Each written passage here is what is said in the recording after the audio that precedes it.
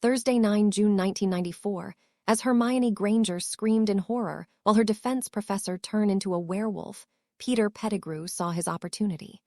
He concentrated and transformed into the shape of a rat. As he did so, the ropes that had been conjured to restrain him while he was taken up to the castle slipped off, and he scurried into the high grass and out of sight.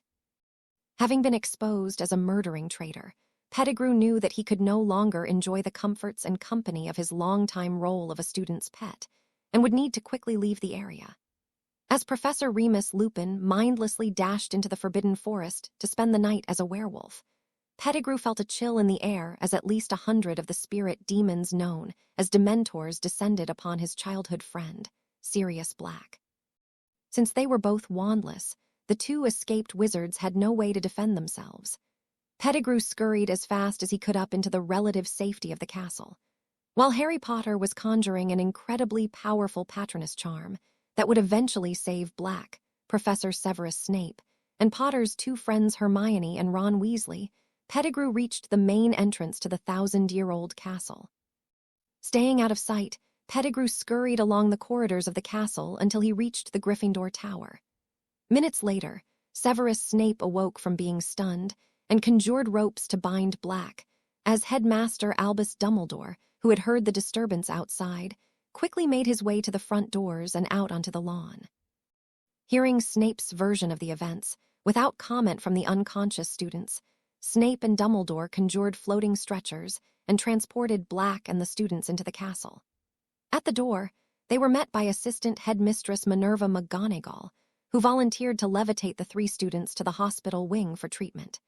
Meanwhile, at the entrance to the Gryffindor dormitories, Headboy Percy Weasley opened the door to make his evening rounds. He didn't notice the little rat scurry inside before the door closed.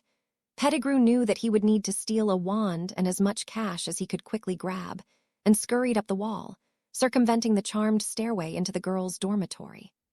No stranger to the girls' dormitory, Pettigrew silently transformed just inside Romelda Vane's curtained room, where he quietly pocketed her wand and picked up her purse. Rummaging his way through it, he pocketed a handful of galleons and, more importantly, a dozen currency notes that the young witch had kept throughout the year, given to her by her overly generous, well-meaning parents. Silently, Pettigrew made his way into a few other rooms, rummaged through purses for money, and pocketed a second girl's wand before slipping back downstairs. Minutes later, Pettigrew opened the doorway, changed back into his rat form, and made his way to the front entrance. By the time Harry and Hermione were flying Buckbeak the Hippogriff up to the tall tower to rescue Black, Pettigrew was nearing the edge of the castle grounds, where he was able to apparate away. Pettigrew knew that he could no longer hide amongst decent wizards. He had overheard talk that the spirit of his master, the Dark Lord Voldemort, might be hiding out in the forests of Albania. Not being at all familiar with Albania, all he knew was that it was across the Adriatic Sea, 100 miles east of the heel of Italy. Sunday, 19 June, a week and a half later, Department of Magical Law Enforcement Director Amelia Bones wore a concerned look on her face. Her grandniece, Susan, had arrived home from Hogwarts for the summer last night after completing her 4th year, and Arthur Weasley had left her office 10 minutes ago. She recalled the conversation with the red-haired man as she ate her sandwich and crisps. They all saw him, Amelia. Hermione, Harry, Ron, and Remus Lupin, they all saw Pettigrew. They were in the Shrieking Shack and had somehow captured Pettigrew. Remus and Harry confronted him. Unfortunately, Pettigrew changed back into his animagus rat form as they were walking back to the castle, when Remus, due to his condition. Giving the kind-hearted man an indulging look, Bones admonished, "Arthur, I can't possibly act on half-truths and missing facts. Where were Severus Snape and Sirius Black at the time? Unconscious and nearby, I suppose." Skilled from a long career of interrogating witnesses, Bones, the director of magical law enforcement for Wizarding Britain, made a move to clean her monocle and asked, "What happened to Black?" The balding redhead squirmed a bit in his chair and admitted, Ron didn't know. Apparently, Snape regained consciousness at some point, stunned Black, and brought them all back to the castle after the Dementors went away. Arthur would have liked to say more, but he really didn't know the specifics. Amelia nodded. By the time that Fudge had told anyone in the Auror department that Black had been captured, The escaped fugitive had escaped again, was long gone, and a search of the grounds yielded nothing of value. After coming up empty-handed, Fudge had finally relented to Dumbledore's wishes and agreed to send the foul Dementors back to the Azkaban fortress miles out in the North Sea. Amelia collected her thoughts again and recalled her final question. Obviously, Black's been in Azkaban for the last 12 years. Where do you suppose Pettigrew's been? Arthur fidgeted for a moment, looked down and replied. Apparently he's been living at my home all these years. My son, Percy, found him when he was 5, took him in as a pet, and he's either been at the Burrow or Hogwarts since. What frustrated Amelia the most was that most of what she'd just been told was, at least officially, worthless. Arthur's career would be over if it came out that he'd been harboring a mass murderer in his home for 12 years, detected or not. Guilty or not, Sirius Black was a fugitive, and without Pettigrew in custody, alive or dead, there was no possible testimony from a reliable witness that could shed favorable light on his case. No one would officially accept the word of a werewolf or underage wizards regarding a political hot potato like Black. Rubbing her forehead, she doubted that he'd quietly surrender, even if she could guarantee him the trial that he'd never received. Arthur's words also pointed to the widening rift that she was sensing in the dotted line relationship that she had with the Minister of Magic, Cornelius Fudge. Her department hadn't even been informed that Black was in custody, or that he'd escaped minutes later, only that the Dementors had left the castle. She hadn't heard a word about Pettigrew prior to Arthur mentioning it. Fudge had obviously bungled the job and was attempting to cover it up. What confused her most was the Dementors' behavior. If Black was out in the open on the school grounds that night, they certainly would have sensed him, swarmed, and immediately sucked his soul out. What had driven them away? Lupin must have been in his werewolf form and would have been unable to cast a Patronus, and it was doubtful that any of the students could have caused as much a wisp of silver vapor to appear, let alone in the presence of a Dementor. What would possibly have caused 100 or more to back away? She decided to pay Potter a visit in a few days. Perhaps he could add some details that Arthur hadn't heard from his son. Meanwhile, in mid-Wales, Amelia's grandniece Susan Bones and her lifelong friend Hannah Abbott were in the pool at the Bones estate just outside Welshpool, in their bikinis, sunning themselves on their floaties. They were enjoying the first day of their summer holiday. Hannah and her parents lived on the southern coast, but wizarding flu travel all but eliminated the distance of 200 miles between their homes. As a result, the two teenaged witches had always been able to see each other every day. Like Susan's Aunt Amelia, they were still trying to determine what had happened on that evening, a few days before the leaving feast.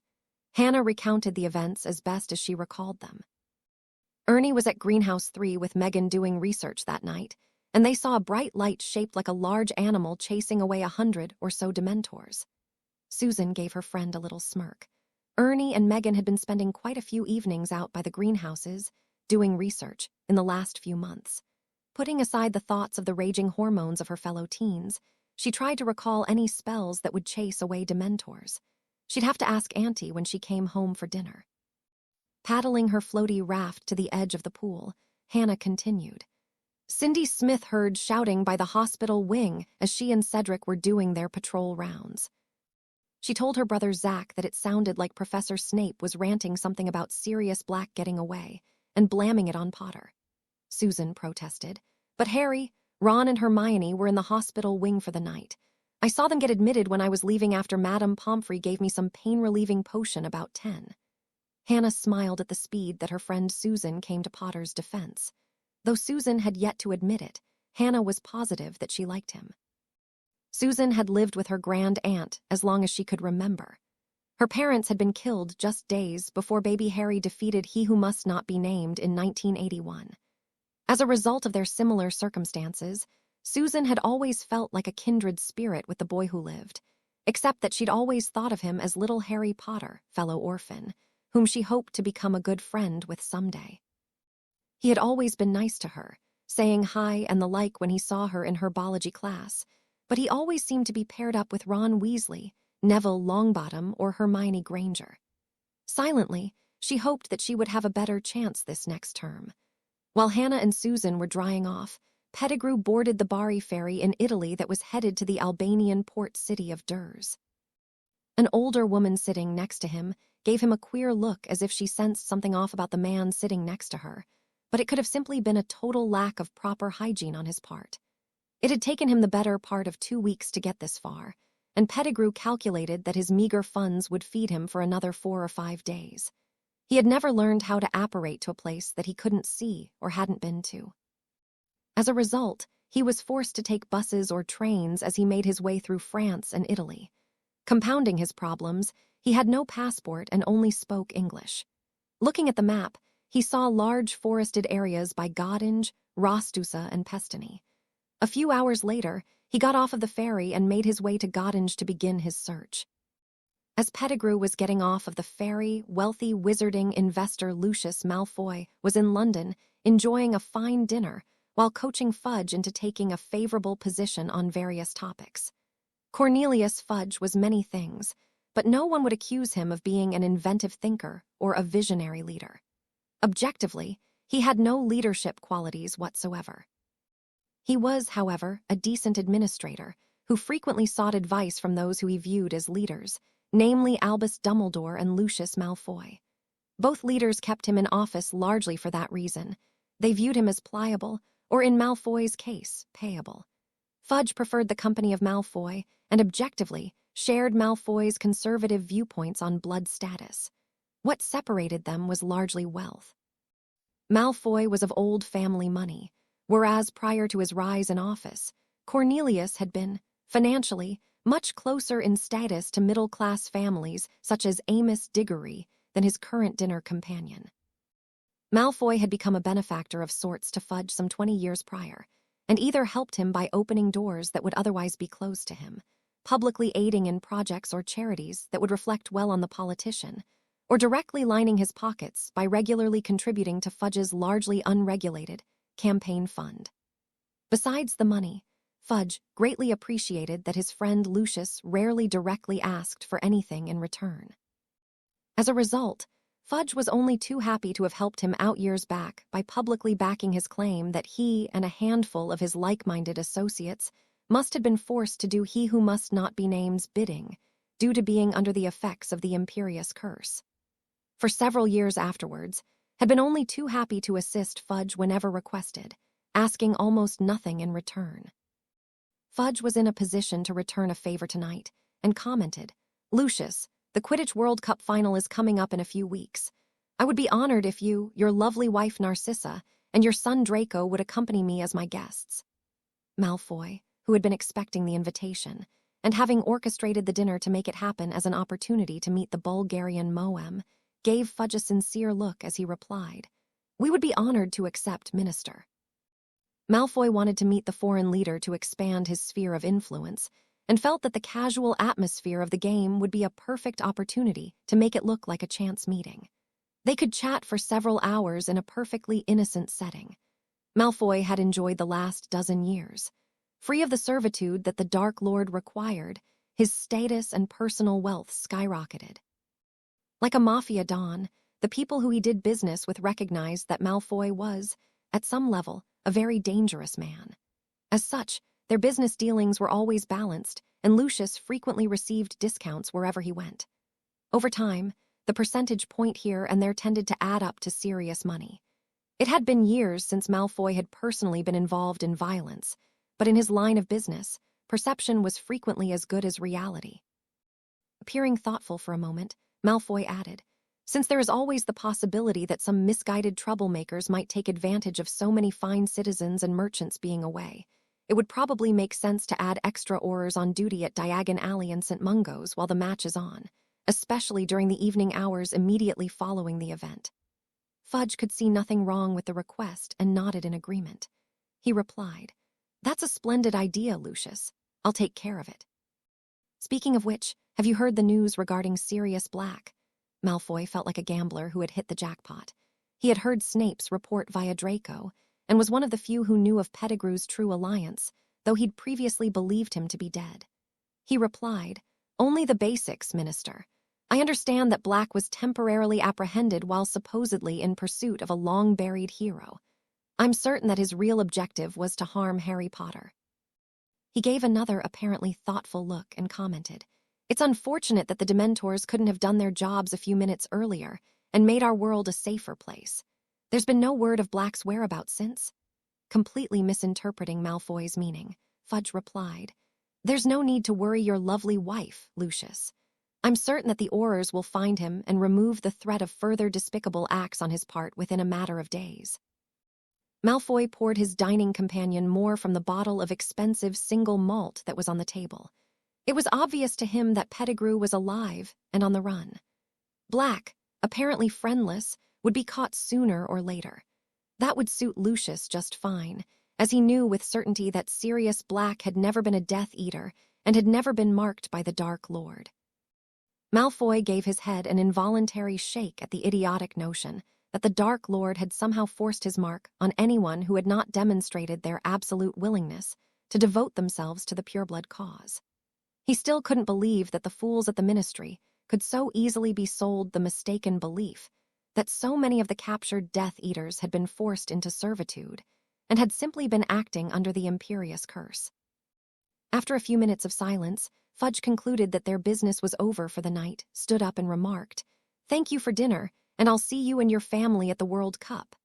Malfoy stood as well and replied, "The pleasure was mine, Minister. My family and I look forward to your company. Please let me know how I may be of service to you next." As Fudge put on his bowler hat, both men thought that they had gotten the better deal. Fudge had enjoyed a fine meal for free and received a good tip to keep his orderly world happy, while giving away some free tickets to a man that he was proud to be seen with. Malfoy had spent a handful of galleons on a dinner that he was going to enjoy anyway, and had cleared the way for a safe gathering of some old friends. Monday, 20 June, Harry Potter's first days back from school hadn't involved floating in a pool. His Uncle Vernon had sensed a new look of confidence on the face of the boy, and had decided that he needed to wipe it off before the boy grew defiant. After a few minutes of manhandling the boy in the back garden, he'd given him an impossibly large list of chores and maintenance tasks to be completed for the summer, and had walked back into his sitting room, feeling quite proud of himself. Pouring himself a glass of Johnny Red, he sat down in his easy chair, obviously pleased that he'd nipped yet another problem in the bud. The next day, Harry woke up and noticed that there was an owl sitting on his windowsill and another owl, well, really half of an owl, since it was so small, fluttering in his small bedroom. Exercising his seeker-honed reflexes, Harry gently grabbed the fluttering owlet out of the air and carefully untied the message that had been tied to the little fluff ball's leg.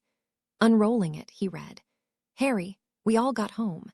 This is just a test message to see if the little owl, Pig, could really deliver a message. Percy got a job at the Ministry. Big-headed prick if you ask me. More later. Try sending a short reply with Pig. Ron Harry's beautiful white owl." Hedwig looked at the little bird with a mixture of pity and scorn. No owl should behave so ungracefully, nor should they have to suffer such an undignified name. She turned her back on the little owl and gave her attention to the handsome great gray owl that was waiting patiently on the windowsill. Harry picked up a pencil and dashed off a reply, then tied the message to the little owl's leg and sent it on its way. Harry looked at the great gray and he fluttered onto the desk next to him. He carefully untied the message, broke the seal, and unrolled the parchment.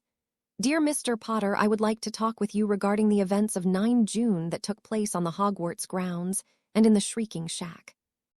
As this is not an official deposition, it is my belief that you would be more comfortable having this conversation someplace other than at my office at the Ministry. Additionally, it is my understanding that your uncle's home is not currently attached to the Flu network. As such, I would like to invite you to my home for dinner tonight. I will pick you up this afternoon at 4:30 and have you home again by 10 p.m. If this is acceptable, please use a quill and write yes on the parchment. If another time or date would be better, please indicate it.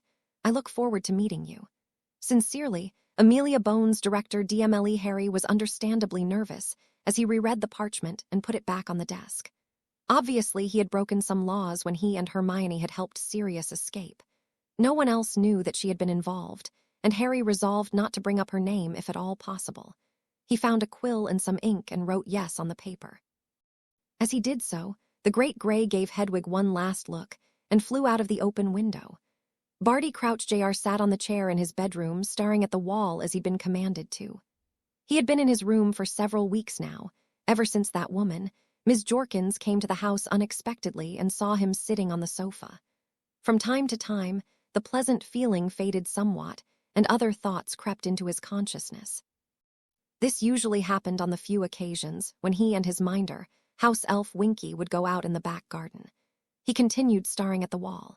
A few hours later, Petunia Dursley opened the door and was immediately intimidated by the woman that was standing at her doorstep. Approximately 70, but looking younger and exceptionally alert, the older woman carried herself with an ease that a large company executive would have. Petunia became nervous when she noticed that the woman at her door had taken in dozens of details about her home in the few seconds that the door had been open. She inquired, "May I help you?" The older woman spoke with level of confidence that Petunia had not heard in a woman before. "Good afternoon, Mrs. Dursley. My name is Amelia Bones. I'm here to pick up your nephew, Harry. He is expecting me. I will have him home by 10 p.m. There was no hint of asking permission in her voice. It was simply a statement of fact. Amelia looked around the immaculate living room as she stepped into the Dursley home. The fireplace was blocked off, and there were a dozen studio family photographs on the fireplace mantel and on the walls. Taken through the years, each of them pictured a family of 3, adding weight to her friend Poppy Pomfrey's claim that, at best, Harry was neglected while living with his relatives. "I'll get the boy," remarked Petunia. Dudley heard her from the top of the stairs where he'd been listening and yelled, "Hey, freak, get down the stairs. Someone's at the door." Amelia gave the now visibly nervous woman a look that clearly indicated that she wasn't impressed. A moment later, she saw Harry at the top of the stairs, wearing his white school shirt and black trousers. She hadn't specified that they were casual at her home. She noticed that his trainers had recently been cleaned, but were in horrible condition. They obviously were the best that he had. She smiled at him and in a cheerful voice greeted, "Good afternoon, Harry. Are you ready to go?" As he came down the stairs, he replied, "Yes, ma'am." Amelia glanced at Petunia and just barely above a whisper stated, "There'll be some changes when I come back tomorrow morning to see you." Recalling the pigtail that had been placed on her dudders several years ago, Petunia nodded in resignation. Bartemius Crouch Sr. sat in his sitting room chair, recalling the last time that he saw his wife alive. He rued the day that he had made the vow to Nancy that he would break their son Bartemius Jr. out of Azkaban, where he along with 3 others were serving life sentences for brutally torturing Frank and Alice Longbottom. Nancy had believed that Barty Jr. had simply been misguided, and as she was terminally ill, had been able to talk her husband into having her switch places with their son in prison. Due to his position at the ministry and her illness, they had been allowed an unsupervised visit with Junior in prison. While there, both Nancy and Barty Jr. took a dose of polyjuice potion so they took on each other's appearance. Minutes later, both Bartys left the island prison, and Nancy died a few days later, still looking like her son. Senior threw his empty lowball of single malt into the fireplace, smashing the crystal glass, disgusted that he hadn't even given his wife of nearly 30 years a decent burial. Winky ran into the room as fast as her little house elf legs would carry her, and immediately cleaned up the mess. Crouch paid no attention to the servant. He recalled with disgust that Junior hadn't just been misguided, rather he was a true believer. Lacking the courage to murder his own son, and unable to simply return him to prison, Senior had cast the first of many years' worth of imperious curses on Junior in order to contain him in an unofficial, unauthorized house arrest. Winky the house elf had been given the responsibility for Junior's day-to-day care. He was kept locked in his bedroom for many hours at a time, or was allowed to be in the sitting room if under a poor-quality invisibility cloak, as Senior didn't want to see him. This had gone on for nearly a dozen years, when Winky had begged her master to allow Junior to go out and attend the Quidditch World Cup as a long-promised favor to his deceased wife. The logistical nightmare of keeping such a promise was solved when Fudge gave Crouch a pair of tickets in the private top viewing box. Senior would demand that Junior sit in the back corner seat with Winky seated right next to him, to keep an eye on Junior and keep anyone from accidentally bumping into him. He would take them up 2 hours early, and she could bring him down after the match was over and the crowds had gone. He gave her strict instructions not to let Junior out of her sight and retired for the evening. Amelia and Harry walked around the house to the Dursleys' back garden, and Amelia asked, "Harry, have you ever apparated with anyone before?" In a very polite voice, Harry replied, "No, ma'am." Expecting his response, she held onto his bicep and directed, "Please hold onto my arm about this tight. Don't let go until I ask you to." "Yes, ma'am." Pop. After a moment, they reappeared just to the left of her fireplace hearth. Looking over at Harry, he seemed surprisingly steady on his feet. She sensed that he would have a very easy time learning this mode of magical transportation. Pointing to her kitchen table, she suggested, "Let go, Harry, and please have a seat. Would you like some biscuits and butterbeer or some tea?" The skinny teen replied, "Butterbeer, please, if it isn't too much trouble. Thank you." Amelia's house elf, Smidgen, was there in an instant, and within seconds they both had been served. She let him have a few minutes to get settled in, and then suggested, "Harry, I'd like you to tell me what happened that night and what you think it means. I'm not trying to get you or your friends in trouble, just understand what happened. I'll try not to interrupt you, so I might take a note from time to time to ask a question when you've finished. Is that okay?" Harry glanced at the steely-eyed woman who exuded confidence, even though it was evident that she also had a softer side. He thought for a moment, found that he believed her, nodded, and began. "Ron Weasley, Hermione Granger, and I went down to visit Hagrid before Buckbeak the Hippogriff was to be executed. While we were visiting him, Ron found his pet rat, Scabbers, that had run away about a week earlier." He looked at Director Bones, who nodded for him to continue. "Fudge and Macnair were coming, so Hagrid sent us out of his back door. We started going back to the castle when Ron's rat went nutters and tried to get away. Ron managed to get the rat back into his cloak pocket when this huge dog came up and grabbed him and dragged him to the tunnel that leads to the Shrieking Shack. We didn't have a clue why that was happening, but Hermione and I ran after him." Harry stopped for a moment to collect himself. Amelia was pretty sure that the teen was deciding how much to tell her, and she looked at him encouragingly. "We found the tunnel and followed him until we got inside the Shrieking Shack. We looked around and it was apparent that he'd been dragged upstairs. When we got upstairs and opened the door, Ron gave us a terrified look and Sirius Black was behind us. I reached out and grabbed him and had my wand on him when Professor Lupin came in. He'd figured it out and took all of our wands so we wouldn't kill him." Harry took another pull on his butterbeer bottle. It was obviously a difficult story for him to relate, but Amelia felt that she had to hear it without coaching him. She'd eventually ask for a pensive memory of the night, but wanted to use this opportunity to help them build a relationship of sorts. To make a long story short, the rat was Peter Pettigrew in an animagus form. Sirius had recognized him from a picture in the newspaper of the Weasleys on holiday in Egypt. Professor Lupin and Black talked with him, and he confessed to giving up my mum and dad to Voldemort. When Sirius caught up with him a few days later on that street, Pettigrew cut his finger off, yelled out loud that Sirius was the traitor, and blew a hole in the street with his wand behind his back. I reckon that was what killed those people. Anyway, Sirius saw him change into his rat form and disappear. As I understand it, he got landed in Azkaban without so much as a trial." Amelia was tempted to say something, but she restrained herself and sipped her tea in silence. She was certain that everything that Harry had told her was the truth, at least as he believed it, but she was fairly certain that there was more to the story. She looked at him and knew that he was feeling stressed as he was talking with her. Something told her that he was mentally strong and could keep going. After he set his empty butterbeer down, he continued. "Snape had found us in the shack, but he hadn't seen Pettigrew. He was going to take Sirius to the Dementors to get his soul. To get kissed, but I knocked him unconscious when I disarmed him.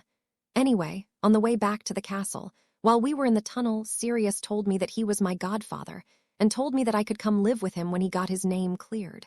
I was so happy. It would be so much better than living with would have been anyway." Amelia could feel the pain rolling off of the teen. She hoped in some way his telling the story would be therapeutic. She had a dark feeling that his life with the Dursleys was so much less than it should be. Smidgen the Little Bones family elf handed Harry another butterbeer and another plate of biscuits, and he continued. "When we got out of the tunnel, we took a few steps, and Hermione realized that it was the full moon. Professor Lupin began changing into a werewolf, and Sirius tried to protect us. They both ran off, and Pettigrew slipped out of his ropes and got away." She noted that Harry hadn't yet mentioned that Black was also an animagus, but didn't say anything. She let the teen continue with his story. "We couldn't find Pettigrew in the dark and heard Sirius cry out for help. Hermione and I ran towards him, but just about the time that we reached him, 100 or so Dementors began swooping down at us. I tried casting my Patronus form, but it wasn't working properly. We must have passed out. When we regained consciousness, we were in the hospital wing, and we heard Fudge arguing with Professor Dumbledore. We tried to explain to Fudge that Sirius was innocent, but he wouldn't hear a word. He left to go get the Dementors. Amelia was so disappointed with Fudge. As Minister of Magic, his primary job was to develop the budget that funded the different departments. In the last few years, he'd insisted on cutting the Auror's headcount and transferred the funding to international magical cooperation, personal assistance, and the improper use of magic department, which seemed to have a fixation on reporting minor spellwork done by school-age Muggle-born witches and wizards. He had justified his actions as proper peacetime administration, but she knew that Aurors were made and developed over time and couldn't suddenly be purchased at a moment of need. She wondered about those who were pulling on his strings. Harry paused for a minute. He was visibly upset, but hadn't finished his story. She sipped her tea in silence until he began again. Professor Dumbledore came back a minute later and suggested that we needed more time to make things right. Amelia caught on immediately. The Granger girl must have had access to a time-turner to take all of the classes that Susie had mentioned that she'd been enrolled in. She prodded. "What happened, Harry?" The distraught teen replied, "Hermione and I went back 3 hours in time. We rescued Buckbeak from getting beheaded for no reason and hid until we came out of the tunnel again. We waited for help across the bay, and when the Dementors came, I realized that I hadn't seen my dad rescue us. I'd seen myself. I cast my best Patronus, and it leapt across the bay and chased all of the Dementors away." Amelia was astounded at his tale. She doubted that there was anyone in the Auror Corps that could cast a Patronus and have it hold up against a dozen Dementors, let alone chase away over 100. Yet there was no hint of exaggeration in his voice. He was simply a distressed teen, relating a story that he'd lived through. Potter finished his story. "We waited until Snape came to and had tied Sirius up again. Then he took everyone back to the castle. Fudge came in a few minutes later and left after that to go get the Dementors.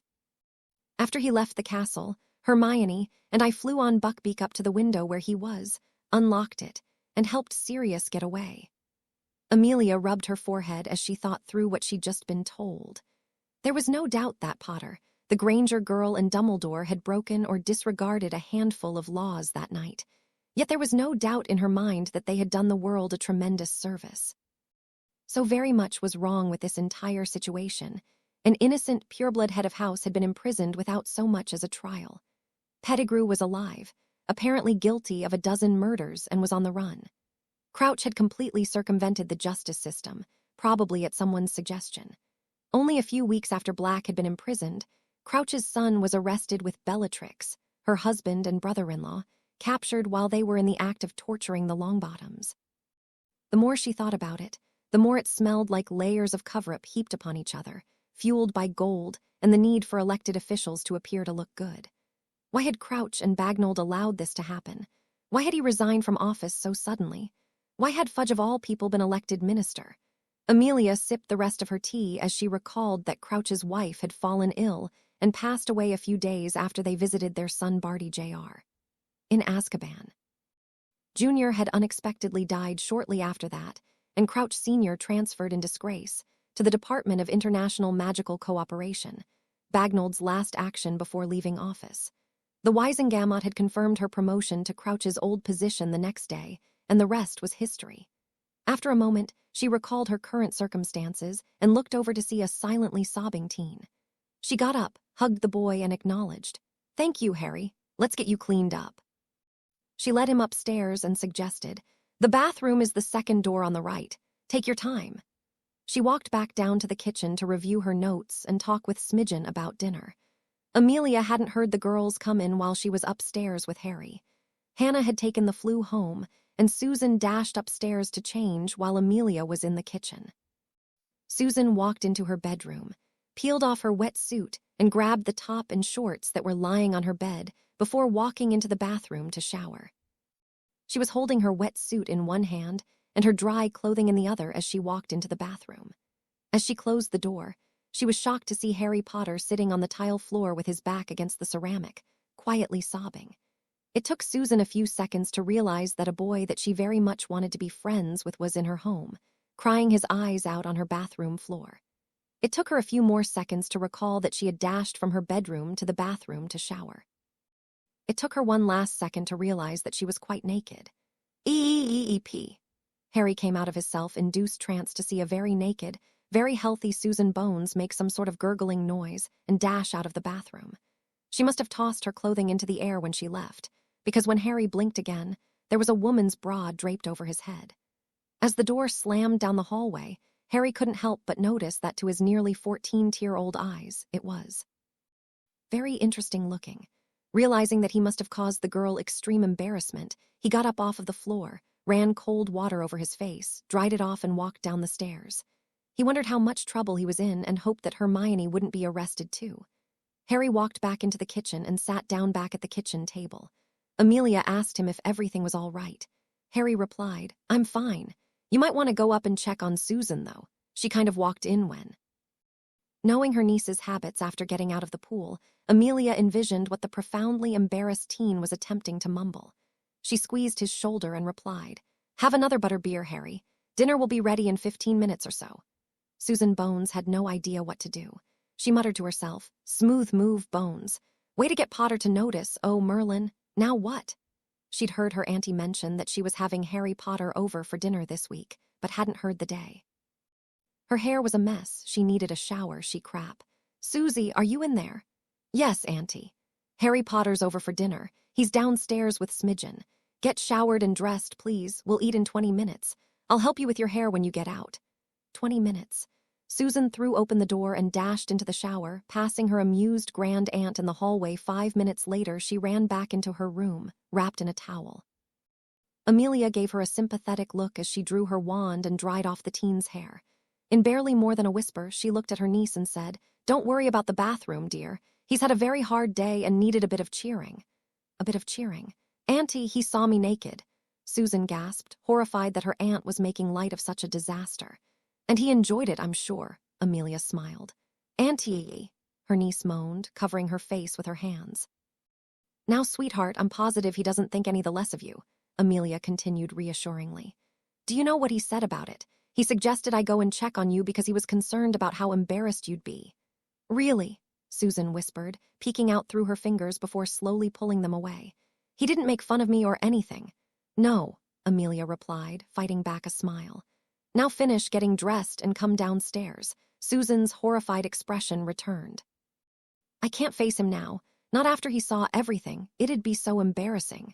"Well, you're going to have to see him sometime, Susan," Amelia explained. "And it'll be even more awkward if he knows you're avoiding him. You need to pull yourself together, gather up your courage, and make the best of it." Susan gave her grand aunt a doubtful look, as her timid side reminded her that she was a Hufflepuff, not a Gryffindor. Realizing this, Amelia switched tactics. "Besides," she pointed out, "think how guilty he'd feel if you stayed in your room." "I suppose," Susan admitted reluctantly, not wanting to cause Harry any additional consternation. Then she recalled what her grand aunt had said earlier about the boy needing cheering up, and remembered that he had been crying when she'd encountered him in the bathroom. "You said he'd had a very bad day," she noted, concern now overcoming her embarrassment. "Is he all right?" Amelia admitted. "He told me about what happened that night with Sirius Black and the Dementors. It was very stressful for him, but it's really his story to tell. Finish getting dressed, Susie, and let's have a nice dinner with him." She gave her grandniece a squeeze on the shoulder and closed the door behind her as she walked back down the stairs. In spite of the 56 years that separated them, she really felt close to the teen. While Harry was pondering female anatomy, Lucius Malfoy was having a drink with Stephen Knott. The two old friends agreed to meet 2 hours after the Quidditch Cup match ended, or at 3 a.m., whichever was later. As he drained his glass of single malt, Lucius remarked, "It will be time to show the Ministry that there are still those that remember the old ways." Knott asked. "Won't the grounds be crawling with Aurors?" Malfoy replied. "They'll be scared witless like they always were. We'll have about 5 minutes before there is any sort of organized resistance. I expect that most of the Aurors will either be asleep in their tents or dutifully guarding Diagon Alley. Hundreds of wizards will be reminded that there are those who know the difference between a pureblood and a mudblood." Knott smirked and replied, "I'll tell the others." Susan finally came down the stairs and into the kitchen. She saw Harry there and before she thought about it, greeted him. "Hi, Harry. Why the school clothes?" Once Susie mentioned it, Amelia guessed immediately and covered for Harry, saying, "We had a bit of official business to go over while you and Hannah were still outside." Based on the condition of his oft-repaired shoes, his relatives obviously weren't meeting his basic needs. Didn't Harry know that he was from an old money family? He'd evidently worn the best clothing that he owned. Why had Susie stuck her foot in her mouth when she so obviously liked the boy? Just then, Amelia heard Hannah calling through the fireplace and remarked, "You should tell her that you'll call her back in the morning, dear." Susan nodded and replied, "I'll be right back, sorry." When Susan was out of the room, Amelia asked in a quiet voice, "Would you allow me to take you to Diagon Alley tomorrow morning, Harry? Perhaps you should visit Gringotts and you might wish to engage in a bit of shopping at the same time. I could help you pick a few things out if you'd like." Harry looked at the kindly old woman with grateful eyes and replied, "That would be fantastic. Thank you, Ms. Bones." She smiled back at the teen and remarked, "I believe that we can be on a first-name basis if you'd like, Harry. Amelia, okay?" Harry replied, "Yes, ma'am, Amelia, ma'am, Amelia." Amelia smiled and replied, "Heavens, Harry, you can say he who must not be named's name as if it's nothing. Am I that scary?" Harry replied, "No, Amelia, and his name isn't Voldemort, it's Tom Riddle." Dumbstruck, she admitted, "There aren't many people alive who have made that connection. How did you know?" Just then, Susan came back and announced, "Hannah and I are going to Diagon Alley tomorrow for lunch, then I'll be over there for the afternoon." Harry's presence gave her an idea, and despite still battling her nerves, she asked, "Harry, would you like to have lunch with us tomorrow?" Harry squirmed in his chair a bit and let out an when Amelia saved him again, replying, "Harry doesn't have quite the same accessibility to the flu system, dear. Actually, he and I have a spot of business to work through in the morning, but I'm certain that we'd be done by noon. Where did you have in mind?" "The Hollow Quill." "Okay, Harry, I'll pick you up at 9. Smidgen had made a fantastic dinner, though Amelia was surprised at how little Harry ate. It was as if he had purposely selected the smallest portions of each item served. On the positive side, as the dinner wore on, Amelia noticed that Susan and Harry seemed to get over their awkwardness around each other. After they were done with dessert, and Amelia refused Harry's offer to do the dishes for the 3rd time, Susan asked, "Harry, would you like to come out and see the back garden?" Amelia smiled a bit and told Susan to have him back in an hour so she could get him home on time since she'd promised his aunt. When they got outside, Susan remarked, "Harry, I'm sorry about barging in the bathroom this afternoon. I didn't mean to make you uncomfortable." Before he thought about what he was saying, Harry replied, "I didn't mind, I mean, you're really quite beautiful, oh Lord." Susan blushed at his words, smiled, gave his hand a squeeze and said, "I'll be sure to knock next time, Mr. Potter." She didn't press him for details about Black or the Dementors. She showed him the pool and suggested, "Maybe you'd like to come over sometime for a swim." Harry looked down and replied, "I don't swim, I've never been, but it sounds like fun." The strawberry blonde gave him a warm smile and offered, "I'd be happy to teach you. You never know when knowing how might come in handy." Harry smiled at the thought. The hour passed amazingly quickly, and before Harry knew it, Susan was saying, "We'd better go back now. Auntie will be waiting." Harry nodded and they walked back to the house. She opened the back door and announced, "Right on time." Amelia smiled as she recalled Susan's habit of getting home mere seconds before a stated deadline. She walked out the door and mentioned to her grandniece, "I'll be home in 20 minutes.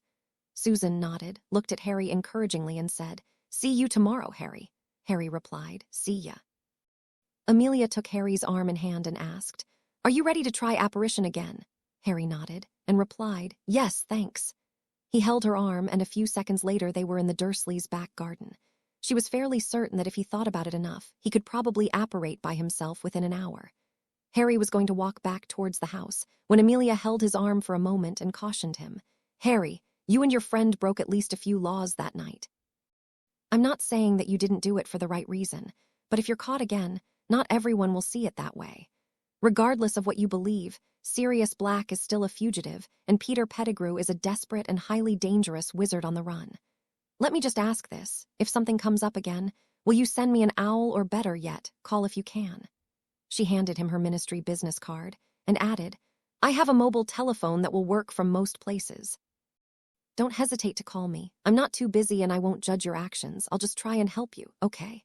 Harry nodded and replied, "Okay, thanks again for dinner." He wasn't quite comfortable calling her by her first name yet. She added, "I'll be back tomorrow at 9. If your aunt or uncle objects to your being gone tomorrow, ask them to ring me. I'd be delighted to have a few words with them." Harry nodded and promised, "I will. Good night." She smiled at him and replied, "Good night, Harry." A moment later, she was gone. When Harry walked inside, Petunia asked, "Harry, who is that woman?" Harry replied, "Her name is Amelia Bones. She's the head of the Magical Law Enforcement Division. She wants to ask me more questions about my godfather, Sirius Black." Petunia gave a startled look and asked, "Sirius Black, the mass murderer?" In an even voice, Harry replied, "I don't know how many people he's killed, but I reckon if he goes after anyone else, they'll deserve it." He gave his aunt a smile, and she shuddered. Harry added, "She wants to see me again tomorrow morning." Petunia was about to object, but thought better of it. Their chief of police wouldn't be bothering with the boy if there wasn't a good reason. Maybe he'd end up as a ward of their court system. Vernon would like that, even if it meant putting off doing some long-needed repairs around the house. Potter could always do extra chores the next day. Harry went to bed and slept peacefully, dreams filled with slightly naughty thoughts of a strawberry blonde. While Harry slept, Pettigrew wandered aimlessly through the forest near Gattinge in Albania. Most of the time he plodded north and south as he worked his way through the thick forest, but he sensed nothing that resembled his master. So far, the only reward for his searches had been hundreds of bug bites and too little bad food. Wednesday, 22 June Pop. As promised, Amelia arrived at 9 the next morning. Harry was in the back garden with his aunt providing him with a comparatively short list of chores that needed to be done before dinner. She caught the tail end of the conversation and asked, "What chores does the other boy have assigned today, Mrs. Dursley?" She liked the woman less and less with each encounter. "Dutters is having tea with some of his classmates, not that it's any business of yours, madam." Amelia smiled at the bony woman and inquired, "And what chores need to be done today to provide you and your husband your pound of flesh?" She hated people that took out their anger or abused their positions by bullying those who were weaker. Feeling more sure of herself than she should have, Petunia replied, "The garden needs trimming and the flower beds need weeding. When they are done properly, I suppose he can accompany you on your errands." Amelia made a show of drawing her wand and giving it a larger-than-needed wave, trimmed the yard and weeded the garden in just a few seconds. In a voice that contained just a hint on menace, she inquired, "Would you like me to cut anything else today, or may we be on our way?" Petunia stuttered, "No, nothing else, thank you."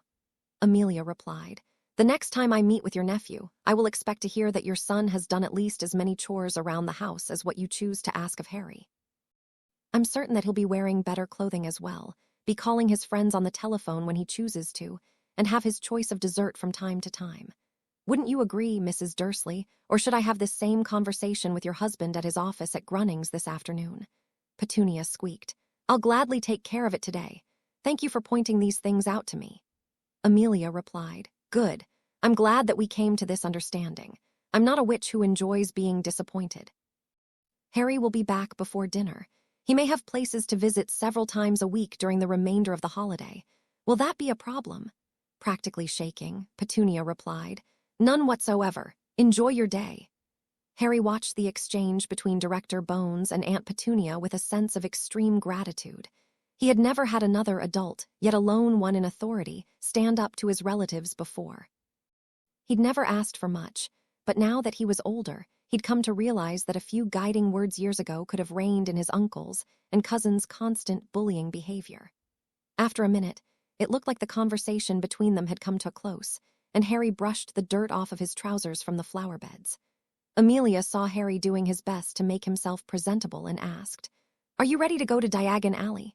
If you don't have it with you, please go get your wand." Harry replied, "I'll be right back, it's in my room." Amelia replied, "If you don't mind, I'll come with you to find it." They walked into the house, leaving Petunia standing in her back garden. Amelia noticed that it was an average-size 2-story home, well-appointed and, if nothing else, spotless inside. Her mood darkened when she concluded who had likely kept it so clean.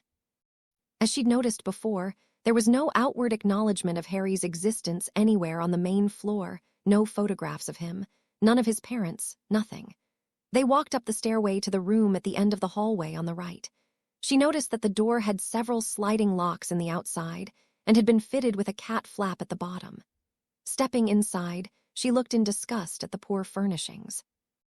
They were obviously cast-offs that Vernon had found either at a thrift shop or on the street, tossed out from some hot-sheet motel. She looked in the wooden crate that served as Harry's clothing closet. In place of a bar hung a strand of cracked lamp wire. There were 2 impossibly large sweatshirts, one with a rude slogan on the back, a spare pair of dungarees that would be better fitted for a sumo wrestler, 2 pair of underpants and 3 pair of stockings. Seeing as there was no chest of drawers in the tiny room, she concluded that she was looking at the sum of his non-wizarding possessions. This space wasn't even meant to be a bedroom. It was intended to be either a large closet or a very small sewing room that happened to have a window. She noticed a beautiful white owl in a recently cleaned, unlocked cage giving her a reproachful look. She watched as Harry opened his trunk. On one side were several neatly folded white shirts, a pair of black trousers, and the school robes. On the other side were neatly stacked textbooks. Harry picked up his wand, closed his trunk, and announced, "I'm ready. Will I need anything else? Just your vault key if you have it." Harry bent down and pulled up a floorboard from under his little bed. He reached down and fished out a small brass key, then replaced the board. They walked down the hallway back to the stairs. Each of the other 3 rooms were well appointed with matching carpet and curtains, a queen bed, closets, and sitting chairs. Unsurprisingly, the other boys' room was a disaster littered with computer games, an unmade bed, 4 pair of expensive athletic shoes scattered on the floor, and posters of indecently dressed young women taped on the walls. As they walked back down the stairs and along the hallway back to the kitchen, Amelia noticed a cupboard door with sliding latches and a lock similar to what she'd seen outside Harry's bedroom door. She opened it and noticed an old crib mattress on the floor. Closing the door, she noticed Harry's embarrassed look and gently inquired. "How long?" Harry replied. "Nearly 10 years. Actually, they moved me up there just after I got my Hogwarts letters, addressed to the cupboard under the stairs." Letters. Harry smiled as he recalled the chaos that they'd caused, disrupting the Dursleys' orderly lives. He replied, "I must have received hundreds of them. My uncle kept binning them until Hagrid came and put one in my hand and broke Uncle Vernon's shotgun. You certainly have more than your share of interesting adventures. I want to hear more of them, but we should get going." He followed her out to the front yard, and they walked a half-mile or so. Amelia inquired, "Have you ever taken the night bus?" Harry nodded and joked, "Actually, yes, one time by accident." Amelia smiled and commented, "That's probably another interesting adventure that I'd like to hear about sometime. For now, though, please call the bus." Harry held out his wand and a few seconds later heard a crack as the violently purple bus appeared. Stan Shunpike got out and began his boilerplate pitch, "Welcome to the night bus." He looked up and greeted them, "Hello, Neville. Blimey, it's Director." Amelia cut him off and in a low voice said, "That will do, Mr. Shunpike. We don't wish to be announced. This is Harry Potter, not Neville Longbottom. Mr. Potter will be taking the bus from time to time over the next few weeks. I would appreciate it if you wouldn't announce his presence or mention his use of the bus to anyone, now or ever. Further, I would expect that he wouldn't be kept on the bus any longer than necessary. Can you manage that for him?" Gobstruck young man replied, "No problem, ma'am. Is it we won't breathe a word, Harry Potter, eh?"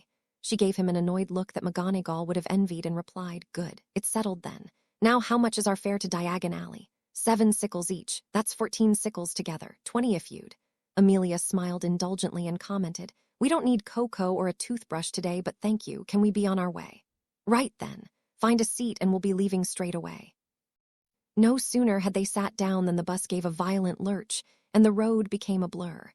In less than 5 minutes, the bus came to a stop and Stan announced, "Anyone who wants to get out at Diagon Alley, now's the time, 'cause we're here." She looked around as the bus left, and they walked across the road and opened the door into the leaky cauldron.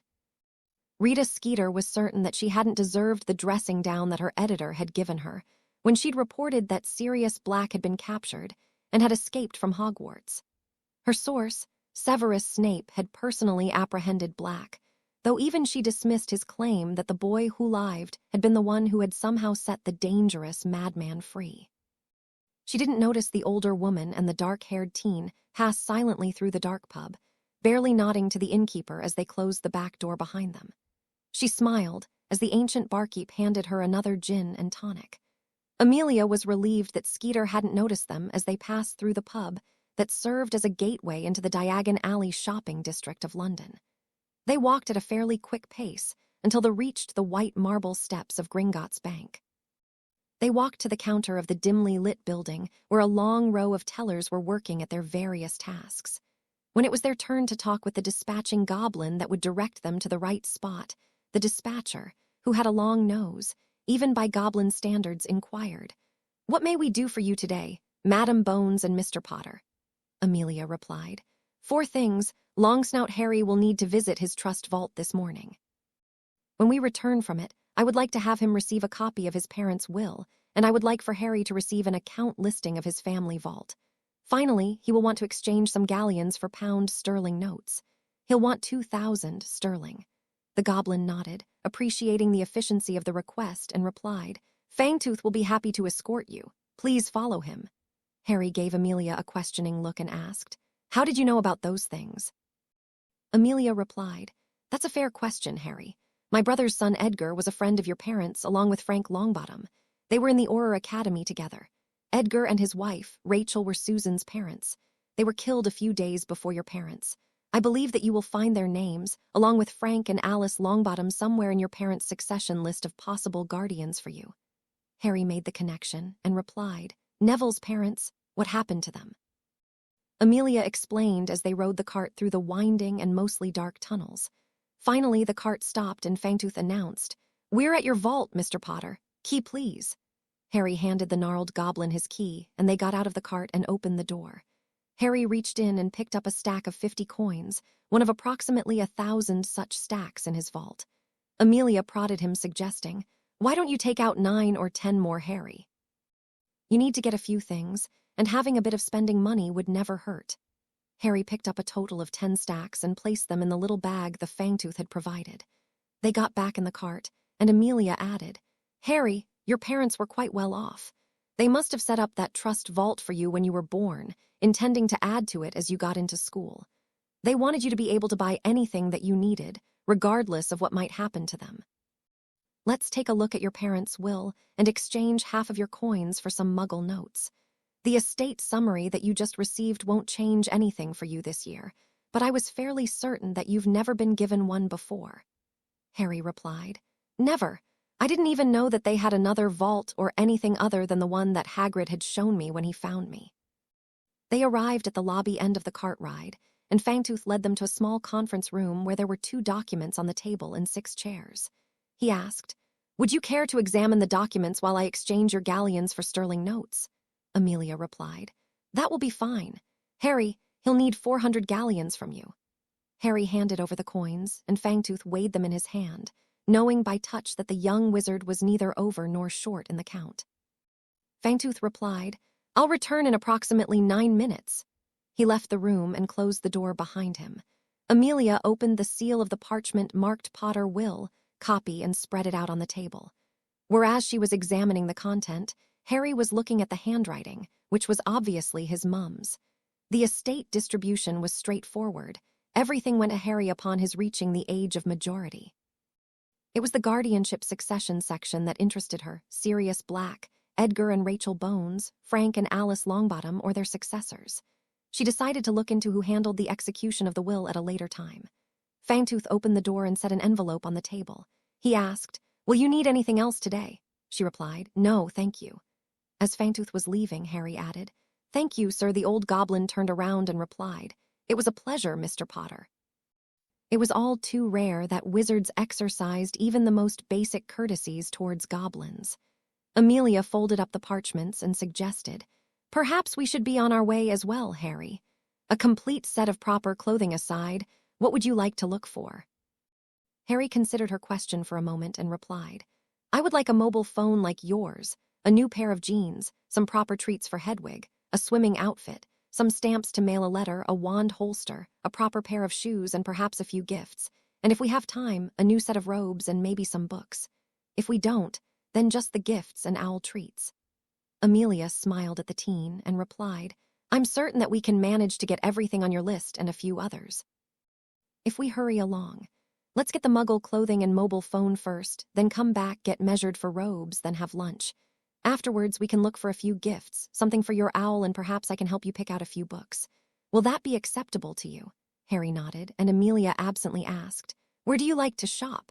Harry looked at his shoes and admitted, Honestly, except for the time Hagrid took me when I was 11, I've really never been. Sorry. In as comforting a voice as an angry woman could muster, Amelia replied, You've nothing to apologize for, Harry. Apparently your aunt has been neglecting to offer you proper care for too long. When was the last time you were at the eye healer? Harry gave her a blank look as they walked down the alley and replied, I don't know what you mean, sorry.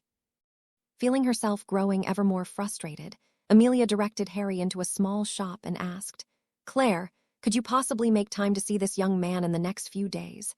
He needs a complete examination and either new corrective lenses or a permanent treatment if it suits his condition. The kindly eye healer replied, Tomorrow at 1 is the earliest appointment that I have available. Who is your current healer, mister? Well, bless my soul. It's a pleasure to meet you, Mr. Potter. I'm healer Claire Singer.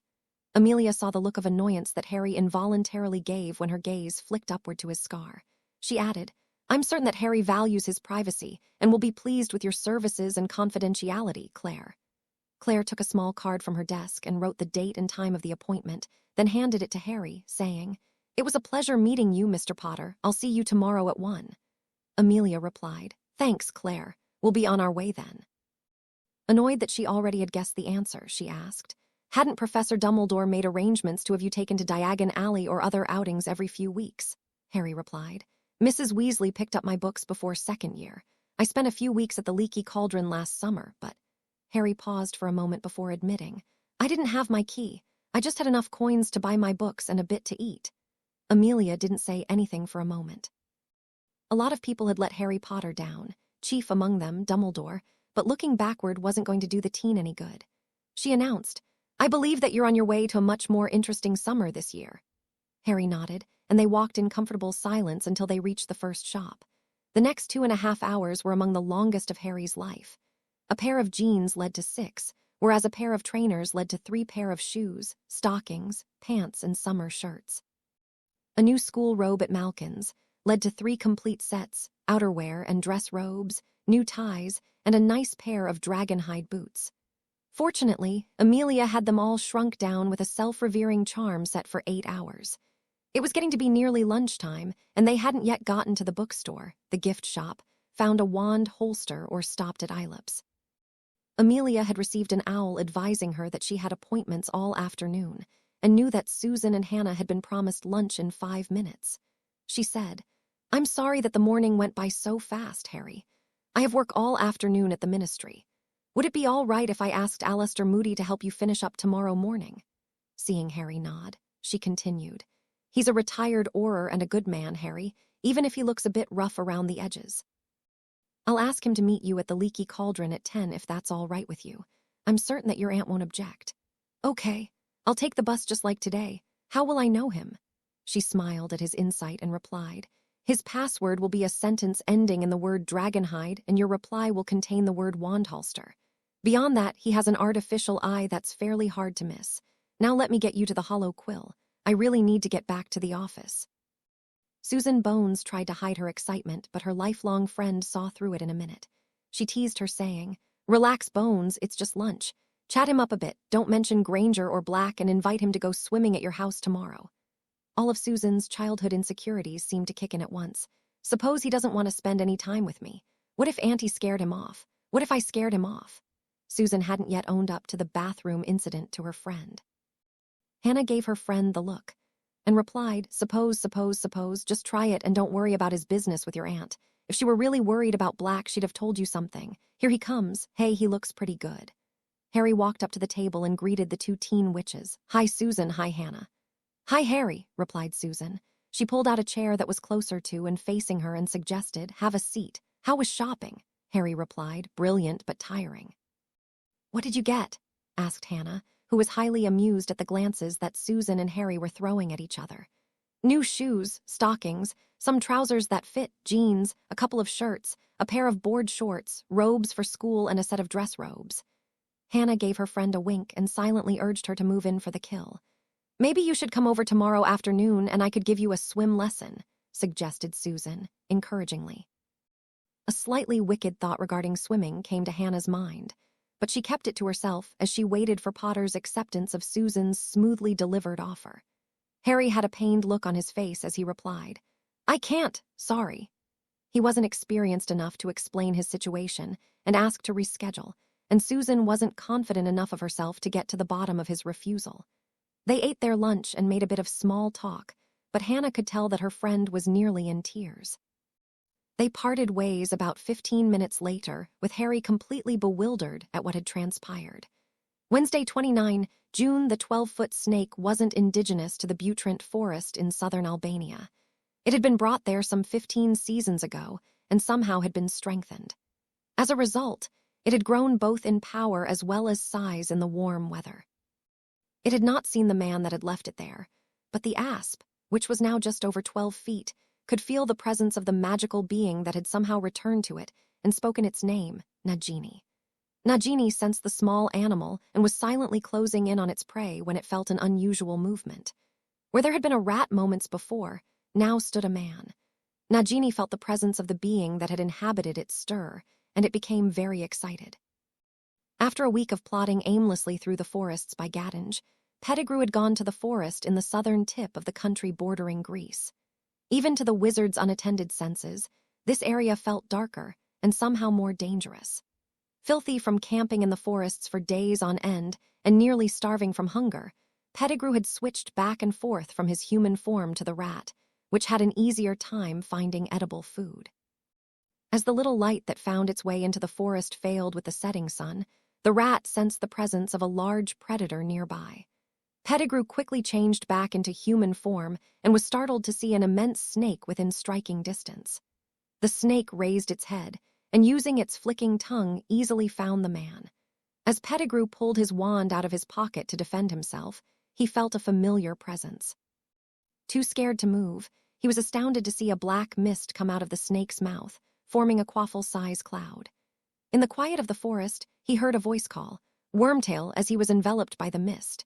A minute later, Pettigrew cleared his aching head, and in a raspy voice spoke a word, Master. Thursday, 30 June, more than a week after his bungled luncheon with Susan and Hannah, Harry was still puzzled why it had ended so badly. When he had visited her home, and they'd gone for a walk in their back garden, everything had been comfortable, and she had been easy to talk to. Now he wasn't sure what to say. He'd finally written Hermione asking for her telephone number so he could call her. Maybe she'd be able to help him. As he was weeding the flower beds, he thought back to his afternoon with Master Auror, retired Alistair, Mad-Eye Moody. Harry had walked into the pub from the Charing Cross entrance. The old Auror was sitting at a table with his back to the wall. Where his right eye would normally be was a fitted, electric blue artificial eye that seemed to swivel and rove independently of the other, real one. He looked at the teen for half a minute and mentioned, Good-looking pair of boots you got on. Are they made of dragon hide? Harry replied. Yes, sir, they're Chinese fireball. Then he remembered the password response signal that Amelia had mentioned, and he added, I'm hopping to get a matching wand holster. Moody gave him a half smile, held out a hand, roughened from a lifetime of hard, honest work, and said, Hi, kid. I'm Alistair Moody, but most people call me Mad-Eye. I'll answer to any of the three. Harry shook the older man's hand and replied, I'm Harry Potter, sir, just Harry. Moody stood up, and Harry saw that in addition to having had a bit of his nose removed, the old Auror had lost one of his legs somewhere and had been fitted with an artificial peg leg. Somehow it seemed to fit him well, and he was surprisingly graceful with it, though he used a staff to help him balance from time to time. He said, Amelia said that you needed to do some shopping today. What are you looking for? Harry replied, I'd like a wand holster, some extra defense and spell books, and some treats for my owl. I need to stop at Gringotts first. I spent more than I'd expected to last time. Come to think about it, I think I need a bigger trunk too. Moody gave half of a laugh and replied, Aye, son, that's the thing about going shopping with a woman. You go into a shop looking for a spoon and come out with a dining room table. He gave a look up the street as they slowly made their way up the alleyway and suggested, First things first. You walk over to Gringotts and I'll take a look at the trunk shop that's halfway down the street on the left. He conjured a black baseball-style cap and handed it to the teen, saying, Here, kid, put this on. It'll keep people from getting too good of a look at you. I'll meet you at the trunk shop in 10 minutes. Same password. Harry nodded and walked at a brisk pace to Gringotts. Spending the afternoon with Mad-Eye seemed more like a dangerous adventure than shopping with Amelia. Longtooth took him back to his vault and suggested that Harry take more gold out this time. 1,000 galleons and 4,000 in sterling later, Harry again remembered to thank the old goblin as he dashed out of the bank. He walked into the trunk shop. They exchanged their passwords, and Moody showed him some of the more exotic trunks. This one is like my own multi-compartment and a key for each one. Mine has 7. This one has 4, but it ought to be more than plenty to meet your needs for years to come. Well made, and it has sturdy hinges. Self-shrinking too, so you can carry it around easier. I wish my own had that feature. How much is it? Asked Harry. There's always a bit of negotiating to be done with these things. Could you afford 100 galleons if it comes to that? Harry nodded. He'd expected to pay 5 times that amount. Moody replied, I'll talk with the shopkeeper. You stand over there and look at the student models for a few minutes till I call you over. Harry went to the other side of the cluttered shop, and Moody called the shopkeeper over, saying, I'd like to get this trunk as a gift for someone. What's your best price on it? The shopkeeper, who to Harry sounded like the oily shopkeeper that he'd heard in Knockturn Alley 2 years ago, replied, Master Auror Moody, how nice to see you again. I suppose that I could possibly let it go for 320 galleons. Moody replied, Aye, and next you'll be asking for my other leg too. I'll give you 45 for it. Like I said, it's a gift for someone that you would be very pleased to say was using one of your trunks. The shopkeeper considered the possible value of being able to mention that the Aurors were using these trunks and replied, I suppose that could be arranged. In that case, I could sacrifice and let you have it for 240, no 215. Moody gave his magical eye a roll upwards, and Harry came to believe that it wasn't just randomly spinning like he'd first believed. The shopkeeper, sensing that Moody may have been searching his back room for contraband, remarked, And for today only, I suppose, it could go for 200 even. Moody replied, I want this for Harry Potter, and I'll give you 60, not a nut more. The shopkeeper laughed and replied, Right, Moody, and me mum's the queen herself. And me nephew stands good friends with Potter too, I suppose. If that trunk's for lil Harry Potter, you bring him in and you can have it for your 60 galleons. Ha, that's a good one, and next you'll be telling me that me arse is on fire too. Moody replied, I wouldn't know about your arse, Stan, but the lad's over there waiting for us to finish. Harry, come on over. Say hello to an old friend, Stanley Patrick Shunpike. Harry walked over and in a polite voice greeted the man. Hello, sir. He took off his cap and added, I'd be happy to pay you 200 galleons for that trunk. The old shopkeeper shook the teen's hand and replied, Nonsense, lad.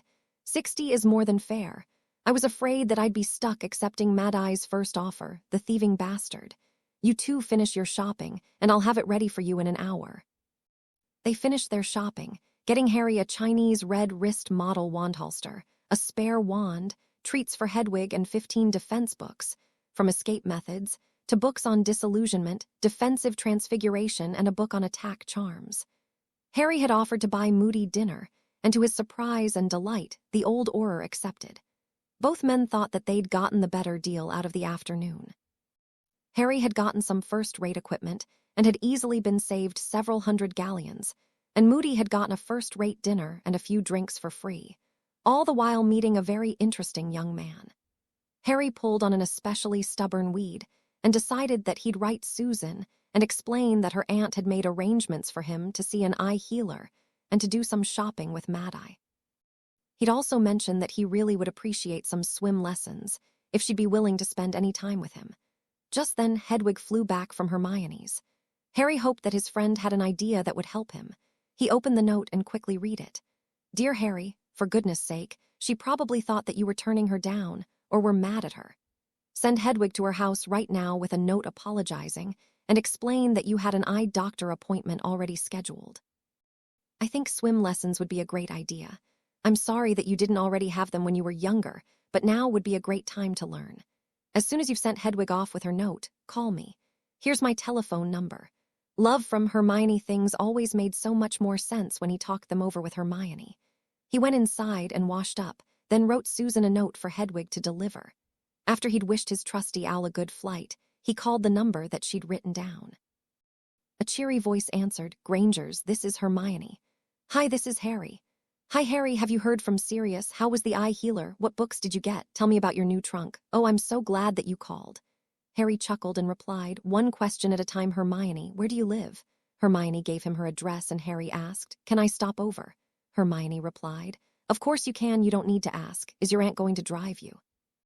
You're not going to fly over here, are you? Harry Potter, don't you even think about it. You'll get in so much trouble. She kept this up nonstop for 5 minutes, while Harry grabbed his wands, shrunk his trunk, walked out to the front yard, took a look around and held his wand out. He held his hand over the phone while Stan gave his customary greeting, and Hermione was just finishing when she heard a loud bang out in front of her house. Harry was just getting off the bus when he heard Hermione say, call back in a minute, Harry. Something just happened out in front. Needless to say, Harry was just about to knock on the door when his bushy-haired friend burst through the front door, knocking him over and off of the front step and onto the sidewalk. Seeing what she'd done, she began apologizing profusely. Oh, Harry, I didn't know it was you. Are you all right? How did you get here so fast? A few steps slower than her overly excited daughter, an older version of Harry's friend walked through the still open door and helped her daughter pick up her best friend. Smiling at him, she asked, I hope all of her greetings aren't so lively. You must be Harry. I'm Hermione's mum, Emma Granger. Not at all injured, Harry took her offered hand and replied, I'm pleased to meet you, Mrs. Granger. Harry explained about taking the night bus and how it was loaded with notice-me-not charms and was quite safe to call from any location. Where do you live, Harry? Asked Emma, who was quite interested in how the magical transportation system worked. Harry told her, and she calculated that's about 20 miles and easily an hour's drive with traffic. How soon before you called had you left? I didn't, replied Harry. I didn't have the address until I called, and it took me a minute to gather up my stuff, so I suppose the ride was about 4 or 5 minutes at the most. How could the bus possibly go so fast? Asked Emma, trying to do the math taking into account the time required to get on and off the bus. Magic, I suppose, replied Harry, who hadn't really thought about it, while Hermione rolled her eyes and shook her head at her friend's simplistic answer to a question that clearly deserved at least a roll of parchment to properly explain. Emma smiled at the contrast between her overly enthusiastic daughter and her very down-to-earth, but apparently famous friend. They talked for a while as Harry was dragged into showing them his new trunk, books, and wizard robes. Suddenly Hermione demanded, Harry, where are your glasses? Harry thought for a moment and replied, they must be out in front. He walked out the front door, saw them lying in the grass, picked them up and put them in his pocket. When he walked back to the kitchen table where they'd been visiting, Mrs. Granger inquired, Harry, if you need glasses, why aren't you wearing them? He replied, Susan's aunt took me to an eye healer and made an appointment. I went in the next day and she looked at my eyes for a few minutes and asked if I wanted them fixed or if I'd rather have new glasses. The aura that had taken me the next day had suggested that I do both, and I did. What do you mean? Asked the now confused oral surgeon. Well, she fixed my eyes and made me a pair of glasses like he'd suggested. Emma asked, like sunglasses. Harry shook his head and replied, not really. They can supposedly see through disguises and stuff. Hermione asked, do they really work? Are they even legal? Harry Potter, don't you dare misuse them. Harry considered her words for a moment, and rather than defend future use of something that he hadn't even considered, replied, says the girl who manipulated time for an entire year just to take a couple of extra classes. Hermione laughed at herself, and they spent several hours catching up. Harry explained about the ease of using the night bus and his magical trunk. He lent her half of the new books that he'd bought and gave her his cell phone number. Mrs. Granger commented, isn't that rather expensive, Harry? Why wouldn't you just use your relative's phone? Harry's look darkened slightly for a second. Then he replied, this will work better. They really don't want me. He was going to say using their phone, but the reality was living anywhere near them. Hermione caught the implication of his unfinished sentence and changed the subject by asking, did you write Susan back?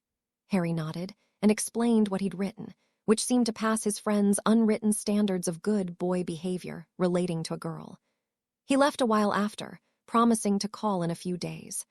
Hermione liked Susan and knew her a bit from the arithmancy class that they had together. She recognized that Harry needed someone who, like herself, could look at her best friend and see Harry, not the boy who lied. She also thought that Harry could look at Susan and see the kind-hearted girl who was struggling with her physical changes, and just not a pair of boobs on a stick looking like a desert to be eaten, like some of the boys at school seemed to think. As she was getting ready for bed, Ron's little owl fluttered through her window and dropped a note on her desk. It excitedly flew around her room, occasionally dive-bombing her annoyed cat Crookshanks while waiting for the witch to write a reply to the invitation. Friday, 1 July. Susan woke up the next morning, and when she came down for breakfast, saw a beautiful white owl waiting patiently on the kitchen windowsill. Her Aunt Amelia smiled and suggested, "I think that's Harry's owl, and the note is addressed to you, dear." Susan reached over to Hedwig, who hopped onto the table right in front of the anxious teen and helped out her leg. She ripped open the note and began to ask, "Why didn't you tell me?" Then she realized that it wasn't Amelia's place to comment on Harry's medical appointments, and that it was simple inexperience in communication, and not disinterest that had gotten them off track. Amelia waited patiently for her grandniece to draw her own conclusions, and then suggested, "Maybe you should invite him over tomorrow. The weather is supposed to be sunny, and Smidgen could make you 2 lunch. He could stay for dinner if you'd like. Connie and Rufus are coming over, and they'd probably like to meet him. Send him a note, be sure to mention dinner, and suggest that he bring a robe along for dinner. Have a good day over at Hannah's." Hedwig waited patiently while her master's friend composed her thoughts and attached the message to her leg for the return flight. That evening, after washing the dishes, Harry went up to his room to read his new book on offensive spells. He was quite interested in various uses of the reducto spell that they'd been introduced to in Charms class at the very end of 3rd year.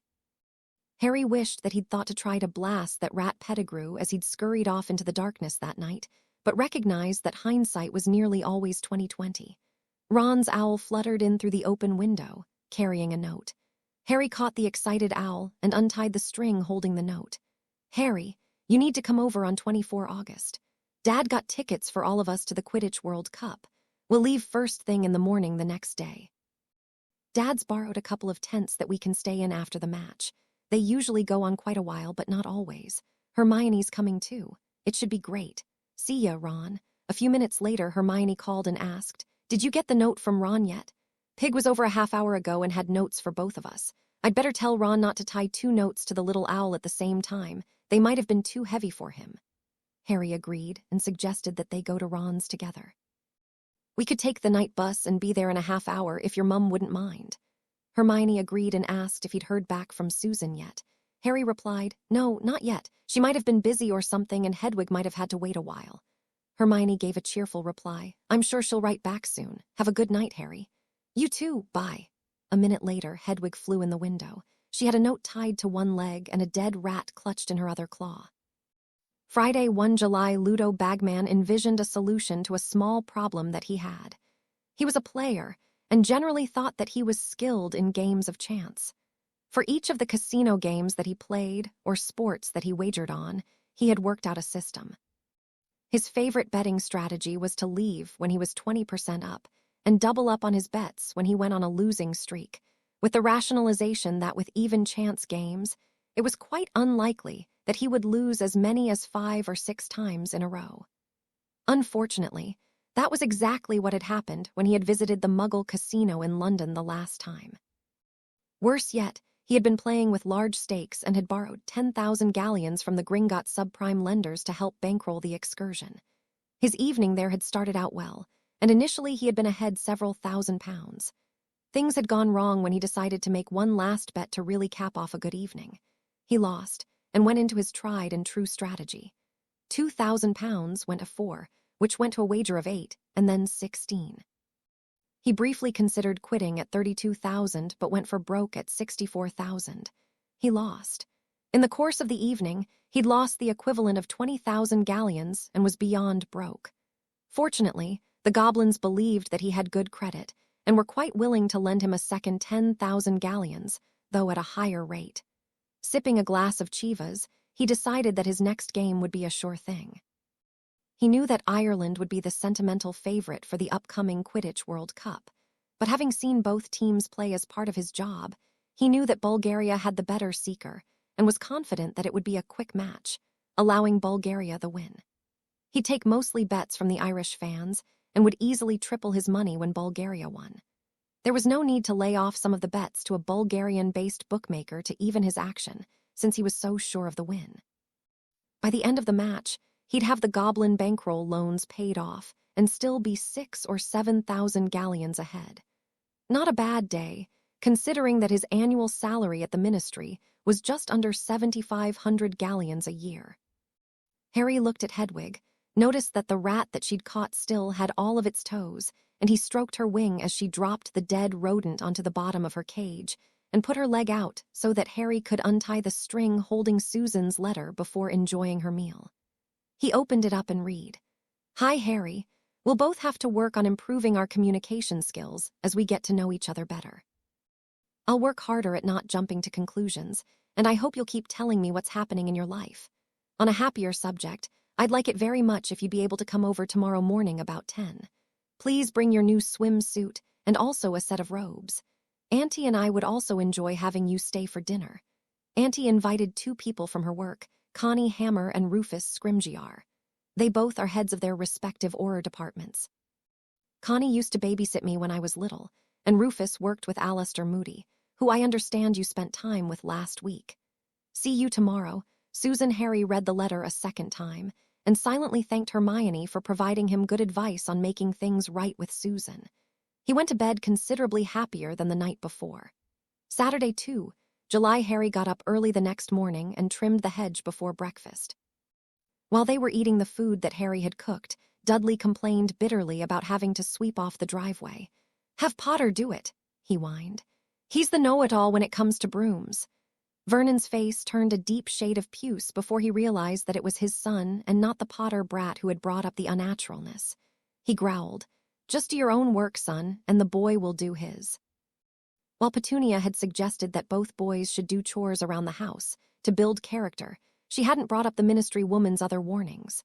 "But," tried Dudley, who was more than prepared to spend a half hour in order to weasel his way out of a 5-minute job. His mother gave him the look. That said, his tantrums wouldn't work this time. As they were getting up from the table and Harry was gathering the dishes, he announced, "I'll be home after dinner tonight." Vernon was about to say something when Harry commented, "The newspaper mentioned something about my godfather being sighted in Surrey. Apparently Director Bones wanted to talk with me about it." If the truth were known, Harry was fairly certain that one of the Aurors was responsible for occasionally planting those stories. Harry had called Amelia late last night after a large tropical bird flew into his window with the briefest of notes. "Harry, I'm fine. I'll write in a few weeks. Thank the girl again for me when you get a chance. Love, Snuffles." He was grateful for Amelia's cooperation and smiled to himself as he remembered the colorful green and yellow bird flying back out of his window. She had believed his story without any real proof and hadn't widened the search for Sirius, like she certainly could have. Vernon just sputtered about keeping the other freaks away from his home and walked out the door on his way to the club. He would have to remind the boy that he was a guest in their home, not a family member, and needed to know his place. An hour later, Harry had finished the rest of his chores, while Dudley had spent an equal amount of time leaning on his broom, complaining before pushing the broom twice and telling Potter to hang it up. Harry went up to the bathroom to clean up before he gathered his things together for his visit to Susan's home in Welshpool. Susan waited nervously for Harry to arrive. Like most teens just turning 14, her body was a work in progress. The clothing that she'd bought over spring break didn't seem to fit correctly anymore. In her mind, there were a million things wrong with her, though she did like her strawberry blonde hair, especially as the sun lightened it up a bit in the summer months. She didn't know whether to be annoyed or relieved when Hannah announced that she was having lunch and an afternoon outing with her mum and wouldn't be able to come over for the day. On one hand, it would allow them time to visit together, and she knew that she could be a really good listener if he wanted to talk about anything. On the other hand, if the conversation dragged, Hannah wouldn't be there to tell interesting stories about the smallest things. She looked through her collection of swimsuits for the day and decided on a nautical navy-colored flyback one-piece. She thought it looked okay on her, and if Harry really had never been swimming and needed lessons, it might be a bit less distracting than the little bikinis that she usually wore sunning with Hannah. Armed with 2 beach towels and some suntan lotion, she glanced through the Daily Prophet while she waited for Harry to arrive. Hannah's dad, Ben, who was one of the school governors, had announced the hearing of retired Master Auror Alistair Moody for the post of Dada instructor as Hogwarts. She had liked last year's teacher, Professor Lupin, and had hoped that he would stay for a second year before he left suddenly just before term had ended. She thought about Harry while she waited. He always seemed to be in the know about what was going on at the school and was somehow involved with it. The official story first year was that Professor Quirrell had somehow been a victim of spontaneous combustion, but Harry ended up in the hospital wing, and Professor Dumbledore had awarded him and his friends over 150 points for some very vague reasons at the end-of-year feast. Second year was even weirder, with Lockhart losing his memory, and Ginny Weasley getting taken into the Chamber of Secrets, whatever that was. By the time third year had come around, there were rumors that Harry had fought and killed a ghost and a 50-foot basilisk that apparently had been roaming the hallways the previous term. The facts were scarce about what had really happened, but everyone had said that Ginny Weasley was practically a different person after whatever had happened to her. This last year, even Auntie had admitted that something weird had happened regarding Harry, Dementors, and Sirius Black. It must have been serious for her to get involved in her official position. Maybe she'd hear something today. Nothing like that ever happened in Hufflepuff. Stebbin's older sister had gotten pregnant while she was still in school, but that was 2 years ago. No, what attracted her to Harry were the contrasts about what kind of a person he was. He was sweet and shy, kind and generous, gentle but amazingly quick.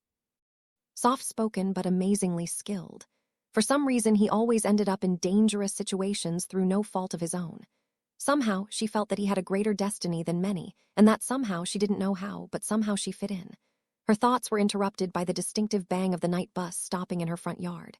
She opened the front door, smiled at him, and said, "Good morning, Harry. You can set your stuff down over there." He smiled back at her, replying, "Hi, Susan. Thanks for having me over today. It took a while, but I'm glad that you're here. Go get changed in the bathroom, and I'll wait down here." They made eye contact and laughed. If the truth were told, Harry was a terrible swimmer. Built with about 0 body fat, he tended to sink like a rock. What he did seem to enjoy was swimming underwater on the shallow end and standing up when he needed to take a breath. After paddling around a bit, she had him try and float on his back. Supporting him about mid-back, she suggested, "Tilt your head back, Harry. Okay, take a big breath and hold it in." She tentatively let go, and he was just slightly buoyant. "Okay, now kick a bit." After a bit, she saw that he was getting more comfortable in the water, and they took turns splashing and chasing each other around the pool. Susan got on her floaty, and Harry used his as a kickboard as he went tirelessly up and down the length of the pool until it was time for lunch. Unasked, Harry had volunteered to make lunch for them, but Susan reminded him that Smidgen would be offended if they were caught doing her job for her. The little elf had prepared a light lunch of ham and turkey sandwiches, crisps, and an orange for them.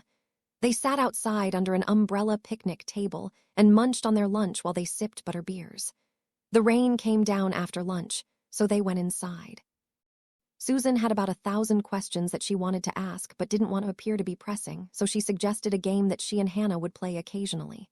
"How do we do it?" asked Harry. Susan explained, "We take turns asking questions. We can pass on any of them that you want, but then the other person gets to ask another question. You can go first." "Sounds fun," Harry agreed. He took a sip of his butterbeer and asked his first question. "How long have you known Hannah?" She smiled and replied, "Forever. Our mums were best friends in school. I went to primary school with her by taking the flu and telling the school that I lived at her house." She looked at him to see if he was satisfied with her answer. Harry nodded and suggested, "Your turn, ask away." "All right, then." She gave a fake evil laugh and said, "I've got you now, Mr. Harry Potter." She thought for a moment, decided to start slow with easy questions and work her way up to the tricky ones.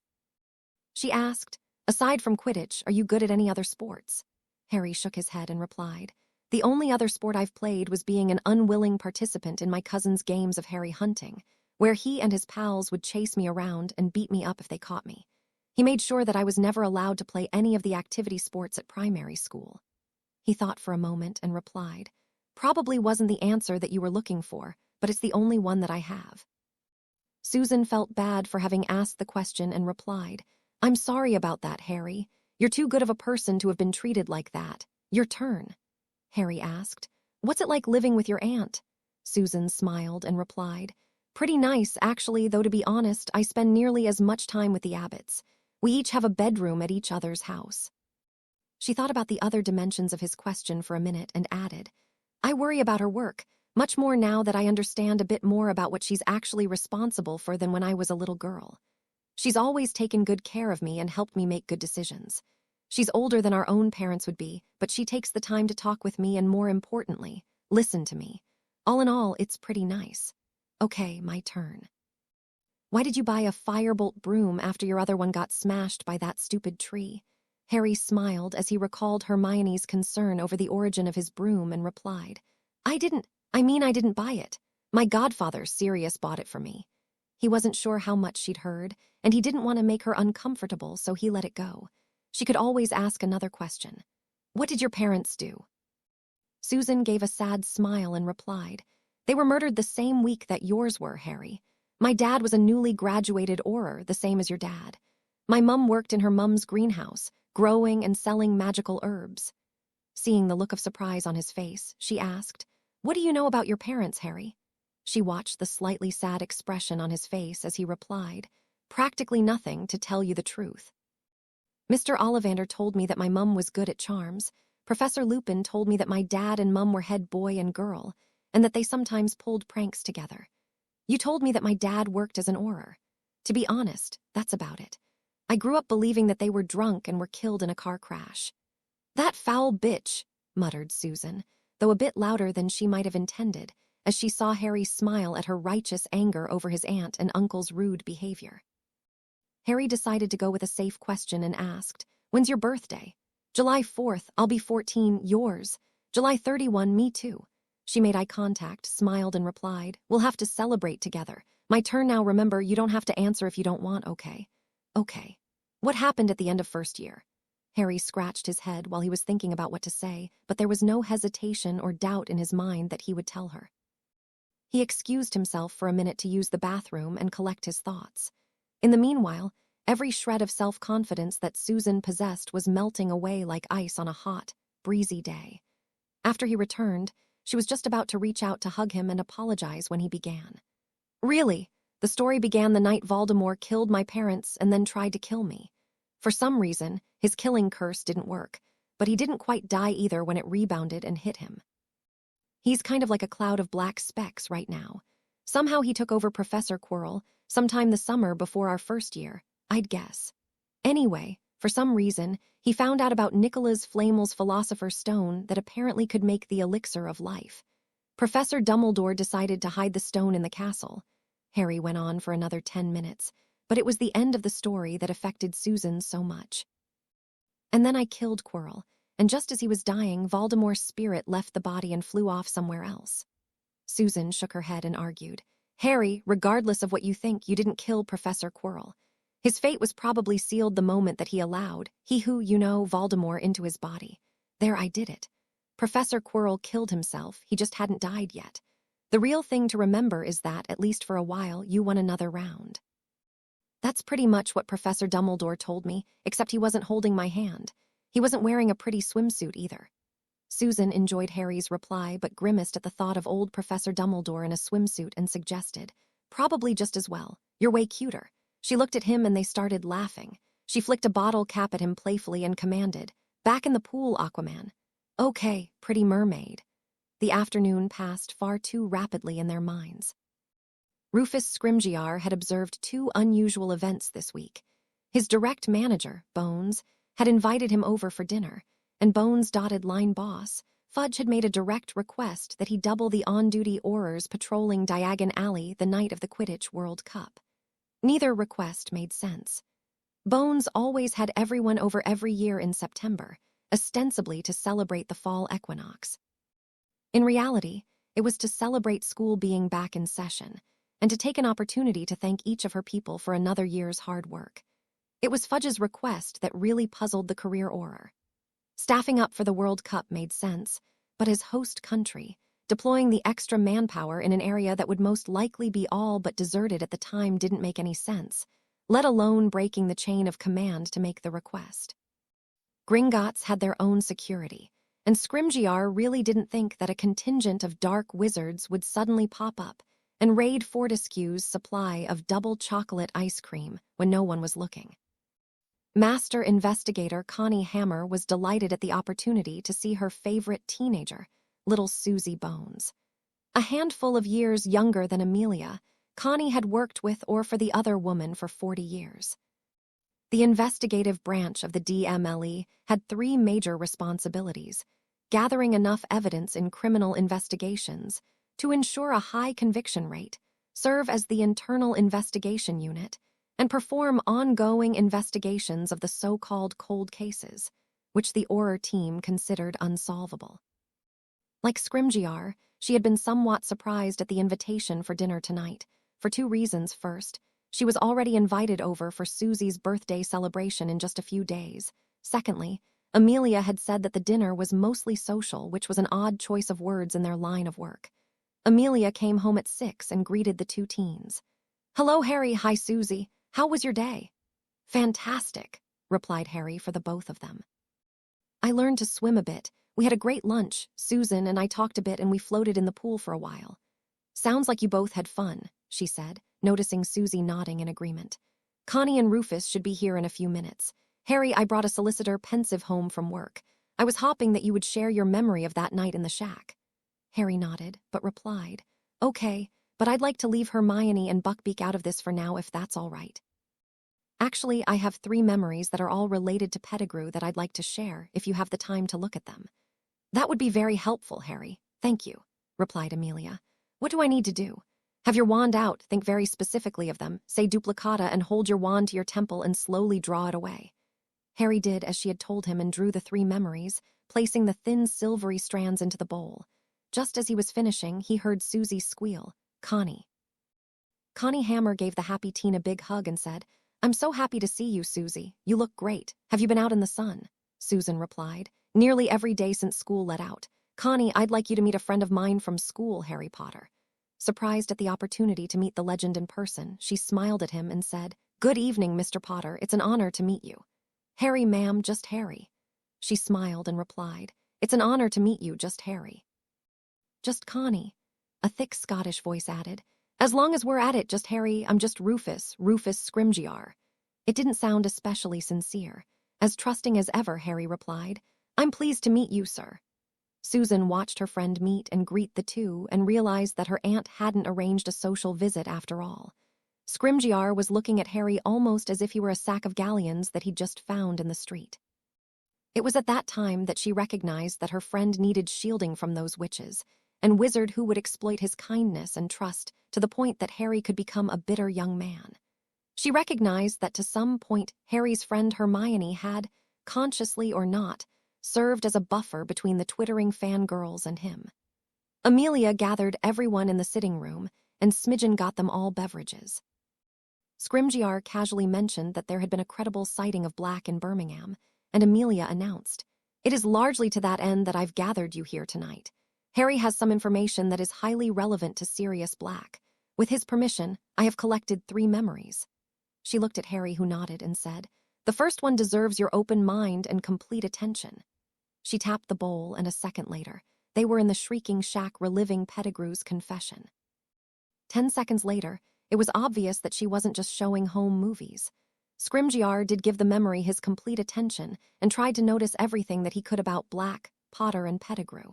10 minutes later, the implication of the shoddy investigative work hit Connie like an ocean wave. She muttered, "He didn't even get a trial." Amelia wanted to respect Harry's wishes and play the other 2 memories before they got bogged down in discussion. She asked, "Which one is next, Harry?" He replied, "The one with the woman."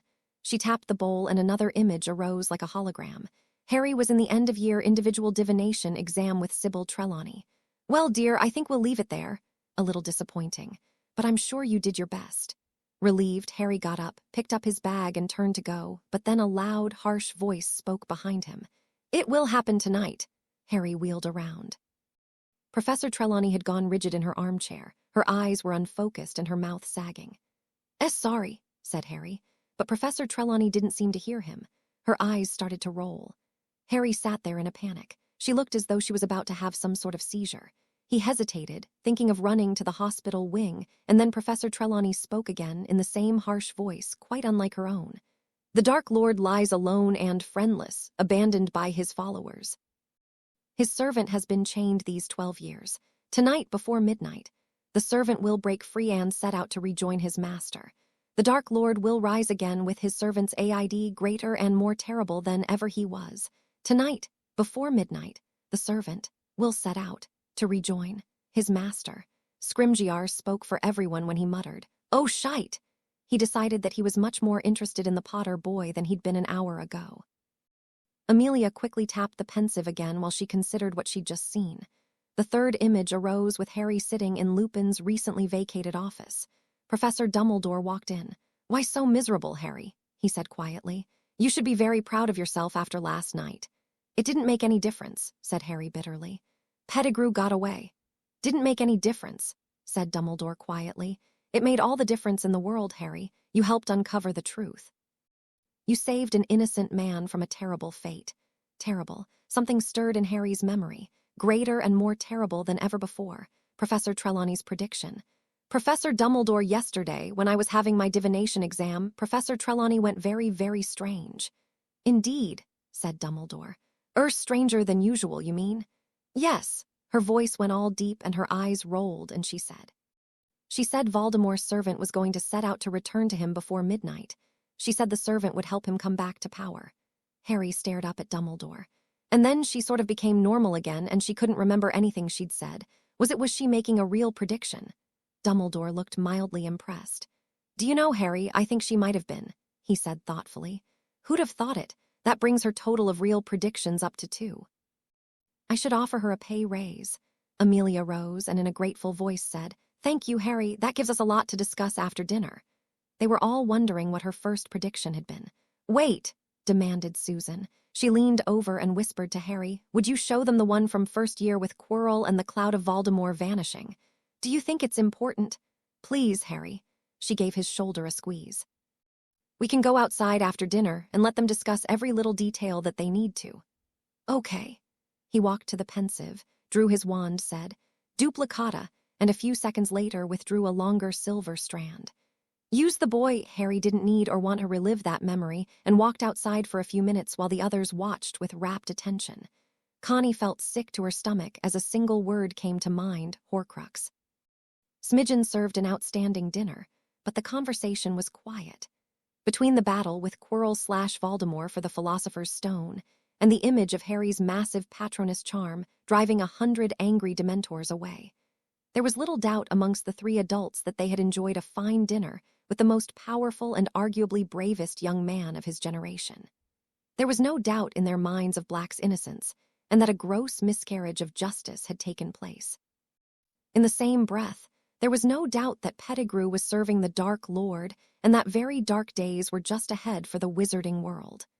After Harry had left and Susan had gone to bed, the 3 adults talked long into the night.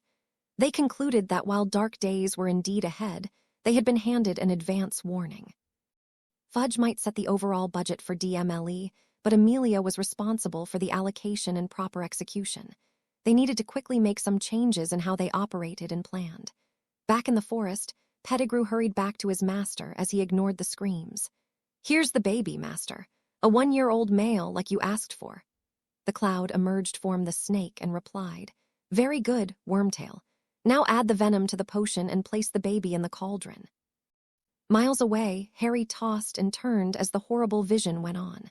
An hour later, a scaly, red-faced creature that only vaguely resembled a baby emerged from the cauldron and pulled itself up. Harry Potter staggered out of his bed and lost the contents of his fine dinner onto the floor. Sunday, 3 July, Amelia got up early. Whether she had actually gone to bed or simply had taken a nap for a few hours was debatable, but her mind was racing, and she was trying to make some semblance of order out of the variety of thoughts that were flashing through her brain. Easily the most disturbing was the vision of little Harry, age 11, battling for his life, and seeing the spirit of Voldemort ordering Quirrell to kill Harry in order to steal a stone, which would grant him virtual immortality. She was in awe of the little boy making every attempt that was humanly possible to protect himself, and then watched again in horror as Quirrell burst into flame from contact, as the spirit of Voldemort drifted away like a swarm of black flies.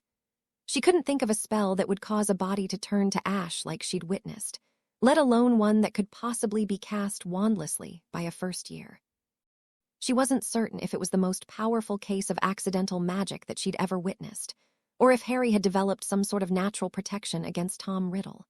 Recalling that the memory that she had just reviewed was over 2 years old, and that Trelawney's prophecy, made about a month ago, spoke of the present and near future, she was certain that Riddle wasn't dead, and that something was anchoring him to this plane of existence. Her concentration was broken by her cell phone ringing. She picked it up, answering, "Amelia Bones. This is Harry, can I come over?" "Of course you can, Harry. What's wrong? Where are you?" She looked at her watch. It was just after 4 a.m. The panicked voice on the other end replied, "My uncle at the Dursleys." The phone sounded like it was flung at a wall, and there was a muffled scream. "I'll be right there, Harry." She grabbed her wand, dashed outside to the little spot by the picnic table that was unwarded against apparition, and disappeared. 2 seconds later, she was across the street from number 4. She could see a light on in the room upstairs that had the open window. Silently unlocking the front door, she could hear a man shouting, rather ranting. She dashed up the stairs and stunned the walrus-sized man just as he landed another kick at the boy who was covering his head with his arms. "Stupefy! Incarcerus!" Vernon Dursley went down hard on the little bed, collapsing the frame onto the floor with a crash. She looked around the room and saw a puddle of vomit that someone had attempted to clean up with a blood-streaked towel. She fired off 2 messaging spells and bent down to examine the whimpering boy who was still huddled in the corner. "Harry, it's Amelia. Talk to me," a small voice whimpered. I'm sorry. I'll clean it up. I didn't mean to wake you." She put her arms around the badly beaten and shaking teen to comfort him for a few minutes until additional help arrived. A minute later, she heard a voice down the hallway, "Vernon."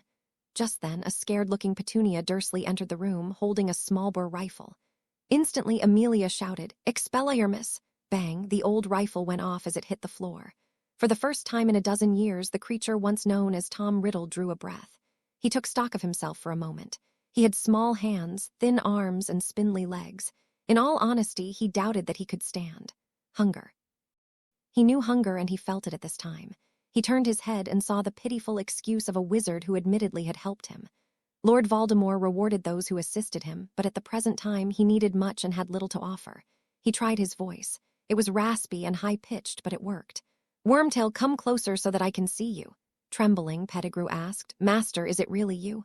"Of course, fool." In a small voice, Pettigrew asked, "How may I serve you?" "My wand, Wormtail. What became of my wand?"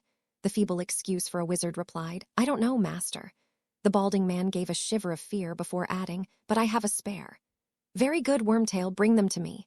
Pettigrew complied, setting both wands at the small creature's feet. "Good, leave them and milk Nagini. 1 full teaspoon of venom mixed with an ounce of milk will do fine. Quickly now, I'm hungry. Be back within an hour." Fearing the worst, Pettigrew commented, "But Master, the nearest town is several miles away." "Are you a wizard, Wormtail, or merely food for Nagini? Apparate there and come back. Do not be seen. Go." When Pettigrew had gone, Voldemort reached down and touched the wand that the timid wizard had been using. It had no special feel to him whatsoever. Momentarily worried that he'd lost his magic, he paused for a full minute before grasping the other wand. He recognized the sensation running up his arm. By touch alone, he knew that the wand was nowhere near a perfect fit, and at 10 inches, was nearly like a long sword in proportion to the size of his rudimentary body. But he knew that he could do magic with the wand. "Stupefy, Incarcerus!" Amelia looked in horror at Harry, who was bleeding profusely from the neck. Pop, pop. Connie and a Mediwitch Amelia knew had arrived outside. Amelia cast Lumos, lighting up the room, all the while holding her hand over Harry's bleeding neck. Seconds later, the newcomers were in the little bedroom, and the Mediwitch began treating Harry. "What happened?" she asked. "Harry's uncle was beating him. He called me for help. I arrived as Dursley was kicking him. I stunned Dursley and called you too. His aunt came in a few seconds later. I disarmed her and the rifle somehow fired, hitting Harry." The Mediwitch shook her head and replied, "The boy wasn't actually shot.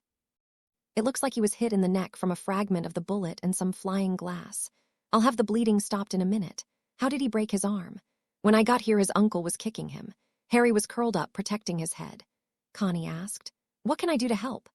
Eyes still focused on Harry as he was being treated, Amelia replied, "Take the usual set of photos of Harry before we move him, and bring this lump of shite to the holding cells after you come back. We can keep him there a month without charging him. He's a bad egg. Please come back and bring Anna for a full investigative workup that will hold up for chronic child abuse. There's a cupboard under the stairway that needs to be photographed and tested for traces of blood. The woman can keep for a while. Take the rifle in as evidence after it gets photographed in situ. Be careful, it's most likely still loaded. I'd like you and Anna back at Welshpool in 3 hours. We have a lot to discuss." Connie nodded, took the spare investigative camera out of her crash bag, and took a half-dozen photos before leaving to go retrieve her investigative partner. The Mediwitch gave Harry a unit of blood restorative potion, and then healed his broken forearm. She gently brushed her fingers across the boy's forehead to comfort him and gasped as she noticed the scar. Amelia looked at the Mediwitch who had finished treating Harry and replied, "Sandy, I know that you'll need to file your report, but this one has to be written up as a Joe Blogs. I don't want his name getting out just yet. I'll need a copy delivered personally to my office by the end of the day." The Mediwitch protested. "But this is," Amelia insisted, "Joe Blogs, just an unidentified teen who was assaulted. I'm sorry, but it has to be this way for now. Please do a complete medical history scan on him and bill my department. Again, I'll need the report by the end of the day." She had to get a handle on the exact terms of his parents' will and get a second opinion regarding a term that had been used. Connie arrived back with her investigative partner. Anna Daly seemingly was as opposite a person from Connie as two women who worked together every day could be. Whereas Connie was as solidly built a woman as you could get, really a female version of Alastair Moody at about 70 years of age, Anna was thin, attractive, feminine, and about half of her age. They had worked together for almost 15 years. When it had become obvious that Daly would be a much better investigator than street Auror. Connie had been an Auror for 10 years before switching to the investigative division while she still had all of her body parts. During that time, she had been in her share of fights and had always managed to come out on top. Both women had a remarkable eye for detail and were skilled at writing timely, accurate, and descriptive reports. Anna was particularly skilled at photographing the important details of a crime scene, even if they didn't appear to be at the time. Like Amelia, Connie was from a solid line of working-class wizarding families. Nearly half of their family members for generations back had been ministry employees. They had earned their money rather than inherited or stolen it. Anna methodically documented the different aspects of the little room, the bullet hole, the expended cartridge, and the rifle. She took photographs of the little bed, both before and after it had been repaired. Her skilled eyes noticed the loose floorboard and lifted it up, revealing a small pile of galleons and some Muggle currency. She took a photograph and carefully replaced it. She photographed the pathetic clothing in the crate that served as Harry's closet. Seeing as Sandy the Mediwitch was done with Harry, Amelia knelt down and suggested, "Harry, I'd like you to come stay at my home for a while. Would that be okay?" Harry nodded his head, unsure what to say to an offer to get him away from people who so obviously didn't want him around. He'd temporarily forgotten why he'd called her to begin with. She gathered Harry's trunk and the contents of his secret hiding place, shrunk them, and was ready to go, just as a ministry owl came in carrying a notification that magic had been detected at his residence. Bones quickly read it. The note from Mafalda Hopkirk went on to suggest that if he was under attack, he should send an owl to the ministry requesting assistance. If he was not under attack, he would have to attend a hearing regarding unauthorized use of magic in a Muggle residence, performed by an underage wizard. The said hearing was scheduled at Hopkirk's office that afternoon at 1 p.m. Finally, if he was too injured to respond, he should notify her office of the circumstances at his earliest convenience and to have a nice day. She pocketed the note and told Harry, "It's from the ministry. I'll handle it. Are you ready to go?" Harry replied, "Yes, please." She took hold of his uninjured arm and walked him down the stairs, hoping that he wouldn't have to return to such a wretched home anytime soon. As they reappeared in her back garden, Harry commented, "I'm sorry for bothering you so early." She replied, "You're never a bother, Harry. Let's go in and get something to eat. Smidgen will be happy to prepare a room for you." It was still before 6, and Susan wasn't up yet, so they sat at the kitchen table having a cup of tea together. Amelia waited a few minutes until he had settled in and asked, "What happened, Harry?" The distraught teen replied, "I was having a vision." "Wait, that's why I called you. Where's your pensive? This is important. Actually, maybe Mr. Scrimgeour, just Rufus should come too." Given that the unpretentious teen had been embarrassingly modest about his exploits from the memories that he'd shown her last night, she had no doubt of the significance of the current set if he claimed that they were important. She replied, "Just a minute. I'll be right back." She returned, and Harry pulled a black strand from his temple and placed it in the bowl. When he finished, Harry added, "I need to warn you, it's pretty scary." He paused for a minute and said, "Actually, if you don't mind, I have another one to show you first." Amelia nodded and replied, "Anna and Connie along with just Rufus should be here in a minute. Should I wait for them?" She smiled to herself at the new nickname that her longtime coworker had acquired. "I suppose. Let's get something to eat first. What do you enjoy for breakfast?" Having never been asked in his life what he'd like for breakfast, Harry wasn't certain how to respond. He suggested, "Whatever you're having will be fine. What does Susan like for breakfast?" Amelia smiled as she thought of his consideration for others and replied, "Almost anything. How about porridge with brown sugar and a few strips of bacon? Juice." "Perfect, please, thank you. What can Sorry, I forgot that Smidgen makes the food. Sorry." She looked the teen in the eye and replied, "Harry, from what I've seen, you have nothing to apologize about. Now we got sidetracked before. Why did your uncle hurt you?" "I'd gotten sick in my room and bumped Hedwig's stand when I went to clean it up." Just then Harry's snowy owl flew through the open window and landed on Harry's shoulder. Harry's face lit up at the sight of his companion. Amelia pressed, "Harry, how many times has he hurt you before?" Harry had a thoughtful look on his face for nearly a minute before replying. "If you count the times where he either encouraged or allowed his whale of a son to go after me, fairly often, probably weekly for 8 years or so. If you count the times that he physically hurt me himself, only a handful. To be honest, it was more the things that they'd say that hurt the most." Looking up, he saw the tear leak down the kindly woman's face and said, "I didn't mean to make you cry." Amelia felt better just over his concern and suggested, "Harry, we'll never get anywhere if we keep apologizing to each other every 5 minutes. Let's limit them to once a day, each, okay?" Susan came down, with barely one eye open, wearing an old nightshirt. She plopped down on one of the vacant chairs before she realized that Harry was there. After a brief mental check of what she was wearing to make sure she was decent, and wanting to avoid sticking her foot in her mouth again, she smiled and asked, "Back for more of Smidgen's world-famous food?" Amelia was quick to intervene and suggested, "I asked Harry to come stay with us for a while. Things weren't working out so well with his aunt and uncle." She was quick to see the hint of a smile creep onto Susie's face before the girl worked hard to mask it and asked, "You and Hannah wouldn't mind keeping Harry company for the rest of the summer, would you?" Susan's smile grew, and she replied, "I'm sure that we can keep Harry from getting bored. We can. Hi again, good morning, hi Susie, just Harry." Anna, Connie, and Rufus arrived and gave their respective greetings. "Did Connie fill you in from this morning?" asked Amelia. "Not a word," replied Scrimgeour. "Just that we needed to be here." Harry spoke up. "I saw something that you should know about," and Amelia added, "Harry was assaulted and shot at this morning." Scrimgeour watched Harry carefully to get the measure of him as Amelia explained what had happened. While highly skilled for his age, the boy obviously needed a few lessons in unarmed self-defense, probably the girl too if he was going to be around her. He'd talk with them after the meeting. Harry had 2 more things to show us. Amelia gave Harry a meaningful look and glanced at Susan. Harry replied, "I told Susan about the first one, and I'd have told her the second, except it just happened." Connie's suspicions were confirmed when she watched the memory of Tom Riddle do battle with Harry over little Ginny Weasley. She let out a breath she didn't know she was holding when Harry stabbed the diary, killing the activated Horcrux. She wondered how many more had that monster of a man made. Anna marveled at the huge basilisk and wondered what Harry had done with it. She was certain that it would fetch several 100,000 galleons. Having slain the beast, it was rightfully his. Rufus marveled at the lad's quick thinking and innate self-defense skills. He only wished that the majority of the Aurors who worked for him possessed even half of the situational awareness that the young man had demonstrated.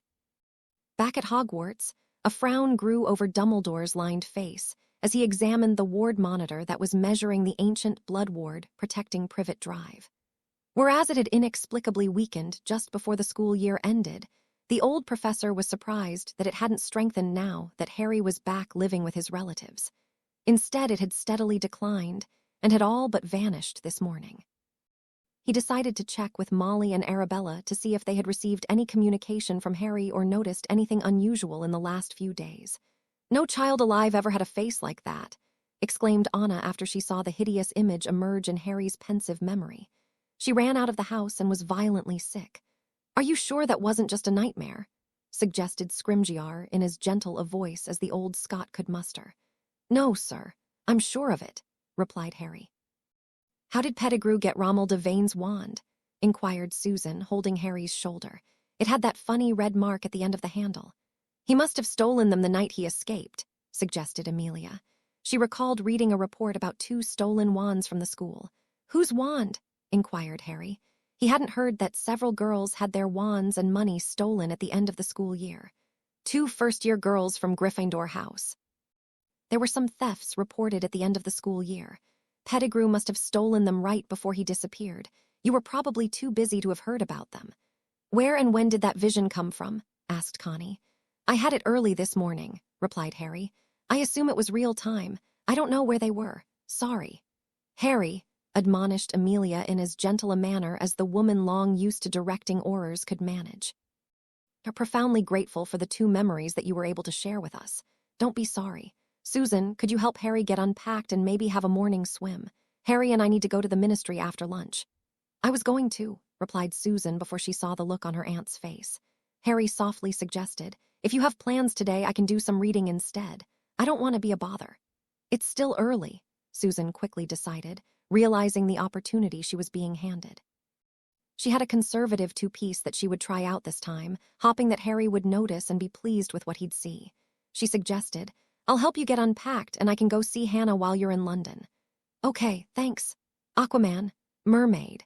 As soon as the 2 teenagers reached the top of the stairs and were out of earshot, Amelia told her 3 colleagues, "We've got a lot of work to do. Sooner or later, we'll be going to war. In the meanwhile, we need to have an ironclad case ready-made in our back pocket to get Harry Potter away from those dreadful relatives of his." As the morning went on, the 3 made their plans. Generally speaking, Albus Dumbledore enjoyed his visits to the ministry. Almost everyone that he'd see had been a student of his at one time or another, and not only was it fun to see his former students again, but by projecting his grandfatherly headmaster image, he was generally able to assert his influence over people and have them see the wisdom of his ways with a minimum of discussion. But of all the people he would have expected to see wandering around the ministry lobby that afternoon, Harry Potter was at the bottom of the list. He walked up to the boy who was sitting quietly at the edge of the Fountain of Magical Brethren and greeted him. "Good afternoon, Harry. How are you today?" "Fine, sir, and you?" "Splendid, my boy. I would have expected you to be at your home, helping your aunt and uncle around the house, not sitting here at the stuffy ministry building." "I have no home, sir. My aunt shot me and my uncle was taken away for beating me again. I'm currently staying with Susan Bones and her aunt." For one of the very few times in his life, Albus Percival Wulfric Brian Dumbledore was speechless. He couldn't hide the level of abuses that the boy had described, and Harry's statement that he had no home would destroy the wards that he'd placed on Privet Drive once and for all. That said, the Bones residence was as safe a place as he could think of for the boy, at least in the short term. He replied, "I'm sorry to hear that your aunt and uncle stepped up their level of intolerance of your existence, Harry. I had truly hoped that they would have come to see you for the fine young man that you've grown to be." Amelia wasn't sure where Dumbledore was going in his increasingly long-winded diatribe, but as she was standing right behind him, she let him go. "Long term, I'll have to find another safe place for you to stay, should your aunt and uncle not see the error of their ways and allow you to return there." Amelia had heard enough of the old man's blathering. She announced, "It is my professional opinion, headmaster, that suffering 12 years of increasing abuse at the hands of that horrible family is quite enough." Casting a silencing charm around them, she continued, "Vernon Dursley is currently in custody awaiting multiple counts of assault charges, and Petunia Dursley could be charged with gross neglect and attempted murder at any time." Dumbledore was ready to offer his rebuttal, but it was evident that the woman was on a roll. It is quite evident that you or your staff were aware of the abuses that Harry has been subjected to over the years. The fact that he was illegally placed there is merely compounded by the fact that there was every physical evidence that he was in an unsupervised, unhealthy environment. Should I elect to examine his primary school records and find evidence of a cover-up of abuses, I will be a very unhappy woman. Dumbledore gave up on the idea of returning Harry to Privet Drive. Perhaps that would satisfy Amelia. She could be so feisty at times, but the feisty witch was far from through. She continued, "Further, his parents will plainly list his requested guardians, and the will clearly uses the legal term and their successors. As the legal successor to Edgar and Rachel, I have applied for and been granted permanent guardianship of Harry, pending explaining options to him and his signature of approval." Dumbledore admitted to himself that he had overstepped his authority and bent more than a few rules to place Harry with the Dursleys. He hoped that she didn't investigate the 20,000 galleons that he'd withdrawn from Harry's trust fund for payments that he'd had to make to Vernon and Petunia to get them to accept his suggestion to take him and help fund Harry's care over the years. Finally, I'm told that there is a recording of a prophecy that Harry is eligible to hear at his leisure. Have you mentioned it to him when he was 11 years old, as the law requires, and the records specifically indicate that you were responsible for doing? Seeing the look of guilt on his face, she admonished, "I suspected as much. Go run your school, headmaster." In his best grandfatherly voice, he replied, "I was just on my way, Amelia. Harry, do enjoy the rest of your summer and be certain to write your friends when you can." He hurried off as quickly as decorum would allow. He had to go see Mrs. Figg, stop by and see Petunia, and perhaps go check in with Molly should Harry's stay at Amelia's not go as well as she hoped. He had hoped to tell the prophecy to Harry himself, and if possible, would still arrange it. Hearing it in the presence of a stranger like Amelia Bones would not sit well with the boy, who needed to hear his explanation for deferring telling him until the time was right. "And I never want to see his or your face darken my door again." "Is there any part of what I've said for the last 5 minutes that's unclear, headmaster?" "No, Mrs. Dursley. You've made your position quite clear." The quick glance around the house that Harry's aunt allowed him was more than sufficient to realize that Amelia was not overstating the abuses that Harry had suffered through. He could also sense the scanning charms that had been used. Obviously, Amelia had called in the investigators who wouldn't have missed a thing. He went back to his office to contemplate Arabella's claims that the boy had suffered years of abuse at the hands of Harry's cousin and neglect from his aunt and uncle. In every sense, he had failed the boy. "I understand, Director Bones, and I apologize, Mr. Potter. We had no way of knowing that ministry officials were doing the spell work that we sensed at your home." "Mafalda," Bones said with as much patience as she could muster, "the spell work cast was clearly defensive in nature.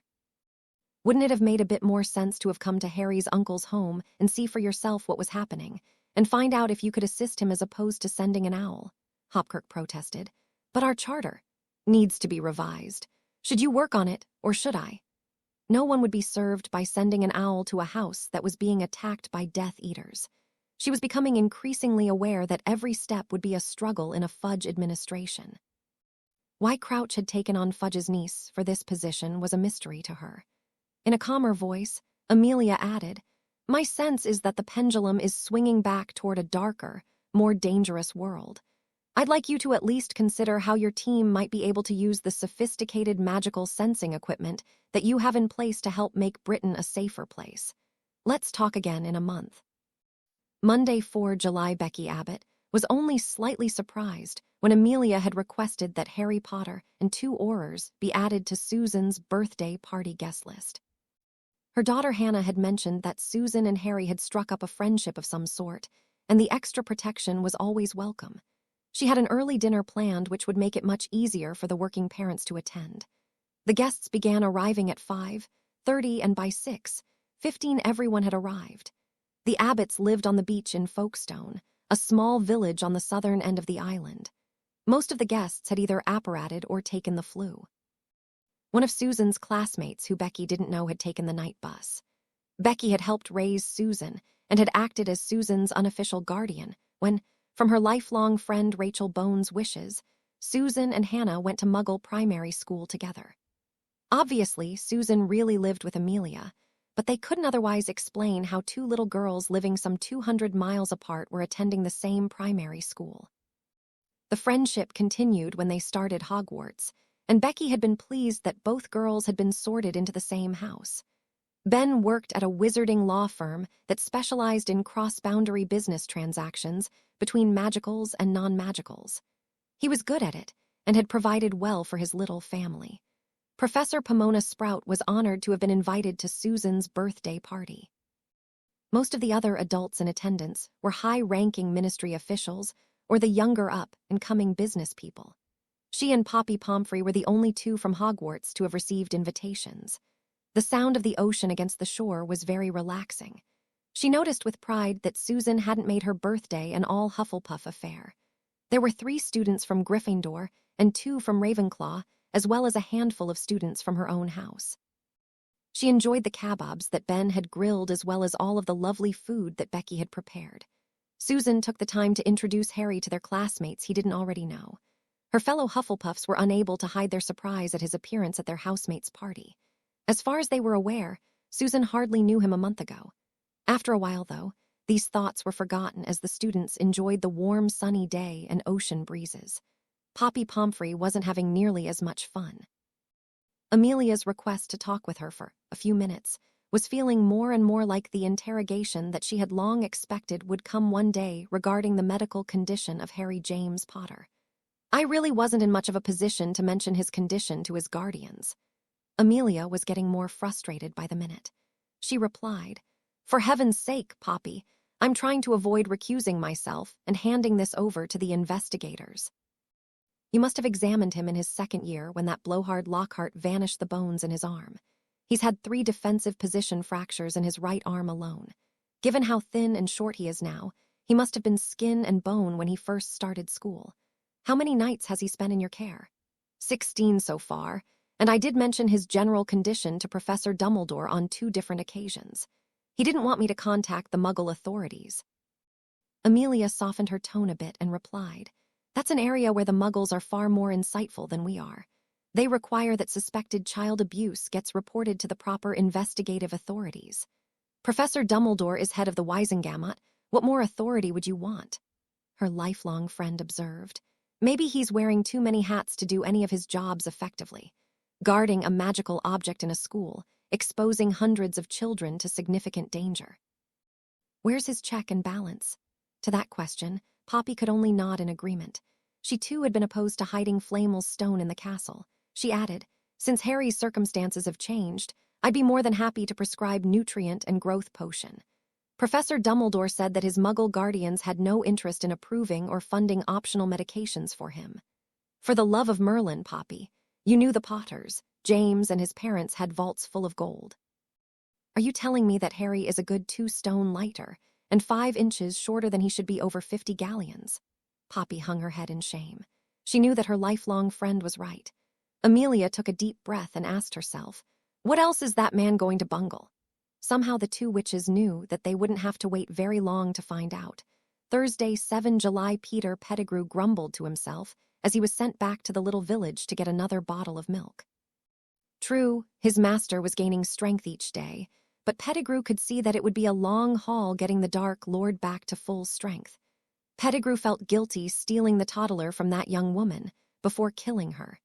He didn't enjoy killing, but his master required a toddler about that age, and the woman had put up a terrible fight to protect her child. Voldemort had said little to him since emerging from the cauldron. He probably had been assessing the situation and planning his next moves, limited as his options were. Pettigrew was too lost in his own thoughts to notice that he'd accidentally bumped into a woman, knocking her into the street. Instinctively, he helped her up and was horribly surprised when she asked, "Peter!" Pettigrew panicked and stunned the woman and hid her behind a trash can. He hurriedly made his way to the grocery store where he purchased another half-gallon of milk. Not having a better idea, he disillusioned the unconscious woman as best as he could and levitated her body, slowly making her way back to the Dark Lord waiting several miles into the forest. At the same time that Pettigrew was dragging the girl back into the forest, Amelia had arranged to talk with Harry.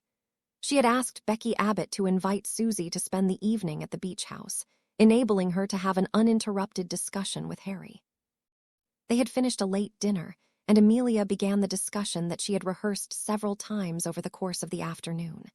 "Harry, you've had a much less pleasant childhood and upbringing than you or any young person would deserve. I want you to understand that no one, not Professor Dumbledore, not anyone from the Ministry, nor anyone from the wizarding world would have intentionally placed you in such an unloving home." "Why then?" "Not one to lie or sugarcoat the truth," she replied. "Professor Dumbledore placed you there against your parents' stated wishes. Apparently he had his reasons, and at some level they were probably focused on your safety.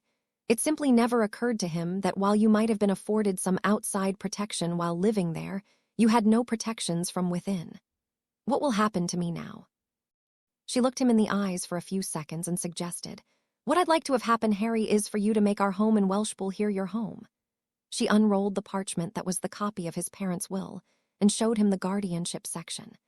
After he had reviewed the section of the document that she had pointed to, Amelia observed, "Harry, Sirius simply isn't in a position to become your guardian, nor in all honesty is he likely to in the near future. Edgar and Rachel were killed, and the Longbottoms will never be in a position to help anyone. However, as Edgar's successor, I was blessed with the opportunity to become Susan's guardian." She saw the hopeful look in Harry's eye as he made the connection and didn't keep him waiting. "If you would allow me the honor, Harry, I would like you to consider having me as your guardian." For a moment, Harry sat there expressionless, almost as if he'd been stunned. Though he'd have a hard time selecting the appropriate words, in matters of family, Harry had grown up learning little about self-esteem.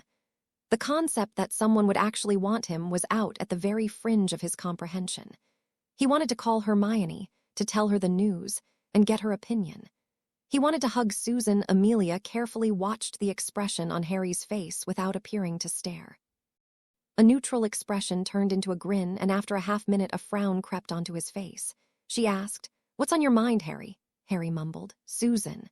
Amelia let out a laugh and replied, "I'm certain that she'd be delighted to hear that, especially when you were smiling. So what caused the frown? Would she be my sister?" Amelia was not so old that she couldn't remember the sometimes incomprehensible thought process of teenagers. She smiled and replied, "No, Harry. Susie will likely be many things in your life, but she'll never be your sister. You two might decide to be teenage friends, or lifelong pals, boyfriend and girlfriend if that were ever to suit the both of you someday. Or whatever you two might want to be. My becoming your guardian, should you wish it, wouldn't change any of those things or close any doors for you. Does that make sense?" Harry thought for a moment and nodded. He asked, "Would it be okay if I called Hermione before I gave you an answer?" Amelia smiled at his choice and replied, "Of course. I want you to think this over since it's an important step. Why don't you call her or whoever you'd like and we can talk about it more tomorrow at breakfast? I'm certain that you'll have some questions that we should discuss. Good night, Harry." The high, raspy voice demanded answers. "Why are you late, you poor excuse of a wizard? You're over an hour late. Who is that with you?" "Master, I was recognized when I went into the village. I didn't know what to do, so I stunned her and brought her back here. Perhaps she could be of some use to us." "Don't lie to me. Finding her was an accident that you should have avoided if you'd been paying the least amount of attention. Who is she?" "Cast some light by me so we can see her better." The woman was fairly attractive and appeared to be in her late 30s.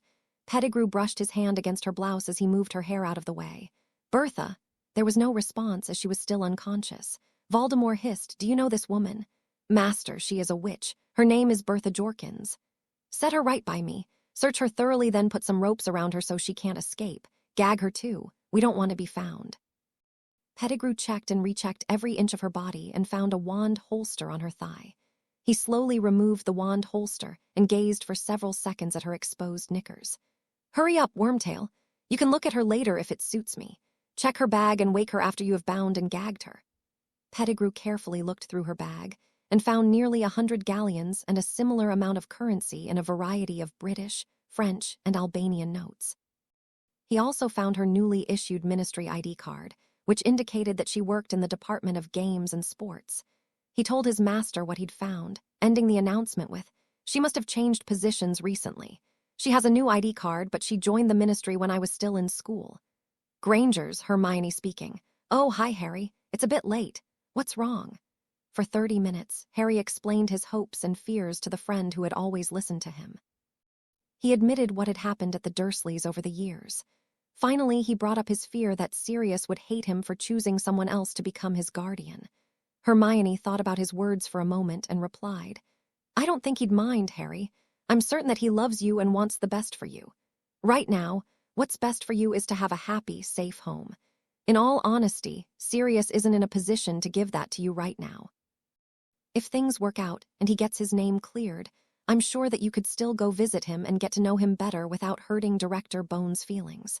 Should I send him an owl?" Hermione thought for a moment and suggested, "Maybe it would be better if you waited until he sent you a bird next. Parrots aren't native anywhere near here, and Hedwig would probably be gone for quite a long time if you used her." Harry thought about her words, but didn't say anything. To break the silence, Hermione suggested, "When you do write him, maybe you should ask if he could get a cell phone. Yours is working out well, and he'd probably like to hear your voice again." Harry liked that idea and recapped their conversation. "So you think it would be okay living here, away from Privet Drive?" Hermione sighed. "Oh, Harry, you'd be safe and away from those horrible people. You'll get to spend the rest of the summer paddling around in a pool with Susan to keep you company. You can come over here and visit whenever you want to, and both of us will help you study. Sleep on it and call again tomorrow if you still want to talk. Good night, Harry." "Thanks, Hermione. Good night." Before losing his body to the Potter boy in 1981, Lord Voldemort was, by any measure, a master legilimens. He had surprised himself that, to a degree, he was able to continue the practice while in spirit form. Now that he had a semblance of a body, his magic was both easier to use, but much weaker. The few spells that he'd cast with the overly large wand that was at best an adequate fit had tired him after casting them. To some extent, his magical core was tied to that of a 14-month-old body. As such, he picked up the wand, pointed it at Jorkins, and cast Legilimens. He slowly sifted through her memories, starting with the most recent and working his way backwards. She had apparently been bound for Australia and somehow ended up in Albania. In her job, she was making some of the logistical arrangements for the Quidditch World Cup, which apparently was being held in Wales in a little over a month. After about 5 minutes of excruciatingly slow progress, Voldemort was exhausted. He needed to be fed and to rest for at least a few hours before attempting another look into her memories. "You may examine her as you wish for a few minutes after you feed me, Wormtail. Do not damage her in any way. She may yet be useful to us." Friday, 8 July. Harry was in a much better mood when he woke up. Hermione's words about Sirius had eliminated his final hesitations regarding having Amelia become his guardian. Always something of an early riser, he was at the table when Amelia walked in and asked, "Good morning, Harry. Did you sleep well?" He replied, "Yes, Amelia, thank you. You." Smiling, she commented, "Wonderful, thanks. What would you like for breakfast?" Harry began with his standard reply, "Anything's fine, whatever you'd like." Then he added, "If you still would have me, I'm ready to sign the papers that we talked about." She cracked a great smile and her eyes lit up to match. She replied, "That's very good. We can bring them into the ministry together to sign, and I'd like to take you to the Hall of Prophecies within the Department of Mysteries. You can bring your prophecy home and listen to it here whenever you're comfortable doing so. But what if it's something horrible? We'll manage. Family always does." She gave his shoulder a gentle squeeze and he smiled appreciatively, tears welling in his eyes. After they had eaten, the three of them went to the ministry and signed the guardianship papers. It didn't take long, and Amelia promised, "Harry, I'll do everything that I can to make certain that you have the teenage years that you should. I'll do everything I can to make certain that you and Susie are safe, and I promise that I'll provide you a loving home. Welcome to the family." They went back to the elevator and went down to the 9th level. By virtue of Amelia's identification card, they easily made their way through the Department of Mysteries, where their ancient escort took them down several long, dimly lit corridors and opened a locked door. Once inside, he announced, "Welcome to the Hall of Prophecies." She replied, "Thank you, Mr. Croker. That will be all." As the old wizard stood back a respectful distance, Amelia looked through the record book and wrote the name, Harry Potter, onto the ledger. A few seconds later, the thick ledger opened itself to a page dated for February 1980. Harry asked, "If these are all so important, how come they aren't guarded or being studied or something?" Susan nodded her head, as the same question was on her mind too.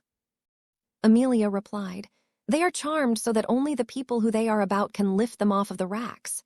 She read through the book until she saw what she was looking for, row 93, section 11, rack 6. She carefully examined the inscription and read, SPT to APWBD, Dark Lord and Harry Potter. Apparently Sybil Trelawney made the prophecy in Dumbledore's presence sometime early in 1980, and it was later concluded that Harry was the unnamed subject that she had referenced in connection to Tom Riddle. Susie broke the uncomfortable silence by asking, if all of these are marked like Harry's is, why don't they all get collected? Amelia replied, in this area, I find myself in complete agreement with your head of house, Harry.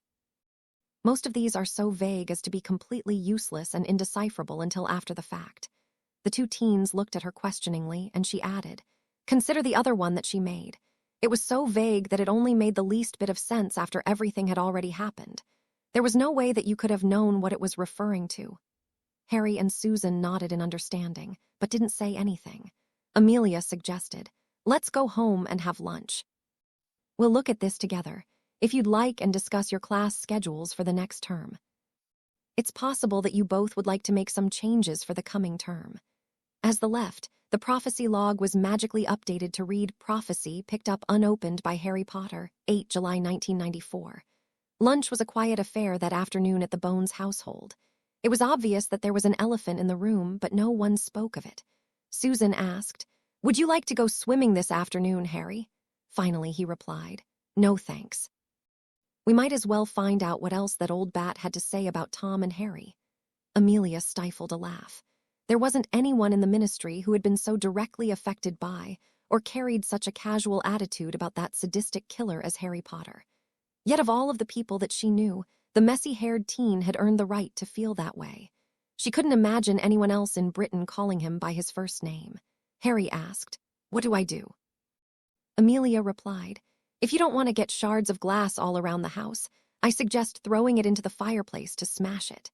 Harry did as she asked, and a moment later they heard the ethereal voice of a somewhat younger version of Sybil. All in all, it looked like the hologram scene from the movie Star Wars that Susan and Harry had seen at Hermione's house the other day. The one with the power to vanquish the Dark Lord approaches.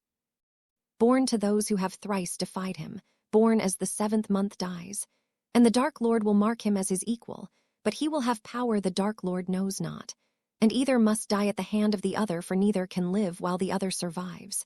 The one with the power to vanquish the Dark Lord will be born as the seventh month dies. After a moment, Amelia muttered, someone else must have heard it, or at least part of it. Susan, who had been lost in her own thoughts, asked, what do you mean, Auntie? Amelia replied, one of Voldemort's Death Eaters must have heard all, or at least the first part of this prophecy as she was spewing it. The prophecy was made in February 1980, a few months before you two were born. That spring and summer, he went on a horrible killing spree, targeting pregnant mothers and infants. That's the primary reason that your class is so small compared to the others at school. A lot of young parents, yours included, Harry, went into hiding to protect themselves. Anger and frustration were building in Harry. How many of his potential classmates and their parents had died because of that dingbat bint? Amelia continued, he must have only heard the opening words. The killing seemed so random, James and Edgar. She turned her attention to Harry, who was holding Susan, who was silently sobbing into his shirt. Compartmentalizing her DMLE thoughts for a moment, she turned back to family matters and considered what to say. Harry surprised her by jumping up and announcing, I'll be leaving then. The loyal badger inside Susie must have awakened at those words. She sprang to her feet as well, grabbed his arm, pushed him back onto his chair and commanded, sit. Dumbfounded, Harry complied as she ranted, we both lost our parents to that snake-faced bastard. I've got just as much reason to hate that freak as anyone. Trelawney couldn't give an understandable prophecy to save her drunken arse. You don't know if that stupid rant that she gave 14.5 years ago has already come to pass when you were a baby, or will happen 50 years from now. Don't let it run your life. I've a good mind to go find her and stick my wand straight up her. Sit, Amelia's stern voice commanded. While I agree with everything that you said, Susie, and can't remember being so proud of you, we will not suffer indecent vulgarities in our home. Smidgen brought the two teens each a butterbeer, and after they had calmed down a bit, she continued. Susie, your comment about the ambiguity of her phrasing is spot on. Harry, please consider that whether you personally believe that there is any substance to Ms. Trelawney's words, or not, Voldemort apparently does, or at least did. The fact remains that good people were murdered over her words. This does not mean that you are alone in the world, or have been given a letter of marque to go chasing after him. And from what Connie has told me, it would be premature to try to do so at this time. They sat in silence for a few minutes when Amelia suggested, "Harry, this is certainly your story to tell, but I'd like your permission to discuss this with Connie and just Rufus. Additionally, I recommend that the two of you don't discuss this with anyone else until we've thought it through a lot more. Finally, it's a nice day out. Why don't the two of you go for a swim?" The two teens didn't have to be asked twice. An hour later, Harry put down the letter that Fawkes the Phoenix had just delivered. Susan glanced over at it. "Harry, now that you've heard the prophecy, you would do well to learn how to protect your thoughts and memories. There is a specialized branch of magic called occlumency. Professor Snape would be willing to offer you both lessons in the subject for the remainder of the summer. I will ask him to pick 2 days a week for the summer and to come to the Bones estate at noon to give you both instruction on the subject." Professor Dumbledore. Susan threw down the letter and proclaimed, "There's no way that old perv is coming over and leering at me while he makes fun of my memories. Who does that old F?" "Hold on," suggested Harry. "What's occlumency?" "I've just read the basics. It's a way of protecting your thoughts and memories so others can't snoop through them. There are some books on it inside. We can ask Auntie." They went in and briefly explained Dumbledore's idea, and Amelia suggested, "Connie's partner, Anna Daly, is very well versed in occlumency, and she can keep a secret. While I agree with Professor Dumbledore in this case, regarding the need to protect yourselves, I wouldn't be comfortable having Severus Snape sifting through your memories. It is far easier to learn if you are working in a relaxed, trusting environment rather than an adversarial situation. I can ask her if she has time to talk with the two of you tomorrow if you like." "Please," replied the teens. Neither of them wanted anything to do with Snape. Harry quickly penned a reply to the headmaster. "Professor Dumbledore, Amelia has arranged occlumency lessons for us. Thanks anyway for the offer." Harry and Susan Fawkes picked up the piece of parchment and vanished in a flash of flame. Sunday, 10 July. A few days later, the school owls with book lists arrived as they were having breakfast. Amelia listened patiently as the two teens discussed the various classes. Susan announced, "I'm going to drop care of magical creatures. I was expecting to learn about unicorns and fairies, like the syllabus said. Hagrid's got a monster fixation." Harry replied, "I like Hagrid, but I know what you mean." "I'm dropping divination. I can't stand that old bat predicting my death in front of the class every week. Honestly, I don't even think that's a subject that can be taught. What are you going to take instead?" Susan replied, "I enjoy arithmancy, but I'm already taking that. I'm going to take runes instead." Harry nodded and said, "Me too. What do we need to do to drop a class and sign up for a new one?" Susan smiled at his choice and commented, "Professor Sprout told me that all we had to do was to make a note of the change and we can have Auntie sign for both of us. You probably just need to send yours to Professor McGonagall." Harry replied, "That's great. We can go get our stuff in a few days. You should invite Hannah to come with." Susan smiled at his acceptance of her chatty lifelong friend and replied, "That sounds great. How about next Wednesday? Maybe Hermione would want to meet up with us." Harry nodded and speculated. She probably would. She's never really had anyone to go with. Susan suggested, "You let her know and I'll let Hannah know. We can go in the morning and stay for lunch. So why did you sign up for divination in the first place?" "Ron was going to. I guess he thought it would be an easy class. That's a stupid reason when I think about it." Susan admitted, "Well, it's not the best, but runes should be useful." Amelia remarked, "They both sound like good decisions." "I'll happily sign both forms. How did the occlumency lesson go with Anna yesterday?" "Fine," they both said. Harry added, "We really learned quite a bit. She gave us each a book to read and gave us some exercises to practice too." Susan nodded and mentioned, "I really wouldn't have wanted to practice this with Professor Snape, though. He's such an unpleasant." "I understand," said Amelia, closing the conversation before Susie got wound up about how nasty the potion's master could be. She added, "I'll be home at 6. You two have a good day." After 4 days of exhaustive work sifting through Jorkin's memories, Voldemort came to a highly interesting conclusion. The woman had recently been obliviated. Further probing indicated that she had lost all memories for nearly a month. Naturally, Riddle was very interested in the idea that a ministry employee might have stumbled upon some piece of information that was so sensitive that someone had gone to considerable effort to illegally strip it from her mind. A dozen years ago, he could have extracted the erased memory from her in a matter of minutes. A dozen years ago, he was at full strength and possessed a wand that truly was a perfect fit. Now, in the few tests that he had performed while Wormtail was out running errands, he concluded that he possessed no more than 5% of his former abilities. At this point, any serious attempt to break the memory block would kill her or leave her a vegetable. She was too valuable a resource at the present time to take such a risk. Wormtail seemed content to continue feeding the three of them, milking Nagini to create a simple strengthening potion and groping the woman at night. As such, Voldemort kept probing, as much as his limited strength would allow. After some additional thought, he had an idea. "Wormtail, fetch the girl's ministry identification card." The cowardly wizard complied and said, "Here it is, master. What would you like to know?" "You told me that she had worked at the ministry for many years. What is the date on her identification card?" "The 1st April of this year, master." "Is it important?"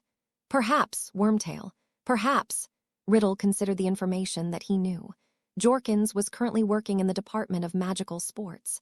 Prior to that, she had worked for 15 years in the Department of International Magical Cooperation. There had to be a connection. Connie stopped in Amelia's office for lunch, as was her habit. She inquired, "How are our favorite teenagers?" Amelia smiled and replied, "They're fine. They were talking about adding and dropping electives this morning. Harry has had enough of prophecies and fortune-telling, and Susie has had her fill of Hagrid's interesting creatures. They both decided to take runes instead." Connie nodded and observed, "I can certainly see where he'd never want to see or hear about another prophecy as long as he lives." On a different subject, Rufus offered to give them both a few self-defense lessons this weekend. "Why don't you ask them tonight and let him know what time would be best?" Amelia replied, "Good idea, I'll do that. By the way, they both mentioned that their occlumency lesson had gone well. What did Anna say?" Connie considered her question for a moment and replied, "They're both quite motivated to learn, they have the time to practice, they don't have a lot of distractions, and they have each other." She said a few more lessons and continued practice should get them well on their way. Getting to the real subject, Amelia asked, "What about the Horcrux theory?" Connie replied, "I ran into one about 30 years ago, but the owner was alive and well at the time. Something had to have been anchoring you-know-who's spirit. When I saw that first memory that Harry showed us, it hit me like a freight train.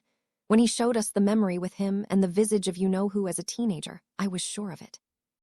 The problem is that, when I checked with Croker from Mysteries, there has never been a documented case of someone creating multiple splits. Harry destroyed that Horcrux in 1993 when he stabbed the diary with that horrible fang. If that had been the only Horcrux, you-know-whose spirit would have evaporated or gone straight to hell or whatever his destiny really is. Yet we know that he's still out there." Amelia lamented, "We can't really go up to him and ask, 'How many of those devilish things did you make, you sick bastard?'" Connie replied, "No, but we could kick his squashy face in like a football." They both knew that someone must know the answer, but that part of the puzzle hadn't made itself apparent yet. She added, "I'll get Rufus to go pay Bellatrix a visit." Amelia replied, "That sounds good. Maybe she'll get killed trying to escape. Thanks for lunch." Connie laughed and joked, "No worries." "Your turn tomorrow." Wednesday, 20 July. Harry, Susan, Hannah, and Hermione met in Diagon Alley in the morning. They met up at Fortescue's to plan their day. "I need books, school robes, and a dress robe. I also need to stop at Gringotts," announced Hannah. Hermione nodded and added, "I do too. I also want to stop at the quill shop. How about you two?" Since Harry had bought dress robes on his shopping trip with Amelia, and Susan had received new ones for her birthday, neither needed to make that stop. "Just books and a couple of gifts," replied Susan, glancing at Hermione, wondering if she would help her select a great gift for Harry. "Books and Quidditch gloves for me," added Harry. Hannah suggested, "Hermione and I can go to Gringotts and the robe shop together. Susan and Harry can get their individual shopping done and we'll meet at Flourish and Blott's at 11. Then we can come back and get lunch." "Sounds good." Hermione and Hannah left the others and walked the alleyway to Gringotts. As they were walking, Hannah commented, "It must be nice for Sue to have her own live-in boyfriend."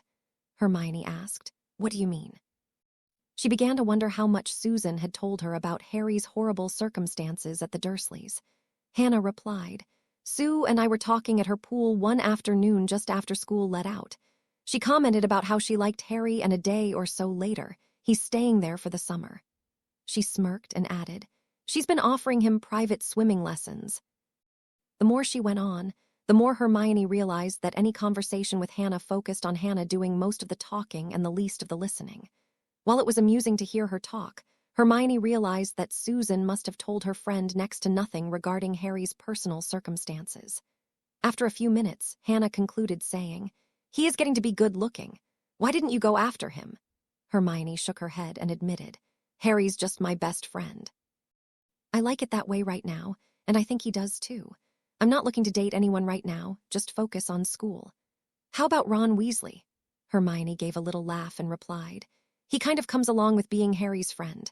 Not to be cruel, but if I weren't a friend with Harry, I'd have nothing in common whatsoever with Ron. He spends all of his time being a slacker and dreaming about playing a sport when he hasn't even made the team." A second later she asked, "Does she really like Harry?" Hannah replied, "I think so. He doesn't gawk at her and her aunt's position doesn't seem to faze him. She's not wrapped up in that boy-who-lived hype and she opens up to him in terms of telling him about how she feels. Generally, she's pretty shy. Did she ever tell you how Harry came to be living there?" Hannah thought for a moment and admitted, "I guess not." She added, "Knowing Harry Potter, it must have been something dramatic, I suppose."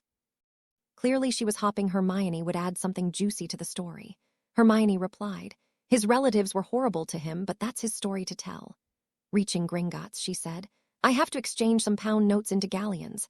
I'll wait here for you while you go to your vault." Several hours later, the girls had bought dress robes, and they met Susan and Harry at the bookstore. Hermione noticed Harry and Susan looking at the runes books and asked, "Are you adding runes as a class?" They nodded and explained about dropping their respective classes. Hermione suggested, "Why don't you get the second-year books too? I could help you both with the first-year material, and you might be able to talk Professor Babbling into letting you take the second class." It sounded like a good idea, so they bought both sets of books. Harry also found several extra defense books and picked up a catalog and a gift certificate. After they had all of their packages wrapped up, paid for and shrunk, they walked back to Fortescue's where they met Neville Longbottom. Harry suggested that he join them for lunch. They had a wonderful lunch together. Hannah amused them with a fun little story about a seagull and a crab that she'd seen earlier that morning. Neville kept glancing at Hannah and noticed that her sky-blue shirt was a perfect match for her eyes. He seemed to be taking in every detail, but his Gryffindor courage must have been hiding, as he didn't say much. Harry, Susan, and Hermione noticed Neville, and they silently enjoyed seeing Hannah glance back when he wasn't looking. Finally, it was almost time for dinner. They paid their bill and parted ways, each having had a wonderful day together. Pettigrew contemplated the plan. Go into the ministry. Look for the large display case between the Department of Magical Law Enforcement administrative offices and the minister's administrative offices. Somehow open or break into the case, steal his master's wand, create some other type of disturbance and exit the building, all without being seen. Alternately, he could attempt to disguise the theft by destroying the contents of the case. The balding man had reason to worry. 1,000 things could go wrong. It was the riskiest plan that either of them could take. Riddle was betting all of his resources on a plan with less than a 1 in 3 chance of success, according to the information that Riddle had gleaned from Jorkins after 2 weeks of probing. Most of the employees entered the building through the employee flu network, which required an employee card and a password. Failure to provide the current password caused the flu traveler to be routed into an alternate location. Jorkins didn't seem to know much about that, nor did she know the interval that the password was reset.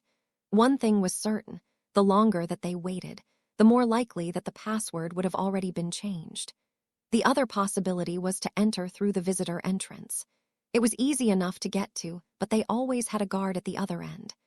Jorkins had no memory to support an estimate of how many visitors a day would go through the visitor entrance. Voldemort considered having Wormtail wait out of sight by the phone booth and attempt to hitch a ride, unseen by the other visitor. Once inside, Wormtail could remain hidden until the time came to raid the display cases. He assumed that the case itself was warded and would sound an alarm or even trigger a complete lockdown of the ministry if it was broken into. As such, it would be imperative that he find a good hiding place prior to attempting to recover the wand. That would afford him the option to either attempt to dash out of the building or wait the necessary amount of time to escape undetected. Time. That was something that they wouldn't have in abundance. He estimated that Wormtail could prepare no more than 5 days' worth of food in advance. It would take Wormtail a minimum of 36 hours to get there. Poor wizard that he was. Riddle doubted that he could apparate much more than 20 miles at a time and would require a rest in between. They were nearly 1,200 miles by air and probably closer to 1,500 miles by land from London. Riddle didn't currently possess the magical strength to create a portkey, and he didn't want to risk Wormtail getting captured while trying to purchase one. He would have to take the ferry back to Italy, get off unseen, obtain a train ticket to Paris, make his way back to the coast by Calais, apparate across to Folkestone, and from there quickly make his way to London. The quicker that he got there, the more time that he'd have to recover his wand before he had to make his way back to Albania. Currently, Wormtail was feeding him every 6 hours. He doubted that he would survive in his present body for 24 hours without a feeding. The girl could be bound or chained and feed herself. They would need to make the necessary preparations and execute them as quickly as possible. Friday 22, July, the 3 teens sat at the umbrella picnic table with their books out. Hermione had come over to see if she could help Susan and Harry catch up to the second-year class. She began, "First, let's look at the major runic alphabets, called futharks, based upon the first 6 symbols. There are many other variants, but the elder, Anglo-Saxon, and younger futharks are the most well-known. Runes were used to write many languages, including Danish, English, Frisian, German, Gothic, Hebrew, Icelandic, Norwegian, Lithuanian, Russian, Swedish, and other Semitic languages." "Hermione," the bushy-haired teen turned off her lecture mode and asked, "What? Is all of this covered in the first-year class?" asked Susan, marveling that she'd even alphabetized her examples. "Well, no," the academically energetic teen admitted, "but I thought that it would be interesting background information." "It probably is," encouraged Susan. "But maybe we should just stick to the 3 basic futharks for today then. Harry's eyes are starting to glaze over." The 2 teens laughed with their messy-haired friend. They spent the rest of the afternoon studying, swimming, and just being friends.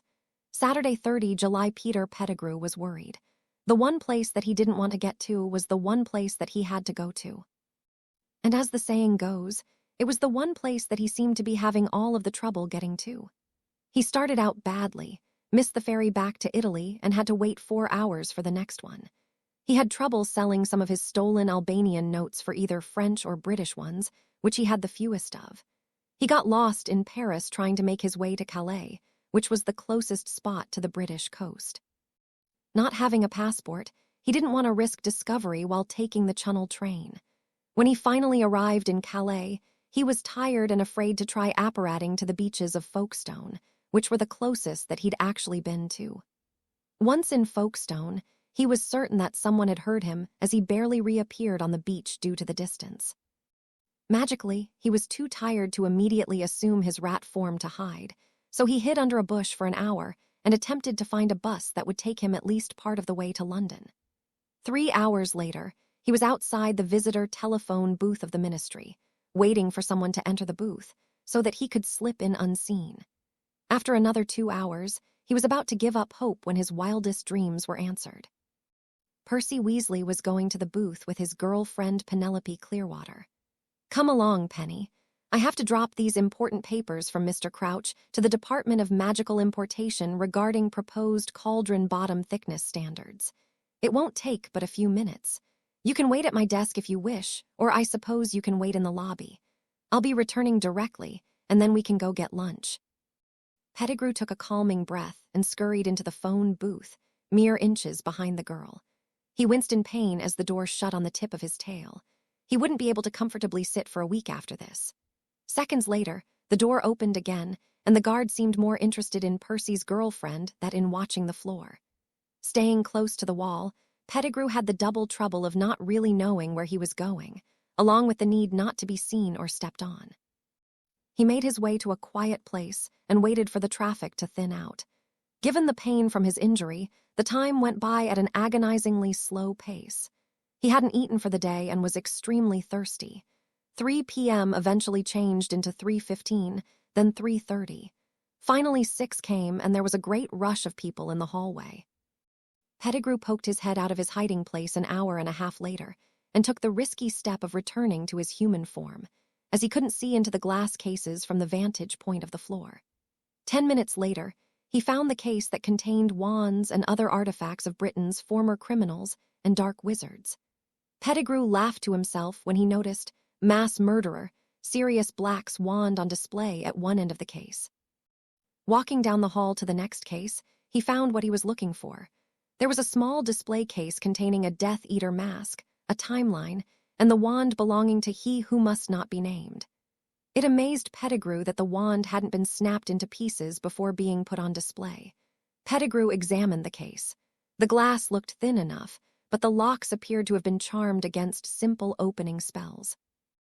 Like a fighter plane that had consumed half of its fuel getting out to the attack zone, Pettigrew knew that time was running out. He waited until after the 10 p.m. Auror shift change, and an hour later, grabbed a trash bin and smashed it against the glass. Crash! Glass fell onto the floor, and Pettigrew grabbed the wand. In a feeble attempt to cover the exact nature of the crime, he cast incendio at the display case, setting the contents on fire. He picked up the trash container and tossed it against the other case, and set those contents on fire too. Hearing voices coming from the next corridor over, he knew that he had mere seconds to make his escape. He tucked both wands into his pocket, assumed his other form, and scurried down the hallway, cutting his front paw on the broken glass in the process. Cornelius Fudge had been working late, as was his habit. He generally arrived late in the day and worked until 10 or midnight, as he often had dinner functions to attend. About 11 p.m. He heard a crash out in the hallway, and half a minute later a second crash. Not one to take unnecessary chances, he fire-called the Auror on duty before walking out of his office to take a look. He didn't immediately see anything until he smelled smoke drifting down the hallway. He walked quickly down the hallway to see what was the matter when he noticed the burning cases and broken glass littering the floor. He pulled his wand out of the pocket and, using an aguamenti spell, put out the first fire. The young Auror on duty arrived and did the same for the other case, and used a cleaning spell to sweep up all of the broken glass. The young Auror asked, "Should I summon one of the investigators, Minister?" Fudge, believing that the whole thing was probably caused by drunken vandals, shook his head and replied, "No need for that. I'll take care of the paperwork. Just call maintenance to replace the glass." The last thing in the world that he wanted, just days before hosting the Quidditch Cup, was an overblown report stating that He Who Must Not Be Named's personal effects had been stolen. Pettigrew waited by the visitor exit until 9 the next morning, when the first visitor of the day was getting ready to leave. He scurried into the telephone booth before the visitor had closed the door. Seconds later, he was outside at the street level of London. Starving and almost mad from thirst, he quickly made his way to a street vendor and ordered some takeaway and a bottle of water. Gobbling the food down, practically without swallowing, he quickly finished his meal. He had been gone just over 3 days. Harry halted his swim and relaxed for a moment at one end of the pool, pausing to survey the scene before him.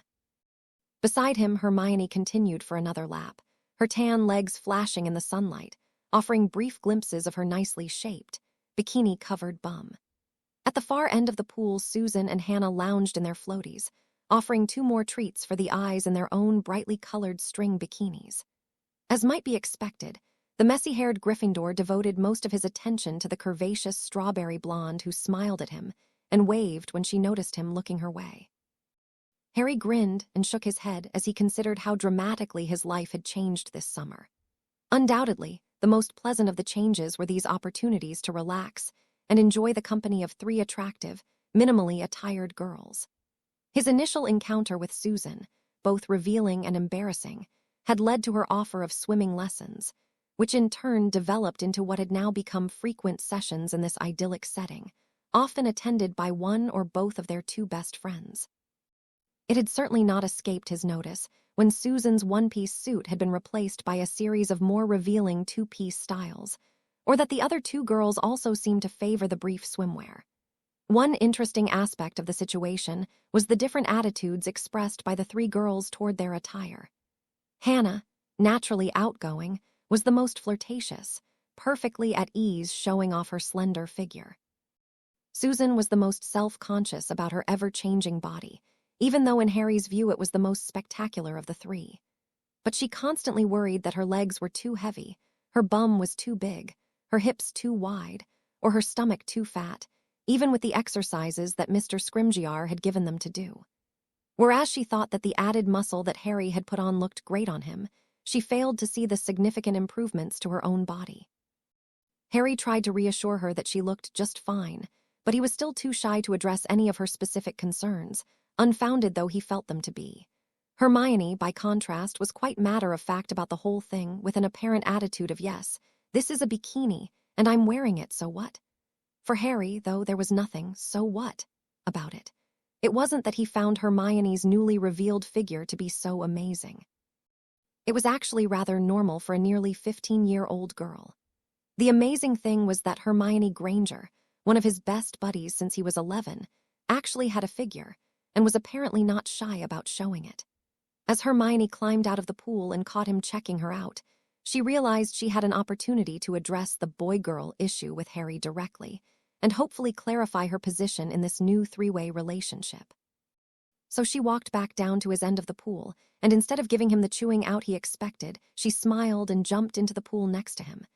"Enjoying the view," she teased as Harry wiped away the water she had splashed into his face.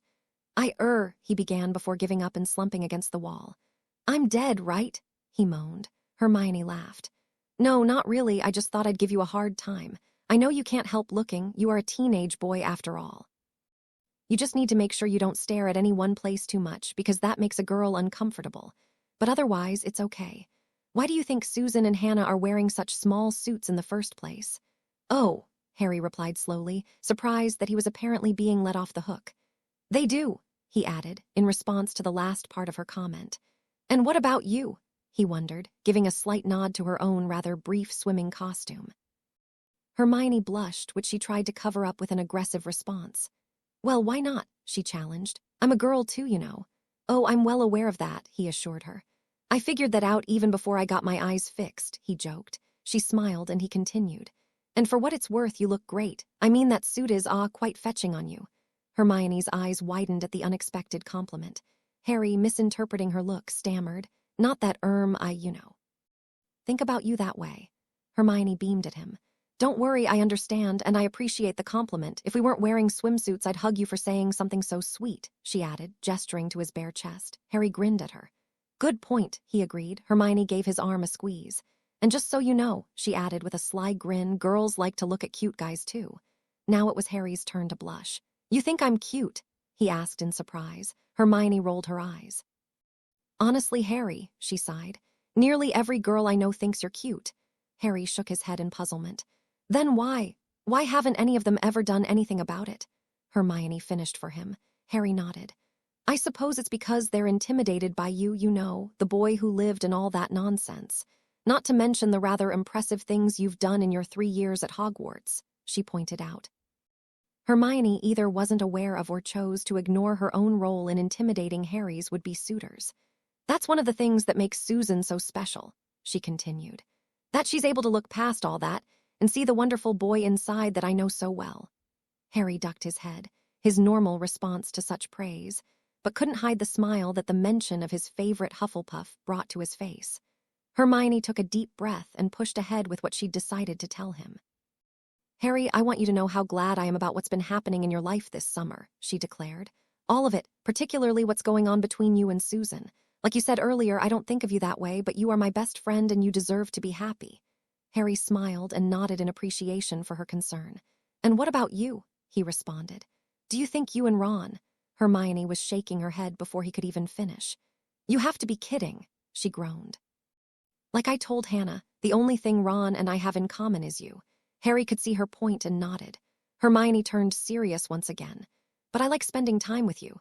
You're my very best friend in the world.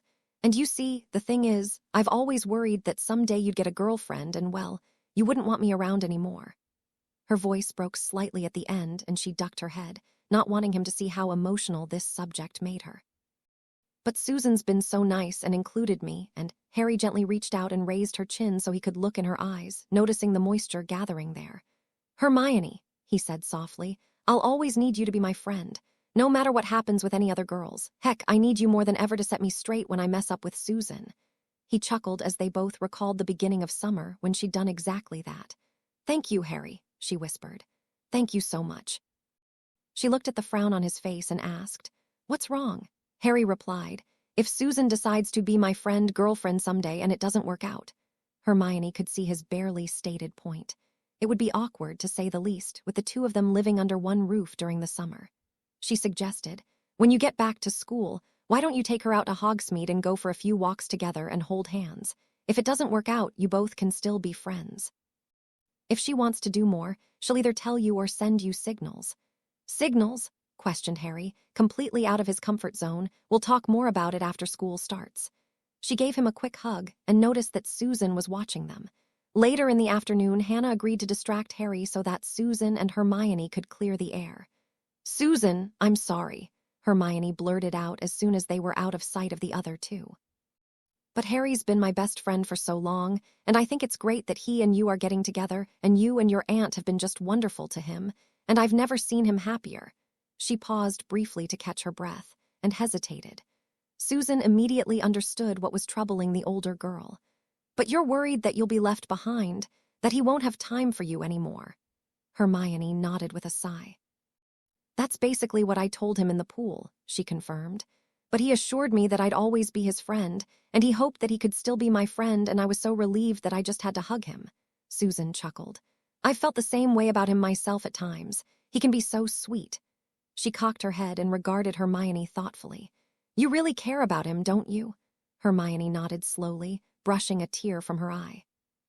And Hermione, it's so obvious that he cares just as much for you, she continued, taking hold of her hand. I'd never want to come between a friendship like what you two have. Hermione wiped another tear from her eye and replied, Thanks, Susan. It's so reassuring to hear that. I don't know what I'd do if, well, I guess I won't have to worry about that. Something clicked in Susan's mind. You two have a lot in common. I mean, more than just being Gryffindors. You're Muggle-born, and Harry, well, he might as well be. Hermione nodded. We see the magical world much the same way. And on top of that, neither of us had any friends before Hogwarts, so we're very possessive of the few friends we do have. So it's been pretty much the two of us and Ron for the past 3 years. Understanding her point, Susan observed, Harry's been really good about insisting that I spend time alone with Hannah this summer. Now I see why that's so important to him. I'll try to do the same with you too, and Ron. Once we get back to Hogwarts, I'm sure you'll spend more time with him than I will, with the way the houses are. So I think it will all work out just fine. Susan wrapped her arm around the bushy-haired Gryffindor and pulled her to her side. I'm really glad we got a chance to clear this up before anyone's feelings got hurt, and I'm glad I've had the chance to get to know you this summer. Hermione's smile lit up her face. Me too. With a conspiratorial tone to her voice, Susan whispered, So let's talk about his birthday party tomorrow. While Pettigrew was lurking around the ministry waiting to recover his master's wand, Amelia was discussing the Quidditch World Cup with Harry and Susie. You both have tickets, unfortunately not together. Harry will be going with Arthur's family and Susie will be going with Ben's. From what they both had mentioned, their campsites are practically next to each other, so I'm certain that you'll all have fun together. I had previously volunteered to work at the ministry that night, so I won't be able to attend. They all thought that it would be a lot of fun.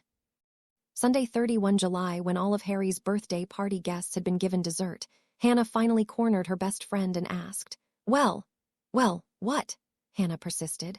One day he's the twinkle in your eye, the next day you have him over. A week later he's moved in and he becomes your sorta brother. By the end of the month, it's obvious that he's not your brother. Hannah smirked at the blush that comment brought to her friend's face before she continued. Granger claims he's had a horrible upbringing, but she won't give any details. You've been giving him swimming lessons for weeks, and I haven't been to Welshpool for a sleepover all summer. Well, I think the greater question is, what's Neville talking to Harry about, and why is he looking over at you when he's talking? Hannah shook off her friend's sneaky, evasive tactic and demanded, Don't change the subject, Sue. Has he kissed you yet? Susan shook her head and replied, No. He's not ready for that yet. Things really were crappy at his aunt and uncle's home. He's got some things to work out first before I snog him senseless. He's been through some pretty awful stuff. She trailed off as if considering what else to say. Hannah looked ready to burst in anticipation, but Susan gave her a serious look and pleaded, Just let it go for now, okay? Don't worry about Hermione. She's just looking out for his best interest and wants to stay friends with him. The pensive memories that he'd shown her were his, and he never said a word suggesting that she should tell anyone else. As it was, she was pretty sure that he'd been showing them to Auntie, and she had been allowed to sit in on the viewing, not the other way around. People had died in those memories and visions. This wasn't kid stuff. Disappointed, Hannah nodded, and Susan realized that whether her friend was ready or not, their childhood was rapidly slipping away from them. She hoped that the rest of the summer holiday would be loads of fun and largely uneventful. Suddenly there was a large boom. Fred and George looked at each other, and George remarked, "I really didn't know that Ron could move that fast." Fred replied, "True enough, not even as a canary, but those two Aurors don't look very amused. Come to look at it, either does Mum. Perhaps we'd best go see what Neville and Harry are doing." The tour buses that Pettigrew rode from France to Italy were crowded. Having spent all of his Hogwarts money, he managed to steal a purse at the stop in Lyon and disappeared into the crowd before the theft was discovered. While Hannah was grilling Susan about minuscule details of her budding romance with Harry, Peter was attempting to cross the border into Italy, which seemed to be on a higher alert than usual. He vacillated between attempting to apparate without being discovered or risking capture if his notice-not charm should fail. Concluding that he would eventually have to return with his master in tow, he didn't want to risk another increase in Auror security by announcing an illegal border crossing via apparition. He reboarded the bus when it was ready to start up again, sat towards the back, and quietly cast the charm. The customs official entered the bus and one by one examined everyone's passports. Miraculously, he passed by Pettigrew's seat, finished his inspection, and let the bus go on its way. Monday, 1 August, as Harry was finishing a thank-you note to the Abbotts, Professors Sprout and McGonagall were discussing their favorite students. McGonagall mentioned, "I received a note from Amelia Bones authorizing Harry to drop divination and take up runes. It's about time. Sybil predicted his death no less than 40 times last term. I don't see how he could stand it." Sprout rolled her eyes at their colleague's strange behavior.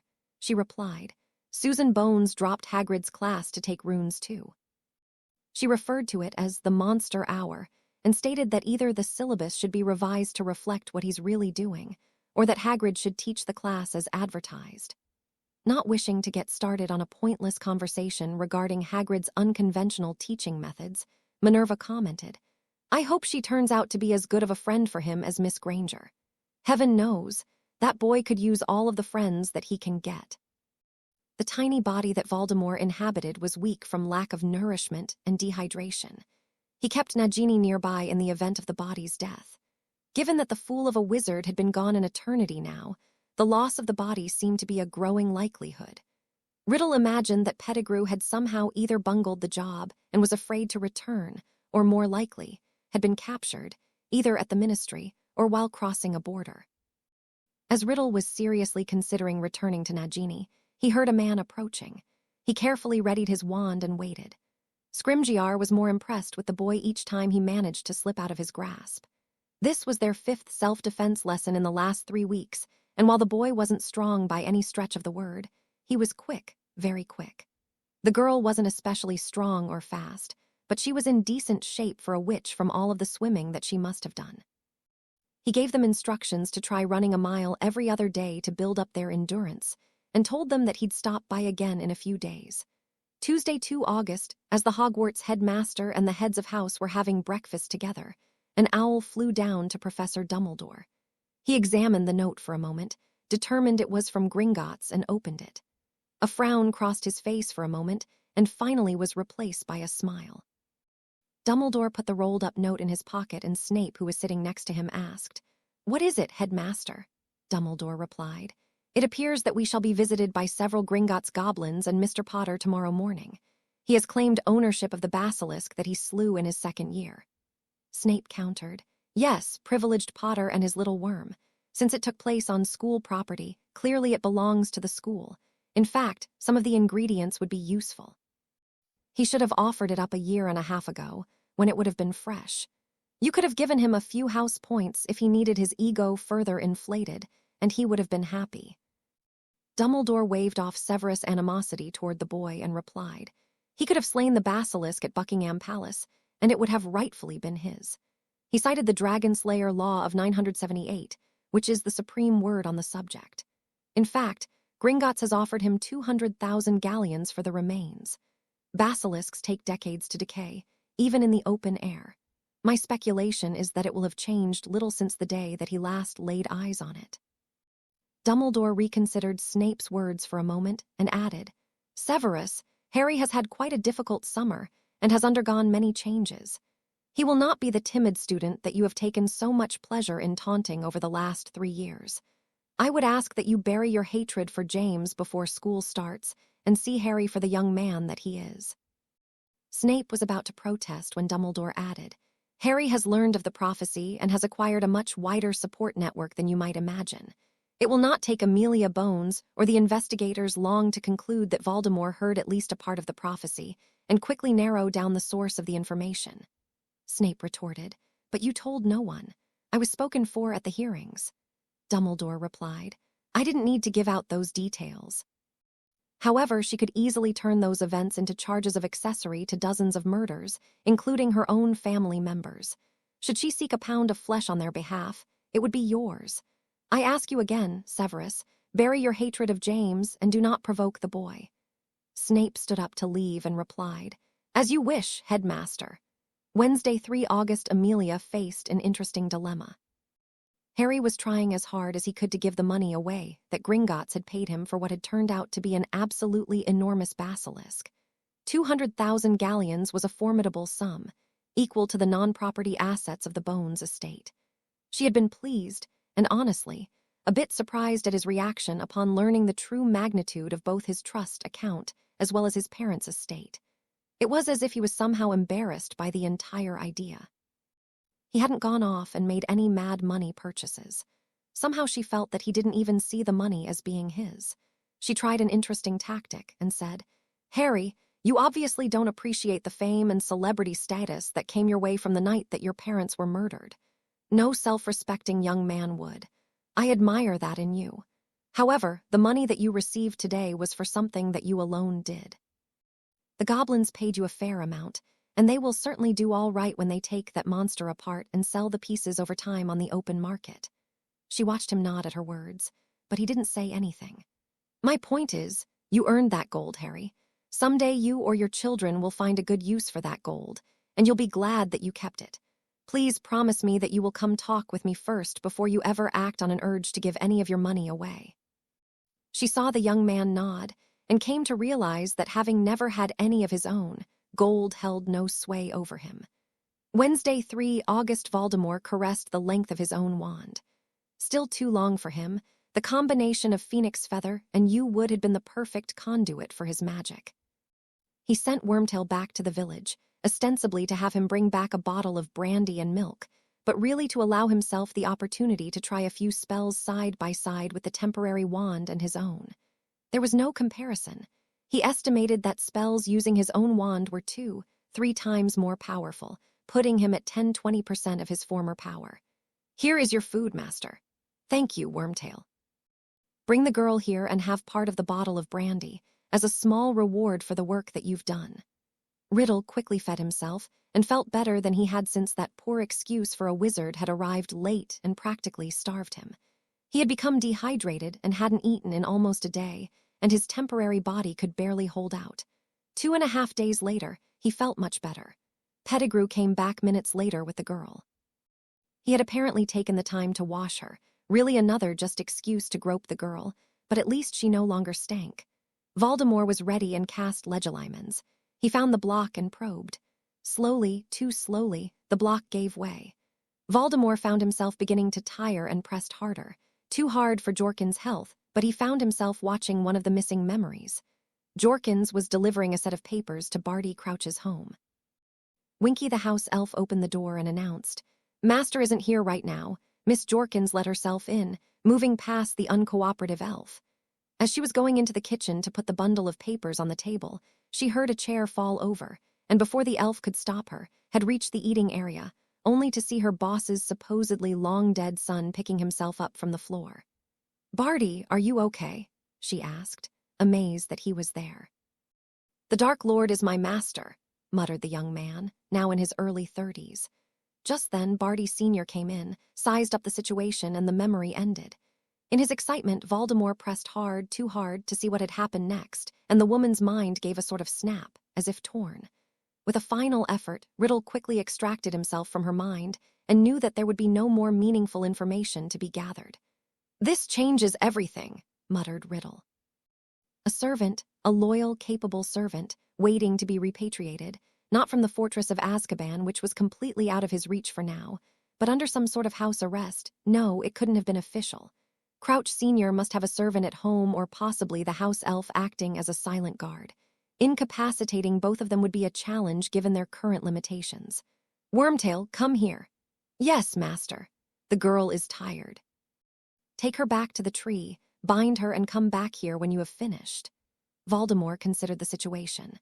Crouch Sr. had obviously cast the memory charm on Jorkins, his own employee. From Wormtail's account, she had worked there many years, most of them for Crouch. "Wormtail, which of my followers were captured or killed after I disappeared?" Pettigrew began listing everyone that he knew, from years of listening to Arthur Weasley at his kitchen table. "Malfoy, Crabbe, Goyle, and McNair were arrested, master, but were let go after Malfoy claimed that they had been under the Imperious Curse the entire time. Borgin claimed that he'd never seen you. Mulciber, Rookwood, and the Lestranges are in Azkaban. Evan Rosier, Patrick, and Wilkes were killed by Aurors." He began to bore Voldemort as he recited nearly every dinner conversation that Arthur Weasley had ever reported on. Barty Jr. was arrested with the Lestranges. They were torturing the Longbottoms, attempting to get information on where you might have gone. Barty died in prison a few weeks after he got there.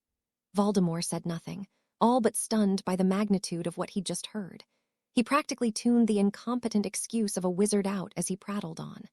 Barty's own father must have faked his son's death to help him escape from the mighty fortress. Then Snape got off somehow, and Karkaroff got out of prison by nomming other Death Eaters, master. "That will do, Wormtail. Go amuse yourself with the girl. I have work to do. We will be leaving here in a few days." A loyal, capable servant who hadn't renounced him, one whom everyone thought dead. Delighted by the opportunities that he saw, the Dark Lord began making his plans. Thursday, 4 August. Peter Pettigrew was disgusted with himself. His master had told him to kill Bertha when he had finished with her. Peter had come to enjoy Bertha's company, not just touching her all over, but for hours at a time he took comfort in the physical presence of lying next to her at night, in the forest.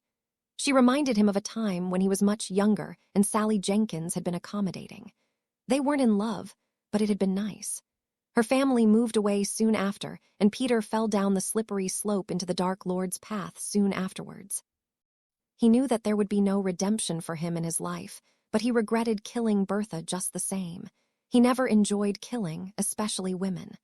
"Come, Wormtail, we have learned what we can and have much work to do. You will be greatly rewarded for your efforts. Nagini has fed.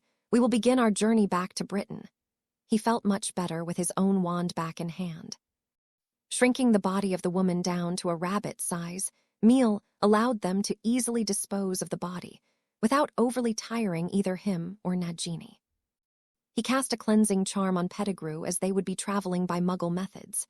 He did not trust Wormtail's apparition ability, and for now, at least, they were in no hurry.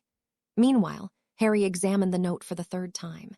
"Harry, I'm sorry that I wasn't able to bring you a proper present. Costa Rica is a nice place to live and barracuda fishing is fun. I did find this handy pocket knife for you. Always keep it with you, you'll never know when it might come in handy. I want you to read this carefully, Harry. Give me your solemn oath if you would. You need to do well in school." Uncle Sylvester. Harry puzzled over the note that he knew was from Sirius. Suddenly inspiration hit him. He tapped the letter with his wand and said, "I solemnly swear I'm up to no good." The back of the letter, which had been written on an expensive linen paper, suddenly had loads of writing on it. "Harry, I'm working at a pet shop in Spain, thus the parrots. Thanks for your last note. I knew Edgar and Rachel Bones, mostly through your mother, who was friends with Rachel in school. Edgar went through the academy with your dad. They were good people, and I have to say that Rachel was quite a looker. If Amelia took their daughter in and gave her a good home all these years and offered the same to you, Harry, you should take it. Take it, Harry. I'll love you until I draw my last breath, Harry, but I'm not in a position to give you a safe, stable home right now. Harry, I'm not able to access more than my old school vault right now, though I have to say, it grew a bit since your dad and I graduated. I don't know if you were able to get at the funds that your parents left you or not, but if you need anything at all, I can help you. Love, Snuffles Harry smiled, recalling that Hermione's advice was, as usual, right. The news that Sirius was talking about was almost a month old. Apparently parrots didn't make especially fast mail carriers. He wrote a note back recommending that his godfather purchase a cell phone and wrote down his own phone number. As carefully as he could, he tied the note onto the parrot's leg and sent it back on its way. As he was watching the parrot fly away, Susan walked into his room and asked, "Did you send him something back?" Harry nodded and showed her the note. She smiled when she read Sirius's comment about her mum and commented, "I hope things work out for him, Harry." "It sounds like he wants to be a part of your life." Harry nodded, praying that Pettigrew would somehow get caught. Wednesday, 17 August. A few weeks later, Harry had another of his horrible visions as he was sleeping. He saw an old man, a snake named Nagini, Pettigrew, and Voldemort in his baby form. Voldemort spoke with and taunted the old man before murdering him with a killing curse. Harry awoke in a cold sweat and a pounding headache as the jet of green light cut the old man down. Seconds later, he fell out of his bed with a thump and began retching onto the hardwood floor. Amelia awoke at the sound of Harry falling out of bed and immediately guessed what had happened. She rushed into his room and asked him if he was okay. In a small voice, Harry spoke of what he saw. Amelia could feel his pain and noticed that his scar had turned a bright red, as if it were brand new, rather than the thin white zigzag line that it had become after nearly 13 years.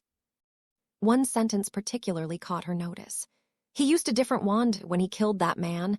I reckon he used the same curse that he used when he murdered my mum." Tears streamed down his face. Amelia pressed, "What did you mean, Harry? Wait, I'll be right back." 10 minutes later, she returned with her solicitor pensive, to find Susan sitting beside him on the bed, holding his hand and wiping his forehead with a damp cloth. The thoughtful girl must have come in right after she left, and had already cleaned up the mess Harry had made. Harry withdrew a dark gray strand from his mind and placed it into the shimmering dish. Before he did anything else, Amelia suggested, "Susie, you and Harry might as well go get dressed. I'm certain that we've all had as much sleep for the evening as we're going to get. Rufus and Connie will be over shortly."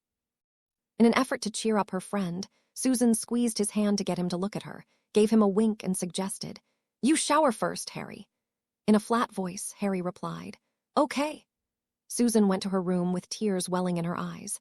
She had an idea how much pain that Harry must be in, witnessing a man getting murdered by the same monster, using the same curse that he'd used on her parents and his, and on him. Prophecy or not, she vowed to herself that she'd do everything that she could to help him, to comfort him, to love him someday, and somehow someday help him finish that monster off, once and for all. An hour later, Scrimgeour, Hammer, and Amelia were talking around the kitchen table as Susan sat on the couch by Harry. She asked, "Why all the interest in his wand?" Connie replied, "That's the whole point. A few weeks ago, there was a bit of nighttime vandalism that took place at the ministry. At least, that's what we were led to believe. Minister Fudge claimed that the display cases containing Sirius Black's and he, who must not be named's wands, were broken into and burned up.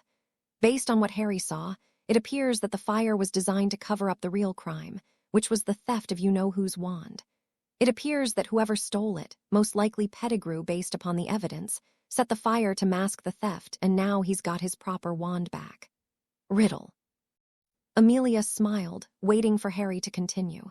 Connie looked confused and asked, "I'm sorry," Harry stated. "His real name is Tom Riddle. If you aren't comfortable calling him Voldemort, at least call him Riddle." Seeing the tension break, Amelia announced, "Let's eat." Amelia and Harry sat at the dinner table waiting for Susan to get back from Hannah's. Harry went along from time to time, but respected that she and Susan had been friends forever and still enjoyed their time together, sun tanning by the beach or just being teenage girls. He had visited Hermione several times over the last month, and they had lunch in Muggle London a few times with Neville, Susan, and Hannah. He had invited Ron along twice, but Ron had told him that his mum had had other plans for him both those days. Harry had hoped that money or prejudice hadn't been the issue, but didn't want to bring it up to his friend. Amelia asked, "How was just Rufus' self-defense lesson the other day?" Harry replied, "Pretty good. He talked about ways to escape if someone tried to grab me and showed me ways to block punches and kicks without getting hurt too badly." Amelia nodded and remarked, "That's good. Let's try something else. Supposed a handful of Death Eaters were out and you and Susie were getting attacked. What would you do? Harry thought for a moment and replied, I'd probably try and disarm or stun a few and do what I could to get us both out of there. Amelia considered his response and said, I liked the second part of your answer. It should have been the first thing on your mind. She paused for a moment, choosing her words, and added, You may not like it, Harry, but you're special. The Aurors always have to attempt to stun and incarcerate a bad guy before they can use additional force. To be honest, too many good people have been hurt or killed trying to follow that law. In effect, it gives the bad guys a free shot at us. If you stun one of 5 bad guys, invariably one of their buddies will just revive him or her and they're just as good as new. You're back facing 5-1 and accomplished nothing. Harry nodded and she continued, It's different if you're in a one-on-one fight. If you stun your attacker, you've finished the fight. There's no one else to revive the attacker or untie him. In a group setting like I mentioned, get away if you can. If you can't, hurt them, disarm them, and snap their wands if you can. First and foremost, stay alive. She gave his arm a squeeze and mentioned, You're very good at that. Harry smiled back and she finished her thought. As I said, like it or not, you're special. If you injure an attacker, or if you are forced to take a life in the course of defending yourself, it's extremely unlikely that the Wisengamot would take action against you. Harry wasn't sure what to say, and she added, Before he retired, Moody always told his squad, Do what you have to do to finish your shift and go home. Protect yourself first and protect your partner if you can. We can always go after the bad guys another day. Does that make sense, Harry? The teen smiled and replied, I reckon it does. It was a pretty good speech, except he probably swiveled his goofy eye around as he was giving it. Thanks. Wednesday, 25 August with a crack, the night bus departed. And Hermione walked up to the door of the Bones estate in Welshpool. She was happy that her friend Harry finally had a nice place to live and was in the care of a loving guardian. She knocked on the door and Smidgen, the little house elf, greeted her. Good morning, Miss Granger. Susan and her hairy friend are out and back. Come in. Would you like some tea, miss? Hermione smiled at the term that she had used to describe Harry and replied, No, but thank you. I'll go find them. She walked out in the back garden and was surprised to see Harry and Susan wrestling on the ground. She called out, Harry Potter, what in the world do you think you're doing? As he momentarily loosened his hold on Susan, she scrambled on top of him and he wheezed, We're practicing. Horrified at the thought of what the 2 teens might have been practicing, she demanded, And just what were you 2 practicing? Understanding her implied meaning faster than Harry, Susan panted. One of the Aurors gave us some self-defense lessons, and we're practicing escapes. Harry doesn't seem sufficiently motivated, so I might have to start tickling him if he doesn't get up. Blushing slightly at her own misguided thoughts, Hermione changed the subject, suggesting, That does sound like something Harry needs to learn, but we have to get to the Burrow by noon. Mrs. Weasley is expecting us for lunch. Realizing that her friend probably would have rather gone with the Abbotts, she added, We'll look you and Hannah up when we get there. Harry got up and said, I'll just be a few minutes and I'll be right down. When Harry had left and Susan had caught her breath, Hermione quietly asked, What type of self-defense are you being taught? Susan replied, When Auntie found him, Harry's uncle was kicking the crap out of him, and Harry was barely able to protect himself. One of the Aurors volunteered to teach him how to properly block punches and kicks and how to escape if someone grabs him. We've been getting lessons for a few weeks, and he gave us an exercise program to work on. It's nothing fancy jogging for endurance, and he wants Harry to do a bunch of push-ups and sit-ups to build up his strength a bit. Hermione gave a thoughtful look and commented, That was very nice of your aunt to arrange. Susan replied, Really, she had nothing to do with it. Rufus met Harry a few weeks ago, and they sort of took a liking to each other. He was the one who suggested it, and has been volunteering his time. Thursday, 25 August, Ludo Bagman was having a field day in the hours prior to the match. It seemed that nearly everyone wanted to show their support for Ireland by making a wager of some type. Ireland would score first, and Ireland would get the most goals were the 2 bets that he tried to avoid taking, as he believed that it was quite likely that they might. He did so as inconspicuously as possible to avoid revealing his inside knowledge of the 2 teams. Bagman had accepted nearly 25,000 galleons of action when the strangest bet of the evening was called for from one of Arthur Weasley's boys. Crumb would catch the snitch, but Ireland would win anyway. Bagman knew that Crumb was such a strong seeker that the game would be over before Ireland could score 5 goals. let alone be up by over 150 points. Further, he'd heard that Arthur was barely making ends meet with such a large family. However, a little guilt did not keep him from accepting the boys' bet of 50 galleons while offering only 3-1 odds that both conditions would actually be met. The only thing that separated Bagman from a typical sportsbook betting parlor was that Bagman was making direct bets that a certain outcome would occur. In this case, Bulgaria win the match. Most sportsbooks could care less who actually won. They made their money by accepting bets from both sides and taking a small percentage, usually 3 to 5%, known as the vigorish or vig, as a commission. In that way, the winners were merely paid by the losers, and the house was never really out any money. They just took the commissions. Bagman needed to make much more than 1,000 galleons on the 25 that he'd accepted. Because he actually knew that Crumb would end the match early, he made direct bets only with those misguided players who believed that Ireland would win. Yes, it was a bigger risk, but he fully expected to clear 25,000 for the evening. He didn't specifically target his fellow ministry employees, as he knew that more than a few were barely in a position to place a wager, and he didn't really want to see a bunch of embarrassed or sad faces the next week in the ministry lifts after he had taken their money. As it became time for the game to start, Bagman knew that it would be one of the shortest Quidditch World Cups that he'd ever seen. He estimated that Crumb would need no more than 10 to 15 minutes to catch the snitch and put the game away. With luck, by 9 p.m. he'd be back home, free and clear from the goblin moneylenders, with nearly 2,000 galleons extra weighing down his pockets. Susan wasn't the Quidditch fan that some of her housemates were. Rather than having a real interest in the game, the strategies, or moves between the chasers and the keepers, she enjoyed watching the seekers. There are 2 basic strategies of being a seeker. First, there were those rare individuals who could successfully shut out every aspect of the game. For those few who could, the quaffle, chasers, and keepers were of no importance and ceased to exist within their consciousness. If the seeker was focused enough, the distraction made by the bludger could also be shut out. This strategy left the seeker vulnerable to occasionally being hit by a bludger, but more often than not, these seekers won that game, especially if their team's beaters focused on protecting their seeker and keeping the bludgers at bay. Victor Crumb was such a seeker. Just a 7th year at Durmstrang with 2 years playing pro, he had only lost a total of 3 matches, and 2 of those had been in his first year.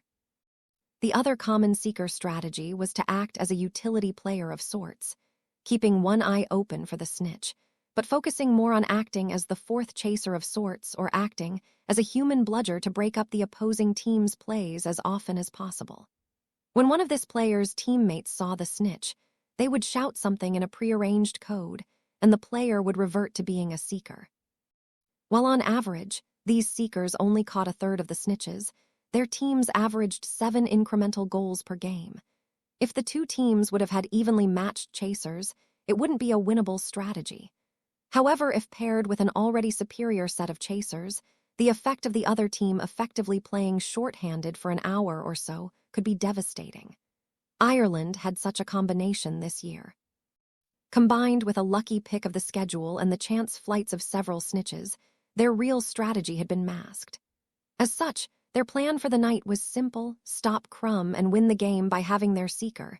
Lynch help break up plays and get plenty of goals from chasers, Troy, Mullet, and the exceptionally talented young witch, Lisa Morin.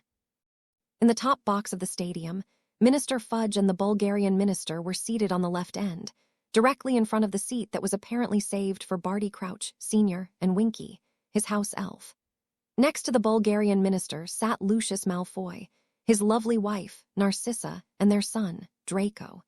Next to Draco was Ludo Bagman, who had been tapped to announce the play-by-play to the large crowd that had gathered for the event. In the row ahead of the ministers and the Malfoys sat the Weasleys, accompanied by their friends Hermione Granger and Harry Potter. The seating arrangement wouldn't have been of significance, except that on the way out, Fudge passed within inches of Junior, who happened to have been poked by Fudge's wand. Even under the Imperius, Junior grabbed the offending object by reflex.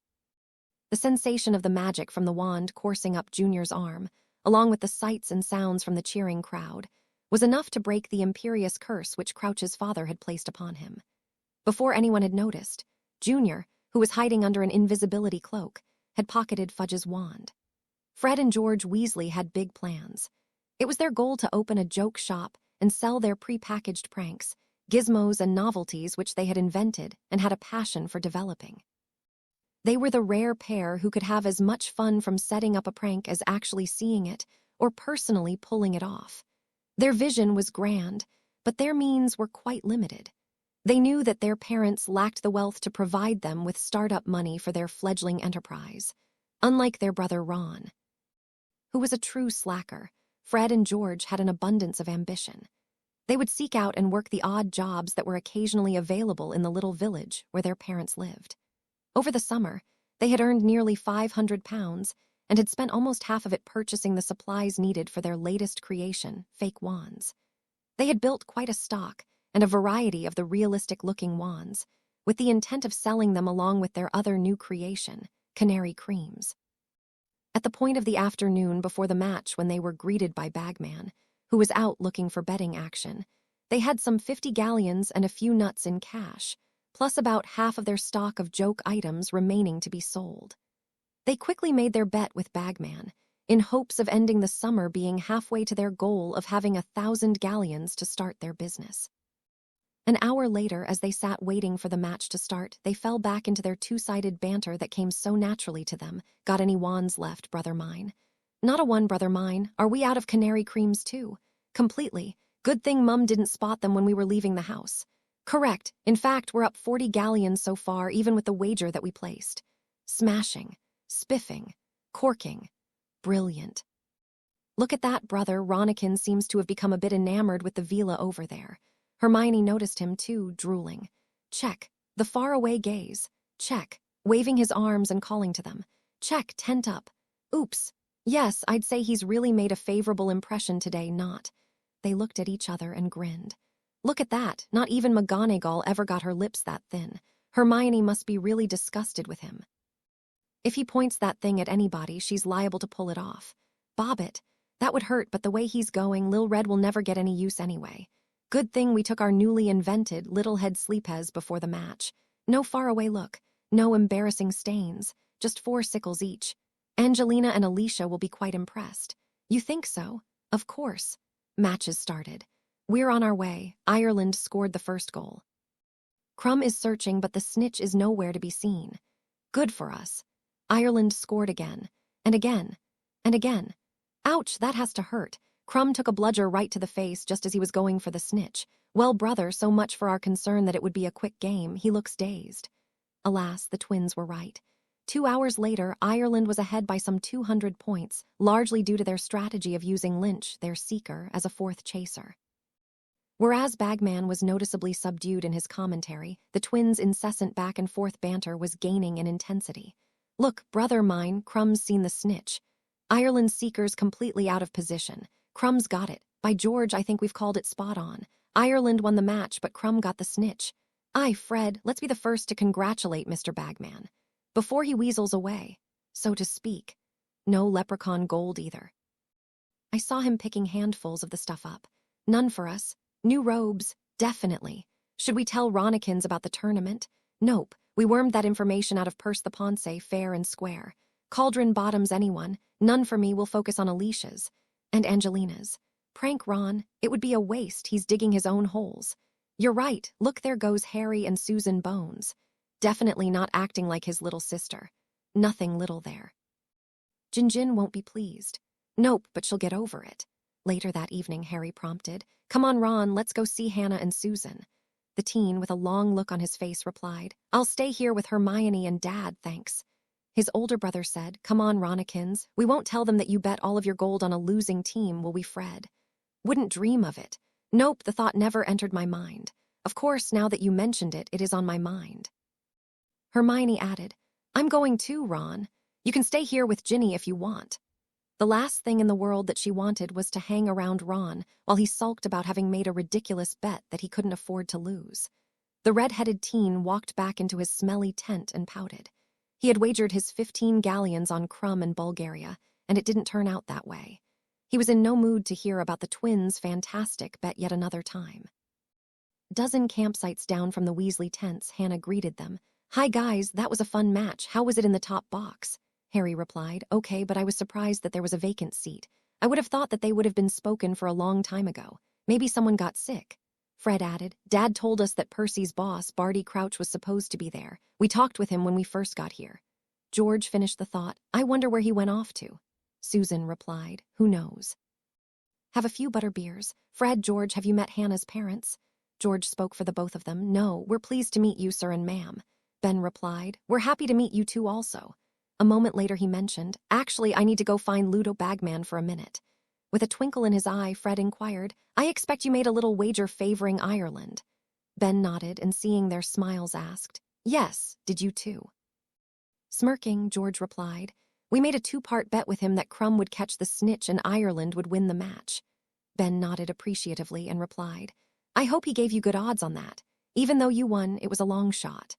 Fred replied, "He only gave us 3-1, but we were among the first in line to collect.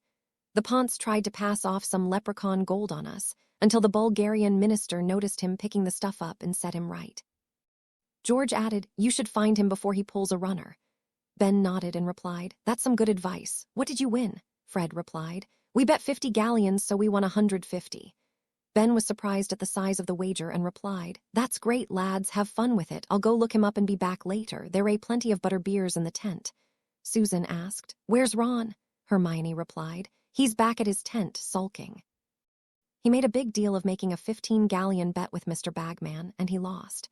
Mrs. Weasley gave him that money to buy dress robes, and he'll be in so much trouble when she finds out." Fred's eyes lit up and he offered, "We've got an old set that he can use. It's too bad he didn't consider that Quigley is a really first-rate beater.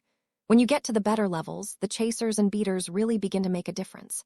No offense intended, Harry." Harry just smiled. He enjoyed the warmth and light given off by the campfire as he sat by Hannah, Susan, and Hermione. At 11 p.m., Barty Sr. called for Winky to bring him a glass. When she hadn't arrived a few seconds later, he went into his kitchen to look for her. She wasn't there. Momentarily worried, her went into Junior's room and it was empty. He swished his arm around the bed and a second later, a feeling of dread hit his gut as if he'd been punched. Quickly donning his traveling cloak and grabbing his wand, he silently cursed his house elf for disobeying his directive to stay with Junior and return home after the crowd had left the stadium. Then he walked outside to the small apparition point in his back garden and left to go find Winky and the boy. By 2:30 a.m., all but the hardiest diehards had turned in for the night.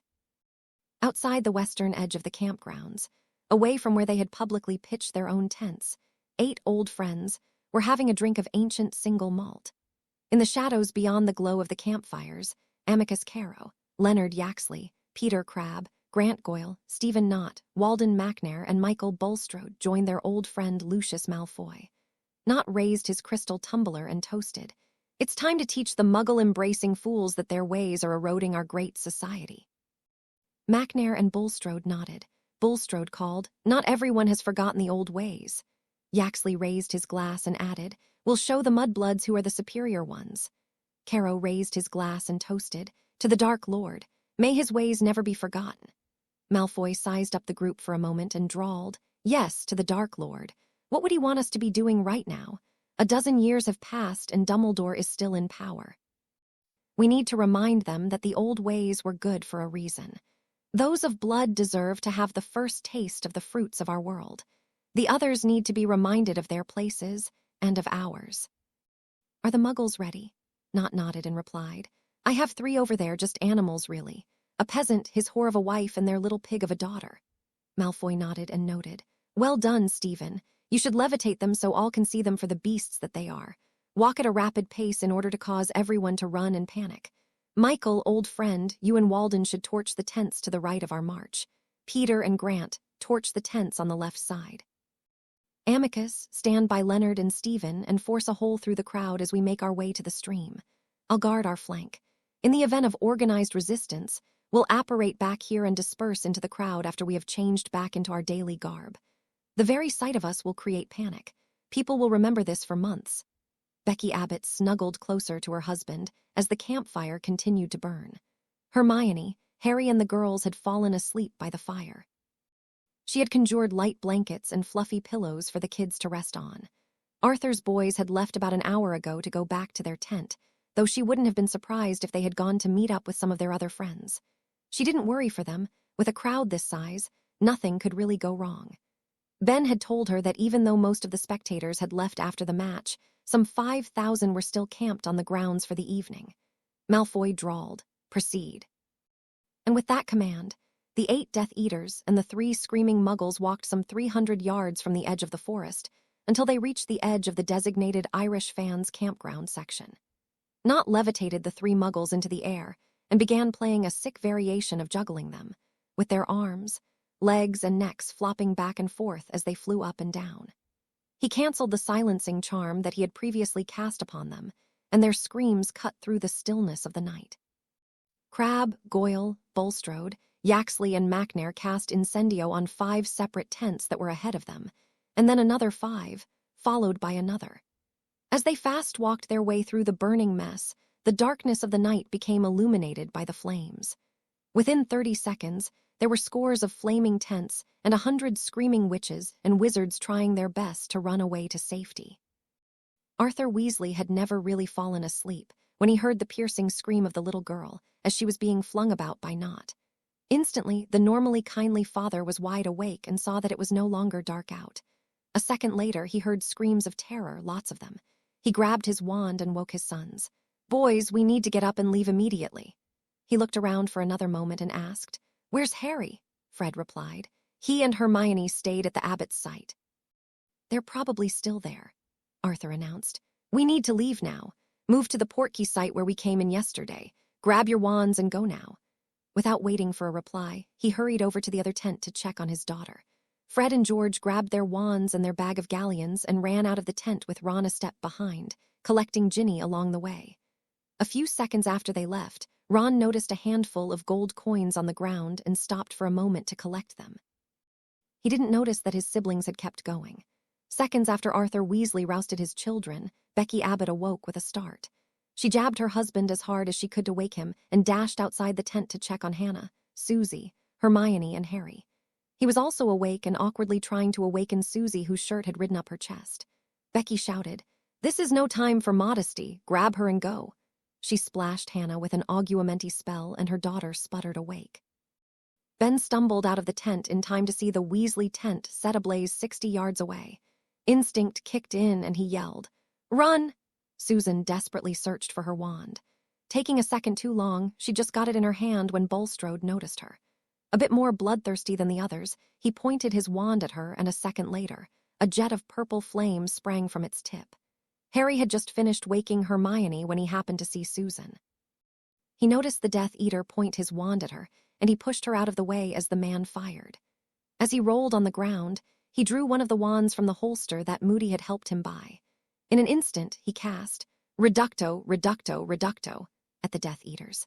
Seeing that 2 of them stumbled, he grabbed Susan by the arm and shouted to her and Hermione, "Run!" He grabbed the 2 girls by the arm and ran 50 yards or so before Susan called for them to stop. Harry hesitated, and they went a few more paces before slowing to a walk. Susan reached into the neckline of her shirt, pulled out a muggle pen that was hooked onto a chain, and whispered, "Both of you touch this with a finger." As they did, she tapped the pen with her wand, and Harry and Hermione felt an uncomfortable feeling as if somehow they had been hooked by the navel and were spirited skyward.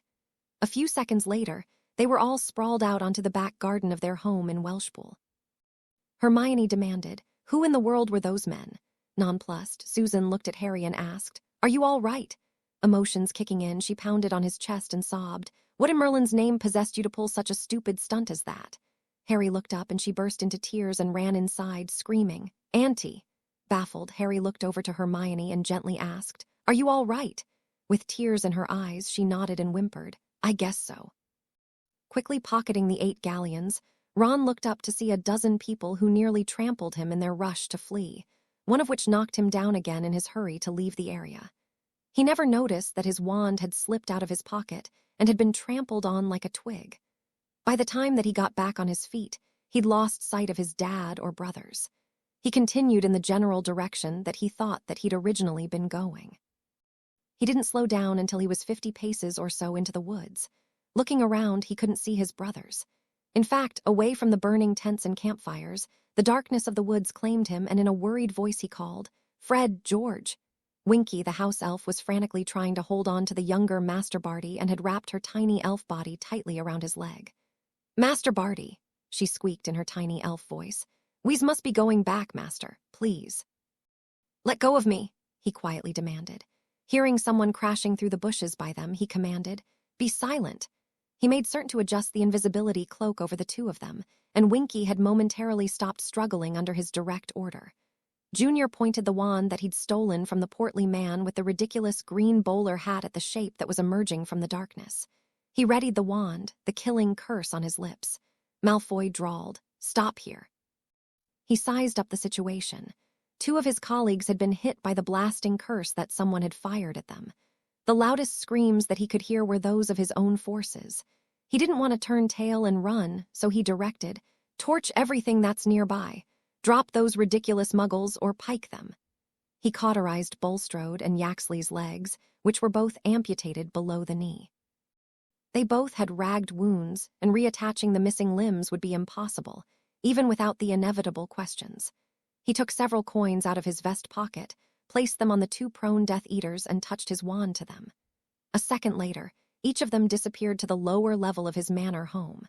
As he was ready to continue their march, he looked into the night sky, and in his bewilderment laid his eyes on the last thing in the world that he expected to see. Totally confused, he hissed, "Retreat, go back to your homes, now." When the figure in the darkness had moved 20 paces or so away from him, Junior aimed his wand away from the other figure and instead pointed it into the sky and called, "Morsmortar." Instantly, the sky lit up with the diamond-like sparkle of a large serpent slithering through and out of a skull. It was the Dark Lord's victory sign, and Junior delighted in his work. So focused in his effort, he failed to notice the 24 or so pops that suddenly appeared near him, each yelling, "Stupefy."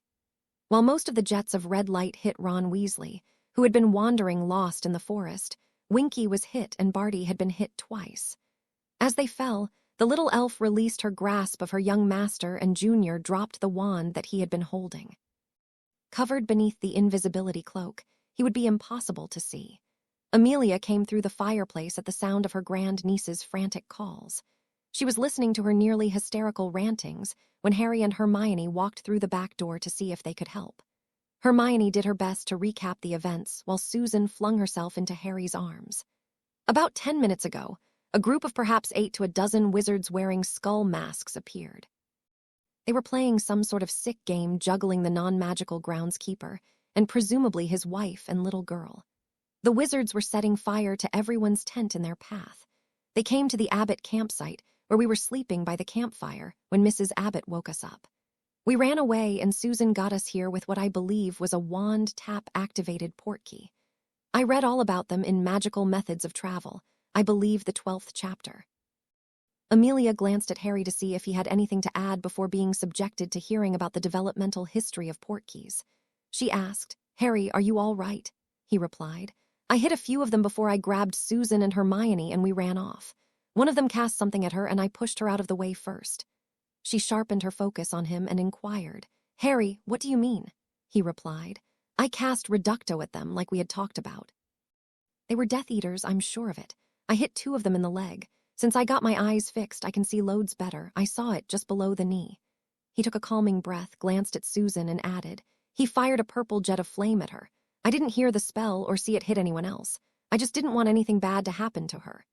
Involuntarily flinching at the thought of what such a horrible spell would have done to her Susie, she asked, "How many did you see?" He replied, "We only saw one group of about 8, but there could have been other groups." Meanwhile, Aurors Kingsley Shacklebolt, Nymphadora Tonks, and Michelle Wood were patrolling Diagon Alley for what seemed to be the 11th time that evening. Tonks asked, "Tell me again why we're on this idiotic wild goose chase tonight?" Kingsley replied, "Direct order from Captain Scrimgeour. He got the request directly from Minister Fudge himself. He figures that there's tens of thousands of visiting wizards this week, and some of them might come to the alley and cause trouble." Tonks didn't appear impressed, but didn't say anything. Michelle commented, "Look at it this way, Tonks, it's time and a half. Let's earn our pay and walk it one more time."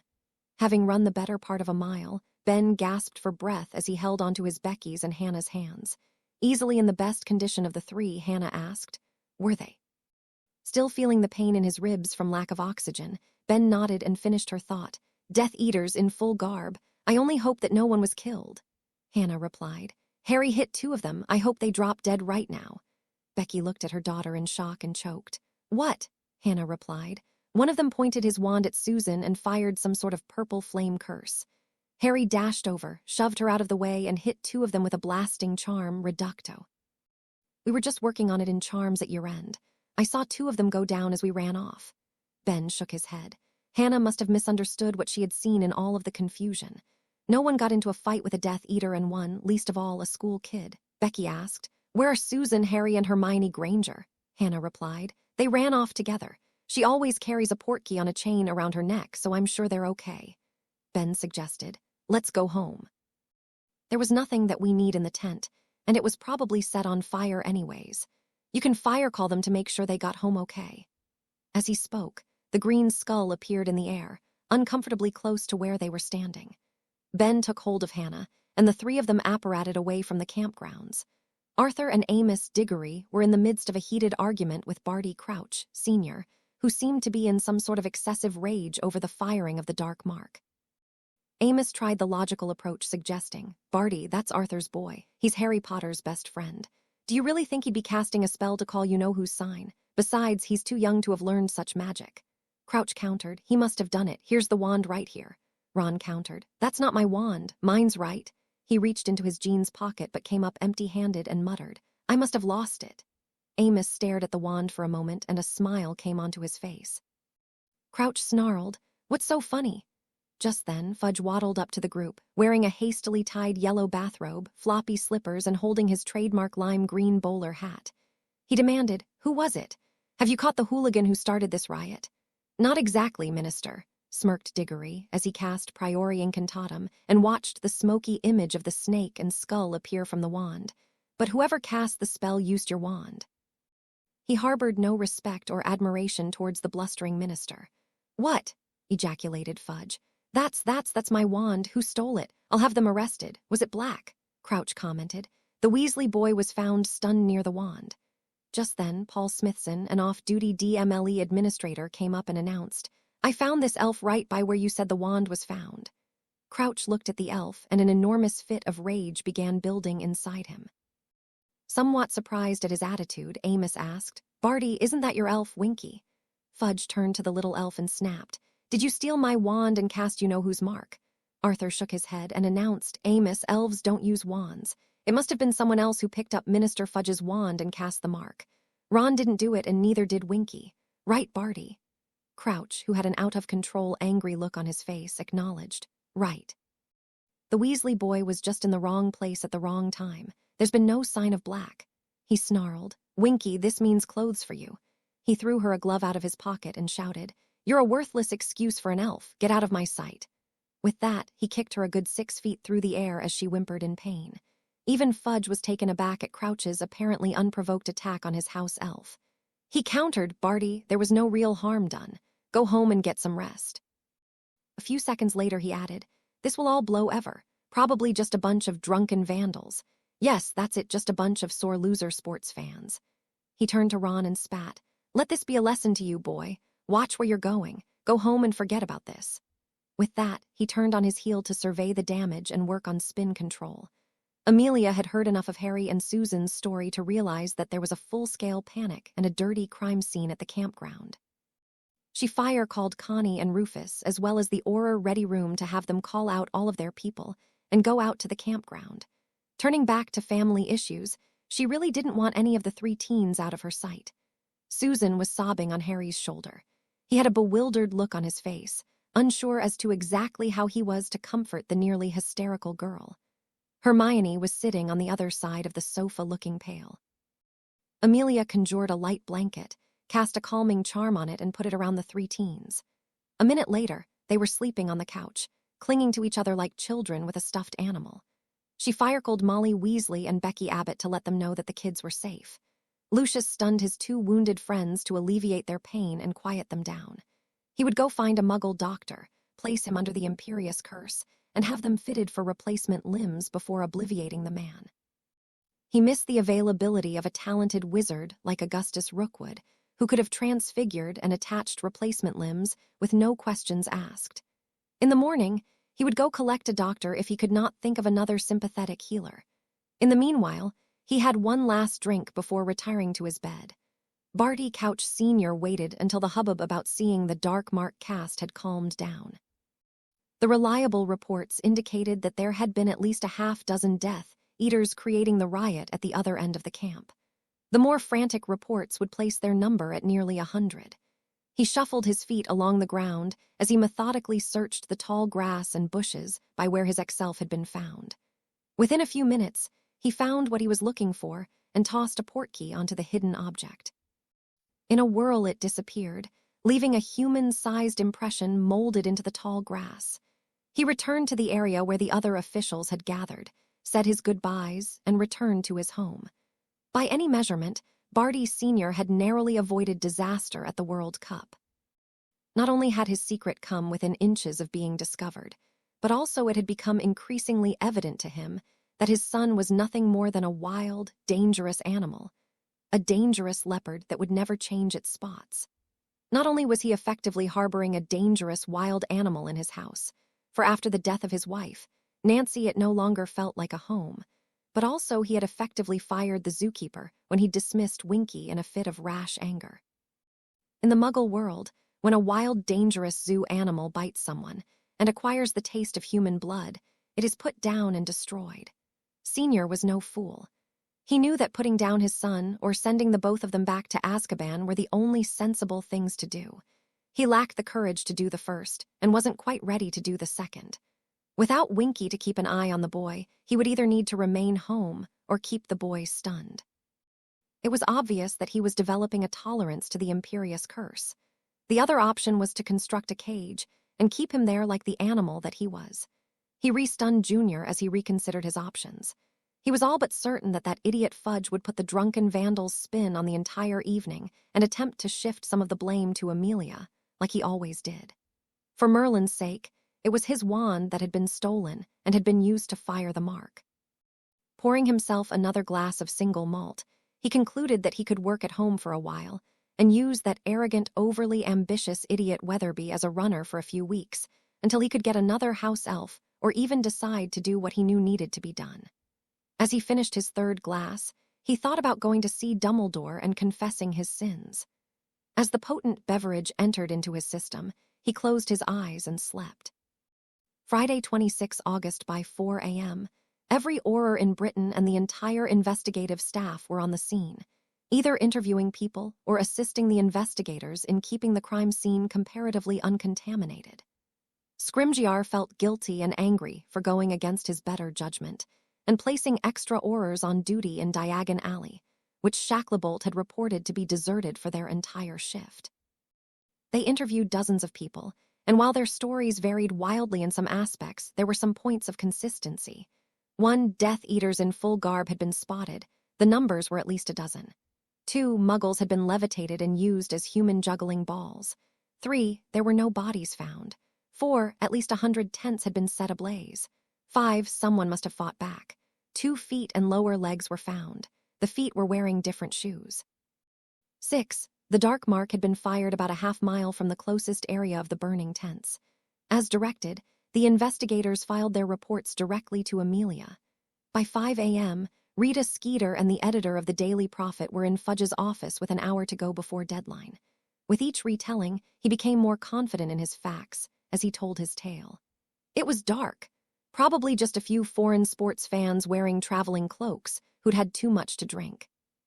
Yes, there was some damage that may have started from an out-of-control campfire, but the entire affair was blown completely out of proportion. I spoke with the officials that were on the scene. At no time were any witches or wizards in direct danger.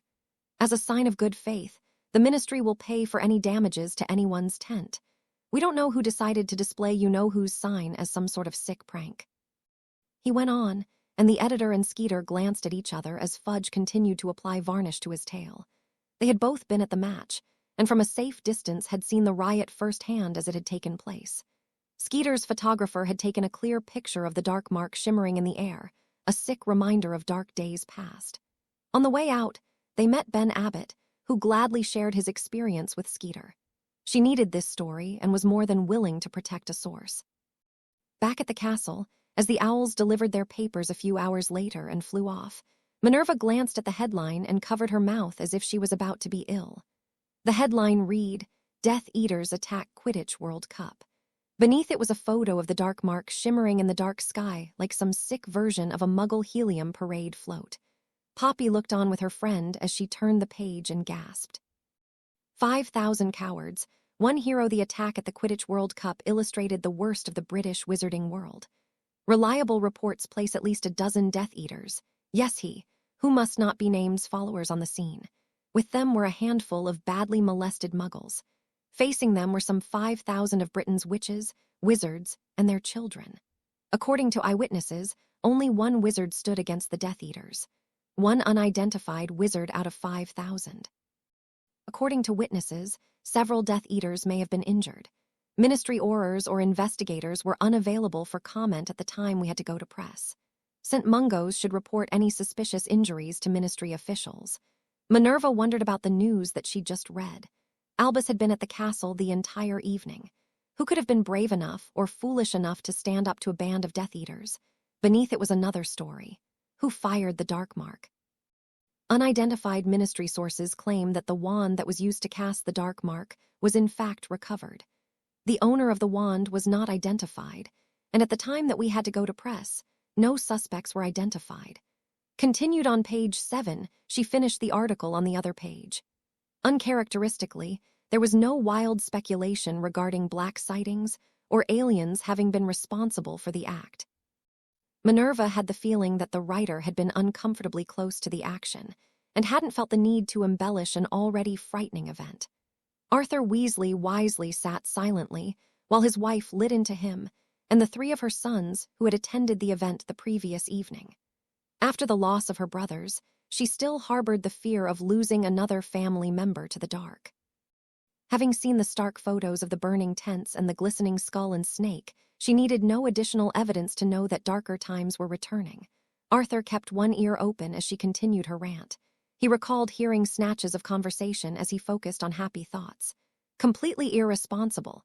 Lost your wand. Could have been killed. Abandoned your friends. Foolish gambling. Saved months for that money. Why can't you be more like Harry Potter? Running around getting lost. Haven't heard a word from Percy. As she kept going, Ron silently grew angrier.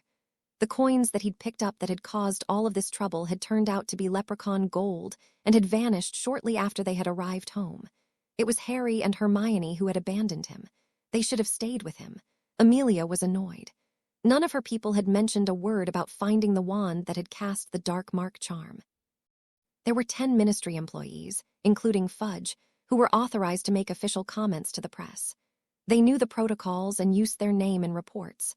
While she had little doubt regarding the prophet's claim that someone from the ministry had provided information regarding the wand, she was equally certain that the story was neither completely accurate nor complete. Connie, Anna, and Rufus reported back to her home at 9. They confirmed that 2 lower legs had been found and that both men, based upon the shoes, had lost a lot of blood. St. Mungo's hadn't admitted any patients with missing limbs, but either man could have been treated at a Muggle hospital or magically. They had identified the campsites that had been destroyed, and Arthur's department had been given the task of processing the claims that Fudge had offered to pay. Finally, she got around to Scrimgeour and the placement of the squad of Aurors in Diagon Alley. Why in the world would you have assigned a hit witch and 3 Aurors to Diagon Alley of all places? It must have been deserted. Scrimgeour admitted. It was. Shaq reported that they didn't see a living soul all evening. I acted on a direct request from Fudge. He said that he'd gotten a tip that there might be trouble. Obviously there was, replied Bones. I'd be interested to know who gave Fudge the information. Were they simply wrong, or was it an intentional misdirection? Maybe both, suggested Scrimgeour. Maybe Fudge believed the information, and maybe the informant had an idea what was really going to happen. How many groups were reliably reported? Asked Bones. 1 to 3, replied Connie. Certainly there was at least one group that torched all of the tents, but the casting of Riddle's mark was in a completely different part of the campground. The group that lost the limbs probably left shortly after they were counterattacked. The mark was fired at almost the same time. I can't see the first group firing the mark as any sort of victory celebration, having been bloodied so badly. The Muggles were treated for broken bones and obliviated. There were dozens of sightings, but they could have been anyone in a dark cloak. Anna added, however many there really were, the world is getting to be a more dangerous place. Saturday, 27 August outside London, in a neighborhood of large upscale homes, a short, somewhat mousy-haired man was pushing a baby pram down the sidewalk. In and of itself, that wasn't so odd, a father getting some exercise pushing his infant down the sidewalk after dinner. But what was strange was that the man appeared to be having a conversation with the infant. Master, I could do it. Do not underestimate Bartimius Crouch, Wormtail. He is a very capable wizard. He will do it as planned. Push the pram to within 5 feet of the front door. Ring the bell, assume your rat form and position yourself 6 feet away from the door, right at the edge of the house. He won't see you. Pettigrew did as he was told. His master was covered by a thin blanket, his wand positioned so that it was already aimed in the direction that they expected Crouch to come from. Pettigrew then pushed the doorbell, which gave a loud ring. Immediately he assumed his rat form and waited. 5 seconds. 10 seconds, 15 seconds, inside the house, Crouch Sr. cursed himself that he'd dismissed Winky. He stunned his recently recaptured son, set his wand down, and covered him up with an invisibility cloak that he'd procured. The doorbell gave a second ring. He cursed his blasted nosy Muggle neighbor. She was always coming over at inopportune times, bringing meals or whatever. He walked quickly to the door, unlocked the latch, and opened it. Instead of Lucille Holt, he was surprised to see a baby pram with a squirming bundle wrapped inside. Looking around in the gathering darkness, he couldn't see anyone and assumed that some young Muggle had abandoned her child at his door. He walked closer to the cart and pulled back the blanket to see the infant. Momentarily shocked at the hideous sight, he never heard the word stupefy as the jet of red light hit him squarely in the chest. Pettigrew quickly assumed his human form and dragged Crouch into his own house. Seconds later, he returned for his master and brought him inside. They now were at the riskiest part of the plan. They had to assume that no one else except Crouch Sr. and his son Barty Jr. would be at home. Bertha had mentioned a house elf named Winky, and they both knew that the elves had magic of their own. Find Barty, Wormtail. Check the sofas and bedrooms. It is quite possible that he's been hidden under an invisibility cloak. A few minutes later, Wormtail called. I have found him, Master. He appears to have been stunned. No one else is in the house. Very good, Wormtail. Bring me to him. A few hours later, Senior woke up. He was in the room where Junior was kept, sitting on a chair facing his son. That wasn't so odd, but there was another man sitting on a chair off to the side holding a wand and what appeared to be a bundle of clothes. He noticed that he was tightly bound and that his son was holding a wand. Hello, Dad. You ready to join up with Mum? The last things he remembered were the horrible figure in the blanket looking at him and his son shouting, Imperio! If Bertha Jorkins had been a wealth of information, Crouch Sr. was the mother lode. The problem was, he couldn't simply be stripped of his memories and discarded like she had been.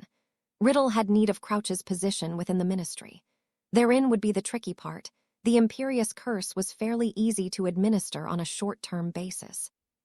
It was no particular feat for a competent wizard to cast the curse on an unsuspecting victim and force him to torture his own family while the Death Eater was in the man's presence, then wake him up so that the victim could see the results of his own hand.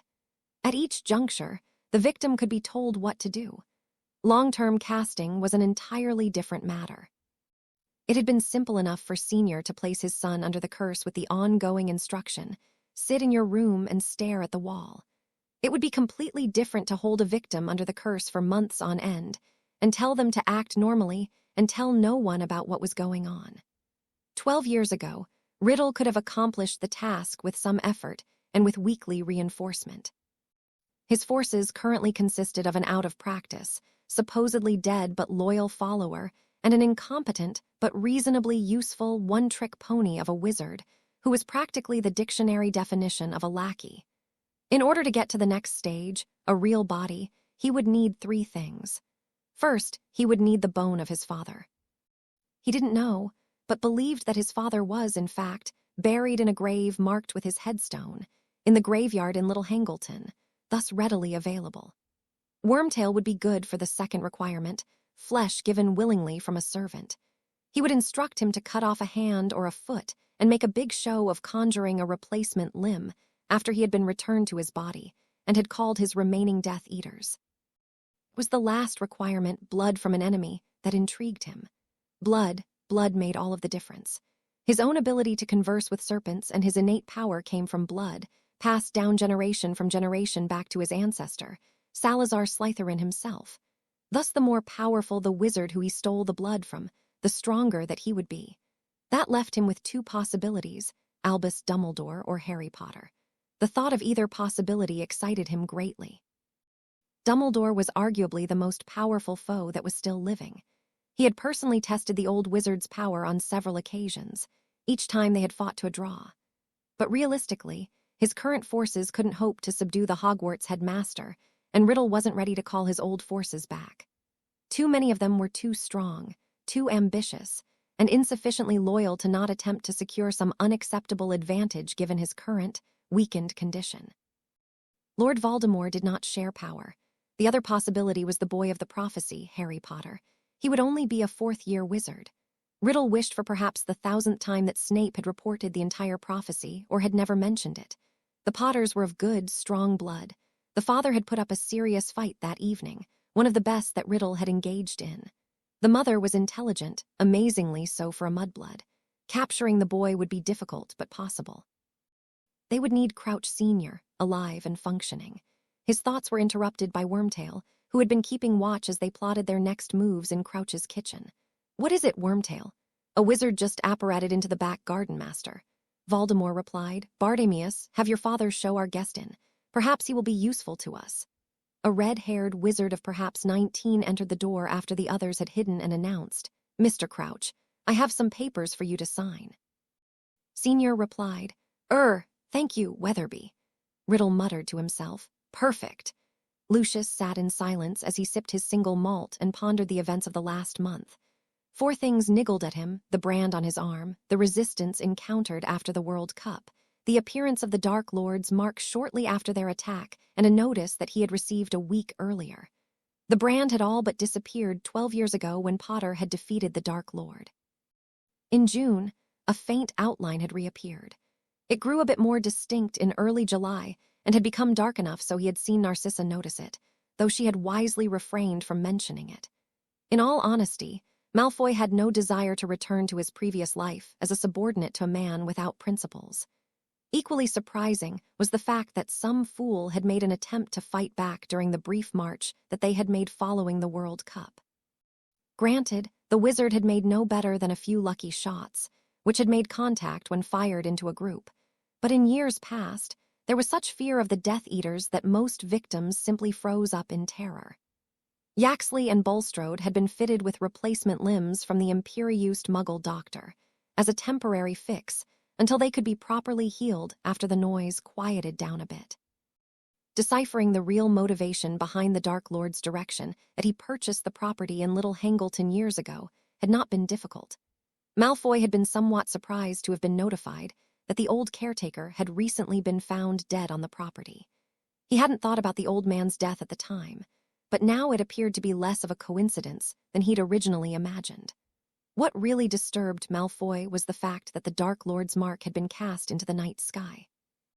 He was fairly certain that of the 32 former Death Eaters who had evaded prison at the end of the Dark Lord's reign, they had been the only 8 attending the World Cup. He mentally ticked through the list. Snape had remained at the school, while Greyback had refused McNair's offer to come. Caro's wife was ill. Borgun and Burke were on the continent shopping for their marginal items. Karkaroff was probably still hiding out in the relative safety that Durmstrang could provide. The others were on holiday for the summer, in or out of prison as seemed to be their destiny, or dead. That said, it was inconceivable to Malfoy that a ministry employee would have cast the mark. Pettigrew was out there somewhere, on the run and hiding. His wizarding skills were so bad that Lucius seriously doubted that the rat could even cast the mark. He drained his glass and went to find his weak excuse of a son. Tuesday, 30 August evil schemes required resources. Currently, they had very few. A search of the house resulted in finding the remains of Junior's snapped wand and no more than 50 galleons. What was useful was the discovery of Senior's Gringotts key.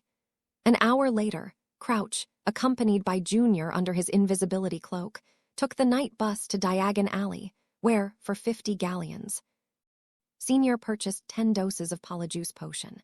The potion maker remarked, "Barty, I've told you, you're wasting your money. You can't keep using your Nancy's hair and giving it to a prostitute. If a person has gone on, the potion'll only last for a few seconds." Under the cloak, Junior stifled a laugh. To the world, his father was Mr. by-the-rulebook stickler. In reality, he'd spent years picking and choosing which rules to follow for himself. A few minutes later, they were back on the night bus. 4 hours later, Junior, looking like his father, walked into Gringotts. Neither he nor his master was certain if the goblins could see through a Polyjuice potion disguise, but they didn't want to risk losing Senior down in the goblin vaults. "Key, please." 5 minutes later, Junior stepped out of the cart and walked into the family vault for the first time in over 20 years. He had accompanied his father a time or two when he was a boy before starting school, but his father was a private man and rarely discussed money at the kitchen table. Junior was surprised at the amount of gold in the vault. When Senior and his wife had been married, his dad and his mum had spent nearly all of the money that they'd made each month. Now, there were nearly 50,000 galleons. Unsuccessful trysts with prostitutes aside, Senior lived a quiet life in the last years and generally managed to save about half of his salary. Junior filled the satchel with 20,000 galleons and attempted a featherweight charm. His dad's wand was a horrible fit, and the charm barely had an impact. He took a half dose of the dreadful tasting potion and made his way to Ollivander's. "Barty Crouch, 10 inches, unicorn hair made of birch wood. How can I help you?" Junior replied, "My wand hasn't been working well for me since my Nancy died. I think I need a new one." Lying had always come easily to the young man. The old wandmaker measured him, and he tried a few with little success.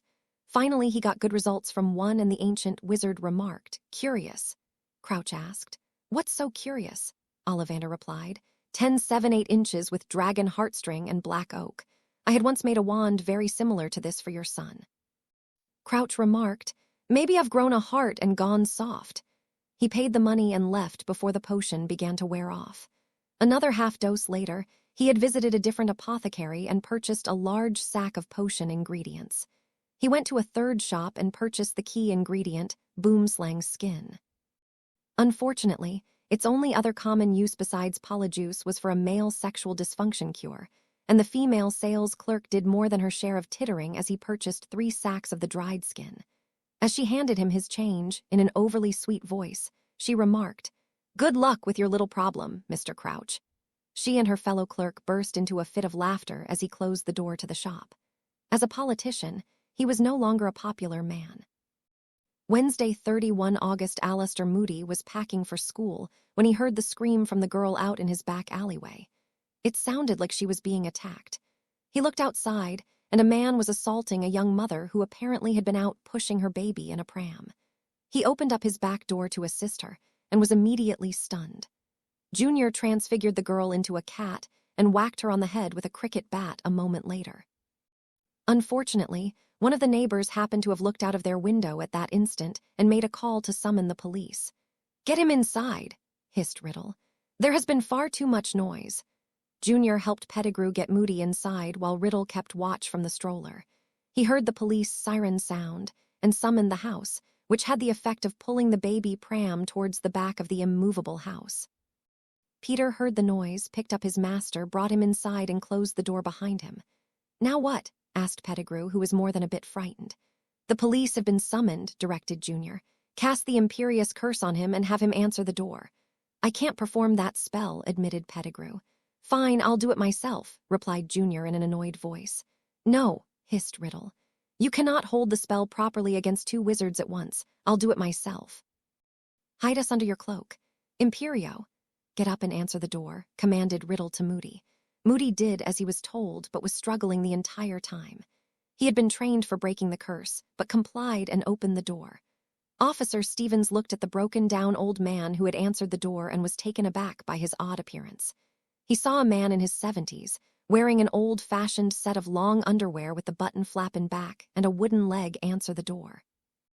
He was missing a part of his nose from some old injury and had an odd-looking artificial glass eye strung about his face. The old man answered, "What do you want?" Officer Stevens pushed back a bit and replied, "We had a report of a young mother being attacked outside. May I come in, Mr. Moody, Alastair Moody?" Stevens let himself in and looked around the clearly magical home, which to his eyes just looked like the house of an eccentric old veteran. Moody was trying hard to fight the curse. He made a big effort and his arm gave a wild jerk. Riddle commanded him, "Sit down." 12 years ago, Moody would have been no match for his mental commands, hardly any wizard would, but at the moment, Riddle could barely command him. Moody sat down and repeated, "What do you want?" Officer Stevens was slightly taken back by abruptness of the old man, but inquired, "We had a report of a young mother being attacked out back. Did you see or hear anything?" After a pause, Moody replied, "Just a stray cat knocking over the trash bins. I went outside and gave it a whack on the head." He flinched again. Stevens gave the man a startled look. Something was queer about him. He went outside to confer with his partner who had been interviewing the neighbor who had made the original call.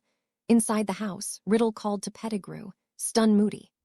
Pettigrew complied and Moody fell out of the chair, knocking it over as he landed on the floor with a fairly loud thump.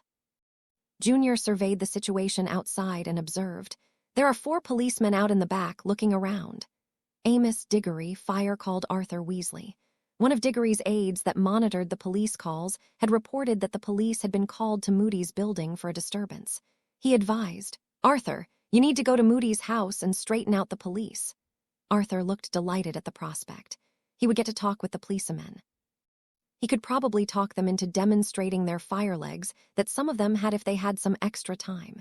He put on what he felt was his best Muggle outfit, consisting of sandals, blue jeans, and a woman's blouse, and appeared a street away from Moody's residence.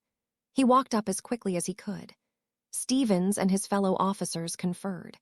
There was evidence of a struggle of some type, and there was the empty baby pram out back. The old man claimed that he had heard a disturbance and found a stray cat rummaging around in the trash. The old man admitted to whacking the animal in the head with a cricket bat, but that wasn't why they'd been called out. Animal control could take care of him. Just then, a middle-aged, red-haired man, who clearly was a cross-dresser, walked up to them and inquired, "May I be of some assistance?" Stevens inquired, "Sir, what is your name and do you live around here?" The man replied, "My name is Arthur Weasley." He presented a badge and an identification card which appeared authentic, but was from a department of the MI6 branch that Stevens wasn't familiar with. Stevens replied, "We're here on a report of an assault, but there may have been a multiple abduction. The old man who lives there might have seen something." Arthur nodded and said, "I'm familiar with Alastair Moody. He is a retired ministry worker, a good man, if a bit eccentric." "That would be the pot calling the kettle black," muttered Stevens to himself. "That's Arthur Weasley," exclaimed Pettigrew, looking out the window through an open sliver of the drawn blinds. "He's acquainted with Moody." "If he proves to be a bother, kill him," hissed Riddle. "We can always stun and obliviate the coppers." They had done nothing to make his life easier as a child, and he was quite willing to kill any and all of them if necessary, but knew that now wasn't the time. "Perhaps he'll get rid of them for us." "He sent them away," exclaimed Junior a minute later. "Now he's coming towards the door." "Awaken Moody," directed Riddle. Pettigrew drew his wand and awakened the Auror, and a moment later, Riddle pointed his wand and cast, "Imperio."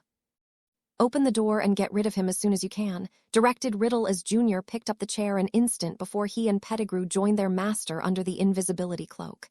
Moody opened the door and greeted the man, "Arthur." Weasley gave the room a quick scan, but he wasn't really looking for anything. He asked, "What happened, Mad Eye?" "Tell him. There was a cat outside, and you got rid of it," commanded Riddle. Moody gave a jerk as he desperately tried to break the curse, which startled Weasley. "Tell him," commanded Riddle, "there was a cat outside making a racket and I went out and whacked it with an old bat," remarked Moody as he'd been commanded to. He gave his arm another jerk. Moody was known for being a jumpy Auror, but his behavior today was unusual even for him. Weasley looked around the room again and noticed Moody's traveling trunk. He stood up to go over and take a look at it. Under the cloak, Junior was ready to cast the killing curse on the Nosy man. One step nearer and he'd fire. Arthur had a feeling that something was wrong. He glanced around again, but was distracted as Moody's shoulder gave another lurch. "Sit down," commanded Voldemort, who was nearly exhausted from the effort of holding the strong-willed man. His own resistance wearing thin, Moody complied. "Tell him you're tired and need to finish packing," commanded Riddle. "I'm tired." "I need to finish packing," said Moody with much less emotion than before. "Okay," replied Arthur. "Have a good term, Alistair." With that, Moody's last hope of rescue walked out the back door. After Arthur closed the door, Riddle told Wormtail, "Stun the Auror, we have much to do." Moody gave a final jerk, broke free, and lunged at Wormtail. "Avada key!" "No," commanded Riddle. He pointed his overly large wand at Moody and hissed, "Stupefy." Moody and Wormtail both hit the floor with a thud. Junior stopped his curse that would have ended Moody's life a split second before finishing it. As Wormtail got up and retrieved his wand, Riddle hissed, "We need the Auror alive. Remove his clothing and bind him. Take his magical eye and his wooden leg and shear off a few locks of his hair. He is a formidable adversary." He looked at the magical trunk and directed, "Barty, find his keys. Let's see what he has packed in his 7-compartment trunk." Thursday, 1 September, Amelia woke early and got dressed for the day. As with each year, she had mixed feelings about the start of school. A part of her wished that it was still July to allow her more time to spend with Susie and Harry, but she knew that the sands of time waited for no one.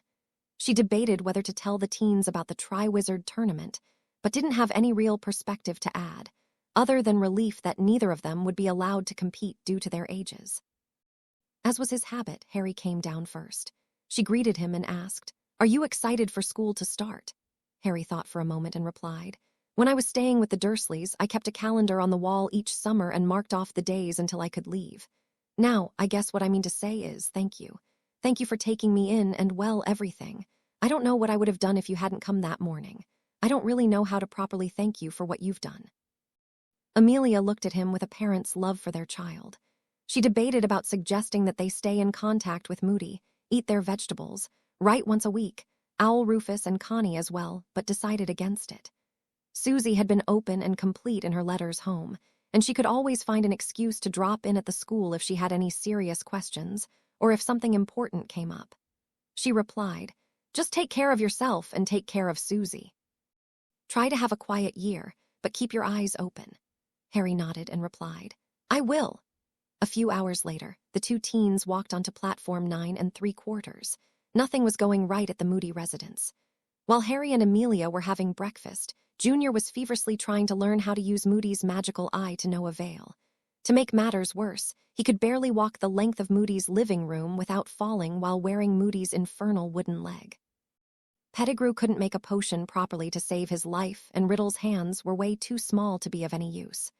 By noon, Junior, in the image of his father, had purchased an additional several hundred galleons worth of Polyjuice potion, and had enough to get through class and mealtimes for the first 2 weeks. Since it took a month to brew, he would need to acquire more until he could produce a sustainable supply for the remainder of the year. Wormtail suggested forcing Senior to make some, but after seeing Moody flinch, they didn't want to risk their meager resources on something that could so easily be ruined. Riddle searched Moody's memories for any conversations that he might have had with Dumbledore regarding school, and concluded that Moody was expected to have moved in before dinner time. He was about to suggest that Junior, in the form of Moody, should get ready and leave when Junior Moody tripped and fell flat on the floor with a crash. Perhaps another hour of practice was in order. The last carriage had been filled with students and already had left for the school when Junior Moody apparated to the Hogsmeade station. Junior cursed his wooden leg as he dragged his trunk along and hobbled his way towards the school. Dinner had already started. Fred and George were having fun at their younger brother's expense when they noticed Dumbledore looking towards the entrance doors to the Great Hall. They saw a strange-looking man with a gnarled-looking face and a large walking stick hobble his way towards Dumbledore, mutter a few words, and take his place at the staff table. The hall had grown silent when Dumbledore gave Moody a sympathetic look and announced, "I would like to introduce you to your new defense instructor, Professor Moody. Professor Moody is a retired master Auror and is eminently qualified to teach defense against the dark arts." Dumbledore gave a laugh when someone coughed, Lockhart, and replied, "For those of you who hadn't otherwise inquired, former Professor Lockhart is still recuperating at St. Mungo's. Let us wish the best for Professor Moody." Hannah looked around the hall when Dumbledore announced the Triwizard Tournament. Fred and George Weasley didn't look surprised in the least. Their brother Ron looked greatly angered when it was announced that there would be no Quidditch matches for the year. Harry looked relieved when Dumbledore announced the age restriction. At her own table, Sue's expression mirrored Harry's, while Cedric Diggory had a hopeful look on his face. Like most of the other students, she wondered how the new term would play out. Friday, 2 September Jr. was seated at Moody's desk, looking at a jar of large spiders that Hagrid had collected for him.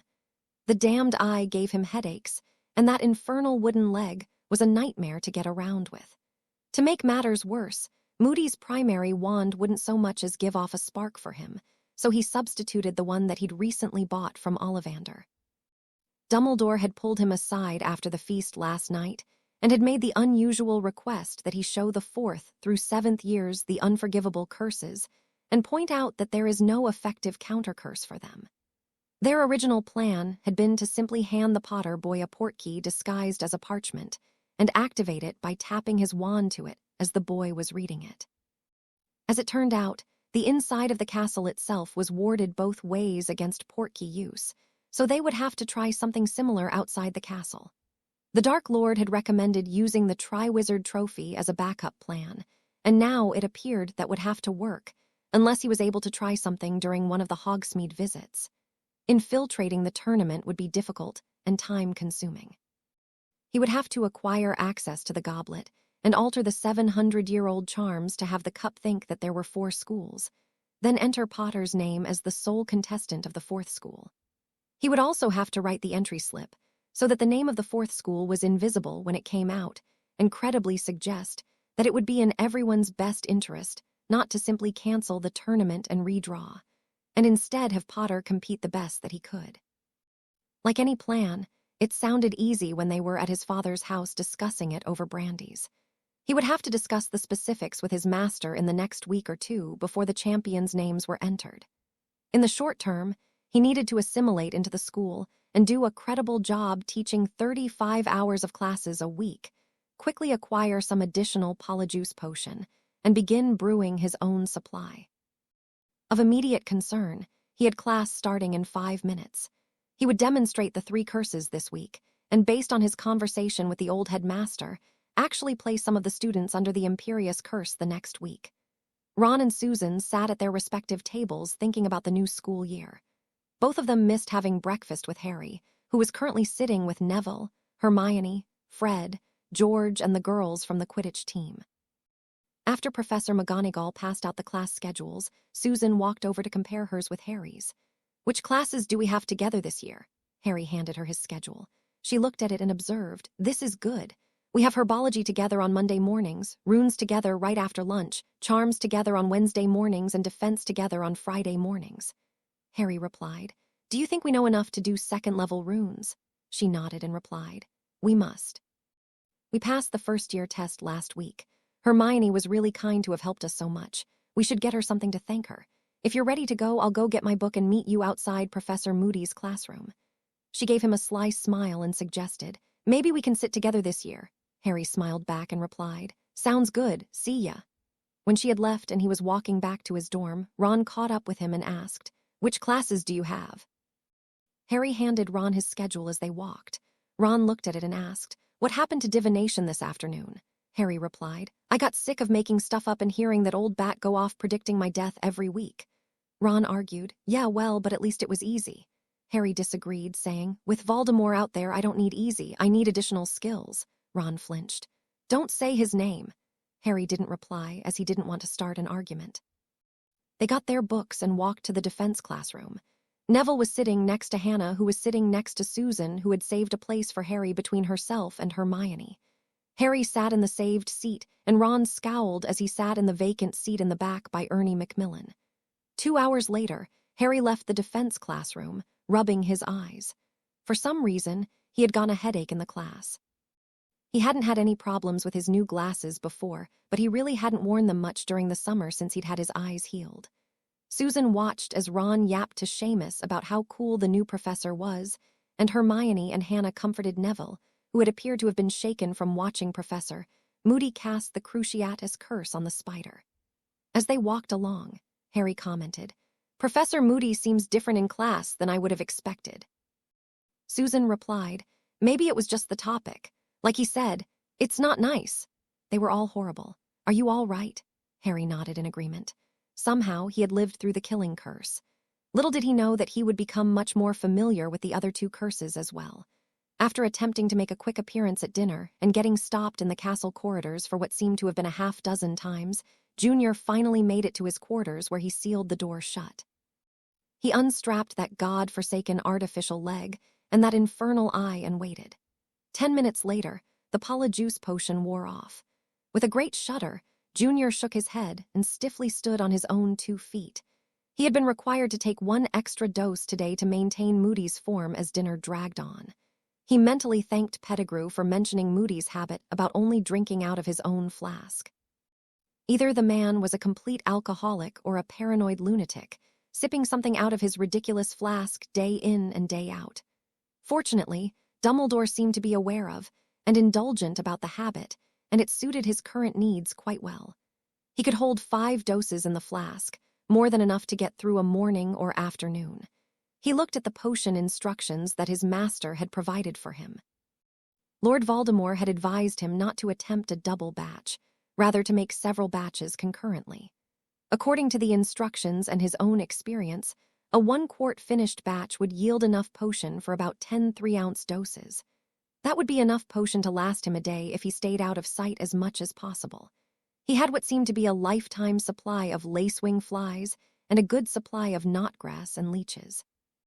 He also had enough of the difficult-to-obtain ingredient, the boomslang snake skin, to last for several months. The final ingredient, the powered bicorn horn, was easy enough to purchase, though it was quite expensive. He hadn't brought enough gold along the last time that he'd gone out with his father, and only had enough bicorn horn powder to last for the initial batches and a few weeks afterwards. As his master had suggested, it was quite easy to obtain 22-quart cauldrons from the school stock. By 3 a.m., he had finished the initial steps on all 20 batches and was relieved that the warmed cauldrons didn't give off a noxious aroma that he would have to explain away. As he cleaned his ingredient cutting equipment, he recalled his conversation with his master last week regarding getting assistance from Snape.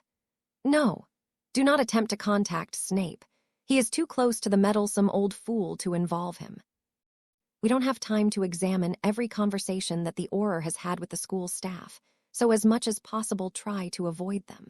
Remember that Dumbledore is a skilled legilimens, so keep your occlumency shields up when you are near him." As he drifted off to sleep, he thought to himself, "If I could just learn how to operate that infernal eye." Wednesday, 7 September, Amelia was delighted to see Hedwig fly through the open window into the kitchen. She missed having the kids at home and eagerly opened the notes that they had each sent. "Auntie, the train ride was brill. Everyone in Hufflepuff came up and asked about Harry. Professor Moody will be covering the unforgivable curses in class in the coming weeks and gave a demonstration on Friday. Was that how Mum and Dad were killed? Harry seemed especially quiet after Moody's class. I'll give him some time and space, but I'm sure that he was bothered by seeing it performed again. The second-level runes class went well. Harry and I seem to be at about the same level as the rest of the class. Hermione was so nice helping to catch us up over the summer.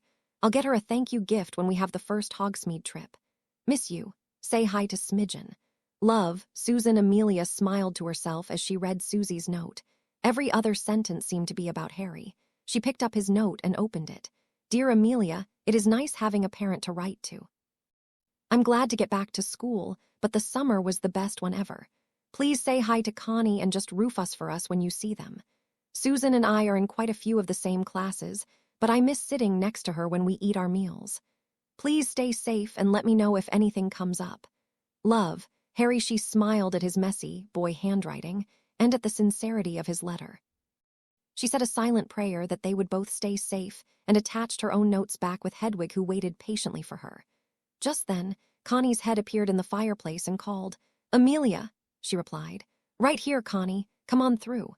Connie replied, "Anna and I will be over in 5 minutes." Amelia wasn't surprised by the call. Connie had made hundreds of after-hour visits over the years, yet Amelia had sensed a note of urgency in her voice that usually wasn't present. She asked Smidgen to set out tea and biscuits when she heard the knock on the door. The little elf opened the door, and the two investigators hurriedly walked in and began their tale.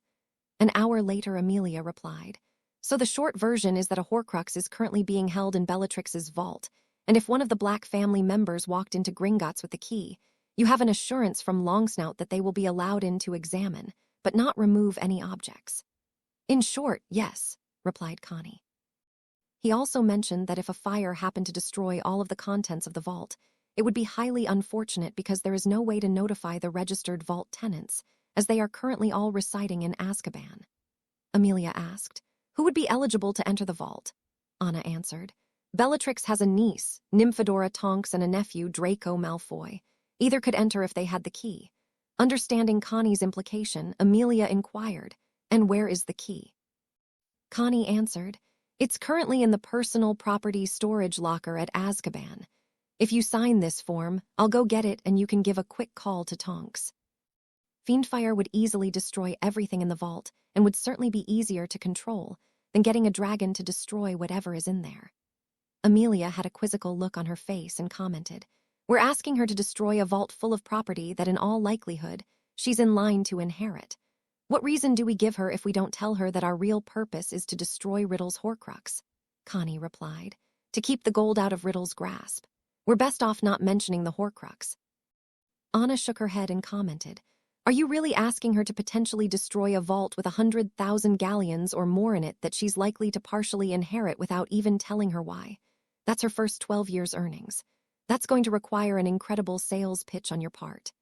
Amelia sighed and replied, "Connie, somehow I'll make it up to her to the extent that she has a claim on it. I don't know what else I can do." "We can't force her to do it, and we're not going to expand the number of people who are aware of the Horcruxes." Connie nodded and replied, "I agree." Anna suggested, "I'll go get Tonks." The next morning, Riddle felt a blinding pain that lasted for nearly a minute. Pettigrew noticed his master writhing on the chair and asked, "Master, what's wrong?" For a minute, Riddle was unable to answer. Then the pain subsided, and he felt lightheaded for a few minutes. After 5 minutes or so, the feeling slowly went away and the Dark Lord called, "Wormtail, I need to be fed. Be quick about it." Something was wrong. At the same time that the Horcrux was being destroyed, Harry was working in Transfiguration when he felt a blinding pain and slumped to the floor. Hermione and Susan immediately went to his side, and Hermione shouted, "Professor, Harry needs help." McGonagall was quick to react and called, "Mr. Weasley, go and advise Madame Pomfrey that Mr. Potter will be there momentarily." She immobilized Harry, and Susan and Hermione accompanied the assistant headmistress as she levitated Harry to the hospital wing. Curiously enough, by the time she had levitated him onto a bed at the hospital wing, he seemed normal again and complained, "I'm fine." Ignoring his comment, Poppy put up the privacy screen and examined him carefully while the two witches went back to the classroom under protest. Aside from the fact that his shirt was soaked, she begrudgingly agreed with him and released him to go to lunch. Friday 9 September Jr. blew a calming breath as the fourth years walked out of his class. To his absolute amazement, Potter completely threw off his imperious curse on just the second attempt. As he would have expected, none of the other students even came close to resisting the infamous curse. He wondered how in the world the skinny teen had thrown off his mind control curse as if it were nothing more than a pesky insect, when it had taken him a dozen years to escape his father's control. Then, to his complete annoyance, the stupid kid kept going on about his new dragonhide boots. It would be a long year. Later that evening, Crouch Sr. woke up from being stunned all day only to be placed under the imperious curse again. In the 5 seconds in between the two, he resolved to find a way to contact Dumbledore when he had the opportunity. In the meantime, he continued to stare at the wall as he had been commanded. Amelia was examining the photos that Anna had taken when she accompanied third-year Auror Cadet Tonks to the Blacklist Strange Vault the day before. The detection charm that Longsnout had cast had indicated that the object in question had been a small golden cup, not much larger than a jigger. Of nearly equal interest were the other cursed objects and financial instruments, deeds and the like that Anna had photographed. The whole idea of soul splitting sickened her to think of, but as Connie had explained it, the spell cast to actually split a soul and embed the other half into an object would literally split the caster's soul in half. Amelia inquired, Did the manuscript that you referenced indicate how many times someone could split their soul and have it work? Connie replied. Other than the spell itself, it really only referenced 5 points. First, it took an intentional murder to initiate the process with the Horcrux creation immediately following. Second, it was a literal split into 2 equal pieces. Third, multiple splits were theoretically possible. Fourth, if the Horcrux were destroyed, the wizard would somehow be weakened magically, but there were no specifics. Finally, while sufficiently anchored, the witch or wizard who had created a Horcrux couldn't be killed. I'll read it again and see if there was anything that I missed.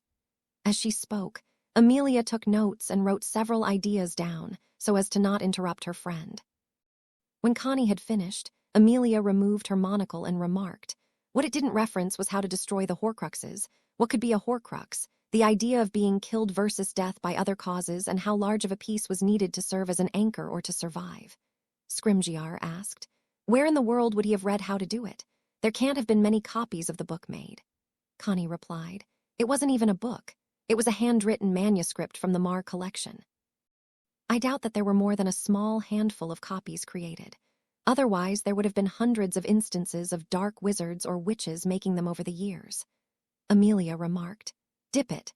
Before Dumbledore became headmaster in 46, Dippet occasionally allowed students into the headmaster's reserved section. Riddle probably came across the information while he was in school. I think it makes sense to go and talk with Dumbledore about this and see what he knows. Anna asked, what else do we know about the other one that he made? Amelia reflected and replied, it was a diary embedded with thought the essence of Riddle as a 16-year-old student. Therefore, it is reasonable to conclude that if he made multiple Horcruxes, that it was probably the first one he made. Anna, let me see the photo that you took from the vault again, please. Anna handed her the photo, and she took a magnifying glass out of her drawer to examine the photo. There was an intricate engraving on the cup of a badger. She handed the glass back to Anna and asked, what do you see? The young investigator looked at it for a moment and asked, is that an otter? Amelia smiled and replied, think Hogwarts founder. It was a badger. I believe that was Helga Hufflepuff's cup. Connie remarked, where in the wood Riddle or Lestrange have got hold of that? It must have been a priceless artifact before he corrupted it. Amelia replied, I'll set something up with Dumbledore next month. In the meantime, I'd like you each to consider what the similarities and differences are between these 2 items. We'll talk again in a fortnight. Scrimgeour remarked, maybe the 3 of you should go. I've said no to too many of his little suggestions over the years to have him interested in having tea with me. Amelia was about to chide him about acquiescing to Fudge's request about stationing a full team in Diagon Alley, but decided that pouring salt in an obviously open wound wouldn't accomplish anything. Tuesday, 20 September, Hermione found Susan and Harry in the library working on their runes paper. She walked up behind Susan, gave her shoulder a squeeze, and said, thank you two for arranging the birthday party last night. It was kind of you to remember, and even nicer to see some people from the other houses too. Susan smiled back and replied, you're welcome, Hermione. I'm glad that we've gotten to know each other and become such good friends these last months. Old habits dying hard, the bushy hair witch glanced at Harry's parchment and commented, Harry, your fee rune should describe wealth, not power. Also make the down stroke just a bit longer. Susan, yours looks good. She smiled at the other witch, while Harry got his quill out. Hermione winked at her and added, keep working on him, he's a keeper. Susan beamed at her and replied, thanks. Sunday 30 October Jr. cursed at himself as he removed that cursed leg and the eye. He downed 3 fingers of scotch after the polyjuice potion had worn off. The first batch of potion that he had made had been completed, bottled and stowed away in Moody's trunk. He had been able to purchase additional powdered bicorn horn, though the price had been higher than when he had purchased it in August. Junior had carefully placed the charms that his master had recommended on the goblet of fire the night before.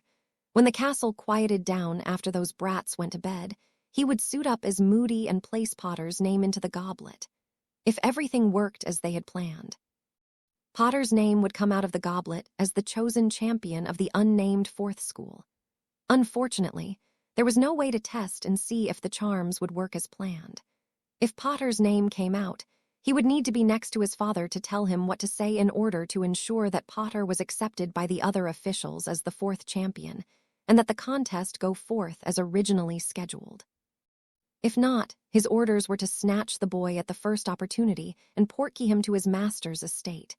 He couldn't do it while Potter was in the castle, but might have a chance if he could be found at one of the Hogsmeade visits. Junior downed 3 ounces of the disgusting potion, strapped on that horrible leg, and I before picking up the slip of paper with Harry Potter written on it and walking out. The next day would be interesting. Tuesday, 1 November, Amelia was awakened by little Smidgen who said, "Miss Suzzie's hairy friend's owl has a message for you, mistress." "Auntie, something terrible happened at the Goblet of Fire ceremony. First it picked Victor Crumb from Durmstrang, then it picked Fleur de Lecker from Beauxbatons, then it picked Cedric. Then a minute later, Harry's name came out. This is awful. Everyone says that the tournament is dangerous and that some of the previous champions have been killed." Harry told them that he had nothing to do with putting his name in the goblet, he didn't want to compete, and that he had no intention of being in the contest. Mr. Crouch said that he had to something about a magical contract. "Auntie, please help him. I don't want anything else to happen to him." Love, Susan Amelia thought about what she knew about Harry Potter, the things he'd told her, what she'd seen herself, and the words that he'd used when he'd spoken them. He was undoubtedly the most fearless, noble young man that she'd ever met, and there was a huge point there. He didn't go looking for trouble. He would not have signed up for the tournament without discussing it with her. The fact of the matter was that Harry was too young to sign a magical contract. There was no way in the world that the Dursleys would have signed anything on his behalf. She got dressed, ate a quick breakfast, and hurried into the office. When she got to Crouch's office, Percy Weasley, the new hire aide, was sitting at the desk outside the office. He inquired, "How may I help you, Director Bones?" She smiled and replied, "Good morning, Percy. You can arrange a meeting with Ludo Bagman and Barty in my office in 15 minutes. Percy looked uneasy and replied, "I'm sorry, Director. Mr. Crouch will be unavailable all day. Actually, he may be unavailable for the rest of the week. Is there some way that I could assist you?" The smile had left Amelia's face. In a much more directive voice, she stated, "Yes, Percy, you can. Go find him and have him in my office in 14 minutes. I'm sorry, Director Bones, Mr. Crewe. Percy, do I look like the sort of person who would be intimated by an aide who has been at the ministry for a month? 9.5 weeks, actually. I'm Mr. Crouch's personal assistant. I'm certain that I could help in." With every bit of patience she could muster, she inquired, "Percy, would you enjoy being reassigned to Azkaban for a few weeks, scrubbing out cells of prisoners who have died?" Without a trace of his usual pompous tone, Percy replied, "No, Director Bones." Seeing some evidence of agreement from the teen, she softened her stance a bit and observed, "No, you certainly wouldn't. Please have them both in my office in 20 minutes and come along yourself, since you are Barty's new personal assistant." "No, Weatherby, I'm supposed to stay here," droned the old man as he went back to staring at the blank wall. In something of a panic, Percy protested, "But sir, Director Bones was most insistent." He really didn't wish to spend a month working in Azkaban's scrubbing cells. Crouch's monotone reply was, "Weatherby, I've worked at the ministry for nearly 40 years. You have worked for me for just over 40 days. I'm not feeling well and I'm taking some time off right now. If there's something urgent that I need to see or sign, please bring it to me each afternoon at 4. You can handle the daily work until I return. Can you do that, or would you prefer to be reassigned?" Resigned to his fate with a scrub brush, the redhead replied, "No, sir. Thank you for the confidence that you've shown me. I'll take care of everything. Specifically, what should I tell Director Bones?" "Tell her that the ancient rules specifically state that once a champion has been entered and selected that they are honor-bound to compete. It is assumed that the champion candidate either entered themselves or had an authorized person enter for them. I view it as a magical contract, with at least a chance that an unwilling witch or wizard, once selected, would be magically penalized. We can review the process on a go-forward basis, but for now, it is what it is." "Have I explained myself clearly, Weatherby?" Encouraged by his manager's words, Percy gave a smart reply. "Yes, sir. Perfectly clear, sir. I shall relay your message exactly as you gave it, sir. With your permission, I'll take my leave now." "Fine, Weatherby. Fill out the necessary paperwork for a promotional pay raise to level A3 and I'll sign it the next time you come by. Is there anything else?" "No, sir." With that, Percy Weasley, a.k.a. Weatherby, carefully closed his manager's back door and returned to the ministry to relay Senior's messages and positions to a very unhappy witch. As Amelia was reading the letter from Susan, Ron was getting out of bed. He was hurt that Harry had lied to him regarding placing his name in the goblet. He had probably used his invisibility cloak to get across Dumbledore's line somehow. The passage of an evening had not diminished Ron's anger at Harry. If anything, it had only intensified. As he walked down the steps, he saw him sitting there, as bold as brass, chatting up Hermione. Fred gave George a significant look as they spotted their younger brother standing on the stairway, giving Harry a death glare. Each took a galleon out, and they set them on the table between their chairs in some unspoken wager that only the two of them could comprehend. From across the common room, they could hear Ron's voice getting louder and angrier. Several students sat on their respective stairways to gawk and stay out of the way of what was certain to become an ugly scene. George took out another galleon as Ron's voice got louder and whispered, "Double or nothing. Ron takes a swing at Harry before either of them makes it out the door." Fred nodded, took 2 galleons out of his pocket and replied, "Agreed. Another galleon says Ronikins ends up on the floor, bleeding." McLaggen commented, "Your brother's bigger than Potter and stronger too." "I'll take that bet." He took out 10 galleons and set it on the table. Fred and George immediately took out 5 galleons each and replied, "You're on." George thought to himself, "Never bet against Potter." Oblivious of the wagering action taking place around them, Ron shouted, "Fine, be that way. I hope you get your arse handed to you in the first task." He shoved Harry, who shoved him back. Ron reacted poorly and attempted a roundhouse swing at Harry, who was far too quick to be hit by such a slow punch. He got out of the way and gave Ron a big shove into one of the chairs where he landed arse over tea kettle with a thunk on the stone floor, bloodying his nose. He looked up and shouted, "Drop dead, Potter." McLaggen handed his galleons over to the smirking twins. Even in the face of a train wreck, there was gold to be made. Ron picked himself up and stormed out of the door, flipping Harry the finger as he left. Hermione shook her head and apologized to Harry, saying, "Charming." Wednesday 2 November classes had just started for the morning when Dumbledore answered the knock on his door. "Enter." Quickly sizing up the emotionally charged woman, he greeted her. "Ah, Amelia, to what do I owe the pleasure this morning?" "Pleasure? It's anything but. What in Merlin's name is going on with this contest of yours, Dumbledore?" "Susie wrote me and said that you had drawn an age line. How in God's name did Harry's name get entered? And why didn't you immediately declare the contest a draw and call for a recasting of the names?" The old wizard steepled his fingers together as he looked at her and replied, "Indeed, I did cast an age line, Amelia. As such, I believe that it is highly improbable that young Harry entered his name into the goblet. Further, I have my doubts that any of his classmates, at least those that call themselves his friend, had entered his name into the goblet." Amelia shook her head and stated, "I will not allow this to happen to Harry, least of all against his will." "I quite agree. But it remains that someone has gone to considerable length to enter him into the contest. As Alistair observed, it would take a powerful wizard to bamboozle such a powerful magical object into believing that there was a fourth school." Amelia was shocked at his statement. It hadn't even occurred to her how the perpetrator had done the crime. Yet at Dumbledore's words, Moody's idea made perfect sense. Was he suggesting that he somehow approved of Harry's participation in the contest? "Certainly you're not suggesting." Dumbledore looked over his half-moon specs and replied, "Actually, I am Amelia. I believe that we should allow this mystery to unfold a bit more and see what happens." "See what happens? Harry's not some pawn for you to move on your human chessboard in an exploratory move, Dumbledore. It's not for you to decide that he should participate in this obvious trap just to see who you can flush out." She could barely contain her frustration at the arrogance of the man. As calm as ever, the old wizard stated, "Frank Bryce makes me think differently, Amelia." Enraged, Bones demanded, "What do you know about Frank Bryce, Dumbledore?" As calmly as he could, Dumbledore replied, "I too read the papers. He met his death in Little Hangleton in August. He had been the long-time groundskeeper at the Riddle estate."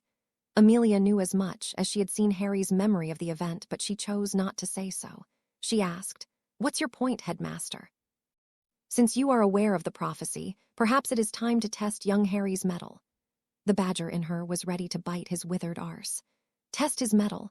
I've a good mind to pull him out of this school of yours, and actually, I think that's a fine idea, at least for the rest of the week. He's already had quite a falling out with young Mr. Weasley over his declaration that he didn't enter himself into the contest. Having him away from the school for a few days might save him a few friendships, and heaven knows, he'll need all of the support that he can muster this year." Blowing out a breath that she had been holding, she shook her head and replied, "Fine. I'll go pick him up now. When you come to my house for breakfast Saturday, you'll tell me exactly what you have learned about Horcruxes." Dumbledore made a conscious effort to keep his mouth from dropping open as the director of magical law enforcement walked out of his office and allowed the door to close a bit louder than normal. She was not a happy witch. By prior agreement, Anna had been tapped to question Harry that afternoon, after Amelia brought Harry home after taking him out for a quick lunch. Not that there was much precedent in this particular situation, but Connie excused herself on the basis of being too close to the family. Harry had agreed to take the Veritaserum, and Connie carefully counted out and administered 3 drops of the powerful truth serum. Anna waited a minute for it to take full effect and began her script of questions. "What is your name?" In the expected flat voice, the messy-haired teen replied, "Harry James Potter. Did you place your name into the goblet of fire?" "No." "Did you ask anyone to place your name into the goblet?" "No." "Did anyone that you know place your name into the goblet?" "I don't think so." "Did you want to enter the tournament?" "No." "This concludes the deposition." Anna was tempted to ask him how things were going with Susan, but she didn't want to violate his trust. Connie administered the antidote, and they waited a minute for it to take effect. Taken at face value, Harry's name coming out of the goblet wasn't too big of a stretch to imagine. One of his pals could have easily tossed or banished his name across the age line without his knowledge. What was disturbing was the idea that Amos's boy had already been selected as the Hogwarts champion. No student would have had access to the goblet long enough to have enchanted it into thinking that there were 4 schools. She asked, "Harry, who has it in for you at Hogwarts?" He thought about her question for a few minutes and replied, "I can only think of 2 people, Draco Malfoy and Snape." Connie waited a moment and suggested, "Keep going." Harry added, "Malfoy's dad gave the diary to Ginny Weasley 2 years ago and got booted off of the Hogwarts board of directors because of it. He was probably pretty hacked off over that, and I wouldn't put it past him to have talked Draco into doing something about it." Connie considered his words and nodded. Launching another plot where he would only have to indirectly participate and could sit back and watch the bedlam from a distance didn't seem to be too out of character for the slippery wizard. She waited, and finally Harry continued. "Snape has always had it in for me, and from what my dad's friends told me, it is a continuation of some teenage grudge that he and my dad had when they were in school." Connie might have dismissed his words, except everything that she knew and had observed about the teen suggested that he did not lie or exaggerate about important things. If anything, he understated most things, so she found herself with 2 leads that would be difficult to follow up. Harry asked, "Is there anything else?" Connie and Anna looked at each other for a moment, and Anna replied, "Not right now, Harry. You have been very candid with us this afternoon. Thank you very much." While Harry was being deposed by Anna, Susan was on the short end of some very hurtful comments, courtesy of Draco Malfoy. "Hey, Bonesy, I heard that the Aurors came in and dragged your little boyfriend off. He's probably on his way to Azkaban by now." As if on cue, Crabbe and Goyle leered at the teen, making her very uncomfortable. Fortunately, Cedric Diggory had seen the exchange and called, "Knock it off, twerp. Shove off, you two. Come on, Susan. It's almost time for dinner. These 2 poster boys for contraceptive spells can go amuse themselves someplace else." She walked along with her older housemate and gave him a grateful look. After they had gone a ways, she replied, "Thanks, Cedric. It's been a pretty crappy afternoon." "I didn't think so many people would come up and say such crude things about Harry." "Only the idiots would," observed Diggory. "Potter told Dumbledore that he had nothing to do with putting his name into the goblet, and I believe him. He's a good guy." "Thanks," replied Susan. "He didn't, I'm sure of it. He told me that he was looking forward to a quiet year at school with the focus on someone else for a change." "It will work out," replied Cedric encouragingly. "If anyone gives you 2 an especially hard time, let me know, okay?" "All right," agreed Susan. "Thanks, Cedric." He grinned and replied, "No worries." Saturday, 5 November Saturday morning, Amelia got up early. She wasn't surprised to see Harry sitting at the table having a cup of tea and pushing a raisin with his spoon. Rufus had volunteered to take Thursday and Friday off and had taken Harry out to the Auror Training Center to work out his frustrations. Both evenings he had come home exhausted, but hopefully had learned something useful in addition to simply blasting away bits of ballistic clay. She smiled at him and said, "Good morning, Harry. Are you rescuing raisins this morning?" "No," answered Harry, not really listening. "I miss Susan." In reality, he hadn't been away from the strawberry blonde for this long since he moved into the house in the summer. "I'm certain that she'll be delighted to hear that," replied Amelia, suppressing a smile at his absent-minded honesty. "Professor Dumbledore, Rufus, Connie, and Anna should be here in a little while. I want to see what Dumbledore will offer up before we show him our cards. He may have some insight regarding those blasted Horcruxes, and hopefully he has some idea how many of those wretched things that monster might have created. Additionally, I intend to place some additional security in the school." Harry looked at her but didn't say anything. It felt like she had more to say, so he waited. Realizing what he was doing, she smiled at him and added, "Very good, Harry." She continued, "Harry, Professor Dumbledore believes that it would be best if you agreed to participate in the tournament." As she expected, she didn't have to wait long for his reaction. "He can go bugger himself. I don't want anything to do with that thing." Unsurprised by his less than genteel remark, she replied, "Susie said about the same thing when I met her in the hallway at Hogwarts before I came and collected you." He looked at her, and she continued, "Irrespective of what Barty Crouch sees as the rule, it is completely your choice. As headmaster of the hosting school, Dumbledore can declare the contest to be complete and hold another drawing the next morning." "Why does he want me to participate?" asked Harry, not at all convinced that it would be in his best interest. "Why indeed?" exclaimed the old professor as he brushed himself off upon leaving the fireplace. "Good morning, Amelia, Harry. I believe that it would be in your best interest to participate in order to improve your skills, and also to flush out the person or persons responsible for entering you in the tournament. We can discuss Harry's options and let him make an informed decision after the others have left," replied Amelia, who had no intention of allowing anyone to force their views onto Harry. Dumbledore commented, "I wasn't aware that anyone else would be here this morning. Ah, good morning, Miss Daly, Madam Hammer, and Mr. Scrimgeour. How nice to see you all again." Before the old professor could shift the conversation onto a subject of his choosing, Amelia interjected, "The subject of the day is Horcruxes, specifically as they relate to Tom Riddle. Professor Dumbledore has agreed to come here this morning to tell us what he knows about them and what he believes as well. Professor." Dumbledore noted the unsurprised looks on the faces of the two investigators and the senior Auror. Obviously, they had previously discussed at least the concept of the soul anchors. He began, "A Horcrux is a vessel that is used to store a fragment of someone's soul for the purpose of anchoring him or her onto this plane of existence in the event that they are killed." Amelia was going to cut the old professor off and urge him to get past the basics, but held back at the last second. If nothing else, it would help give everyone a common understanding of what they were up against. As he continued, Anna made some notes in her notebook and listed some questions that she would ask after the old professor was through. In truth, she was expecting more information beyond the overview level. When Dumbledore stopped, she looked at her notes and asked, "Professor, in your opinion, did Riddle start murdering people who he felt had wronged him somehow, and came up with the idea of creating Horcruxes later on? Or do you think that creating them had been his original purpose?" The old professor considered her question for a moment and replied, "Miss Daly, it is my belief that he discussed the means of creating a Horcrux during his 5th year, made his plans, and executed them the summer before his 6th year when his father and grandparents were doubtless murdered by his own hand." He paused for a moment and questioned, "Miss Daly, you used Horcruxes in the plural. Is it your belief that he created more than one?" She replied, "Yes." Who would Riddle have talked to regarding them when he was still at Hogwarts? The literature about them is quite scarce. Honestly, I'm amazed that Connie had even heard of them, since Riddle, at age 15, would have lacked the resources beyond what had been made available to him by Headmaster Dippet or some other professor. Who do you believe was his source? Well done, Miss Daly. It took me almost 10 years to reach the same conclusions that the 4 of. Seeing Harry, he corrected himself. The 5 of you reached in a few months.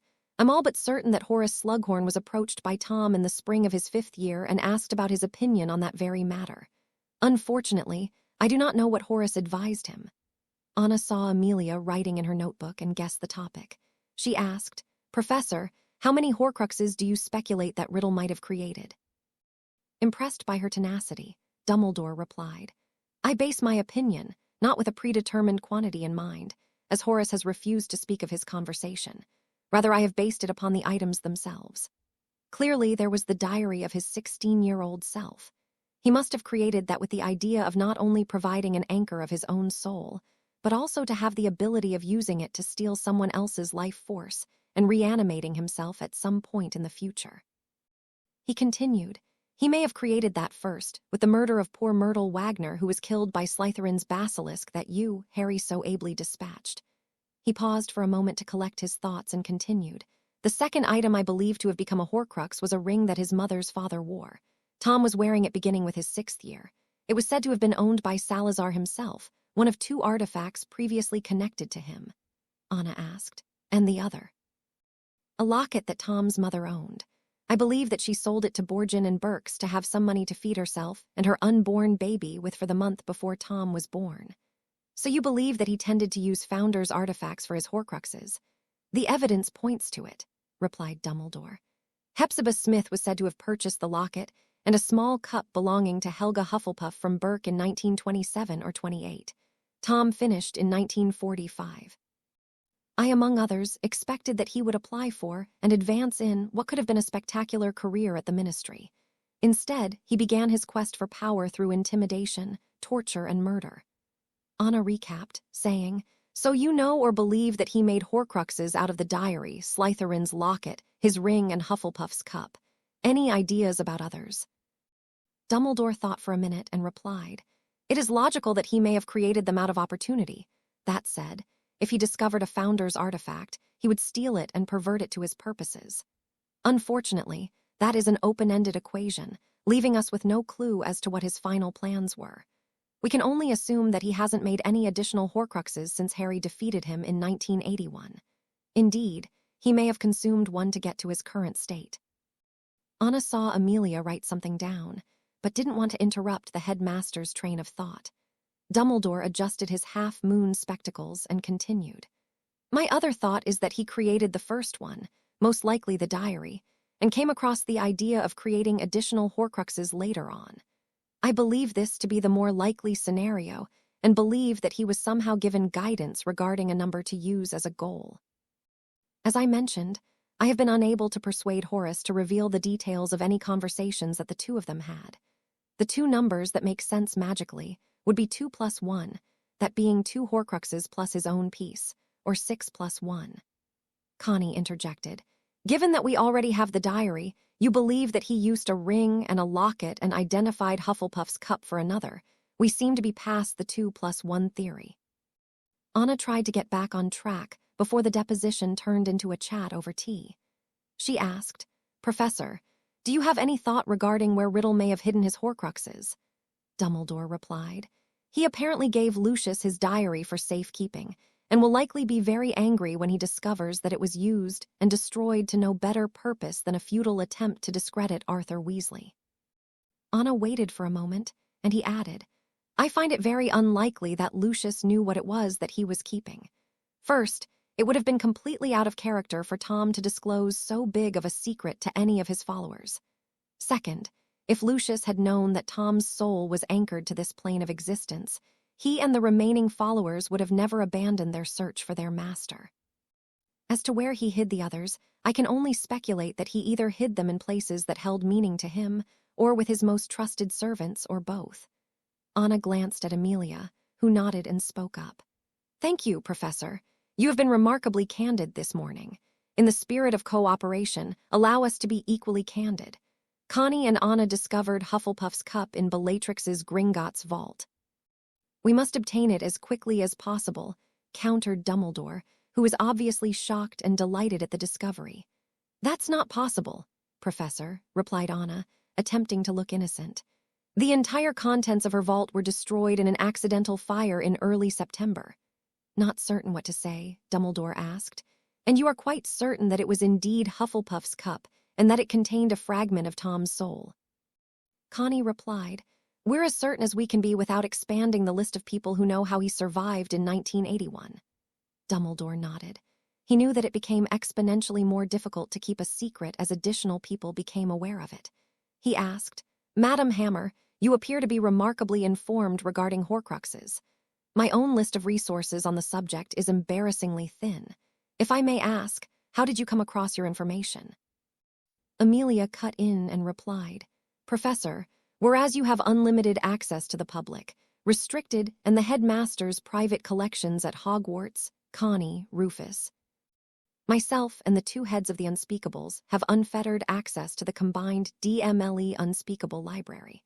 Whereas Dippet probably gave young Tom Riddle access to the headmaster's collection that he had no business doing, the so-called Mar collection is available on an eyes-only basis, meaning that the authority to view the said documents cannot be redelegated to others." Dumbledore nodded sadly. Armando should have never provided such dangerous information to Tom. There were only a few volumes that even referenced Horcruxes in the restricted section. It didn't make sense that Dippet would have been so free with a fifth year. No school head would. Clarity hit Dumbledore like a lightning bolt. He called, "Harry, when you return to the castle on Sunday, perhaps you would be willing to lead us on one additional tour of Salazar's Chamber of Secrets." Connie didn't want Harry going anywhere near that awful place, and doubted that Amelia did either.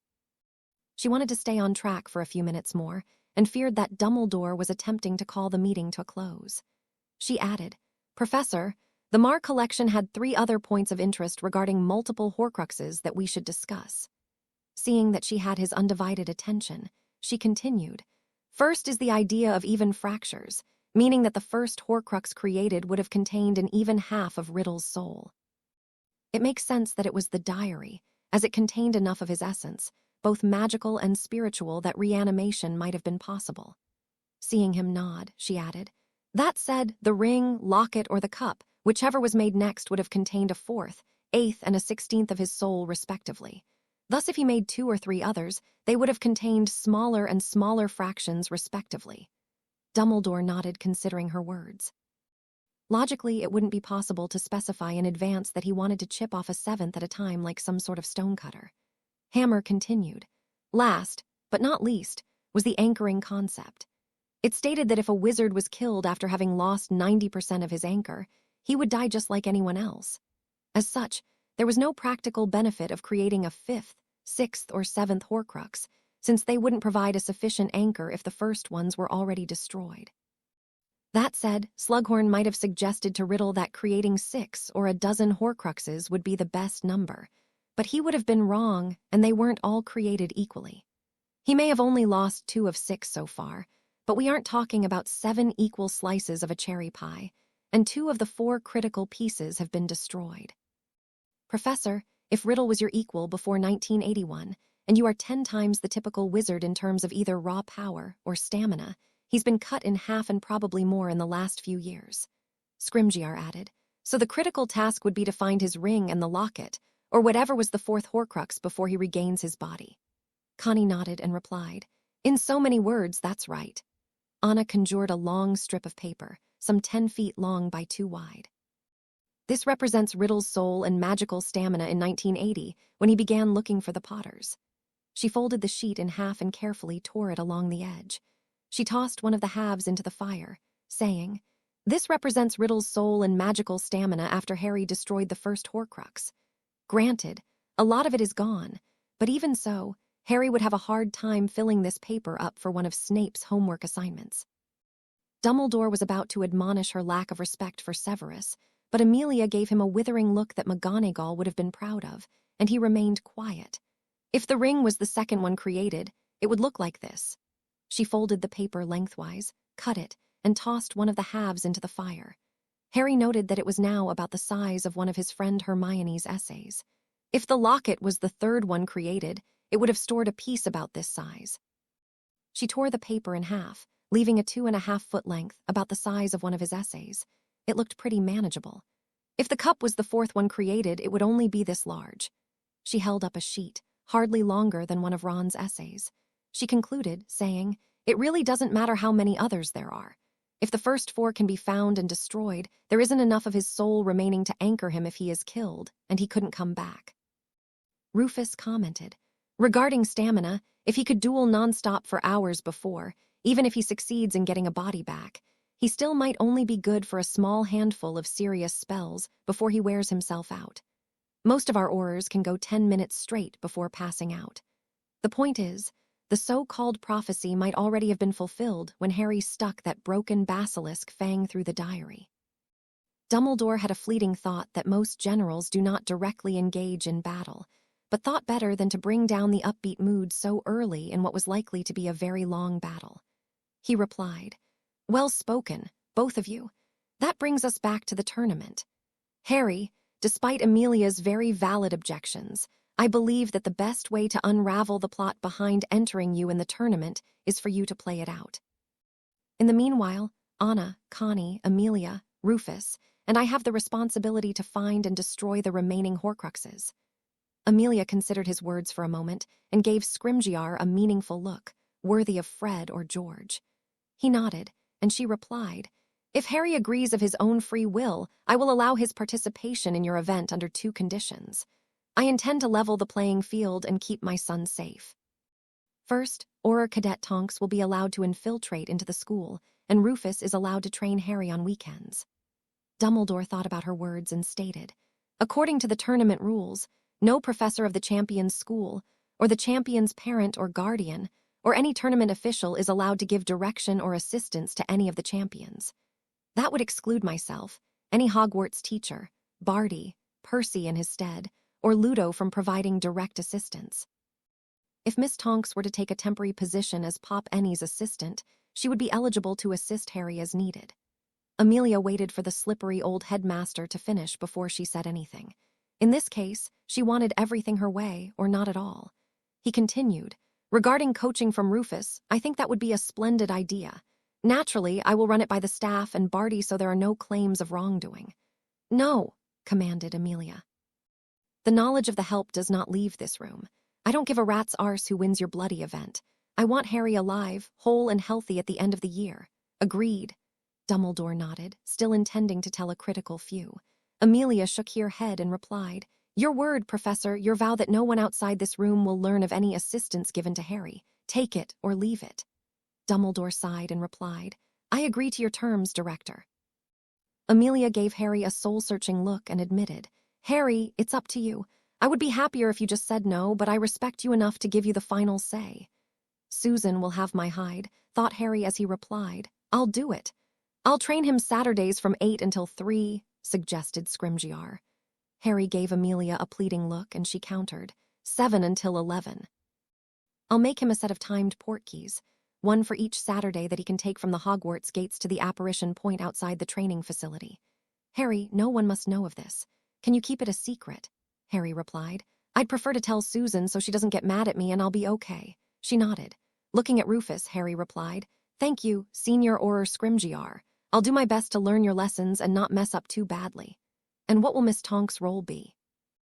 asked Dumbledore. Amelia replied, "For now, simply another pair of eyes to keep watch for strange occurrences and a pair of hands to react in case anything comes up. Since she has no real duties to perform, she may end up learning a fair amount of useful healing skills, and in that position, she would be free to quietly leave the castle on a short-term basis without raising suspicion.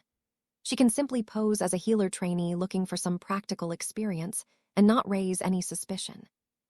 She can disguise herself enough so that none of your staff recognizes her. She could be on an exchange from Australia to get out of the issue of none of the staff recognizing her name as a former student. She'll do fine. Do we need another oath, Professor?" The old headmaster realized that he had received as good of a bargain as he was going to get and replied, "Agreed." He took a look at his 12-moon watch and added, "I must be going. Harry, if you and the others could be outside Myrtle's bathroom at 8 a.m. tomorrow, we can conclude our search. Until then, I will take my leave." With that, he tossed a bit of flue powder into the fireplace and went to his next destination.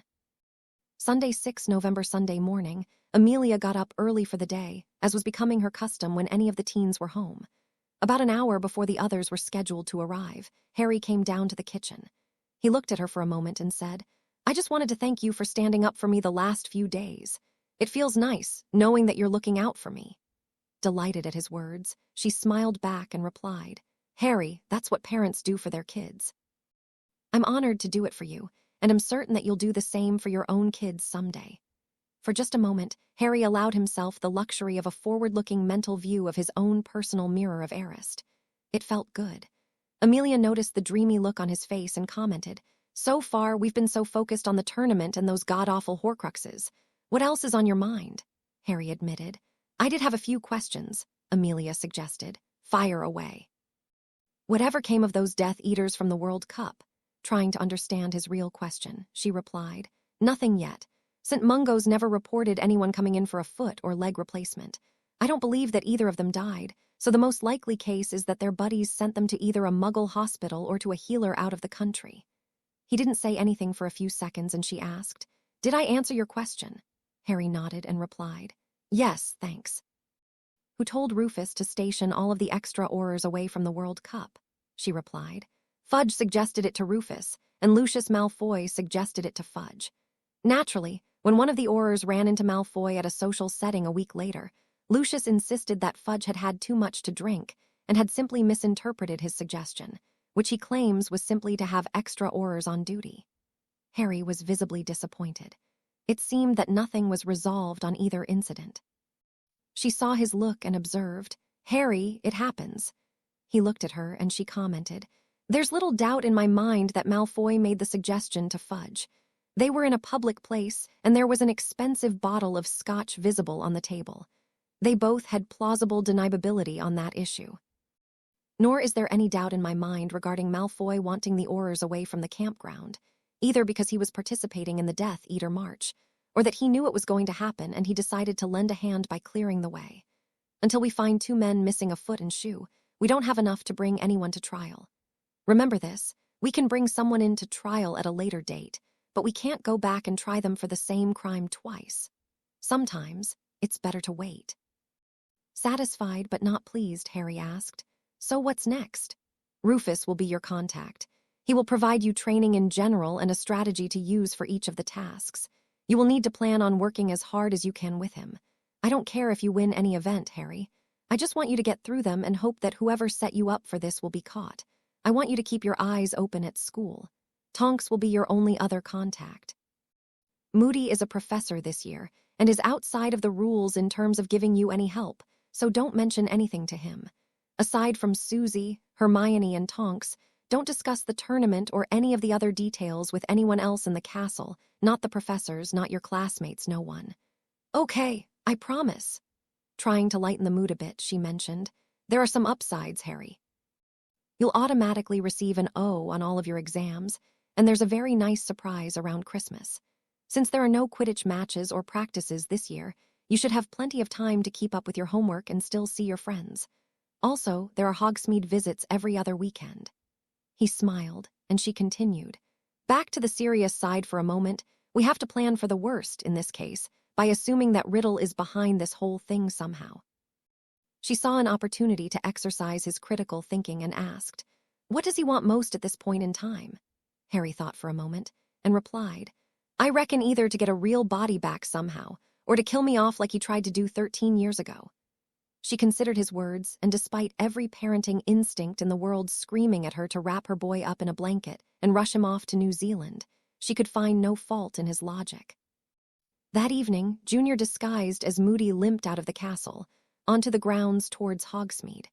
Once he left the castle grounds, he apparated to an area just outside his father's home and limped over to the back door, where he took another sip of that disgusting potion and let himself into the back door. He limped into the room where his father was staring at the wall, cleared off the uneaten food from the tray, looked at the mail and other papers that Percy had delivered and commanded his father, sign them, and have them ready for Weatherby to pick up in the morning.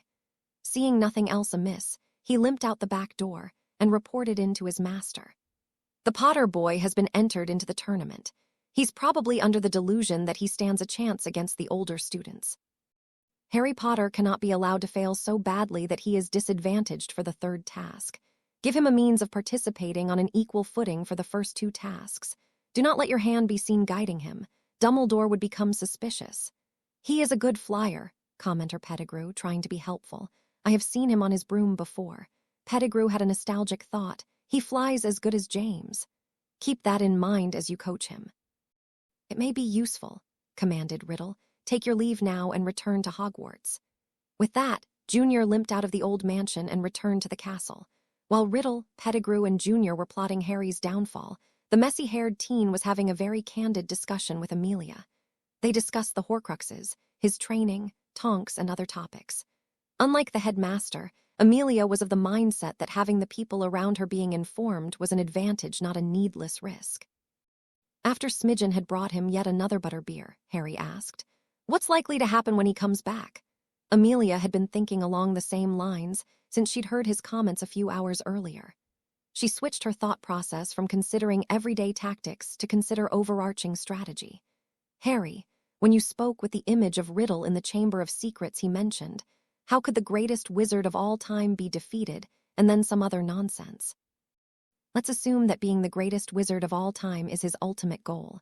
You're much closer to the age that he was when he spoke those words. What does greatest mean to you?" Harry replied. "Best, I suppose. Making a lasting difference of some kind, improving the world, that sort of stuff." She rephrased her question. "What do you suppose that he meant? Probably the most powerful, or controlling the most people, or being in power the longest. That sort of stuff. Maybe like Fudge." She choked on the tea that she'd been sipping on. Certainly Fudge had come to power largely from peddling influence, but on a purely physical basis, wasn't a particularly powerful wizard. She had a mental image of Voldemort and Fudge dueling at 10 paces and laughed. Harry continued, "So many of the Slytherins spew that blood purity crap like they're better than everyone. Their ancestors may have accumulated some gold, but from what I've seen, they don't do better in school.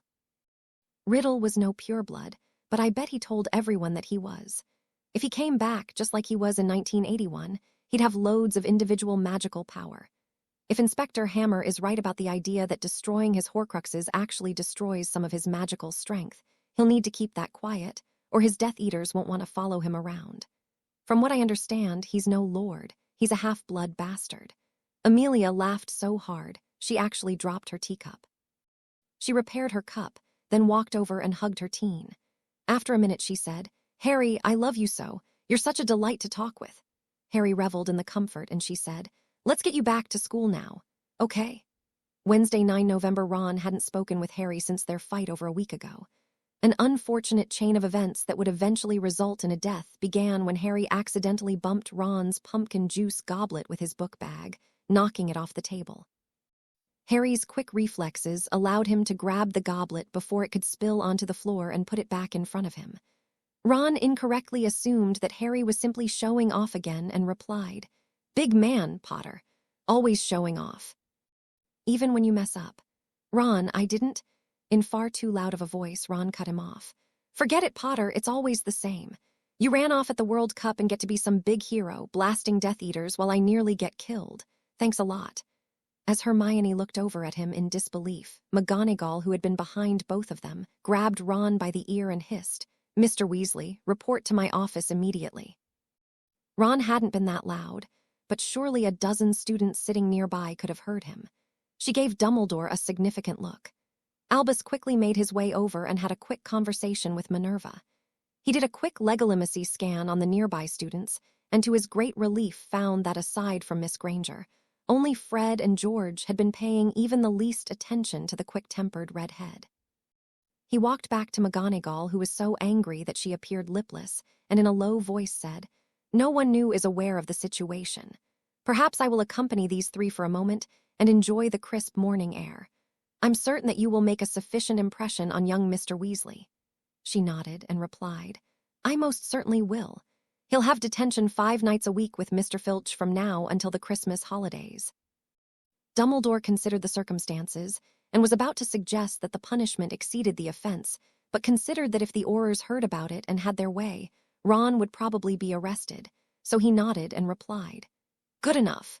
He went to collect Fred, George, and Hermione, passing Alistair, who had been standing nearby.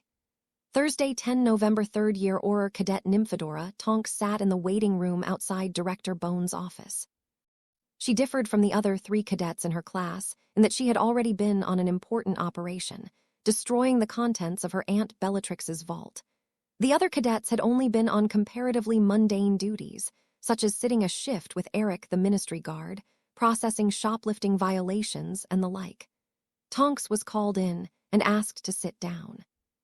She looked around the room and noticed that Senior Auror Scrimgeour, Inspector Daly, Senior Inspector Hammer, and the Hogwarts healer Pomfrey were in the other guest chairs in her office. After she sat down, Scrimgeour began, "Cadet Tonks, Please present your cadet badge." With some trepidation, Tonks unpinned the tin shield from her uniform and handed it over to her supervisor's supervisor. "Sir." Scrimgeour examined it for a moment and commented, "I wore this very shield as a cadet, Tonks. You've done it an honor when you wore it. Here is a new one for you." He handed her a gold shield and declared, "We have examined your duty record and to date it has been exemplary. In recognition of that, you have been promoted to Auror. Congratulations." Tonks was speechless. It was unheard of to finish Auror training early. She examined the gold shield that had been placed in her hands and read the words in service to the Crown, British Auror. She looked at the faces in the room nodding in encouragement and replied, "Thank you, sir, ma'am." Amelia continued, "You will be posted at Hogwarts, ostensibly as Master Healer Pomfrey's assistant healer. As such, you will be visible to both the staff and students, though you will not have any scheduled contact with them. You will report to the castle tomorrow. You will keep your contact with the Hogwarts staff to a minimum. Headmaster Dumbledore will also know of your true identity." Tonks nodded and asked, "What is the objective, Director?" "Quite simply, to keep your eyes open and protect Harry Potter as needed. As a secondary objective, you have the opportunity to acquire additional proficiency in healing." She explained how Harry had been entered into the tournament by persons unknown and believed that it was a plot initiated by Voldemort himself. Tonks, who had originally been slightly miffed to have been pulled from the last 6 months of her training for what she had initially perceived as a babysitting assignment, gave an involuntary shudder of the very real danger that the director described. Bones continued, "Should you notice anything unusual, you will notify Senior Auror Scrimgeour as soon as possible after you have ensured that Harry is in no immediate danger. Harry will be advised to find you if he is in danger or notices anything unusual. We don't know who is the immediate threat, so it is imperative that no one else in the castle learns of your true identity. It is my expectation that you will spend at least 3/4 time at the castle. Harry is generally away from the castle on Saturday morning, so that would be a good time to get away." "How long will I be stationed at the castle?" inquired Tonks as she read through the dossier of a healer trainee that she'd been handed. Scrimgeour replied, "Through the end of the school year, or until the bad guys have made a move that requires you to blow your cover." "How should I respond if Master Auror Moody or the Hogwarts staff ask anything beyond basic questions?" Amelia replied, "Other than being friendly, they have no reason to question your presence or ask too many questions. Your day-to-day work assignments will come from Master Healer Pomfrey. Unless Harry or Headmaster Dumbledore ask you anything, you can always evade anyone else's request and defer to her if you need to. Your assignment will remain unknown to anyone other than Harry, Headmaster Dumbledore, and the people in this room. If anyone else asks, you have been assigned undercover duty in Brighton.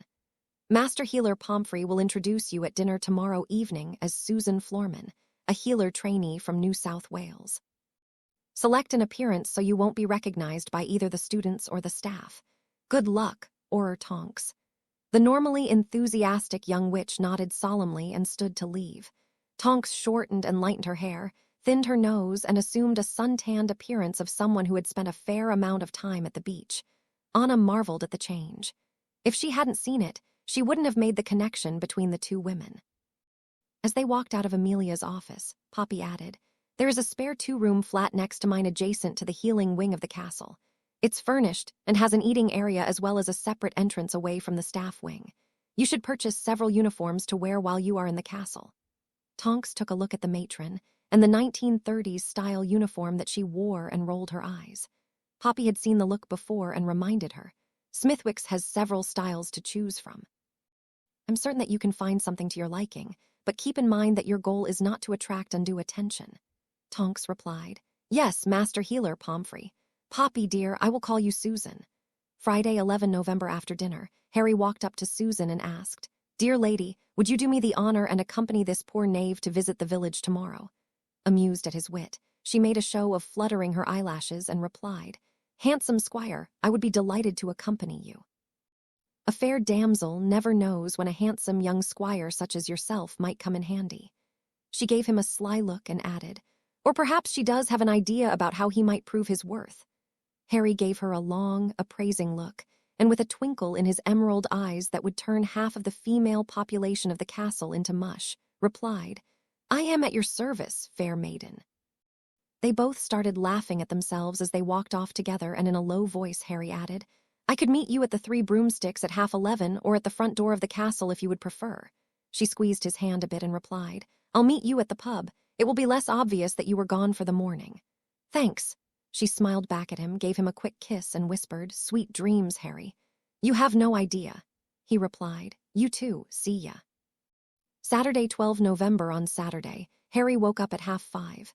After showering, he got dressed and put both wands into his wrist holder, as was his habit. Deep down, he liked the idea of having a backup and wondered if, somehow, it would be possible to use both at once. As quietly as he could, he made his way down the stairs, through the portrait, and out of the main entrance. As a champion, he was granted run of the castle privileges, but he had been advised not to be seen leaving, and took Amelia's suggestions seriously. As he walked to the edge of the castle grounds, Harry took out one of the portkeys that Amelia had made for him. She had given him a box of popsicle sticks, and her instructions were simple. To activate them, just snap one of the sticks with black letters to go to the training site, and use the sticks with the red letters to come back to the gates of the castle. He took one end of a black lettered stick in each hand and gave it a quick snap. Suddenly he felt a jerking feeling and was certain that he'd fall flat on his face. Interestingly enough, a few seconds later, he found himself standing back at the Auror training facility with Scrimgeour holding 2 cups of coffee, as if he were expecting someone. "Right on time," commented the old Auror. He handed Harry one of the cups and directed, "Let's get started." They walked a ways and the old Auror remarked, "I understand that you know a thing or two about Quidditch." Harry nodded and replied, "I'm still learning, but I do all right." Scrimgeour nodded and asked, "Why don't chasers simply summon the quaffle and banish it into the hoops? While we're at it, why don't you seekers simply summon the snitch?" Harry thought for a moment and replied, "They're charmed with anti-summoning and anti-banishing charms." Scrimgeour nodded and pointed to a quaffle and said, "Harry, toss that over here." He complied, and the old Auror caught it with ease, then carried the quaffle over to 3 chair-sized rocks where he set it on the ground. Scrimgeour declared, "Your goal for the morning is to get this quaffle away from these 3 rocks where I'll be guarding it. You can use anything that you can see and any spell short of the unforgivables to help you. You have an hour to get it, and you can ask questions during that time to help you." "All set," Harry nodded, and Rufus replied, "Okay, start."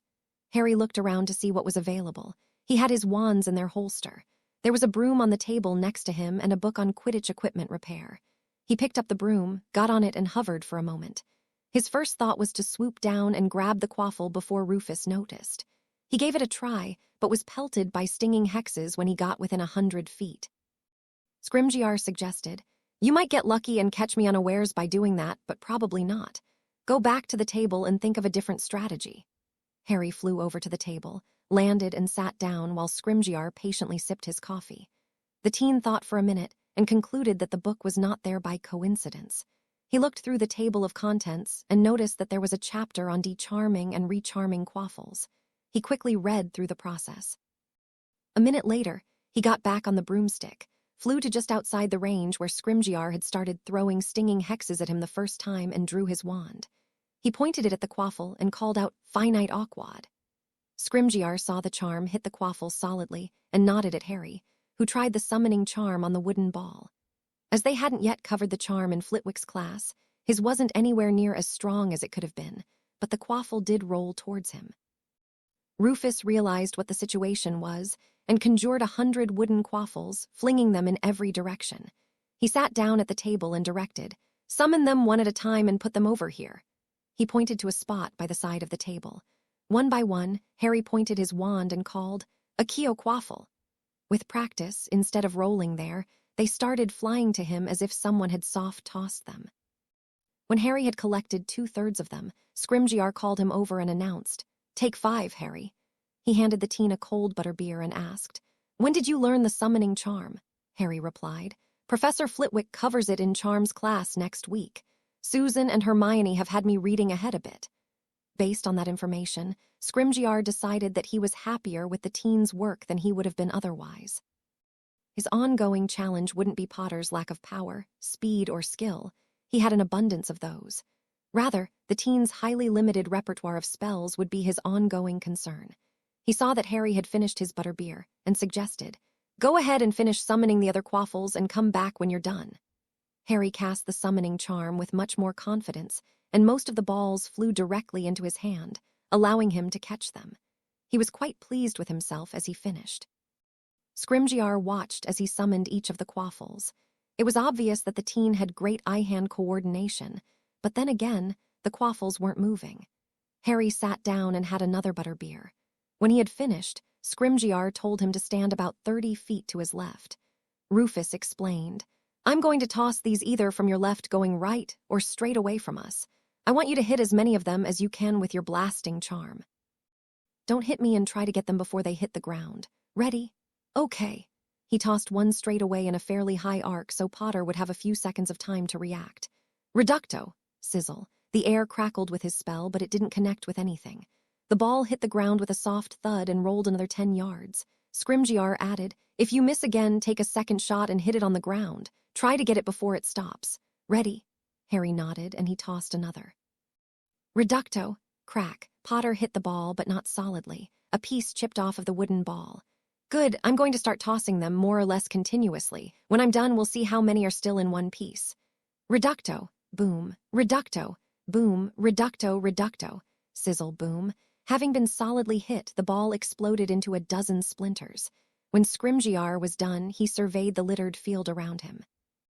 Not only had the teen fired in excess of 100 spells within a few minutes, but also no more than a handful of the balls were unmarked. Simply put, the old Auror was impressed. Potter might not know more than a half-dozen or so useful spells, but Scrimgeour was certain that the skinny teen could hold his own in a serious situation. He called Harry over and said, "After you've taken a break, summon the pieces into a pile. Rather than summon them and expect to catch them, call them and direct them like this." He demonstrated the summoning charm on one quaffle, and at the last second pointed his wand to the ground with an extra flick where he wanted the ball to land. Harry was tired, but he complied as best he could. "Accio quaffle bits." He waved his wand in a 10-degree sweeping motion in an attempt to get several at once. To his relief, the idea worked, and within a minute, the field was clear. Scrimgeour handed another butterbeer over to the exhausted teen and explained, "The first task of the tournament is to get a golden egg from a nesting mother dragon without getting yourself killed or badly injured, and ideally without injuring the dragon or the real dragon eggs. Your opponents will probably use advanced transfiguration or a conjunctivitis curse to get by their dragons. In their case, the task is to cleverly apply what they've already mastered in an unexpected situation, although I doubt that they won't have been coached up a bit themselves. In your case, your task will be to employ 2 charms that you haven't used before today and get your egg without getting hurt." Harry looked thoughtful for a moment, and then understood that Rufus was doing his best to keep him alive and secondarily level the playing field, nothing more. He asked, "How did you find out about the tasks?" Scrimgeour smiled a bit at the thought and replied, "I went to see Percy Weasley the other day while carrying a set of anti-apparition manacles. He got so shook up when he saw me approach his desk that he literally soiled himself. As soon as he cleaned himself up and realized that I wasn't there to escort him to Azkaban, he told me about the 3 tasks. Unfortunately, his confidence came back, and after a tick he was back to being an arrogant twink again. She should have given him a 2-week tour of duty there just to keep him tolerable. We'll talk about the other 2 tasks after you get through the first one, okay?" He took the empty bottles and banished them into the waste bin, then announced, "Same time next Saturday, Harry. Good work. Next week, we're going to work on improving your agility." Harry nodded and thanked the Auror for his time and help. He pulled out one of the popsicle sticks with red letters, snapped it, and vanished.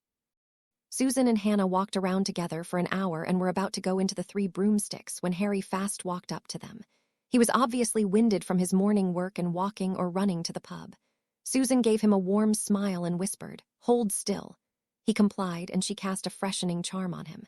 Harry looked at himself and replied, "Thanks." She beamed at him and replied, "No worries. Hannah's mum taught it to us last summer. Would you like to go in now? Please." "I'm famished." She wrapped him in a hug and whispered, "Be certain to have your story ready. You were out exercising and practicing by the lake." Harry squeezed her back, appreciating the soft feeling, and replied, "Thanks." They walked in together and Harry asked, "Hannah, would you care to join us?" She smiled and replied, Thanks for asking, but Neville asked me to go to the herbologist shop with him. Thanks anyway. They sat down and ordered lunch. Harry ate everything as he was quite hungry, but mostly he realized that he missed the physical closeness that the two of them had enjoyed during the days at the Bones home in Welshpool. Susan must have felt the same way too. When they were finishing their lunch, she admitted, "I miss this, just sitting around and having lunch together." Harry nodded and replied, "Me too. I miss swimming together. Aquaman. Mermaid." They smiled at each other and laughed. Susan suggested, "I don't need anything else here today. If you do, let's get it, otherwise let's go for a walk around the lake." They walked around the lake for a while and sat down by one of the large beech trees that surrounded the edge of the lake. Harry asked, "What would you like to do?" "Snog you senseless," thought Susan, though she replied, "Let's play the question game again. We haven't done that for a while." Harry suggested, "Ask away, fair maiden." She complied, asking, "How did it go with Rufus?" "Fine. Actually, it went really well. We practiced the summoning charm quite a bit and we talked about Quidditch. I got to practice spells while riding a broom. He's easy to talk to and very patient with me. He told me what I can and cannot discuss with people and answered all of my questions." Susan nodded, understanding that he had told her the truth, but also that there was more, and he'd been told not to talk about it. A lifetime of conversing with her Aunt Amelia had conditioned her into accepting that some things were better left unsaid. She nodded and replied, "Your turn." Harry asked, "Does Hannah like Neville?" "Lots. Does he like her?" Harry smiled at the thought and replied, "Yes, but he'll be slow in telling her."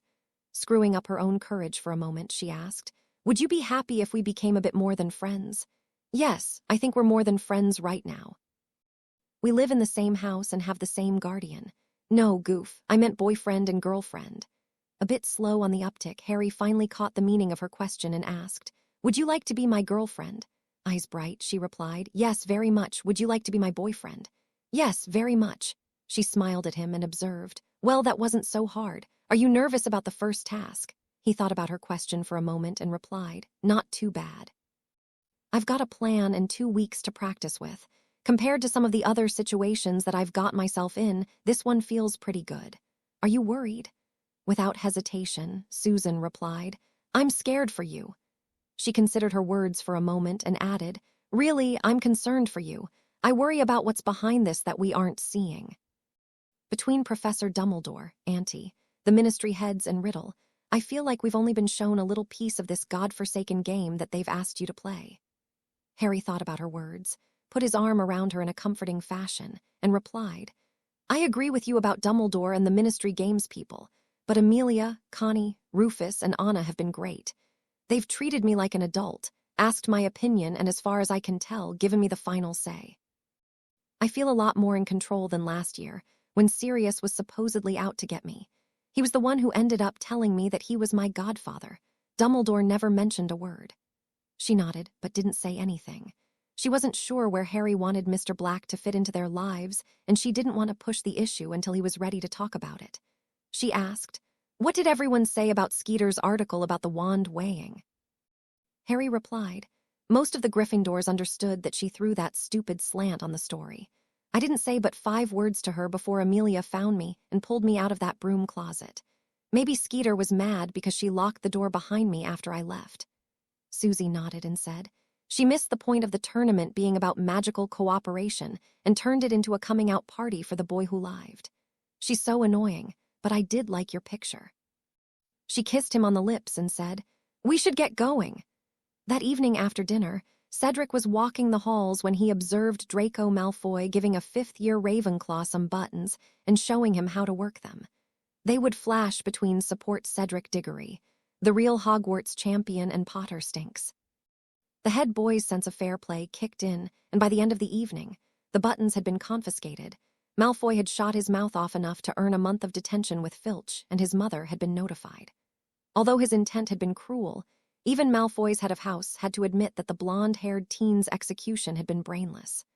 On the way back to the Slytherin dormitories, Snape twisted the unruly teen's ear and admonished, "Your sense of cleverness was pathetic, Mr. Malfoy. No one cares to debate against an idiot." He shook his head in disgust and added, "When you are done enjoying Mr. Filch's company, you can spend another week scrubbing cauldrons by hand." Friday 25, November, the night before the first challenge, Susan and Hermione dragged Harry out of the castle to go for a walk after dinner. He was headed into one of his silent funks, and the two witches were having none of it. They sat him down by a large beech tree after Hermione transfigured a scrap of parchment into a wool blanket that they all could sit on. As Harry and Susan had been talking about what it would be like when they moved back home with Amelia and Smidgen, Susan asked, "Hermione, what are your parents like?" The bushy-haired witch was surprised, to say the least. While she had previously explained to Harry what they did for a living and had been subjected to a handful of inane comments from Ron, she couldn't recall anyone else from the wizarding world taking the time to ask what they were like, as people. She replied, "My dad takes things as they come. He served in the military for a while when I was a baby, and he saw his share of action in the Falklands. I think it changed him to the point where he doesn't get excited when little things come up. Mum is wound a little tighter, like I am, I suppose." Susan noticed that Harry did his best to suppress a smile as she mentioned that point. Hermione continued, "Mum's pretty smart. She likes to read a lot and ski. Dad does most of the cooking and outside stuff, whereas Mum likes to grow roses. They're both accepting of what and who I am. I suppose that since there are only the three of us, we're closer than some families. They included me in loads of activities and tried to be a friend when I didn't have any." She thought for a moment and continued, "I think their life has changed a bit since I went off to school. They go out together 2 or 3 times a week. They're their own best friends." Susan nodded and replied, "Auntie's older, obviously. She encouraged me to stay close to the Abbotts. We really didn't go on vacation trips much, but we did go on a lot of one-day outings, especially with Connie." She thought for a second and added, "None of us had any brothers or sisters. Well, Harry had that lump of a butt-face cousin, but I don't think that counts. The three of us are alike in that way." Hermione smiled and Susan continued, "Auntie didn't push magic on me. I wasn't asked to read through my first-year books by the time that I was 9 or anything. Thanks to Harry, the years were quiet, and I spent a lot of fun afternoons with Hannah and her mum." Hermione asked, "Did your aunt talk much about your mum and dad?" Susan gave a thoughtful look at Harry and replied, "Not as much as Hannah's mum. They were best friends forever, and she'd tell us stories of when they were little girls together, the same age that we were at the time. There was this one time when they were 6. Harry listened carefully to Susan's story, but couldn't help consider that he knew nothing of either his mum or his dad when they were little. The few stories that Professor Lupin had told him were from their Hogwarts years, and most had been from their 5th or 6th year. He didn't know anyone who knew either of them as children. Hermione kept the conversation going by asking, "Susan, what do you do for fun?" She glanced at Harry and replied, "Keeping this goof in line is turning out to be a full-time job, but I also like to swim, read, go to movies, and visit with Hannah. We go shopping with her mum. She's better at shopping for clothes. Auntie still sees me as being 9. Hermione made eye contact and nodded, without embarrassing Harry with the particulars of being growing teenage girls. They continued chatting for the rest of the evening, ostensibly to visit. In reality, they kept Harry from sliding into a funk, obsessing about the first challenge that was scheduled to take place the next day. As the two witches found their seats just before the start of the first task, Connie voiced the words that Amelia had previously thought to herself. "What lapse of sanity possessed you to allow Harry to compete in this awful event? That dragon nearly took the Delacour girl's head off. My God, it's got her backed into a corner. She's going to get killed." Amelia took a calming breath as she watched the young woman, not more than a few years older than her Susie, struggle with the huge Welsh green. Just as the teen made a grab for the egg, the dragon, which had momentarily been distracted by a confundus charm that the contestant had cast, blew a fireball in the girl's direction, setting her cloak and hair on fire. The young witch had obtained her prize, but would have lasting burn marks over much of her back. What the hell was Barty thinking coming up with these monsters as challenges for teenagers? Demanded an enraged Connie. I haven't a clue, admitted Amelia. He missed the last staff meeting and sent Arthur's son in his place. That boy needs to learn some humility, and soon. He's so full of himself. Changing the subject, she added, I hope Amos's boy, Cedric, is okay. He looks like he was badly burned by the short snout after it ate the dog that he'd transfigured out of that rock. Connie shook her head in wonder and commented, He'll be fine, but at least he signed up for it. Who's next? The Durmstrang boy, Victor Crumb. When I get my hands on whoever put Harry's name in that goblet, they'll have a very bad day. A few minutes later, Connie commented, Crumb must have hit her with a conjunctivitis curse. Look at that, she squashed her eggs. Fireballs are practically extinct. What were the organizers thinking? I don't know, admitted Amelia. I expect that they weren't thinking at all. Actually, I believe that Bagman arranged this first task. That idiot probably set it up to have a flutter on who would come out alive. He should be chasing the dragons around that pit himself if he thinks it's such a great idea. I hope the moneylenders catch up with him and choke him. A few minutes later, the gang of dragon handlers put the next dragon in place with a series of complicated switching spells. Connie gasped and nearly shouted, "Good Lord, that's a Hungarian horntail." The short snout looked like a puppy compared to that monster. Fourth years haven't learned enough spells yet to properly put that monster down, let alone get away. It's seen him. She looks like she'll tear him to bits.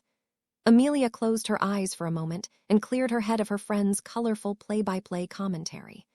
Test his mettle when she got a hold of that nosy, interfering, my ideas are always right wizard. She'd give him a few choice words. She knew that it was Harry's turn next, but barely dared to look, silently praying that Rufus's assistance would be enough. For nearly a minute the field was silent.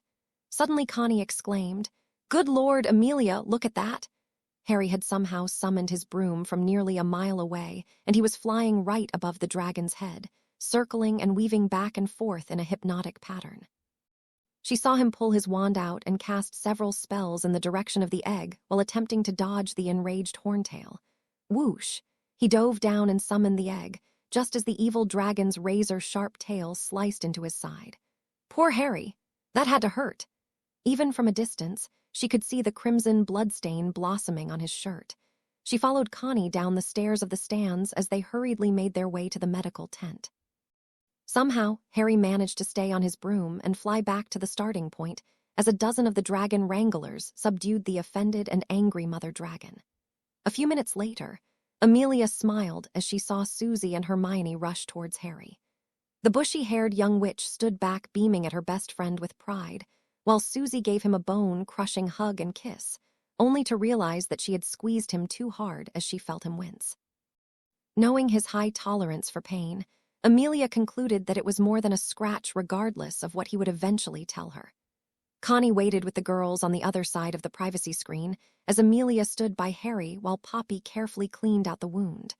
While over a foot long, it appeared to Connie to be fairly clean and not extremely deep. Amelia held his hand as Harry gave a slight whimper when the disinfecting fluid was applied. Amelia promised herself that she'd get Harry a dragon-hide vest before the next infernal task. Poppy finished her work and remarked, "Dragons? What fool decided that bringing dragons into a school full of children would be a good idea?" As if on cue, Ludo Bagman walked in to check on the conditions of the 3 injured champions. He was about to remark that the first task was a smashing success, and that Harry had the fastest time when he noticed that Amelia had seen him. Better judgment prevailed, and he made a very quick exit from the tent and went back to the judging stands. The scores were announced, and Harry was in the lead by a slim margin. Ron Weasley was about to come in and apologize to Harry when he saw his dad's boss standing by Harry looking extremely angry, and decided that this wasn't the best time to come in and try and make some semblance of peace with his former friend. He mentally kicked himself for having said all of those stupid and jealous things in the first place. He knew that his temper was going to get him in serious trouble someday. He just hoped that it wouldn't be too soon. The evening after the first task, the 4 law enforcement officers left the pensive that contained the memory that Rufus had managed to obtain from a very reluctant Horace Slughorn earlier in the afternoon. They took a moment to reflect on what they'd witnessed. Finally, Amelia asked, "What did you see?" Anna observed. "Slughorn had said that 7 would be the best number. We don't know if Riddle interpreted his words to be 7 + 1 or 6 + 1, but based on Connie's research, I'm not certain that it matters." Amelia wrote 7 + 1 on her notepad and asked, "What else?" Scrimgeour said, "It was 6th-year potions, so most likely he had already made the diary that Harry destroyed." His phrasing of the question implied that he'd barely even heard of them and he'd already made one. The sneaky bastard. Amelia wrote 6th year on her pad and asked, "What else?" Connie observed. Riddle was wearing a ring with a large, flat black stone on the ring finger of his left hand. If that was Gaunt's ring, it is likely that it was the second Horcrux that he'd created, meaning it would have a quarter-size bit within it. Also, it hadn't yet occurred to him to go and hide them. We could confirm that by getting a 7th-year memory and checking to see if he was still wearing it, but he probably wanted his mates to see that he was wearing a Slytherin artifact. Amelia wrote "find additional memory" on her notepad and asked, "What else?" Scrimgeour added, "It's reasonable to believe that Slughorn could have guessed what really happened to Riddle in 1981. We're starting on this scavenger hunt looking for these bloody Horcruxes 13 years later than we should be." If that fat suckup had had an ounce of decency, he would have said something to someone years ago. Connie rubbed her forehead and replied, "True, but he couldn't be charged as an accessory to every murder that Riddle committed since 1981 without our disclosing that we know about the existence of the Horcruxes. We could get our pound of flesh, but who knows what it would really cost." Amelia nodded and remarked, "Agreed. Rufus, well done coaching Harry on the first task." She made eye contact and added a heartfelt, "Thank you. What do you have in mind for the next few weeks?" Scrimgeour replied, "I'm going to work on building up his magical endurance and making use of cutting charms. We're through thinking about just stunning these scum when they attack. He's got good accuracy and outstanding hand coordination. He just hasn't learned a full complement of spells yet." Amelia could find no fault in his logic and replied, "Thank you all. Good night." While Director Bones and the others were examining Slughorn's memory, Junior was reporting to his master regarding the first challenge. "Potter made it through the first task in one piece, Master. He has a slight lead for first place." Voldemort replied, "That is good, Barty. How much did you have to help him?" Junior admitted, "Not a bit, Master. When I kept him after class and asked him, he told me that he had worked it out. One of the dragon handlers is the brother of his friend. He must have told him the nature of the task. His little pals must have read about charming and uncharming Quidditch balls. His actual execution was pretty basic." Riddle considered Crouch's reply for a minute and could find no fault with his conclusions. Potter's performance was well thought out, but was certainly more simplistic than what he himself could have accomplished as a 4th year.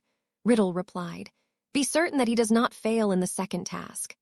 Junior bowed and was dismissed and limped out of the old mansion before apparating back to the castle. After Junior took his leave, Voldemort sent Pettigrew on an errand. Riddle wanted to be alone for a while. In truth, he was concerned. There had been only the vaguest references to the homunculus form that he had assumed after he'd met up with Wormtail. In Muggle terms, the issue of shelf life was on his mind. He had no way of knowing if his current form would remain viable for months or another year or more. For some reason, he felt weaker than when Wormtail had brought his wand back. He cast several spells with his own wand. The first 2 seemed normal to him, but as he continued, he began to tire quickly. Riddle believed that the key to achieving the strongest form was to use the blood of the strongest enemy that he could. Dumbledore was undoubtedly strong, but Riddle lacked the means of subduing him, and he was nearly 140 years of age, hardly a man in his prime that Riddle would wish to aspire to become. No, Potter was the correct choice. He would have Junior attempt to inconspicuously hand the boy a portkey the next time there was a Hogsmeade weekend. While Junior was visiting with the Dark Lord, Lucius paid an unannounced visit to Cornelius Fudge's home. Fudge's house elf answered the door and showed the blonde-haired wizard with the cruel walking stick into the well-appointed waiting room. "Please waits here, Master Malfoy. I will gets Master Fudge right away." The little elf scurried off to help his master get presentable to receive such an important visitor. Malfoy waited patiently for several minutes until Fudge came into the room. He was wearing slippers and a silk robe. His hair was damp, but he was presentable. He greeted his guest. "Lucius, this is an unexpected surprise. Did I forget an appointment?" Lucius stood while Fudge entered the room and put a subservient look on his face before starting. "Forgive my intrusion, Minister, but I have a matter of some urgency to bring to your attention." Fudge looked and saw the heavy bulge in Malfoy's pocket and asked, "How may I help you, Lucius?" "Speckles, bring us a bottle of single malt and 2 glasses." The little elf hurried to comply with his master's order, and Fudge suggested, "Please have a seat. How may I be of assistance?" Lucius began his rehearsed conversation. "Minister, I became aware of some information regarding the convict, Black, that I thought you would wish to know about." Fudge sputtered. "Sirius Black, is he here?" "No, Minister." "A colleague of mine saw him in the magical section of Cyprus not 20 minutes ago, and he immediately contacted me. I personally lack the resources to act on the Ministry's behalf and apprehend him, but knew that you would be in a better position to act and would want to do the right thing. Fudge frowned a bit at the information. Cyprus did not observe extradition laws, and he couldn't legally demand that Black be apprehended and returned to Britain to face justice. He took a sip of the ancient whiskey that his visitor had previously given him as a Christmas gift and admitted, Amelia or Rufus would never go for a clandestine grab on foreign soil. Lucius suggested, perhaps your personal guard detail would not be such sticklers for those bothersome details. I wish I had the means to help you myself. Fudge watched as he reached into his pocket and pulled out the large sack of galleons. Malfoy put a friendly look on his face and offered, I was going to drop off this donation that I managed to collect to the Ministry Pension Fund tomorrow, but unexpected appointments came up. It's only 10,000 galleons, but I would appreciate it if you could drop it off for me. He made a show of looking at his watch and added, I do apologize, but I need to return home. I understand, Lucius. Thank you for coming over. I'll contact Dawlish and Franken right away. You said the wand shop? Yes, but my associate mentioned that Black had a fitting scheduled immediately after at the robe shop next to the one crafter. I do hope you have some success in apprehending such a dangerous criminal. I'll take my leave, Minister. Good night. As the blonde-haired wizard walked out the door, Fudge practically ran to the fireplace to call his 4 bodyguards. Malfoy knew that Fudge wouldn't insist on such niceties as a live capture. In fact, he was counting on it, based on the belief that his son, Draco, was in line to inherit the remainder of the Black fortune. Tuesday, 29 November, after the dinner had been served, Headmaster Dumbledore stood and said, May I have your attention? Immediately the mass of students grew silent. Susan watched as he stroked his beard once, and his eyes gave off their twinkle that no longer amused her. Dumbledore waited some 10 seconds for the quiet to become noticeable and announced, in keeping with the traditions of the Triwizard Tournament, the 4 champions will be hosting a Yule Ball on 24 December. 4th years and above are invited and may invite a younger student if desired. Instinctively, the teenage girl in Susan kicked in and she made eye contact with Harry. He mouthed, Will you go with me, please? And she beamed, nodded, and mouthed, Yes. She noticed that Ron, who was sitting next to Neville, had the deer-in-the-headlight, blank stare in his eyes. Neville was searching for Hannah, who was temporarily blocked from his view by the massive form of Stebbins. Hermione had one of those fleeting moments when she wished that things had been different between her and Harry, then glanced at Ron for a moment and silently shook her head. Serious dadding wasn't important to her at the moment, but being occasionally remembered would be nice. While Hermione was pondering her prospects for being escorted to the Yule Ball, 2 young German women on holiday were chattering away in an upscale London restaurant. They didn't pay the least bit of attention to the 2 older, well-dressed men sitting at the next table with a bottle of single malt set between them. Stephen Knott asked his longtime friend Lucius Malfoy, What do you think will happen? Malfoy replied, Some will return to his service when he calls. We don't know what form he will acquire. He may return with his old strength, or he may simply return. My question is, who is he to lead our pureblood society? I've learned that his father was merely a common muggle and one without honor at that. Not asked, What do you mean? He's the heir of Slytherin. He can speak with serpents. Lucius set his glass down and replied, So he says. The fact remains that the Potter boy is of purer blood and he also speaks the parcel tongue. It is proper to believe in our right as part of the aristocracy to rule our world. I subscribe to the traditional values as much as he claims to. We lost most of our fortune and respect trying to stay out of prison when the Dark Lord fell. Is that what you want for your sons and daughters? Not admitted. No, but you're suggesting a dangerous path, Lucius.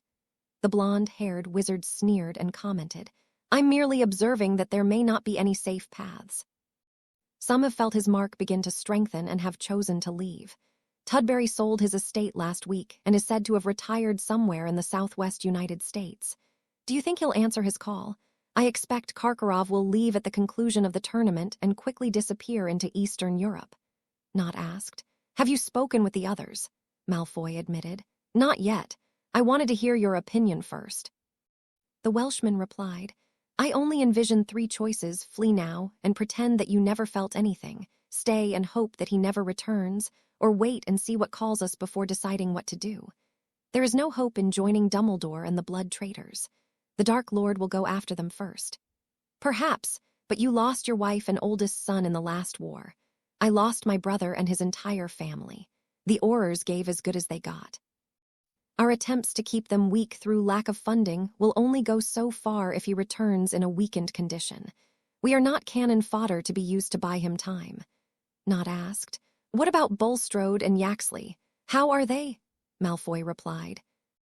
They told their families that they were injured in a Muggle automobile accident and treated in a Muggle hospital. Apparently their families believed their story. They are weak-minded and will answer the call of anyone with strength. Not asked. Did you find out who fired the Dark Lord's mark at the World Cup? Lucius eyed the two women at the table next to him, and concluding that they were chattering about nothing, replied, No one has admitted having done so. Perhaps it was Old Man Crouch, hopping to capture one of us as some sort of vengeance for corrupting his son. Stephen shook his head and replied, The boy joined of his own free will, as we all did. Unfortunately, it cost him his life. Changing the subject, Not added, Show me your arm, Lucius. Malfoy looked around again, saw that no one was looking, and exposed his left arm. The outline of the dark mark was definitely visible, though the inside was only faintly shaded. He looked at Not's brand, which was about the same, and commented, It's much darker than last spring, but seems a bit lighter than it was when school started. Not nodded and asked, What do you think it means? Malfoy poured them both another finger of the single malt and replied, The Dark Lord will likely return in the next year. Who knows how much power he'll bring with him? Time will tell, old friend. With that he drained his glass and added, We'll talk again in January. Wednesday, 30 November. The witches were chattering non-stop as they left Transfiguration that morning. Professor Dumbledore had announced some of the specifics about the Yule Ball, and while the few fourth years that were dadding were excited, the majority of the students were either nervous or flat-out panicked. After class had been dismissed, McGonagall called, Mr. Potter, please remain after class. I'd like a word. As his classmates threw him sympathetic looks, Harry inquired, What is it, Professor? 2 things. First, well done on the first challenge. Professor Flitwick was particularly pleased with your choice and remarkable demonstration of summoning charms. She gave him an appraising look and decided that it was better not hearing how he had known what anti-summoning charm had been used on the golden egg and how to remove it. Instead, she asked, Are you aware that the Yule Ball is first and foremost a dance? Yes, Professor. And are you aware that the champions are expected to attend, have a partner, and lead the first dance? Yes, Professor. In a more sympathetic tone, she inquired, Do you know how to dance, Mr. Potter? Harry admitted, No, Professor, but Susan is giving me lessons 2 nights a week so I won't make a complete fool of myself. McGonagall relaxed a bit at his response and asked, Is it fair to assume that you have, in fact, asked Miss Bones to accompany you to the ball? Yes, Professor. I asked her as soon as I heard about it. She looked at him and nodded in acceptance. Very good, Mr. Potter. Please encourage your fellow Gryffindors to be equally prepared. Yes, Professor. Very well, Mr. Potter. You are excused. Enjoy your lunch. That afternoon, as Susan and Harry were outside walking on the school grounds when a green and yellow parrot flew down and landed on Harry's shoulder. Susan gave a laugh and joked, Harry, you look like a pirate. She gave the colorful parrot a pet and took the owl treat that her boyfriend handed to her as she allowed the hungry bird to nibble on it. After it had finished, she carefully untied the note and held the feathery carrier until Harry could write a reply. Harry looked at the note and read, Harry, Tijuana is great. The women are quite friendly and the fishing is outstanding. By the way, what in the world possessed you to take on a dragon? Study hard. Stay in school. Uncle Sylvester Susan gave Harry a look worthy of McGonagall and suggested, Let's see what he really had to say. Slightly embarrassed by the front side of the note, Harry tapped the paper and said, I solemnly swear that I'm up to no good. The back page was suddenly filled with a second note. Snuffles will be returning to London for the holidays. Moony will know how to reach him. If you have the time, he'd like to see you. Let your guardian know what you're doing. I had a close call in Cyprus, but the Auror who found me mentioned Fudge, not the normal channels. I suspect someone here recognized me and contacted Malfoy, who would have gladly paid for the information. Besides, Cyprus has no extradition laws and there was no legal way that I could have been taken in. I'll be careful. You two do the same. Love, Sirius. Harry wrote back, Please go back to the pet shop. I don't want to lose you. Love, Harry. Susan picked up the parchment, put on a bit of lip gloss and gave the parchment a kiss, leaving lip prints just below Harry's messy boy writing. He looked at it, smiled and asked, Why did you do that? Susan replied, That way he'll know it was from me too without you having to mention my name. "Are you going to show this to Auntie?" Harry replied. "I'll tell her about it instead." He cast incendio on the original parchment and ground the ashes into the grass. When he was done, he added, "I'd be happier knowing that he was safe somewhere until Pettigrew turns up than see him once and have him get hurt or—" She saw that he was clearly worried about his godfather's safety, but didn't know what to say. She snuggled up to him, and he felt her warmth against the cool evening air. Saturday, 3 December, the senior Auror watched as the Potter boy blasted each quaffle that he tossed out at 5-second intervals. 10 minutes later, he looked out at the practice grounds and saw a sea of splinters. Taking a break, he directed, "When we start again, I want you to use a cutting hex on the next set." He demonstrated by pointing his wand at one of the wooden balls and called, "Defindo." The ball that he had targeted was sliced neatly into 2 pieces. Harry nodded in appreciation and drank his butterbeer. After Harry had finished, Scrimgeour started tossing the quaffles. Harry hit one, and while there was a sizable gash in it, the ball remained in 1 piece. Rufus directed, "Try again, put a bit more muscle behind it. The goal in this case is to put the bad guys down, not simply slice through their expensive robes." He tossed another. "Defindo!" 2 cleaved halves fell neatly to the ground. Scrimgeour tossed another dozen and saw the same results each time. He tried tossing 2 at once. "Defindo, defindo." Harry had hit one in the air, but the other had hit the ground by the time he'd pointed at the second quaffle and called out the spell. Scrimgeour called him over and placed 2 balls on the ground about 2 feet apart. As he cast the spell, he drew out the word, "Diffindu," and waved his wand at both balls. He explained, "If you're facing more than one bad guy, this is one of a handful of easier spells that can take down 2 at the same time." Harry looked at the quaffles and saw a sizable gash in both balls. Scrimgeour tossed 2 balls straight away from Harry, and the teen called Diffindu. He made it last nearly 2 seconds and flicked his wand at the second ball after he'd made contact with the first. To his utter amazement, both balls split in half before they hit the ground. Rufus encouraged, "Outstanding! Try a few more." He tossed several pairs 3 or 4 feet apart and each time observed the same results. Within a few minutes, Harry had ripped through the remaining quaffles to Scrimgeour's delight. The old Auror transfigured another 6 and set them on the ground about 25 feet away from Harry in various directions. He directed, "Now try hitting them with your left hand." As expected, Harry's results were nowhere near as good. Scrimgeour encouraged him, saying, "This is a really useful skill to work on."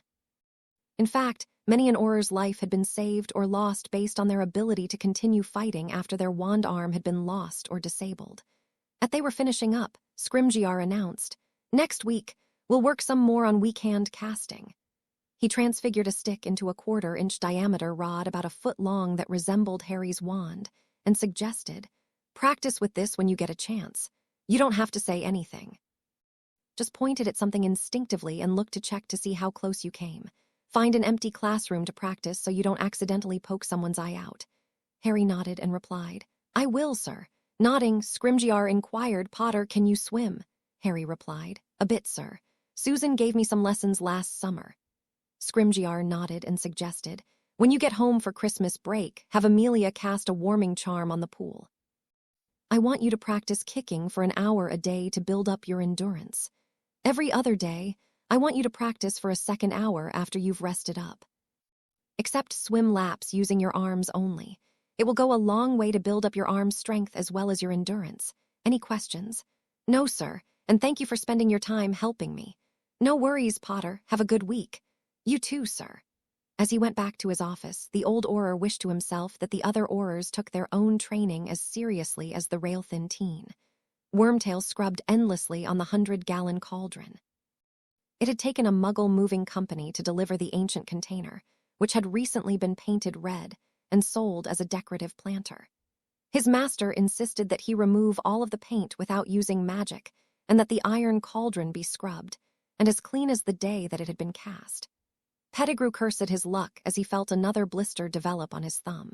If he had to change into his rat form anytime soon, he just knew that he would be hobbling around in a limp. He continued scrubbing. Saturday, 10 December, all in all, Riddle considered the plan to be an acceptable risk. Barty/Moody was to hand Harry a portkey disguised as a galleon that was set to activate 1 minute later. Barty was to pass it to Potter between 1 p.m. and 1:30, hopefully without anyone else seeing him placing it in Potter's pocket. Riddle would wait right by the portkey target site with Wormtail acting as backup. Barty would go back to the castle immediately afterward and maintain his cover until he was contacted. If they succeeded in capturing the boy, Wormtail would start on the complex potion that would return him to his own, stronger body. Rufus exercised considerable patience in attempting to teach Harry the bubble head charm. Whereas the messy hair teen could cast such offensive spells, such as Reducto or Defindo as well, or better than many of the Aurors or staff, holding the bubble head charm simply eluded the young teen. Scrimgeour knew that Potter was trying, but the reality was that he was failing at the charm, and Scrimgeour was unwilling to have Potter risk his life on mastering a charm that simply wasn't working for him. Take a break, Harry. We'll think of another way to work through this if the bubble head isn't for you. In truth, the lad was doing an outstanding job for a 14-year-old. Unfortunately, the other challenges that Potter was facing in his life weren't 14. There was a reason that the bubble head charm was a Newt standard that wasn't usually covered until 7th year. It was a charm that required that the caster hold it for an extended time. Potter was very good at short, focused spells such as the blasting hex, which required a concentrated burst of magic. Harry had a sufficiently large magical core to release a series of high-powered bursts of magic. As such, he was one of the few wizards who could cast Reducto or Defindo 150 times in a row and remain standing. What he currently lacked was the long-term control to hold a spell for an hour or more, while focused on a different activity. Scrimgeour envisioned the second challenge, swimming for an hour in dark water, keeping an eye out for dangerous creatures, working with his hands, and towing a hostage. There certainly was the added possibility of having to cast a hex to chase off a Grindylow or similar water creature. No, the bubble head charm wouldn't be a good fit for the lad. Perhaps Amelia or Connie would have a better idea for him to try. Not one to miss an opportunity to put a positive spin on a trainee's progress, he suggested. Harry, if you have a chance this week, I'd like you to try to see how long you can hold a Defindo charm. Go out by Hagrid's or someplace that you won't be seen and cut up a log or two. Have fun this afternoon. I'll see you next week, okay? Okay, thanks, Rufus. With that, he took one of the red-lettered popsicle sticks and gave it a snap. A second later, he had vanished. It was a great mid-December afternoon. The sun was shining, and it was unseasonably warm out. As a result, Hogsmeade was jammed. Besides the usual Hogwarts crowd, the visitors from Durmstrang and Beauxbatons were also out to enjoy the fine weather. Rita Skeeter and her photographer, Bozo, were waiting outside the Three Broomsticks, hopping to get a few photos and an interview with any of the champions or teaching staff. She didn't feel the need to get more than a sentence or two from them to work into several stories that she had in mind, ranging from prospects for the next challenge, the unexpected lead held by the youngest champion, any budding interschool romances, or the like. She had the feeling that opportunity was knocking for a major story. Unfortunately, she had no idea that the real story was standing 4 feet to her left. Rita's instructions to her photographer were clear: get a few dozen photos. Be certain to have the pub in the background so people can see where the shots had been taken from. His priority would be Potter with anyone, Potter alone, the other champions, or other breaking news. They stood in the sunshine, waiting. Harry was a few minutes late and ran the entire distance into the village. He found Susan and gave her a hug, not noticing the flash from Bozo's camera. Delighted as she was to see her boyfriend, after a few seconds she gently pushed him away and cast a freshening charm on him. When she had put her wand away, she grabbed him and gave him a gentle kiss. Flash, before they could break apart, Rita was upon them. Flash.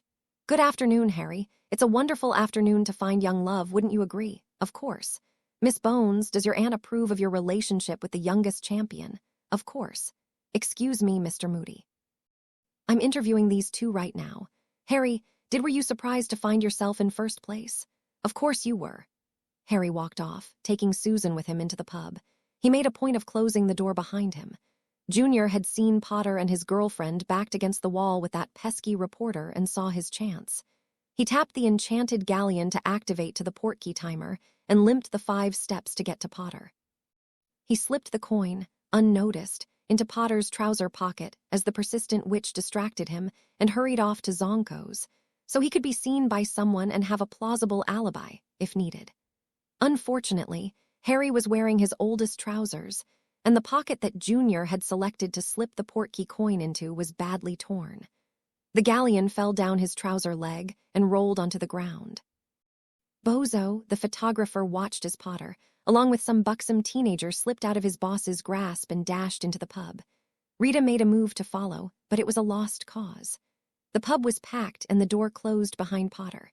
It didn't matter, Bozo had enough photos to last for a week or two.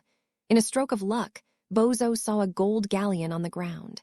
He set his bulky camera down, picked up the coin and placed it into his pocket. As he was reaching for his camera, the portkey activated and he vanished. Rita thought she saw a flash behind her and thought that Bozo may have taken another photograph. She turned around a few seconds later and saw his camera and bag on the ground. Thinking that he must have walked off somewhere to look for someone, she picked his equipment up and waited. After a few minutes, she scowled to herself. It wouldn't be the first time that he'd walked off of an assignment to pick up a bottle. She went back to the Daily Prophet building to finish her stories and get his film developed. She had photos to match several stories and intended to have them written before dinner. Young love, so profitable. Junior waited several minutes in Zonko's, making a point to talk with the shopkeeper, ostensibly to see how the business was and for keeping on top of the latest pranking material.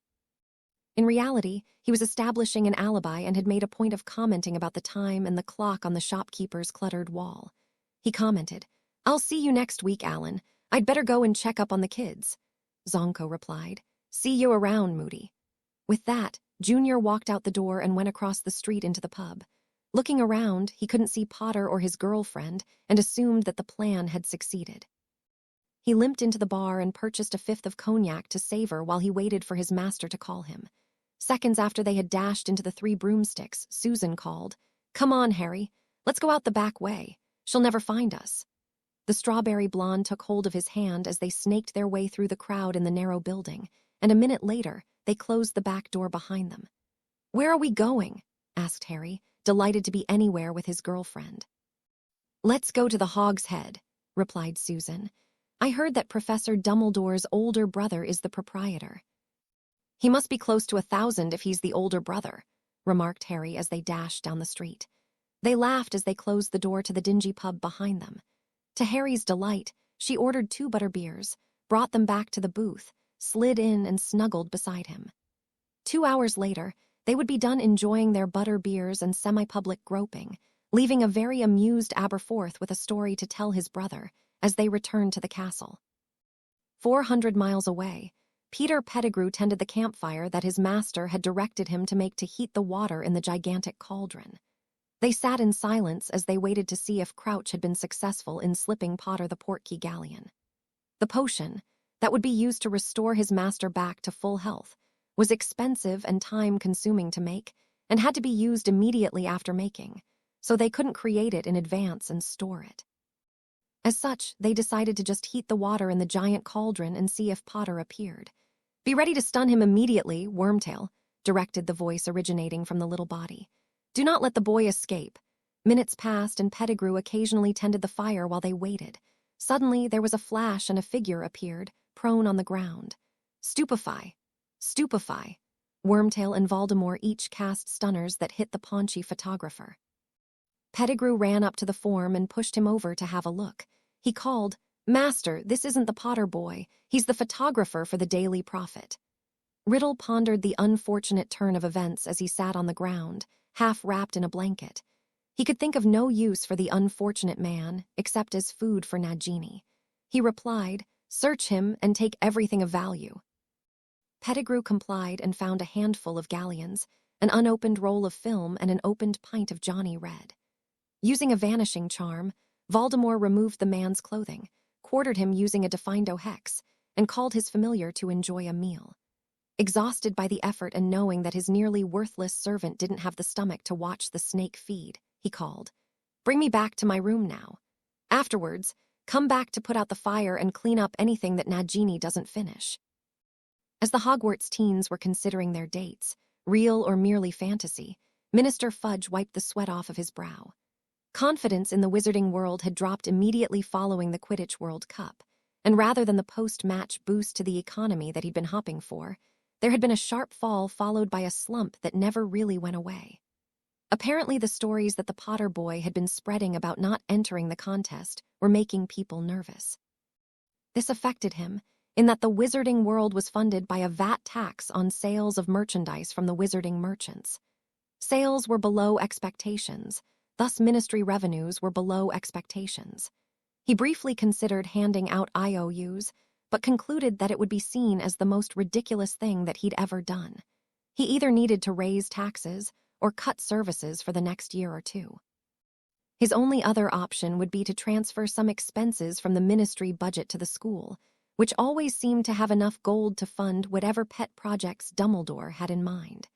He checked the rejected box on the request that Amelia had submitted to replace the 5 Aurors lost through attrition in the last year. She would have to work with what she had. Fred and George were sitting by the fireplace after Alicia and Angelina had gone up to their dormitory to discuss some aspect of the Yule Ball when they saw Ron come into the room looking dazed and dejected, assisted by Colin Creevey. "Ronikins looks like a train that's just run off the tracks," remarked Fred as Colin relayed how their deboner brother boldly had walked up to the stunning champion from Beauxbatons, attempted to kiss her, and asked her to accompany him to the Yule Ball before being blasted into a wall by the shaken-up young witch. "True," observed George, "but the train wreck in motion is about to run right off a bridge. Watch this." "You'd better find a bird to ask before all of the decent ones are taken," commented Seamus.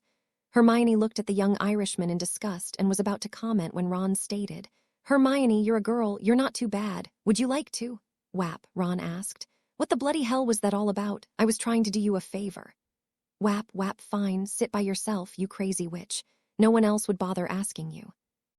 If looks could kill, and in the wizarding world you never could tell for sure, Ron would be 6 feet under. Every female in the common room glared at the gormless teen.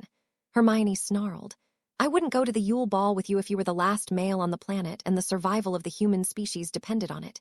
You ignorant wanker. You are the most arrogant, least ambitious specimen of a male wizard that I've ever encountered." She turned around, gathered up her books, and marched up the stairs. Ron attempted to defend himself, saying, "What? I was trying to do her a favor. No one else would invite her. She's just a plain bookworm."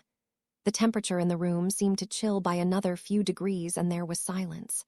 Finally, Parvati shook her head and observed, "Ron, you really are clueless. Hermione already has a date to the ball. She was one of the first witches to be asked." She and Lavender shook their heads in disgust as they gathered up their parchments and followed their roommate up the stairs. Ron shook his head and commented, "They're lying." "They're not," replied Ginny, shaking her head at her brother's complete lack of observation.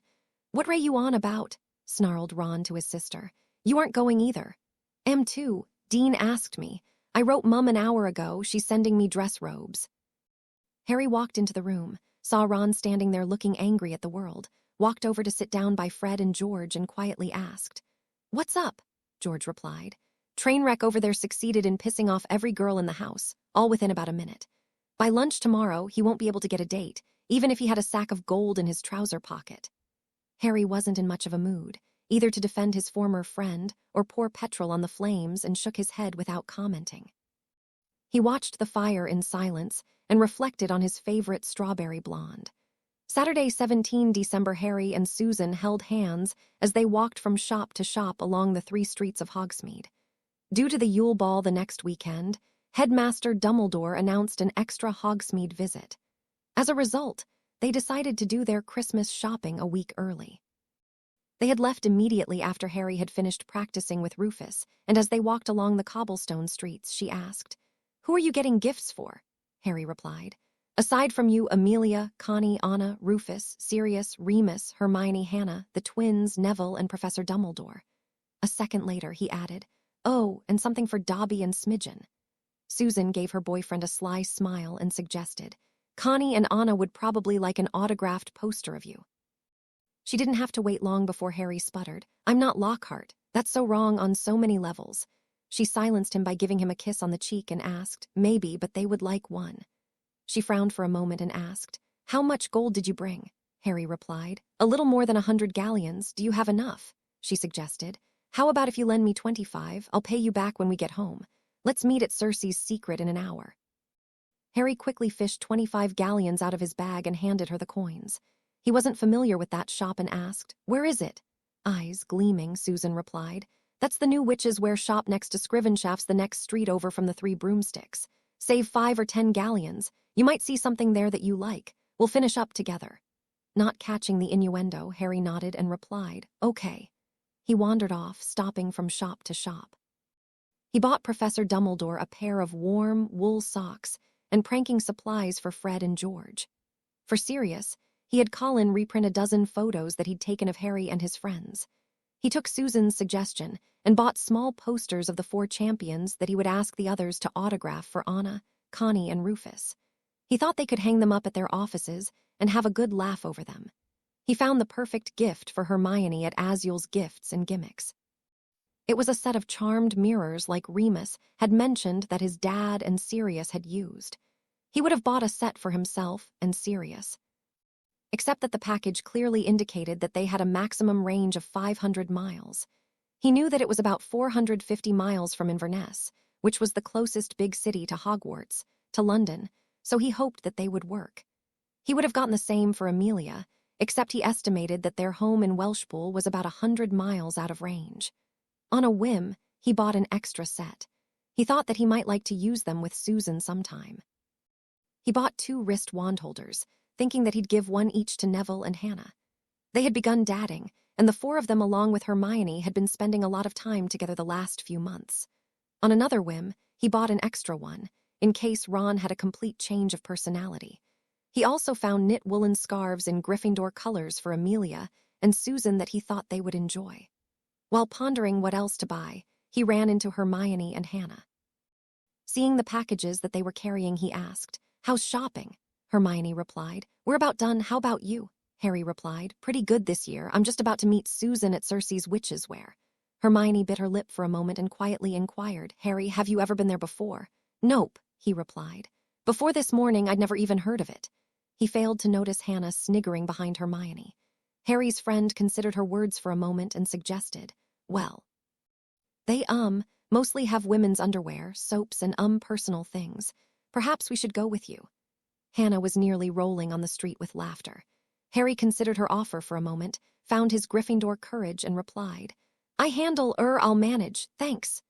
Giving Hannah a McGonagall-worthy glare, Hermione walked over to Harry and whispered a suggestion and some advice in his ear for nearly a minute.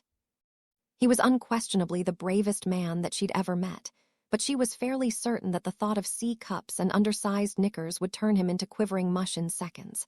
When she was done, she announced, "We'll be at the Three Broomsticks for an hour if you two get done early." She nodded encouragingly and mouthed, "Good luck." Sunday, 18 December, Jr. noticed an interesting article in the paper as they were having breakfast. Daily Prophet Managing Director Barnabas Cuff announced that he is accepting applications for the position of photographer. Cuff remarked, "This is a full-time replacement position. Our previous photographer, Bozo O'Reilly, walked off the job a week ago and was terminated last night. Interesting choice of words," he muttered to himself. "Now if I could just get rid of this blasted headache." He had been disappointed that the blasted kid somehow wormed his way out of the kidnapping plot from the week before. Even though he'd offered to try it again, his master had told him not to, that might ruin the other plan. Thursday, 22 December, the two witches ate their sandwiches and crisps together in companionable silence, as they had hundreds of times over the years. Connie asked, "What would the kids like for Christmas this year?" Amelia thought for a moment and replied, "Susie would like a camera. Harry could use new trainers in size 9. He's growing like a weed now." Connie smiled and Amelia added, "I need to tell you something. This will be his first Christmas, his first proper Christmas." Connie could hardly believe the implication. "Are you telling me that those small-minded lumps never even gave a little boy a decent?" Words escaped her, she was so angry. "They're sad excuses for human beings." Amelia nodded and replied, "That they are." Connie inquired, "Whatever happened to that great lump?" Amelia replied, "He'll stay in the holding cell. He'll get his day in court in a year or so, unless his paperwork somehow gets misfiled again. I don't want to put Harry through that nightmare right now. His aunt filed for divorce and his cousin was expelled from that private boarding school that he'd been attending. The last I'd read, He was being held at a long-term juvenile detention facility, St. Brutus's Center for something or another. Connie remarked. Just as well. When are the kids coming home? Amelia replied, I'm picking them up immediately after the Yule Ball concludes on Christmas Eve. Can you be over about 3 on Christmas Day? Connie nodded and replied, I wouldn't miss it. She tossed her napkin in the bin and added, Have a good afternoon. Amelia replied, You two be careful this afternoon. Do you even think that old orphanage site is a good lead for the locket? Connie shook her head and replied, Anna doesn't think so, but either way we'll find out. I'll let you know tonight.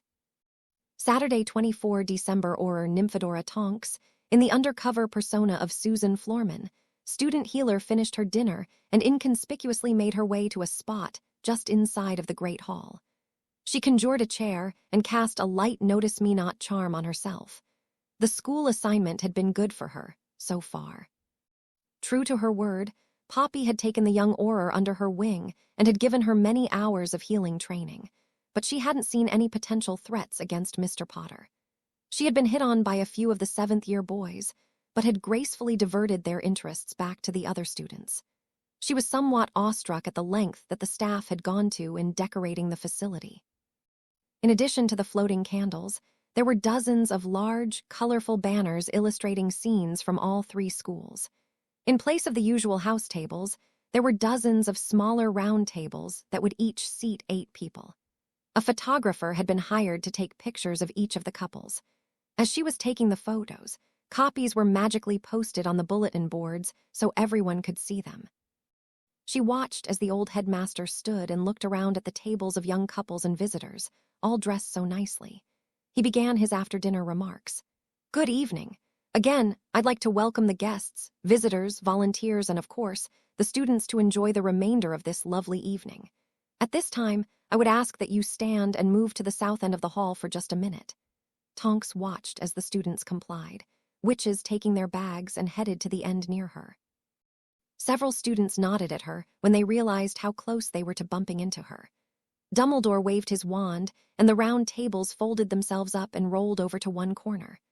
The platform for the performing musicians assembled itself and was set up in seconds. The musical group, Screeching Pumpkins, had been booked for the evening, and to everyone's surprise, they walked in carrying violins, a viola, a cello, and a string bass and sat down. Dumbledore remarked, At this time, the champions and their partners will open the ball with the first dance. Champions, if you are ready. Tonks watched as the quartet played the song that Harry and Susan had practiced. She looked comfortable in his arms, and for being novice dancers, they moved well together as if they were comfortable together. After a few dances, she noticed that they left the dance floor. She watched them as they visited the Bulgarian champion and his partner, Hermione Granger. The 4 of them walked into the courtyard that the professors had masterfully charmed and configured into a warmed, lovely garden, with numerous benches and semi-secluded spots for the young couples to visit with some degree of privacy. Keeping a respectful distance from her principal, Tonks smiled to herself as she quietly walked through the garden. She silently cast a squeaky shoe hex on Snape, so the greasy Snoop couldn't sneak up on any of the young couples. Eventually, she had run across most of Harry's schoolmates. Neville and Hannah Abbott danced all of the dances together. The Weasley twins had paired up with 2 of the witches from the Quidditch team, and she found herself amused by their seamless back-and-forth banter. Their younger sister was having fun entertaining Dean Thomas, while Cho Chang and her partner, Cedric Diggory, seemed to enjoy groping each other a bit. Soon, too soon for many of the teens, it was midnight. Quite a few of the parents had gathered just inside the front doors to pick up their children for the Christmas holiday. By 10 minutes after 12, the Great Hall was empty, and the students had either left for the next 2 weeks or had returned to their dormitories and would be leaving in the morning. Noting that Director Bones had collected Harry and Susan, Tonks walked back into the castle, chilled by the snow-filled, crisp air. She would leave in the morning and be happy to spend the day with her parents. Rita Skeeter could hardly believe her luck. First, she got wind of a budding romance between the headmistress of the famed French Academy and Hagrid. If that wasn't enough, she heard Hagrid's first-hand confession that he was the son of the infamous giantess Fridwulfa. It was too late for the Christmas edition, but this was a scoop that would keep for a few days. She left the enchanted garden to go plan her stories. Some days, being a beetle animagus had huge benefits. After the remaining students had all returned to their rooms for the evening, Albus retired to his office. He locked the door and walked to the large cabinet, which held the stone basin carved with runes. He selected one of the crystal vials that were neatly arranged in a velvet-lined container that seemingly held several hundred vials. He examined the label, pulled off the stopper, and poured the contents of the vial into his stone basin. The memory of the confrontation between Senior Auror Bob Ogden and Marvolo Gaunt was one that the old professor had examined many times. It was made in 1926, at most 2 years before Merope gave birth to Tom. Albus never did find out what Marvolo's son Morphin was hissing to Ogden. In previous viewings, it had always been the locket that the daughter was wearing and the ring that Marvolo waved under Ogden's face that had held his interest. This time, he focused not on the people, rather the location. A sign in the distance on the road pointed to Little Hangleton. After getting out of the pensive, Dumbledore wrote the name of the village on a slip of paper and placed it into his pocket. He then carefully withdrew the silver strand and placed it back into the vial before retiring for the night. Sunday, 25 December. Harry awoke early on Christmas Day, as was his habit. He brushed his teeth, walked out of his bedroom, and quietly made his way down the hallway, so as not to wake anyone up who was still sleeping. Susan's door was open an inch or two, and Harry instinctively glanced in. She was standing in front of her mirror brushing her shoulder-length strawberry blonde hair. It took Harry a second to catch her reflection in the mirror, and in that moment, he realized that she was wearing a pair of the black knickers that they'd bought the week before. She was wearing only that pair of black silk knickers. The young teen found himself unable to look away. In his eyes, she was very beautiful. Susan noticed the gurgling noise outside her door and made eye contact with the wide-eyed reflection of Harry that she could see in her mirror. She smiled at him and in a soft voice said, "Happy Christmas, Harry. I'll be down in a minute." Harry gulped an apology of some sort, turned, and somehow managed not to fall down the stairs. Amelia was seated at the table reading one of several newspapers lying on the table and greeted the teen. "Happy Christmas, Harry. Did you happen to notice if Susan was up yet?" If possible, his face went redder than it was, and he replied, "I saw her. She should be down in a minute." She handed him a plate with toast and bacon, then asked, "Grapefruit or melon?" He resisted the urge to choke and gurgled, "Either one." Just then, Susan zoomed down the stairs and into the kitchen. Dressed in a pale blue sweater and jeans, she hugged Amelia, then hugged Harry from behind as he sat on the bench seat. She greeted them. "Happy Christmas. Who's coming over this year?" Amelia replied. "Becky, Ben, and Hannah are supposed to stop by at 10. They're spending the afternoon with Becky's sister. Connie is coming for dinner. If you like, we can pop over to the Grangers for a few minutes after lunch." The two teens nodded, and Susan replied, "That would be brilliant, Auntie." A prudent Auror arranges for backup assistance before entering an unfamiliar location that is almost certainly dangerous. Even their Muggle counterparts, who arguably had superior forms of instant communication, would follow the same procedure. Most law enforcement agencies do not follow the old Texas Rangers slogan, "One riot, one ranger." But Albus Dumbledore had left the previous month's meeting with Amelia, Harry, the two investigators, and the senior Auror with mixed feelings. Certainly, he was pleased with the progress that they had made in finding and destroying the cup. Yet a part of him, just a small part, was slightly ruffled that he'd essentially come up empty-handed after years of research, whereas they'd come so far, so very quickly. It had not been difficult locating the villages of Little and Greater Hangleton after he began searching for them by name. A few minutes in the library gave him the information that he'd needed. Thus, while Harry and the others were exchanging Christmas greetings, the ancient wizard was floating 200 feet in the air, disillusioned, riding on an old Comet 60 broom, looking down through the bushes. As the search continued, the wind chill and damp air completely numbed Dumbledore. Traversing the countryside like cornrows, the old wizard flew back and forth.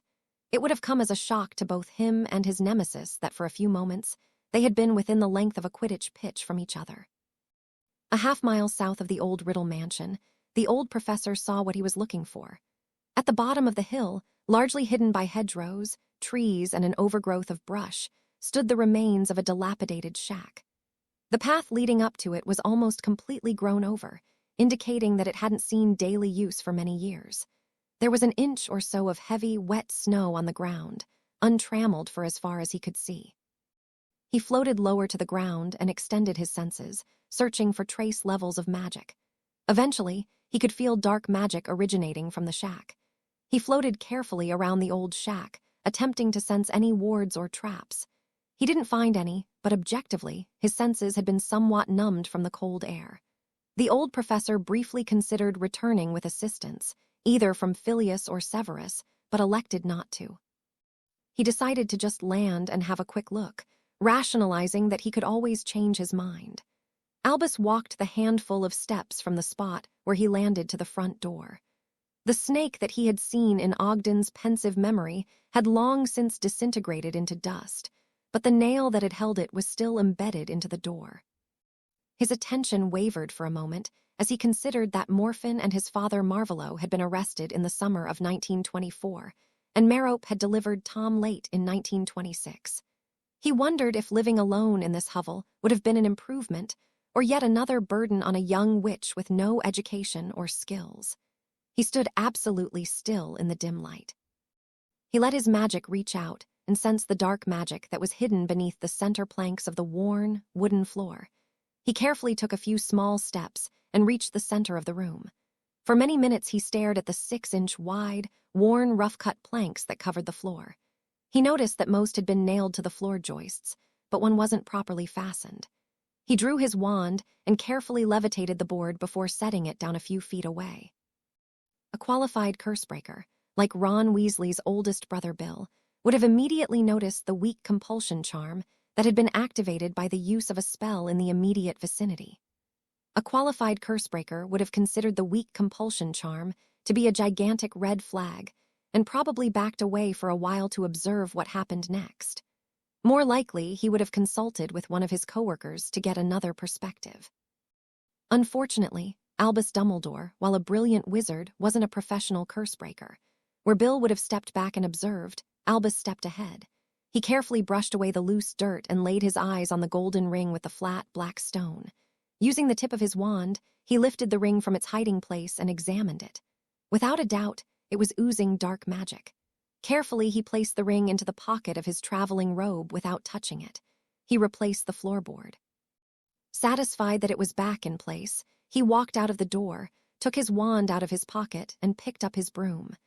Dumbledore got on the broom and, using his wand, repaired the snow on the ground to erase the tracks that he'd previously made. He put his wand back into his pocket and flew toward the edge of the village. When he had gone a mile, he landed. It was at that point that he unconsciously succumbed to the compulsion charm and slipped the ring onto his finger before apparating to the edge of the Hogwarts ground. As he began his apparition, the curse on the ring fully activated from the magic, releasing a poison that entered into his system through the thin skin of his finger. By the time that the old headmaster realized that something was very wrong, it was too late. He dashed to the door of the castle and shouted for Severus. Dumbledore wasn't able to immediately find the potion's master, so he ran to his office where he picked up the Gryffindor sword that Harry had used to slay the basilisk, and with a focused swing, sliced through the ring. Satisfied that he'd at least completed his task, he used the flue to find Severus, who arrived within seconds. Snape carefully examined the brown flecks, which were still stuck to the inside of the ring. Whereas Dumbledore had assumed that they were simply dirt flakes, Snape recognized them as the dried bits of a sophisticated, magically activated, skin-absorbed poison. He dashed to his office where he grabbed a bezoar and several universal antidotes that he had on hand. The potion's master, who owed his very life to the old wizard, ran as he had never run in his life. He forced the antidote down the old man's throat, followed by the bezoar. Dumbledore regained full consciousness and helped Snape contain most of the poison within the old headmaster's left arm. "Hold still, headmaster," commanded Snape as he helped Dumbledore to the hospital wing. Poppy heard someone coming and walked out of her office to investigate. Seeing the two wizards come through the door, she called, "Happy Christmas," before she noticed that Dumbledore was barely conscious, looked gray, and was drenched in sweat. She cried, "Good Lord, Severus, what's wrong?" Unexpectedly, Dumbledore answered for himself and replied, "Happy Christmas to you too, Poppy. I have accidentally absorbed a very deadly poison. Severus has helped me contain it in my left arm, and while it will surely destroy my limb, it is currently in a stasis. Snape and Pomfrey both drew their wands and ran diagnostic charms up and down Dumbledore's hard wrist, arm, and shoulder. He looked at the potion's master and the master healer and asked, "How high up?" Snape replied, "Just below the shoulder," whereas Poppy pointed to his mid-bicep so a replacement could be fitted. Inexplicably, the old headmaster deferred to Poppy's advice and lay down on her table to begin the procedure to have his left arm removed. Tom Riddle and Wormtail were eating a late breakfast, as was their custom. Riddle had always been a night owl and frequently didn't go to sleep until 4 a.m. What passed as companionship between the weak wizard and the weakened wizard centered, strangely enough, on the Daily Prophet. Riddle was a reader, and due to the small size of his weak arms, he couldn't hold the paper open. As such, he allowed himself the indignity of sitting on Wormtail's lap, wrapped in a small flannel blanket, while they read the paper together. At the moment that the old headmaster struck Peveril's ring, miles away, the small form that Riddle had taken flopped off of Pettigrew's lap in a spasm of incredible, intense pain. Entangled by the blanket, he didn't fall onto the floor, so much as he was unrolled from the blanket and landed against the table leg with a thud. "Master!" whimpered Wormtail, thinking that he'd accidentally done something that would either end his own life or find himself in pain for at least a month. Riddle let off a burst of accidental magic that, a dozen years ago, would have leveled a small house. Instead, it threw Pettigrew 20 feet against the wall of the spacious dining room, knocking the round wizard unconscious. Miles away in Welshpool, Harry flopped off of his chair and rolled onto the floor in his own version of agony. The glass that was in his hand fell to the floor and shattered on the slate. Susan saw his scar pulsing, an ugly shade of crimson, and had an idea. She scooped the teen in her arms, hugged him for everything that she was worth, and gave his scar dozens of small, loving kisses. Within 5 minutes, Harry's mind felt a bit clearer, certainly better for all of the loving attention that he was receiving. Amelia, who'd left for a moment to fire call for a Mediwitch, returned and saw Harry open his eyes. She noticed the focus of his gaze and suggested, "Susie, maybe you should let go of Harry just a bit and let him sit. He probably needs a bit of air."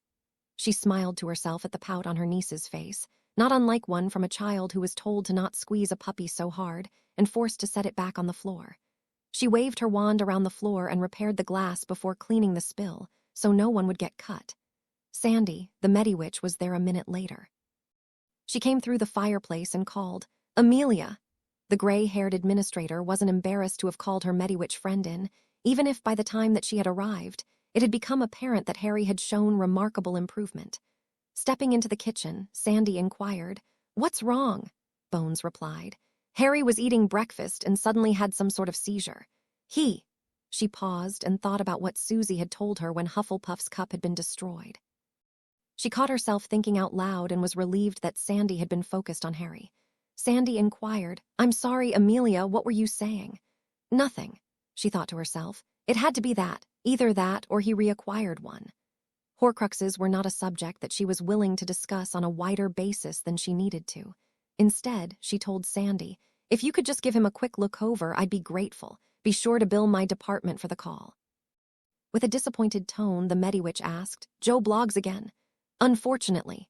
Turning to her son, she replied, "But in all fairness, Harry, this is my friend and all too frequent lifesaver, Sandy Page. Sandy, this is my son, Harry Potter." Harry held out his hand and greeted her. "Happy Christmas, ma'am. I'm sorry to interrupt your holiday." His smile was disarming. The normally stoic Mediwitch stammered, "No worries. Happy Christmas to you too, Mr. Potter." After an uncomfortable silence, she finally asked, "So what seems to be the problem?" Harry replied, "I had a blinding flash of pain by my scar. It lasted for about..." He looked at Susan for confirmation and continued, 5 minutes." She nodded. The blonde Mediwitch waved her wand over the teen and cast a few diagnostic charms across his face and upper chest. There was something that she didn't like around his scar, but she couldn't immediately identify it. Harry didn't want to miss his first real Christmas and pleaded, "I'm fine. Actually, somehow I feel better than I did yesterday."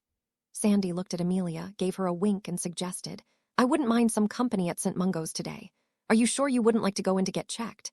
"No, he's staying here," shouted Susan, who suddenly realized that the Mediwitch was having them on and turned red in her face. Amelia saw the frown on her friend's face and asked, "What is it, Sandy?" "I didn't know better. I'd say that Harry just had a block of some type removed, but these sorts of things don't just happen. Perhaps you should stop by sometime next week," Amelia remarked. "Joe Bloggs will be in to see you Tuesday at 8 if that will work." Sandy pulled a small piece of parchment from her pocket, tapped her wand to it, and replied, "How about 8:30?" They agreed on the time and wished the Mediwitch a happy Christmas. A moment later, she used the flu to get back to St. Mungo's. After asking Harry again if he was okay, Amelia gave him a hug and excused herself to make a few telephone calls. Within 5 minutes, she had contacted Rufus, Connie, and Anna. None of them had any recent contact with Horcruxes, nor had they come across any promising leads in the last 2 days.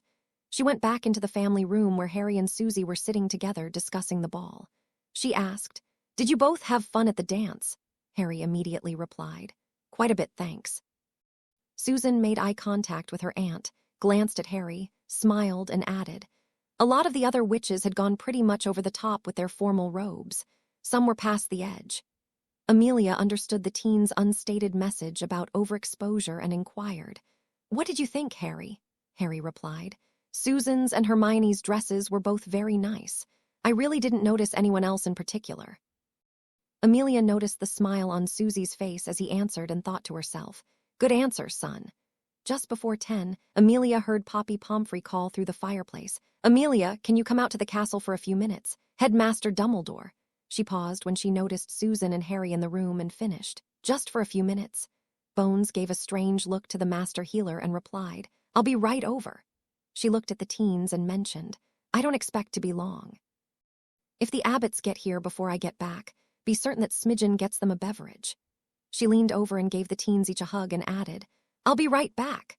Junior awoke, comfortable in his normal form. Relieved of the need to be Mad-Eye for a moment, he nonetheless positioned his polyjuice, artificial eye, and peg leg near the shower of his staff quarters. Not only did he hate the peg leg and its awkwardness, he loathed every second he had to wear that damnable magic eye. What he could see with it was a wonder, all right, but so were the headaches it gave him. He didn't realize that any competent eye healer could have given him a minor adjustment that would have eliminated the headaches, so he just took it off at every possible opportunity. In keeping with Mad-Eye's legendary paranoia, he had previously demanded that Dumbledore disable flu travel into his fireplace and limit it to only fire calls. He had also placed a screen in the line of sight from the fireplace to the hall leading back to the bedroom and loo. He had made it a habit to always hop on one leg when unpolyjuiced. Given Moody's social skills, or lack thereof, he figured that few knew of Moody's personal habits concerning the peg leg. He could readily explain that his stump itched, so he took the leg off in his apartment. What he couldn't explain would be 2 normal footfalls should a fire call come in while he was distracted. His preparations complete, Junior entered the shower for half an hour of steamy luxury. Still, it ended all too soon. He had one of the worst of his chores before him, all the worse because the end was not yet in sight. He had to go feed and clean Moody. He still needed Moody's hair, and for that he needed the old Auror alive, while Polyjuice could still give him Moody's appearance if Moody died. Its potency was badly degraded by the death of the donor. Junior was already sick of having to drink the revolting concoction every hour or so, and the thought of having to drink it every few minutes was unbearable. Besides, he was brewing as much as he could already. If Moody died, he'd have to abandon his mission or ask the Dark Lord for assistance in brewing the potions. Both options were unthinkable. Grumbling enough to do the real Alistair proud, Junior got as dressed as he could in his normal body, and then gagged down another swig of the noxious brew. As the painful transformation completed, he sighed and reached for the peg leg and the accursed eye. He muttered to himself, "At least I don't have to wear the damned thing while I'm feeding the bastard." A few hours later, Alistair Moody heard the lid to his magical trunk open. He'd been a prisoner in his own trunk for months now. Nearly always in the dark and barely fed, he looked up and was nearly blinded by the light. The 7th compartment of his trunk was a magically expanded 12 by 12 by 12-foot room. A metal ladder bolted onto the wall was used for entrance and exit. Originally intended as an extra storage compartment, Moody had used it twice in the past to illegally detain prisoners for questioning for a few days at a time. Never in his darkest dreams had the old Auror imagined that he would be a prisoner in his own trunk. The old Auror was surprised when the food bucket was lowered. Instead of the usual sandwich and goblet of pumpkin juice, there were 2 sandwiches and a bottle of brandy. Also, there was a sprig of a branch from a pine tree. Moody looked into the bucket, quickly took the contents out, and tied the cord of the waste pail to the rope. Unable to resist, the old Auror croaked in a voice that was increasingly unused to talking. "What, you going soft or something?" As he pulled the pails back up, Junior replied, "Happy Christmas, Moody. It's the last one you'll live to see." Back at Welshpool, after dinner had been served and the Christmas gifts opened, the teenagers had gone off to examine their new treasures. Connie asked, "So what happened?" In a low voice, Amelia related the story from the hospital wing, including Riddle's deadly trap. Connie shook her head at the senseless tragedy and observed, "What a prideful, arrogant man. What was he thinking?" Amelia replied, "Obviously he wasn't at that moment. He did convey his hope that I would reach his age someday and have as few regrets." Connie asked, "Not to be completely cold about his injury, but is he certain that he destroyed the Horcrux?" Amelia nodded and held out a box that contained the ring. The bottom had been split in 2. She observed, "Harry had a severe pain in his forehead this morning just about the time that the professor split the ring. Not to doubt him, but I'd sleep better if you would cast your detection charms to verify it." Before she handed Connie the box, she added, "Be careful with it. Snape claims that he removed all of the poisons from the band, but it makes no sense to take a needless risk." Connie conjured and put on a pair of surgical gloves, then picked up the broken ring and examined it. She cast the detection charm, but wasn't completely happy with the result. There was something there, but she wasn't certain what it was. She replied, "Let's take it outside and burn it. Why take a chance that it still contains a fourth of that monster's soul?" She put the ring back in the box, and they went outside to the stone barbecue pit. Connie cast the fiendfire charm, while Amelia kept a close eye to be certain that the fire didn't spread. 15 minutes later, the fire had cooled down and the ring had melted. As they walked back into the house, Connie asked, "How long will Dumbledore be in the hospital wing?" "Not more than a few days. Poppy and Snape removed his arm that they said contained most of the poison. Even so, Snape stated that there is no antidote and that it will eventually prove to be fatal." A bit embarrassed by her previous words, Connie exclaimed, "Good Lord, I had no idea. How long does he have?" Amelia grimly replied, "Perhaps as short as a few months or maybe as much as a year. No one really knows." The senior investigator blanched. It was a sobering reminder that they weren't simply out on some treasure hunt. She asked, "Are you going to say anything to the kids?" Amelia shook her head and replied, "Not unless they specifically ask. It's Dumbledore's story to tell, and I'm certain that he'll concoct some tale." A few minutes later, Harry accepted the envelope and the small package from the brightly colored bird that had tapped on their window, while Connie and Amelia looked on with amazement. Susan made eye contact with her aunt and pointedly looked over at Connie. Amelia nodded and asked Connie to help her with the afters for a minute. Susan scooted over to her boyfriend and inquired, "What did he say?" Harry opened the letter and read, "Harry, Bangkok was amazing. I took a tuk-tuk to Patpong and then visited the Kwai River Memorial. It was a sobering reminder of the horrors of enslavement. Happy Christmas." Uncle Sylvester, the pair looked at each other and shrugged. Neither of the teens had a clue what he was writing about. Harry tapped the letter. Not only was there writing on the back page like the previous messages, but a second, smaller, lumpy envelope appeared. He looked at it and saw that it was addressed to Amelia Bones. They read the rest of the letter together. "Harry, and if I'm correct, Susan too. Happy Christmas, Harry. You too, Susan. After that bit of unpleasantness in Cyprus, I took your advice and returned to Madrid. Until Pettigrew is found and Fudge leaves office, I really can't return. He's too easily corrupted and has too much to lose if I were to be found innocent. I'm sorry that I won't get to see you both over the holidays. Harry, I miss you every day, but that's nothing new. However, I did find something useful for you for a Christmas gift. I know it's not much, but please keep it with you always. I've also enclosed an envelope for Amelia to look at. It contains a pensive memory. Please don't pester her too much about it. Susan, please do your best to keep Harry happy. I know that he must feel that he has the weight of the world on his shoulders between that blasted tournament and that bat's prophecy. Happy Christmas. Love, serious Harry saw the tears welling in Susan's eyes as he carefully placed the letter back in the envelope. As gently as he could, he hugged her, only to be nearly crushed by her returned embrace. They held each other for a few minutes as they each silently struggled to hold back their tears.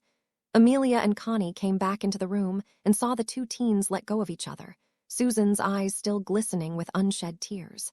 She handed Harry the small package and gave her auntie the lumpy envelope. Amelia held it and suggested, "Perhaps you should open your gift, Harry." He unwrapped the paper and looked at what could only be described as the wizarding version of a Swiss Army knife. In addition to a small blade, corkscrew, and bottle opener, there were a dozen little metal pins of various colors that looked a bit like hex keys. He looked at the instructions and realized that they held various charms like shrinking or enlarging an object. It was the perfect circumvention of the underage restriction on magic. Amelia saw the smile on the teen's face and asked, "What did you get?" Harry replied, "A magical pocket knife." She smiled and replied, "Susie's dad had one of those when he was growing up. He loved it." Connie asked, "What did you get?" Amelia opened the envelope and carefully read the letter. She excused herself and went to get a pensieve. 2 minutes later, she returned and set the dish on the kitchen table. As the others gathered around, she announced, "Harry, Sirius sent me a memory and asked that I take a look at it. We'll talk about it when I come back out. Okay?" He nodded, and she put the tip of her nose in the dish and disappeared. Amelia found herself in the living room of the cottage where James and Lily were staying at Godric's Hollow. She watched in fascinated horror as James, Lily, Sirius, and Peter Pettigrew discussed the Fudelius charm, back and forth. She felt her heart break as Sirius convinced James that no one would suspect Peter of being their secret keeper. She felt tears running down her cheeks a minute later, when Lily cast the charm and gave Pettigrew the secret. Lily hugged Pettigrew and Black as they got ready to leave while James held baby Harry. Her last words to them were, "We'll have you two and Remus out for dinner next week after Halloween. Thank you both so very much. We love you." With that, Sirius walked out their door with Pettigrew, and the memory ended. She stepped out of the memory and tapped her wand on the bottom of the note as she'd been instructed. Words appeared on the back half of the note. "Director Bones, the memory that you just watched was the last time that I saw James and Lily alive. I swear on my magic that it hasn't been altered. I will regret my insistence that they use that rat until my dying day. Harry has written me, and on multiple occasions mentioned the outstanding job that you have done in providing a loving home for him. For that, I thank you from the bottom of my heart. I'm living a quiet life in Madrid. I was nearly apprehended in Cyprus a few weeks ago by British aurors. My belief is that they were sent, illegally, by Fudge at the recommendation of Lucius Malfoy. I don't know their names, but if you wish, I'll send a memory the next time that I send a letter to Harry. His owl knows how to contact me. Please do what you can to keep him safe without walling him in. I'm certain that Harry's destiny is to destroy Voldemort, and I'm equally certain that he's out there somewhere. Your humble servant, Sirius Orion Black." Amelia thought for a moment and announced, "Connie, I'm going to leave this note on the table for a few minutes while I take Harry and Susie upstairs to talk with them." She gave her friend a meaningful look and took the teens up to Harry's room and closed the door. She directed, "Have a seat, you two." Susan asked, "What did he say?" She replied, "In short, he asked that I continue to provide Harry a loving home. He said that until Pettigrew is captured and Fudge gets sacked, he'd stay away and probably stay in Madrid." She added, "The memory that he showed me was of your parents selecting Pettigrew as their secret keeper at Sirius's recommendation. It was the last time that he saw them. He recommended that I not show it to you, but I would leave that decision up to you. In that context, it's a fairly disturbing scene, but I know you don't have many memories of your parents. Either way, you don't need to see it tonight. I'll save it and you can decide later." Susie asked, "Why did you leave Connie downstairs?" Her aunt replied, "Plausible deniability. Do her a favor and don't bring Sirius up in any conversation. Regardless of what you believe, he's still a wanted man. Can you both do that for her?" The teens nodded and she added, "Good. Now let's go have some afters." Monday, 26 December. The snow was falling in heavy, wet, galleon-sized flakes when the teens got up on Monday morning. Amelia greeted Harry warmly and asked, "What are your plans for the day?" Harry replied, "Rufus suggested that I spend a few hours each day practicing swimming. If it's not too much trouble, I was wondering if you might warm the pool up a bit." Amelia smiled at her son and replied, "Certainly. I'll go out and tidy it up a bit. Can you get Susie something to eat when she comes down?" He quickly agreed. A few minutes later, Susan made her way into the kitchen and plopped down at the nearest spot. She wasn't a morning person. "Morning," greeted Harry in a cheerful voice. She had a few sips of coffee and a slice of toast. When she was finished with the toast and had another gulp of coffee, she smiled back at him and replied, "Good morning to you too. Did you sleep okay?" Harry nodded and replied, "I dreamed about Sirius. I really only met him that one time and he looked pretty ragged. I hope he's lots better now." She didn't say anything. Rather, she touched his hand and looked into his eyes. She could see the sadness but didn't know how to make it go away. Instead, she asked, "What do you want to do today?" He replied, "Rufus wants me to spend a few hours in the pool, kicking and doing arm work." Susan looked doubtful and replied, "That sounds like a good way to catch a dreadful chill." She was of a mind to read a little book that Hermione had given her. He shook his head and countered, "Amelia went out to put a warming charm on the pool." Her eyes lit up and she suggested, "We could invite Hannah, Neville, and Hermione over for a winter swim." Harry looked cautious and replied, "Maybe we should ask first." Amelia had just stepped back in and caught the last few words and inquired, "Ask what, dear?" Susie jumped in. "Would it be all right if we invited Neville, Hannah, and Hermione over for lunch and a swim?" "Certainly. Can Hermione take the night bus? I'll be at the office until 6, otherwise I'd go pick her up." Harry replied, "I'm sure that would be fine. I'll go get my practice in now before they get here." Susan added, "Thanks, Auntie." Amelia considered the situation for a minute and said, "I'll get you both 10-day conditional magic permits from Malfalda." Hopkirk had been somewhat easier to work with since their confrontation the previous July. She added, "Rufus mentioned wanting to come over sometime tomorrow. What are your plans?" Harry looked at Susan for a moment and replied, "Nothing for certain at this time. I'll be happy to work around his schedule. We have some schoolwork reports to do, but only about a day's worth." Susan, "I wanted to go to Diagon Alley sometime this week, but any day would be fine." Amelia nodded and replied, "Okay. Let Smidgen know if you are having guests over for lunch so she knows how much to make. I'll see you both tonight at 6. Bye, Auntie. Love you." As Amelia stepped into the fireplace to take the flue to work, she heard Susan command, "Get your suit on, Aquaman." Tuesday, 27 December. Albus awoke on Tuesday morning. Instinctively, he attempted to scratch his nose and recalled that it wasn't going to happen as it had for the last 134 years. He had lost his arm and most of his remaining life 2 days before in his effort to rid the world of Tom's Horcrux. He could second-guess himself for the remainder of his shortened life, but it would serve no purpose. He tried to recall his painkiller-loaded conversation with Amelia. Mostly it was a haze, except he recalled her promise to go collect Peveril's ring from the top of his desk in his office and destroy it. Poppy noticed that he was awake, and he saw her frown at him as she walked over. "Good morning, Poppy." Pomfrey wanted to berate the headmaster for what he had done to himself. She wanted to slap him silly for taking such a foolish risk. She wanted to cry that the British wizarding world's unofficial leader was mortally wounded and would soon leave them. Instead, she looked him in the eye and inquired, "Can I get you anything?" Dumbledore considered her question for a moment and inquired, "Would it be possible for me to return to my own quarters after you have finished your examination? There is much to do and increasingly less time to complete what must be done." Pomfrey couldn't see a benefit in holding him against his will. The stump of his arm had been magically healed. She nodded and said, "Against my better judgment, I will not hold you against your will. Are you interested in arranging an artificial limb fitting?" Fighting his lifelong habit, the old professor itched his nose with his right hand and replied, "No, Poppy, that won't be necessary. However, I must ask you to stick to the story that I was hit by an automobile in London on Christmas morning and lost my arm as a result of a tragic accident. It is imperative that no other version or tale is related to anyone. Can I count on your keeping this most important confidence?" Reluctantly, the old master healer nodded and asked, "Will you ask the same of Severus and Amelia?" Dumbledore nodded and replied, "Yes, I shall speak with each of them within the hour."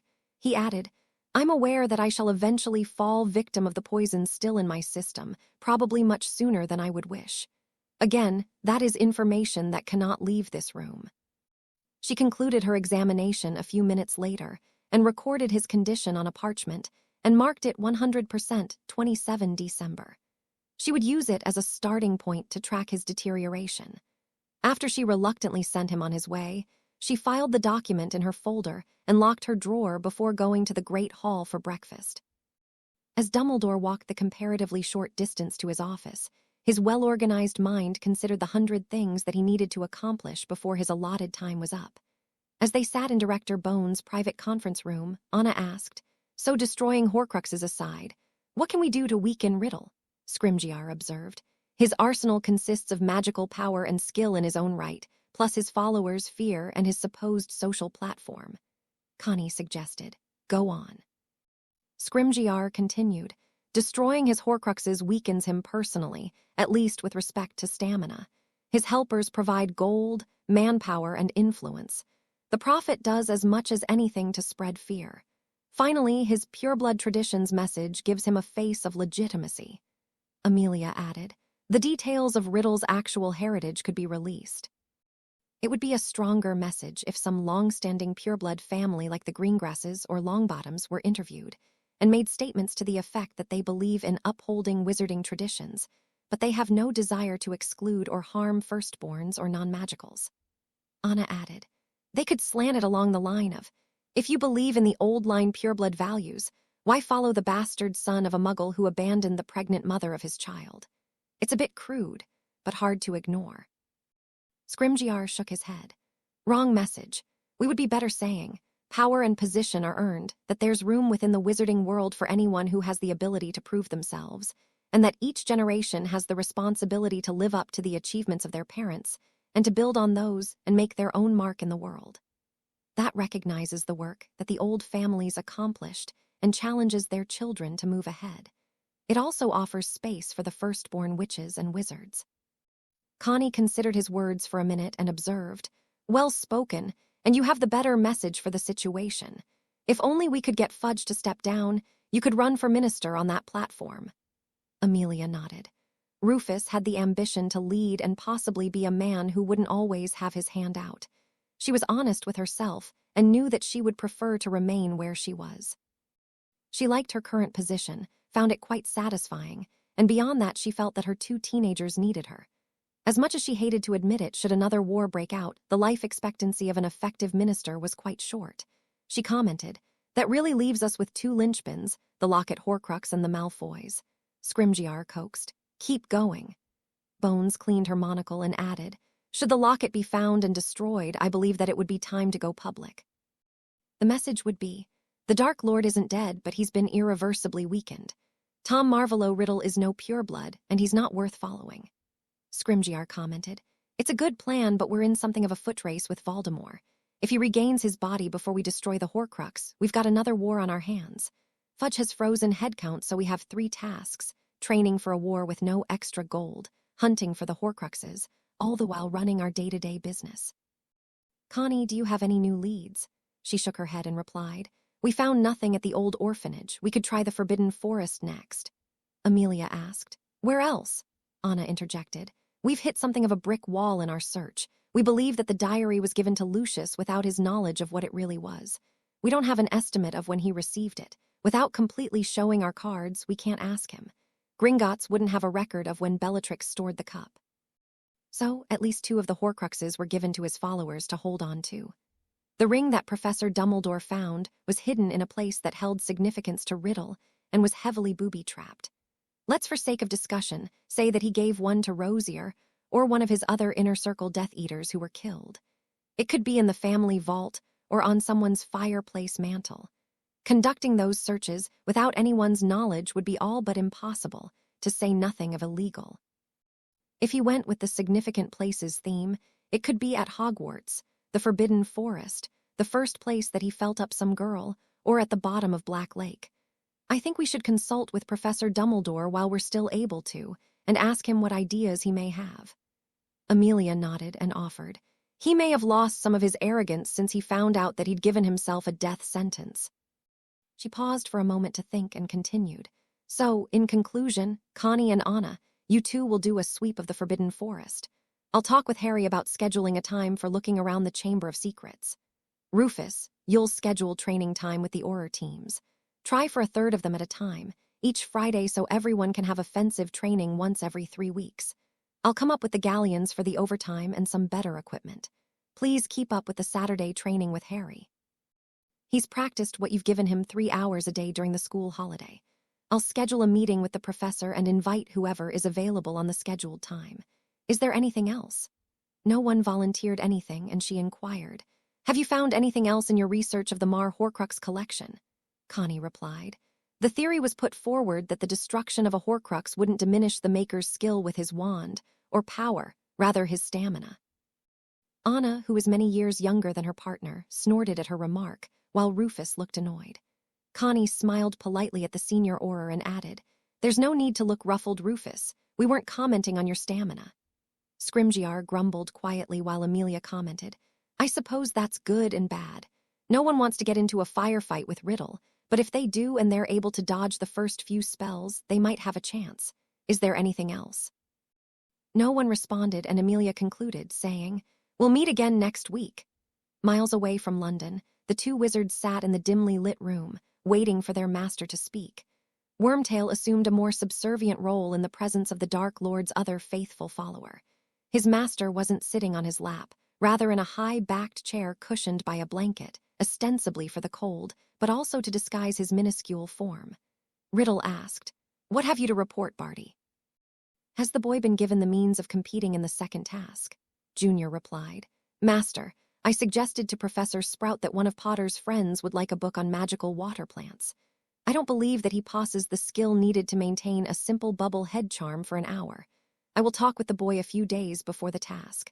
I didn't want to reveal my hand by directly aiding him. Pettigrew asked, What happens if he doesn't know the charm or learn of the magical plant? Junior replied, Based on his high score from the first task, he'd still be allowed to compete in the third task. Riddle considered the conversations and directed, You have done enough. If he fails, he fails. Do not reveal yourself outside of the normal classroom activities. We have too much to lose and too little to gain by any additional coaching of the boy. If he thrashes around in the cold water, we have lost nothing except a favorable starting position in the third task. By a stroke of luck, Potter won the first task. There is nothing to worry about. Pettigrew had nothing to add, so Riddle asked Crouch, Is there anything that you need? Junior replied, No. I have enough gold from the old crone McGonagall. I need to visit the apothecary and obtain more boomslang skin and bicorn powder for the potion. What else can I do for you, Master? Riddle was worried about the stability of his current form, but he didn't want to make that admission. The dizzy spell from a few days ago had ended and hadn't reoccurred. He concluded the meeting saying, Do nothing to jeopardize the plan. Find out if there is anything else known about the old fool's injury beyond what was reported in the newspaper. Report back to me after the second task has played out.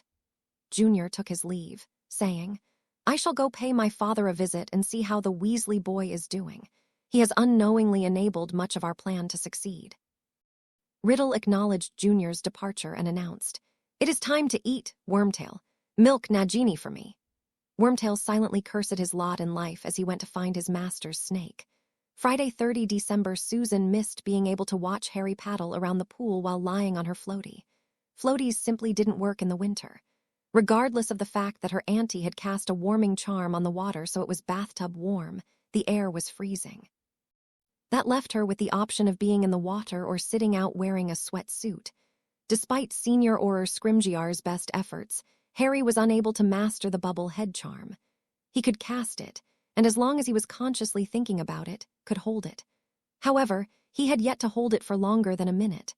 Remarkably, the book that her head of house, Professor Sprout, had given her for Christmas had referenced gillyweed. A trip yesterday to the exotic plants shop, and 60 galleons later, her boyfriend was the proud owner of 10 doses of the rubbery, wormy-looking plant.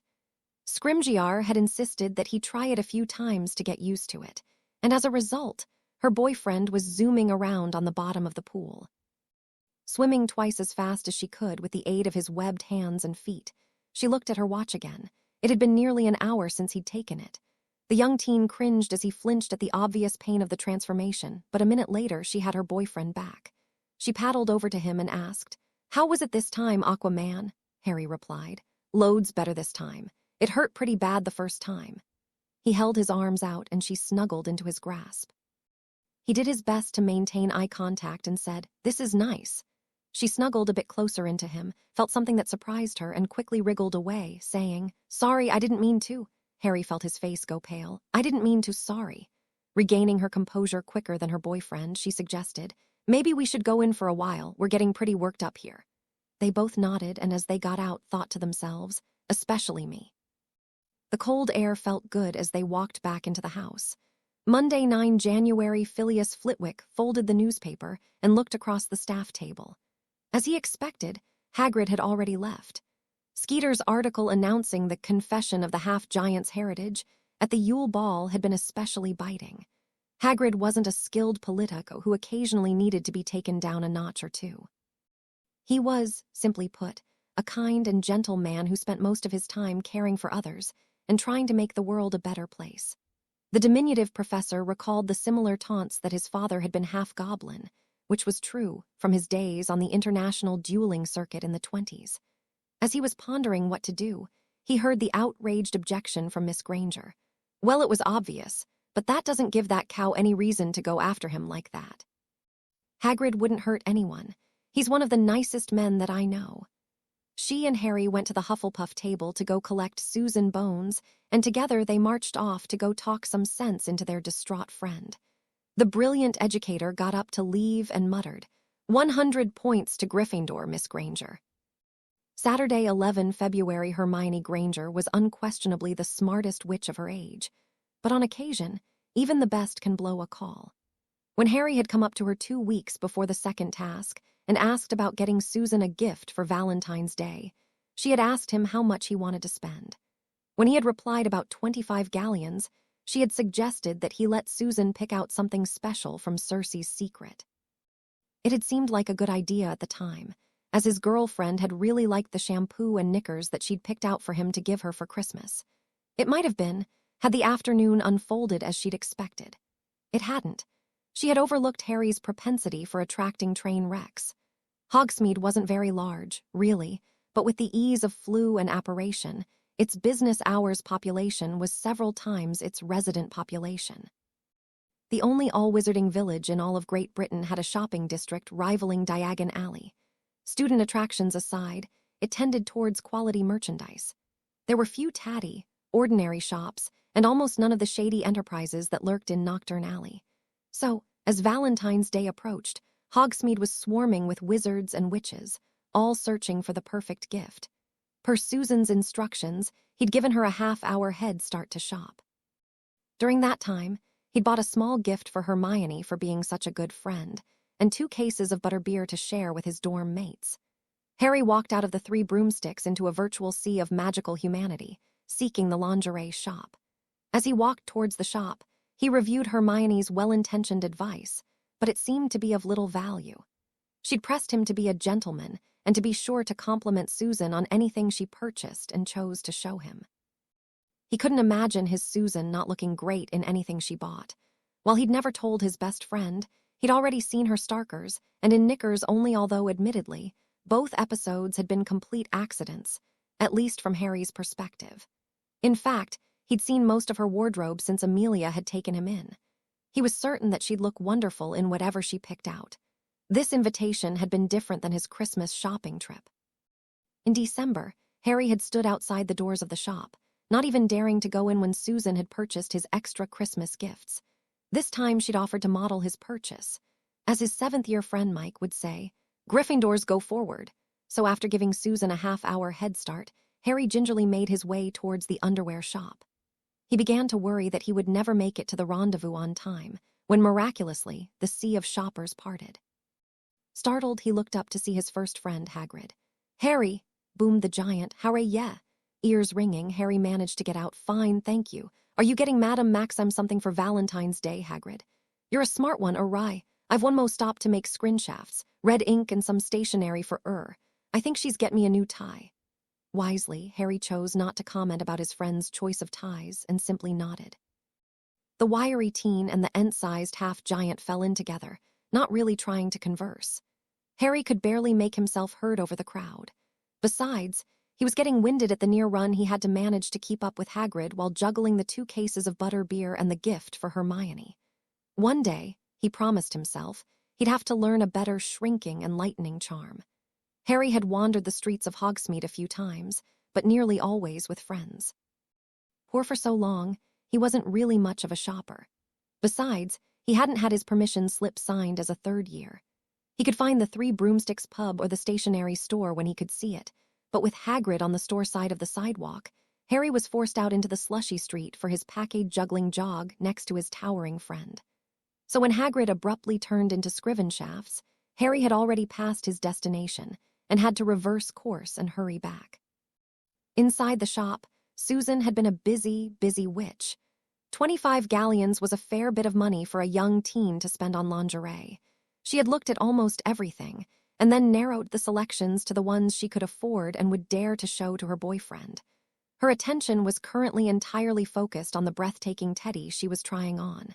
It was magical, literally.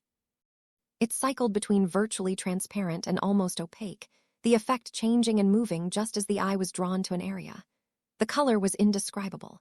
She'd been watching it for a minute in the mirror and still couldn't tell what color it was. It was iridescent red one moment, then filmy blue, then seemingly made of emerald smoke the next. The longer she watched, the more colors she saw. The feel of it on her bare skin was like nothing she had ever experienced. She wondered whether she could borrow a bit of his Gryffindor courage to let him see her in it, and whether he'd like it if she did. Finally, inside the shop, Harry had managed to wrangle his rebellious packages into some semblance of order. He looked around in embarrassed wonder at the animated and astonishingly lifelike display mannequins, shopping witches, and bemused wizards alike. He finally came to rest at the far end, entirely unaware that behind the curtains before him were the changing rooms where several witches were trying on slips of clothing, the likes of which he'd never even dreamed. "Finally," sighed Harry as he looked around for Susan. "Peace and quiet." He had spoken too soon. Cersei's secret, which had just opened prior to the Christmas holidays, hadn't counted on the Valentine's Day crush of shoppers eager to get into the changing rooms. As Harry let out the breath he'd been holding, Millicent Bulstrode, who was charging full speed towards the curtains carrying some sort of leather garment, jostled him. Even in the magical world, momentum and mass counted. Little Harry had no chance at all against the determined Leviathan that crashed into him on her way to the last open changing booth. Distracted for a moment by the metal spikes that he'd seen, Harry went flying without a broom. He instinctively put his hand out to brace himself against the curtained wall before him, which turned out to be curtains only, curtains through which he fell awkwardly, arms still outstretched. The hand of which finally came to rest on a prominent part of Susan's delightful anatomy, leading to a squeal. First of fright and then delight, as Harry's head followed the attached arm and the rest of Harry followed his head, which instantaneously stopped functioning as realized that he'd knocked her over. Outside the curtain, the 2 cases of butterbeer went flying into the air and shattered when they hit the slate floor, splattering everything and everyone in the store with the warm, syrupy liquid. Pandemonium reigned. Inside the dressing room, Harry was lying on the floor motionless, completely unable to engage his teenage boy brain. Harry, who could face down a 60-foot basilisk or stand toe-to-toe with a dragon, found that his courage had completely turned to mush over the realization that his hand was well underneath Susan's teddy and his girlfriend was lying face down, on top of his arm. Fortunately, Susan, who was able to think a little better in this situation than her boyfriend, knew she should call her Auntie Amelia. She began to gently extract herself from her boyfriend's caress and reach for her phone, but then thought better of it and hugged him for dear life. She whispered, "Don't be embarrassed, Harry. I won't break." "Carpe diem," Harry whispered. "Gringotts can handle the damages." She looked into his emerald green eyes and kissed her boyfriend for a full minute before they both admitted that it was time to go back to the castle. Fortunately, the Daily Prophet hadn't been able to hire a replacement photographer yet, and Skeeter was covering a speech at the ministry, so the incident never made the newspaper. Harry ended up buying Susan roses for Valentine's Day. Perhaps it was just as well. Friday, 17 February, Amelia understood the concept of a limited window of opportunity for a project. She knew that the Auror Corp was undersized for a government that was gearing up in preparation to fight a war on terror. She was painfully aware that Fudge had frozen headcount at the ministry to the current level. That said, she had 68 people, including herself, who carried a badge and couldn't increase that number. Even if she had the money, she couldn't go out and quietly hire a dozen Auror recruits. There was too much bureaucracy to keep such a move hidden. What she thought she could do was to train them to be able to change their focus from solving domestic disputes and catching shoplifters to that of a group of rapid-response, small-unit fighting teams. She believed that as soon as Riddle regained a body and Lord Voldemort made his presence known to his followers, the first thing that they would do would be to go out and recruit additional followers. Her Aurors needed to be equipped and trained to interdict the enemy while sustain a minimal casualty rate of their own. For that, she needed gold. Naturally, she didn't have the budget and knew that not only would going to Fudge to ask for the funds be fruitless, it would be counterproductive. The last thing in the world that she wanted to do was to tip off the Malfoys and their kind, who would use the information against them. Nor did she expect the Aurors to go out and buy their own safety equipment or work overtime for free. For that, she needed galleons.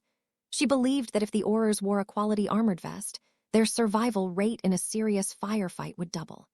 Ethics aside, it made good business sense to provide her team with military-quality dragonhide battle gear. Additionally, she believed that if she provided them with 80 hours of offensive spell and military-level battle training, she could improve their survival rate by another 25%.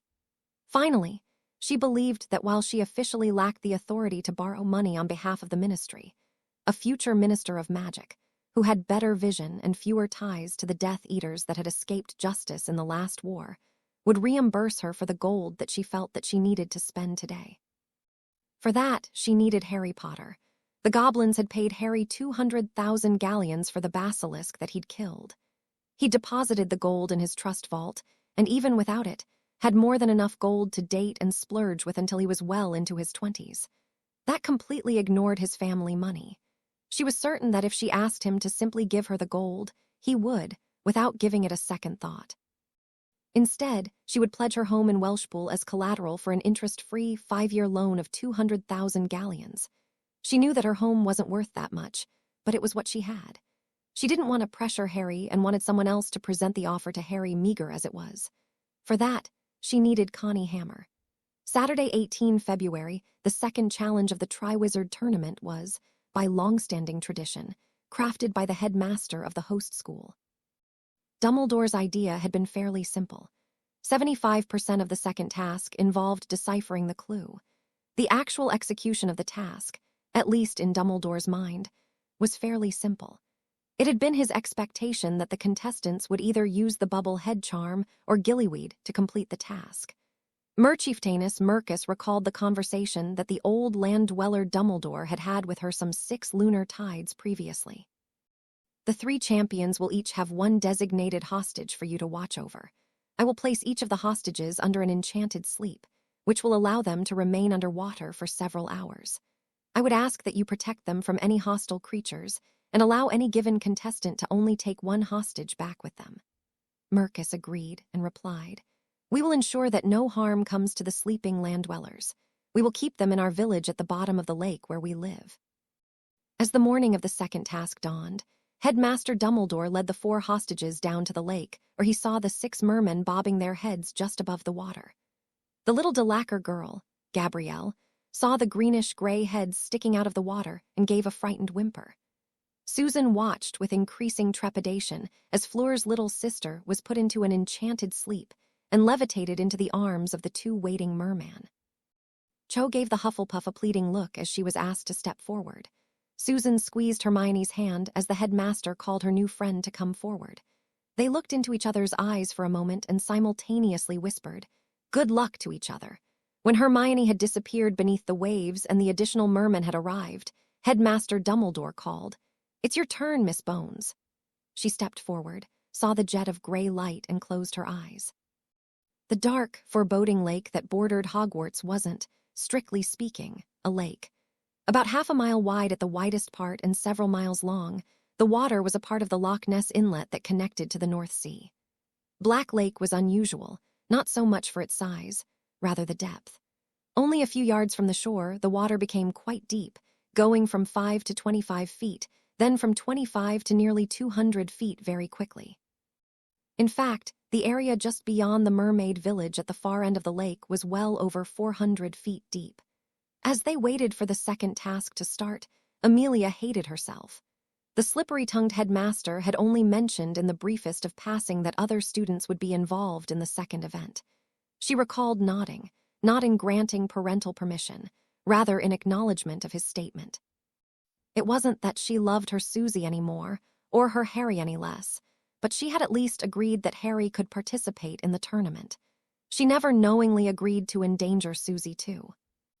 As Connie Hammer was rightfully bellowing into her ear for a massive lapse of judgment in allowing both of her children to have anything to do with this pointless, evil tournament, she wondered how many other occasions there had been where the old headmaster had pulled some double-worded, half-truth of a plan on other people without their knowledge. Hammer declared he should have had his arm amputated just below the neck for thinking that this tournament was a good idea. When do they start?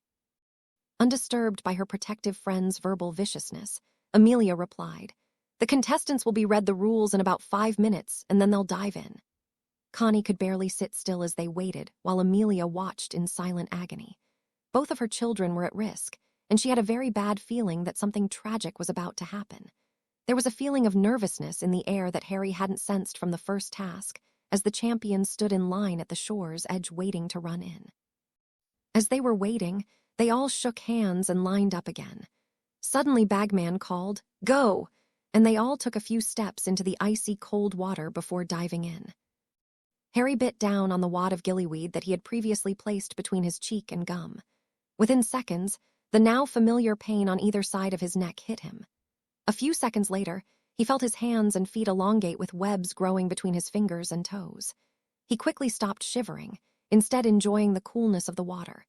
Within a minute, he passed Fleur and Cedric, who'd both cast the bubblehead charm and were swimming off in different directions. As he swam directly for the village, he lost sight of the other 2 champions.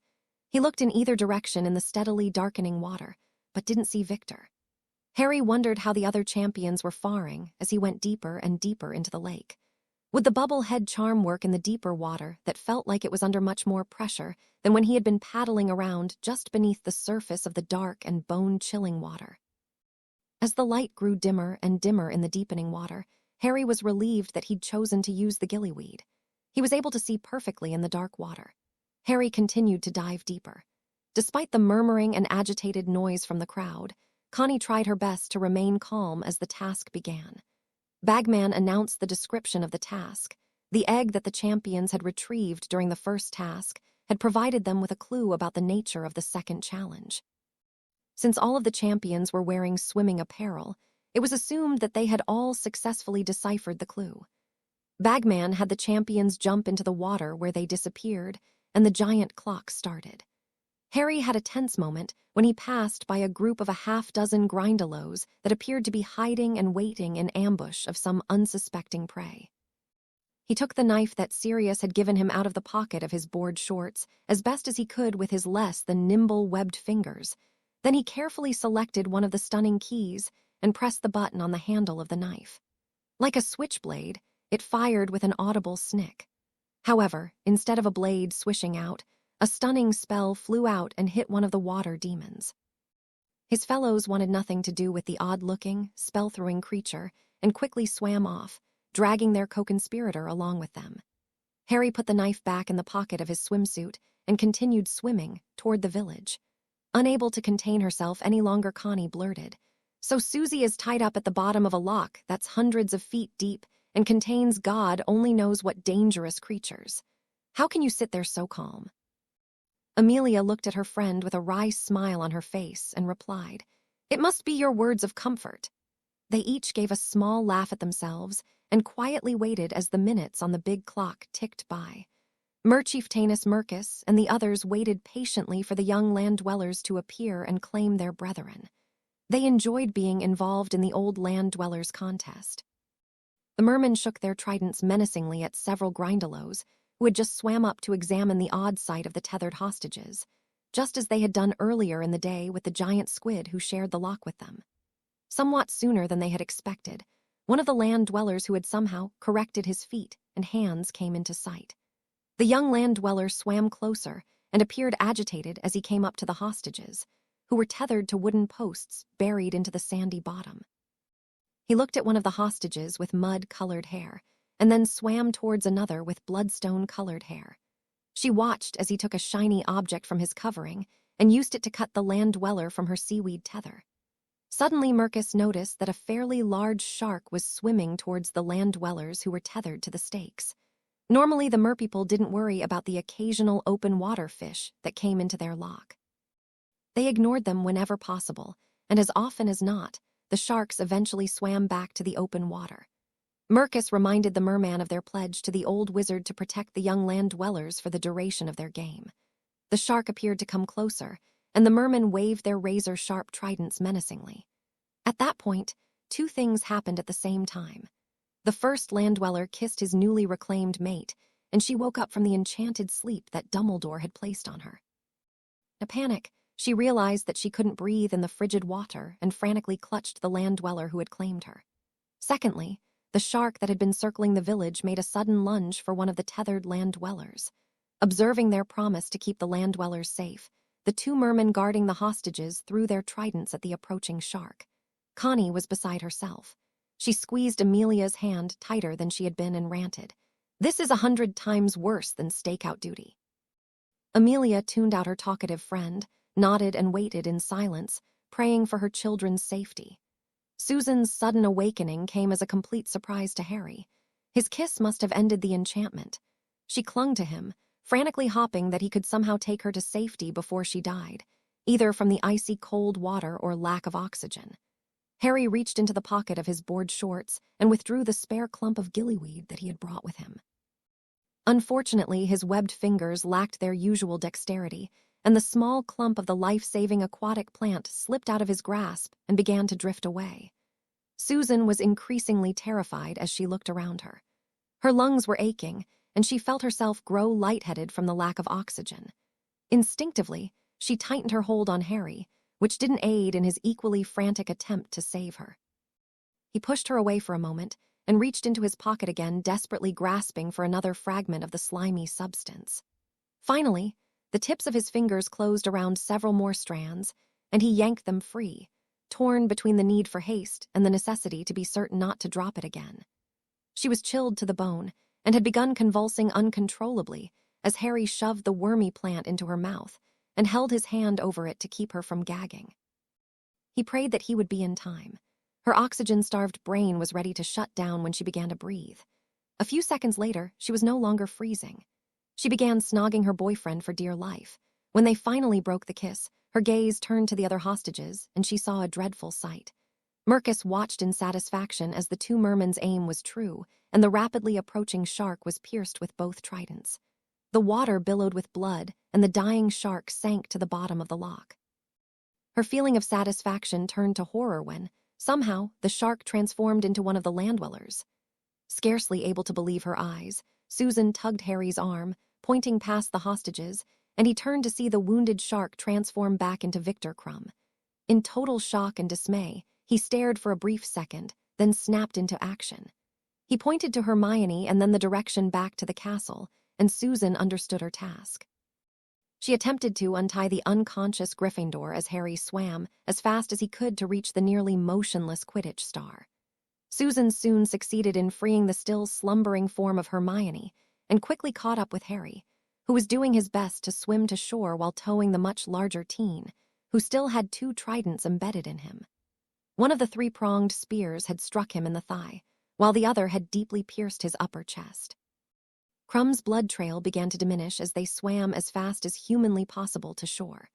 Unfortunately, even with webbed fingers and feet, it seemed to take forever to cover the half-mile back to land while towing a badly wounded wizard. As they approached the shallower water near the shore, the light in the water became much brighter. But when Susan finally broke the surface and bobbed her head above water, screaming a frantic cry for help, she noticed with dread that the water by Crumb was now clear.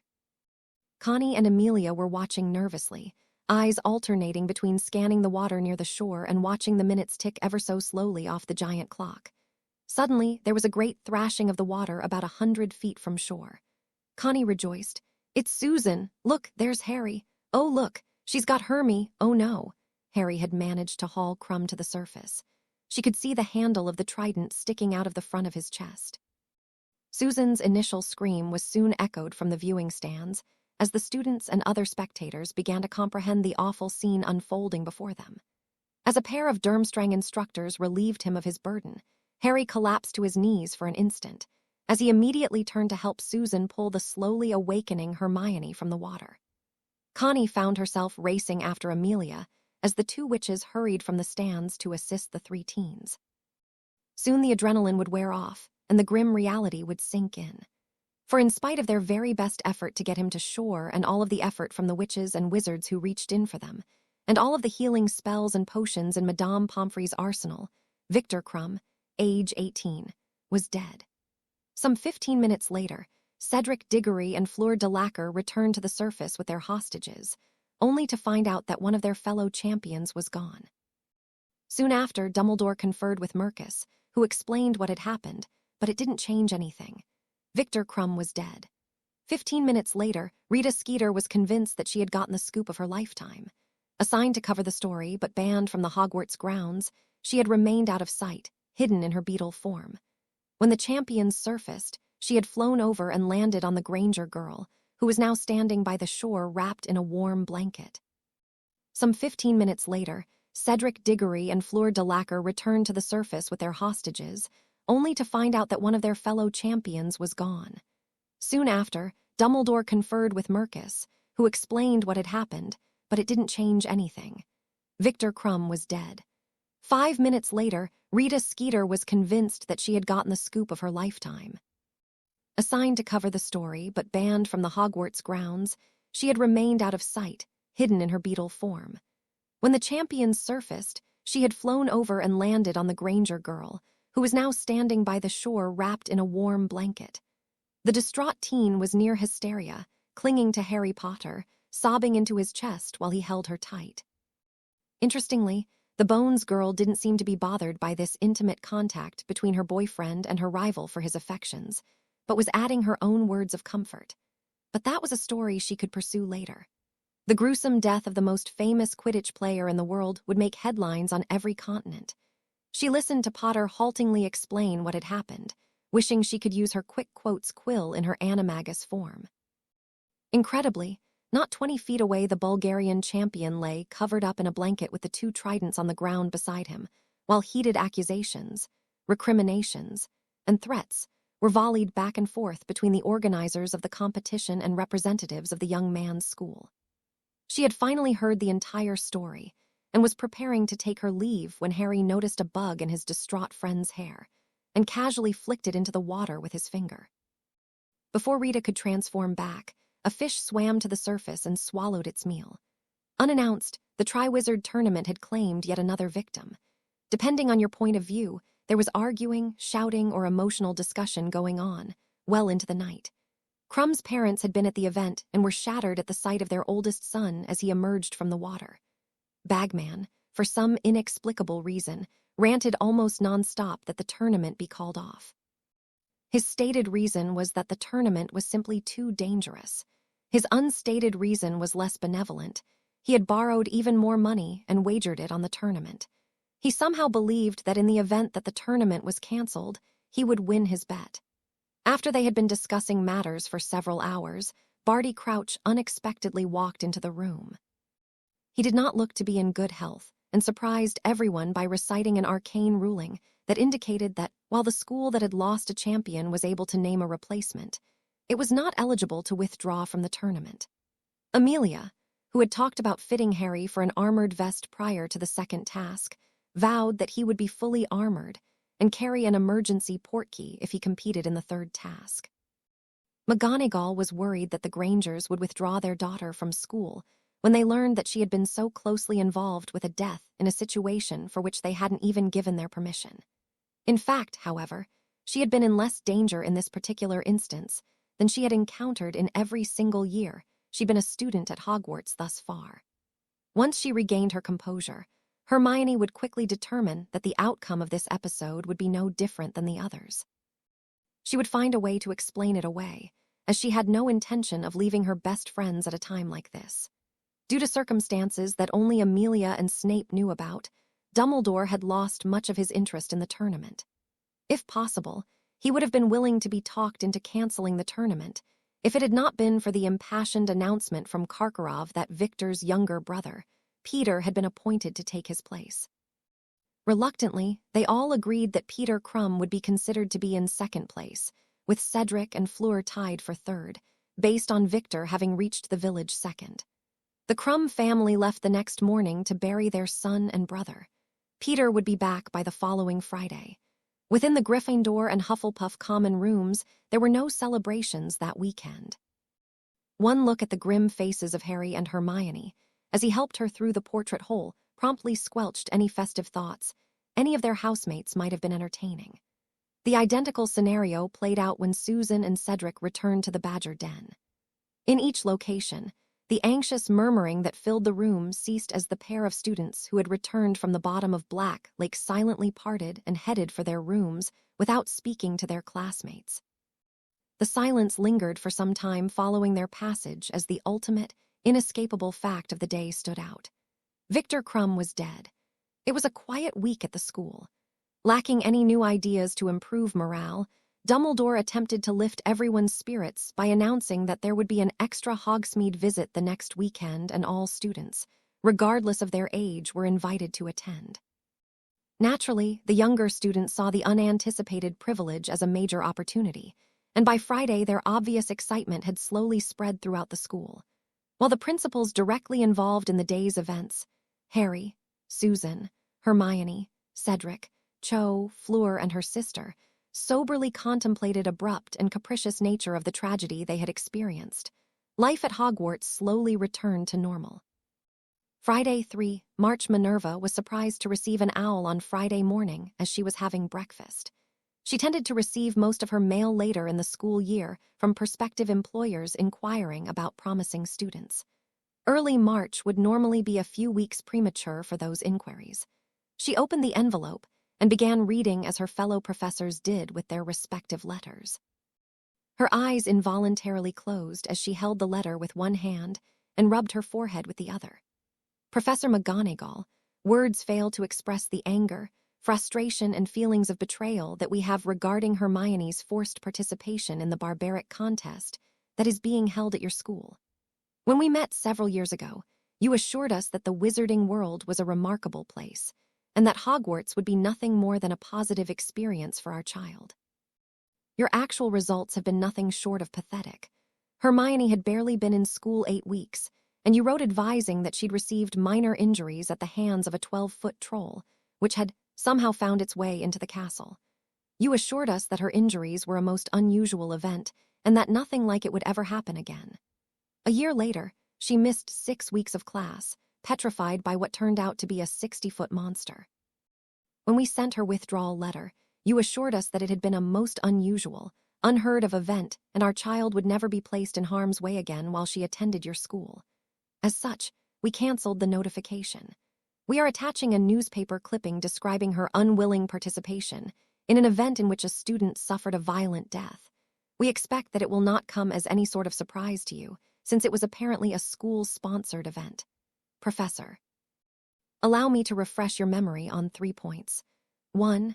Our daughter is a minor too. We did not give our permission for her to participate in a non-academic activity which would endanger our child. 3.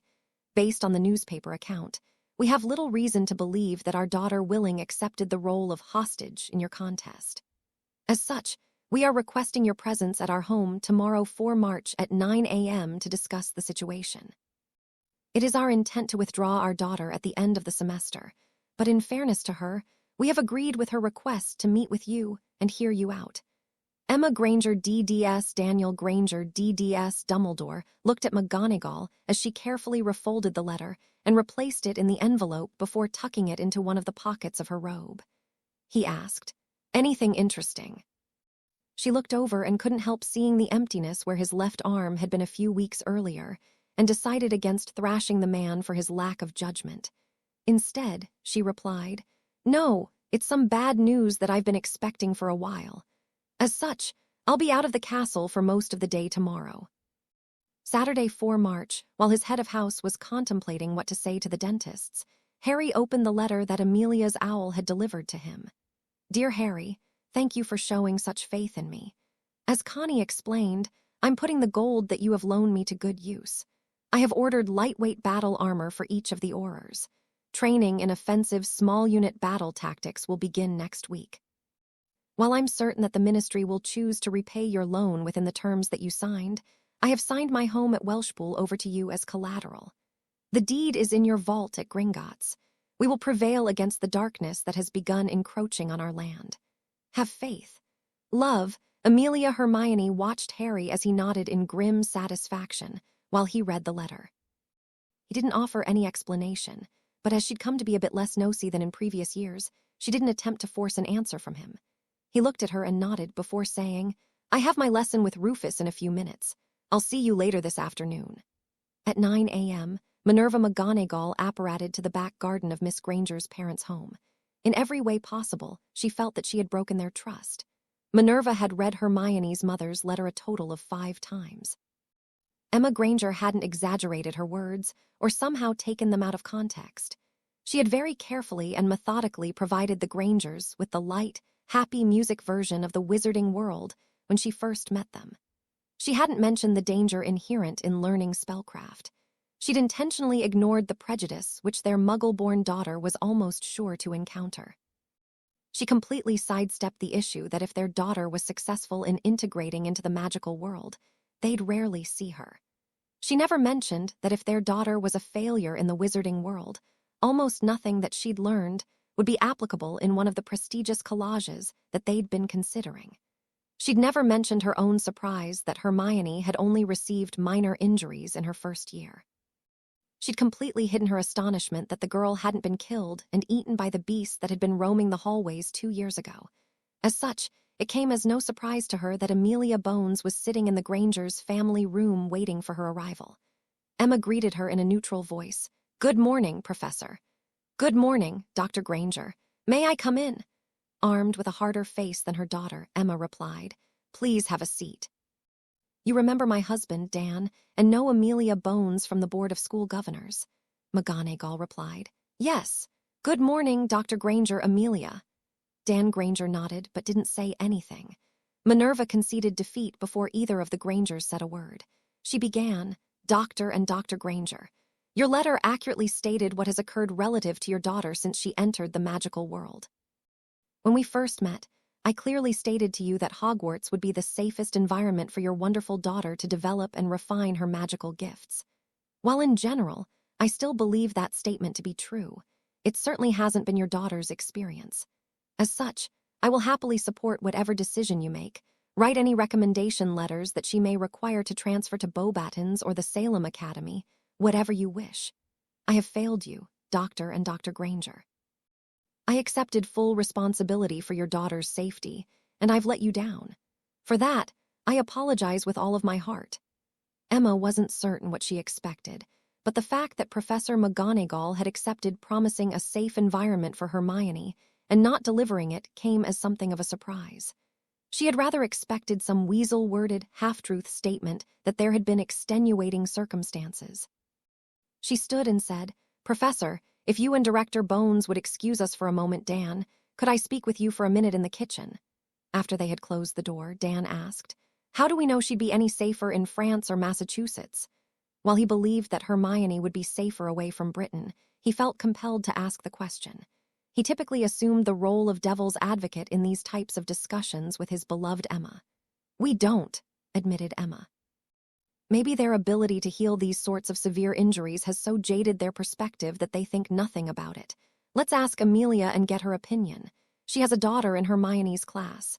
We were at their home last summer for Harry's birthday, remember? That's right, replied Dan. She seems a bit old for having teenage children. Probably, but I'd keep that opinion to yourself if I were you, suggested Emma. The dentists walked back into their living room where the 2 witches sat silently, each fully expecting to be asked to leave within the next minute. Emma surprised Amelia, statting, Hermione mentions Susan and Harry in each of her letters. As a parent, how do you feel about their safety? Bones was in a bit of a quandary. She felt that full disclosure was the only right choice in this situation. She looked at McGonagall and said, Minerva, could you excuse us for 5 minutes? She replied, I shall be in the back garden. Emma thought that Amelia's request may have been a bit extreme, but didn't say anything. She wanted the other parent's perspective. When McGonagall had closed the door, Amelia began, "What I'm about to tell you hasn't been published in any newspaper. It doesn't yet represent official ministry policy, but I believe it to be true. I consider it to be state secret level, but as it affects you both, you have a right to know. As such, I ask your agreement to keep the information confidential. Is that acceptable?" The dentists both nodded their heads slowly and replied, "I do, yes." Amelia briefly explained as best that she could about the threat that a reborn Voldemort might represent, both to their daughter and Harry, but also to every living being on the planet. She explained about placing an Auror undercover at the school, and that no one there, save the headmaster and healer Pomfrey, knew her true identity. The dentists were shocked at her words. They hadn't read anything like what she was saying in the Daily Prophet. Bones explained that, while not yet announced to anyone, this was Professor Dumbledore's last year as headmaster, and that a search would soon begin with a vetting process taking place as soon as the short list was compiled. She explained that Hermione had been noticed by those within the school and within the government. She personally hoped that talented young women like her daughter would play a significant role in moving the British wizarding world into the new millennium. Dan asked, "How different is Hogwarts from another magical school or non-magical school in terms of risk of injury to the student?" The Daily Prophet that we subscribed to indicated that the headmaster from the Bulgarian school, Durmstrang, was outraged over weak planning of this event. "I've heard of sports injuries at most colleges, but Hermione's been seriously injured on several occasions and has never been involved in organized sports." Amelia considered his question and statement for a moment and replied, "I have read each of the injury reports related to the school for the last 10 years. On average, I see one a week. I must admit that relative to studying chemistry or computer science, a student is many times more likely to be treated for injury in a school that teaches magic. In the same breath, it is fair to state that the magical world is much better equipped to rapidly treat those same injuries. My son, Harry, by example, injured his arm playing Quidditch 2 years ago and broke his arm. He spent the night in the hospital wing, and the school healer regrew his bones overnight." Emma acknowledged, "I think what you're saying is that while there are more dangers, there are also faster treatments. Is that correct?" Amelia replied, "Yes, that's a fair statement. Back to the aspect of magic itself, the fact remains that your wonderful daughter has been given the gift of magic. Ultimately, she will be in a fight against those who see the people of the world as theirs to enslave. My own children are in the same situation. I have responded by trying to help them acquire the skills that they will need to prevail in such a fight. As a parent, the last thing in the world that I would want is for my children to be hurt again. As parents of a magical child, here are some things that you can do to increase her protection and yours as well." A few minutes later, she suggested, "If you wouldn't mind going and collecting Professor McGonagall, I'll be on my way." She believed that the dentists and the Transfiguration Master could eventually work out their differences, and left them to their own discussions. Emma invited Minerva back in and mentioned, "Amelia answered most of our questions and suggested that we finish our conversation with you. She informed us about the inherent risks of learning to control magic and handling magical creatures. I really only have one observation and one fundamental question for you." Optimistic that Amelia had miraculously changed their perspective, McGonagall nodded encouragingly. Emma continued, "As an observation, you would have prepared us much better if 4 years ago you had somehow offered a one-day seminar demonstrating what we could expect to see as parents of a magical child. I doubt that you would have scared us away, but we would have felt like we were much better informed." McGonagall nodded, admitting that their idea was good. Emma finished, saying, "My real question remains, how could an obviously responsible professional like yourself fail to recognize that a parent would expect to be asked, not informed, that their child was going to be involved in such a dangerous activity? How would you react if, as a parent, you had read about your daughter in the newspaper?" Minerva hung her head in shame. The easy answer would be, "I had nothing to do with it." In fact, it would have been the truth. Yet she felt that the blame ultimately rested on her shoulders, since parent communications were in her area of responsibility. Certainly Albus's horrible injury had been a significant distraction, but it shouldn't have changed the Grangers' expectations or Amelia's for that matter. She replied, "You both deserve an answer to your question. I can't honestly say that I have one for you. Someone should have explained the situation clearly and asked for your permission to allow your daughter to participate in this event, and it didn't happen. I can only relate that Hermione wasn't the only student to have participated in this event without their parents' permission. Amelia's niece was also a hostage in the second task." She regretted using the term the moment that the word left her lips. Emma replied, "Obviously we're not happy about this, and do not consider it to be a settled issue. My inclination remains to remove our daughter from your school at the end of the year, though my husband and I will want to talk about it more over the next few days. As such, I would ask two things from you. First, to state that our daughter is specifically prohibited from participating in any non-classroom activities. Secondly, I ask that you send us a withdrawal and transfer application form to the schools in France and Salem. Is that acceptable?" Minerva nodded and replied, "Certainly. I shall honor your wishes and send you the forms that you requested this afternoon." Emma replied, "Thank you, Professor. Last but not least, I ask that you not discuss this with Hermione. We will certainly ask for her input, but the decision is ours." Minerva replied, "I understand and will certainly comply with your wishes. I appreciate your allowing me to talk your daughter's situation over with you. If I can be of any assistance, I would be happy to help you. Thank you for your time, Professor. We'll contact you with our decision before the end of the school year." With that, the older woman walked out into the Grangers' back garden and disappeared. She felt that Amelia had left this in her hands as a test of her aptitude as headmistress. She felt like she had failed. While Minerva was out with the Grangers, Headmaster Dumbledore saw Harry sitting with Hermione Granger and Susan Bones eating their breakfast together. After collecting a newly arrived student, he led him over to their table and announced, "Peter, this is Mr. Harry Potter. Harry, I would like to introduce you to Mr. Peter Crumb. He has agreed to represent Durmstrang for the remainder of the Tri-Wizard Tournament." Harry held out his hand and greeted the other teen. "Hi." Peter took Harry's hand and in halting English slowly asked, "Did you know my brother, duh?" Harry looked at the other teen for a moment. Whereas Victor had been broad-shouldered and solid, the teen in front of him was slightly built, and Harry sensed that he was much more interested in academics than sports. His features were softer than Victor's, as if he took after his mother rather than the chiseled-faced man that Harry had seen with Victor, who he presumed had been his father. Harry replied, "Yes, I knew your brother. We talked several times." Peter asked, "He was a good champion, duh?" Harry replied, "He was a very good champion." "I'm sure that you will be too." Peter shook his head and replied, "Me books, no sports, 5th year, you. 4th year, would you like to eat breakfast with us? This is my good friend Hermione and my girlfriend Susan." Peter had seen the pictures in the Bulgarian newspapers of Hermione and his brother at the Yule Ball and recognized her. He replied, "Duh, I will sit with you." They didn't say much as they ate, but as Dumbledore watched them, he knew it was a start. Saturday 1 April, even if it hadn't been a weekend, McGonagall and Dumbledore would have been tempted to declare it a school holiday. Fred and George Weasley were celebrating their 17th birthdays. Everyone who knew them expected a display of utter mayhem. With Harry's sponsorship, Lee Jordan had arranged to rent out Aberforth's pub for the afternoon.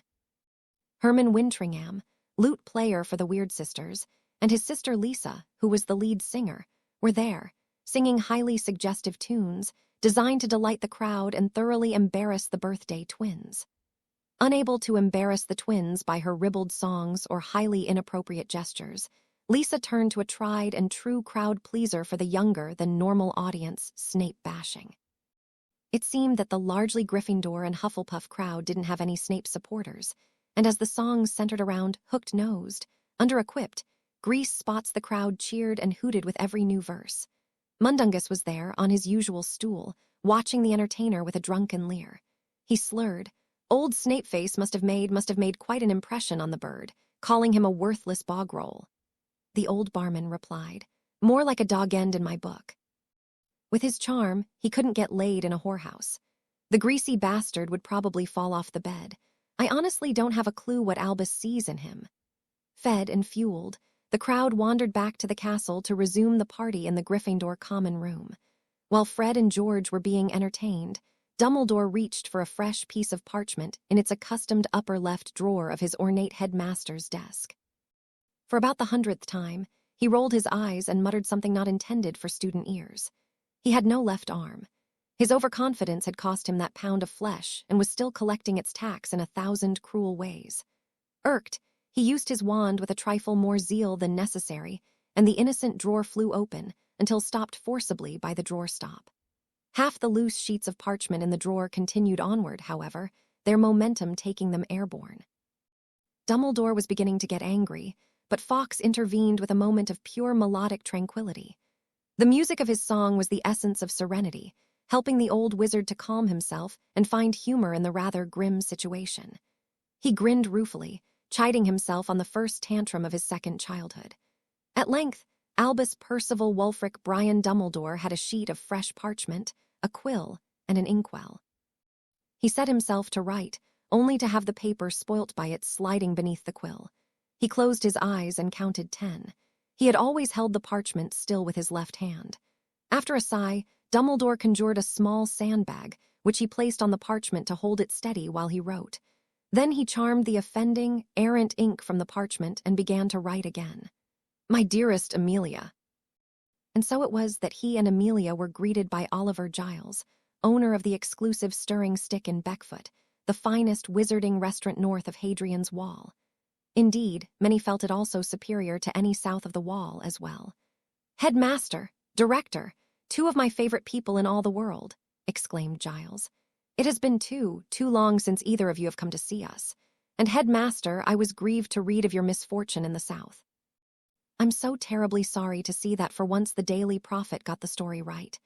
Turning slightly to face Amelia, he continued, "And director, I have followed your brilliant career with great interest and enthusiasm.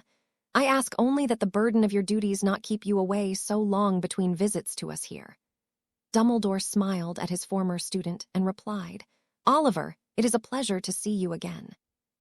I dare say I speak for my charming companion as well in telling you how glad we are to be here tonight." Amelia smiled and nodded.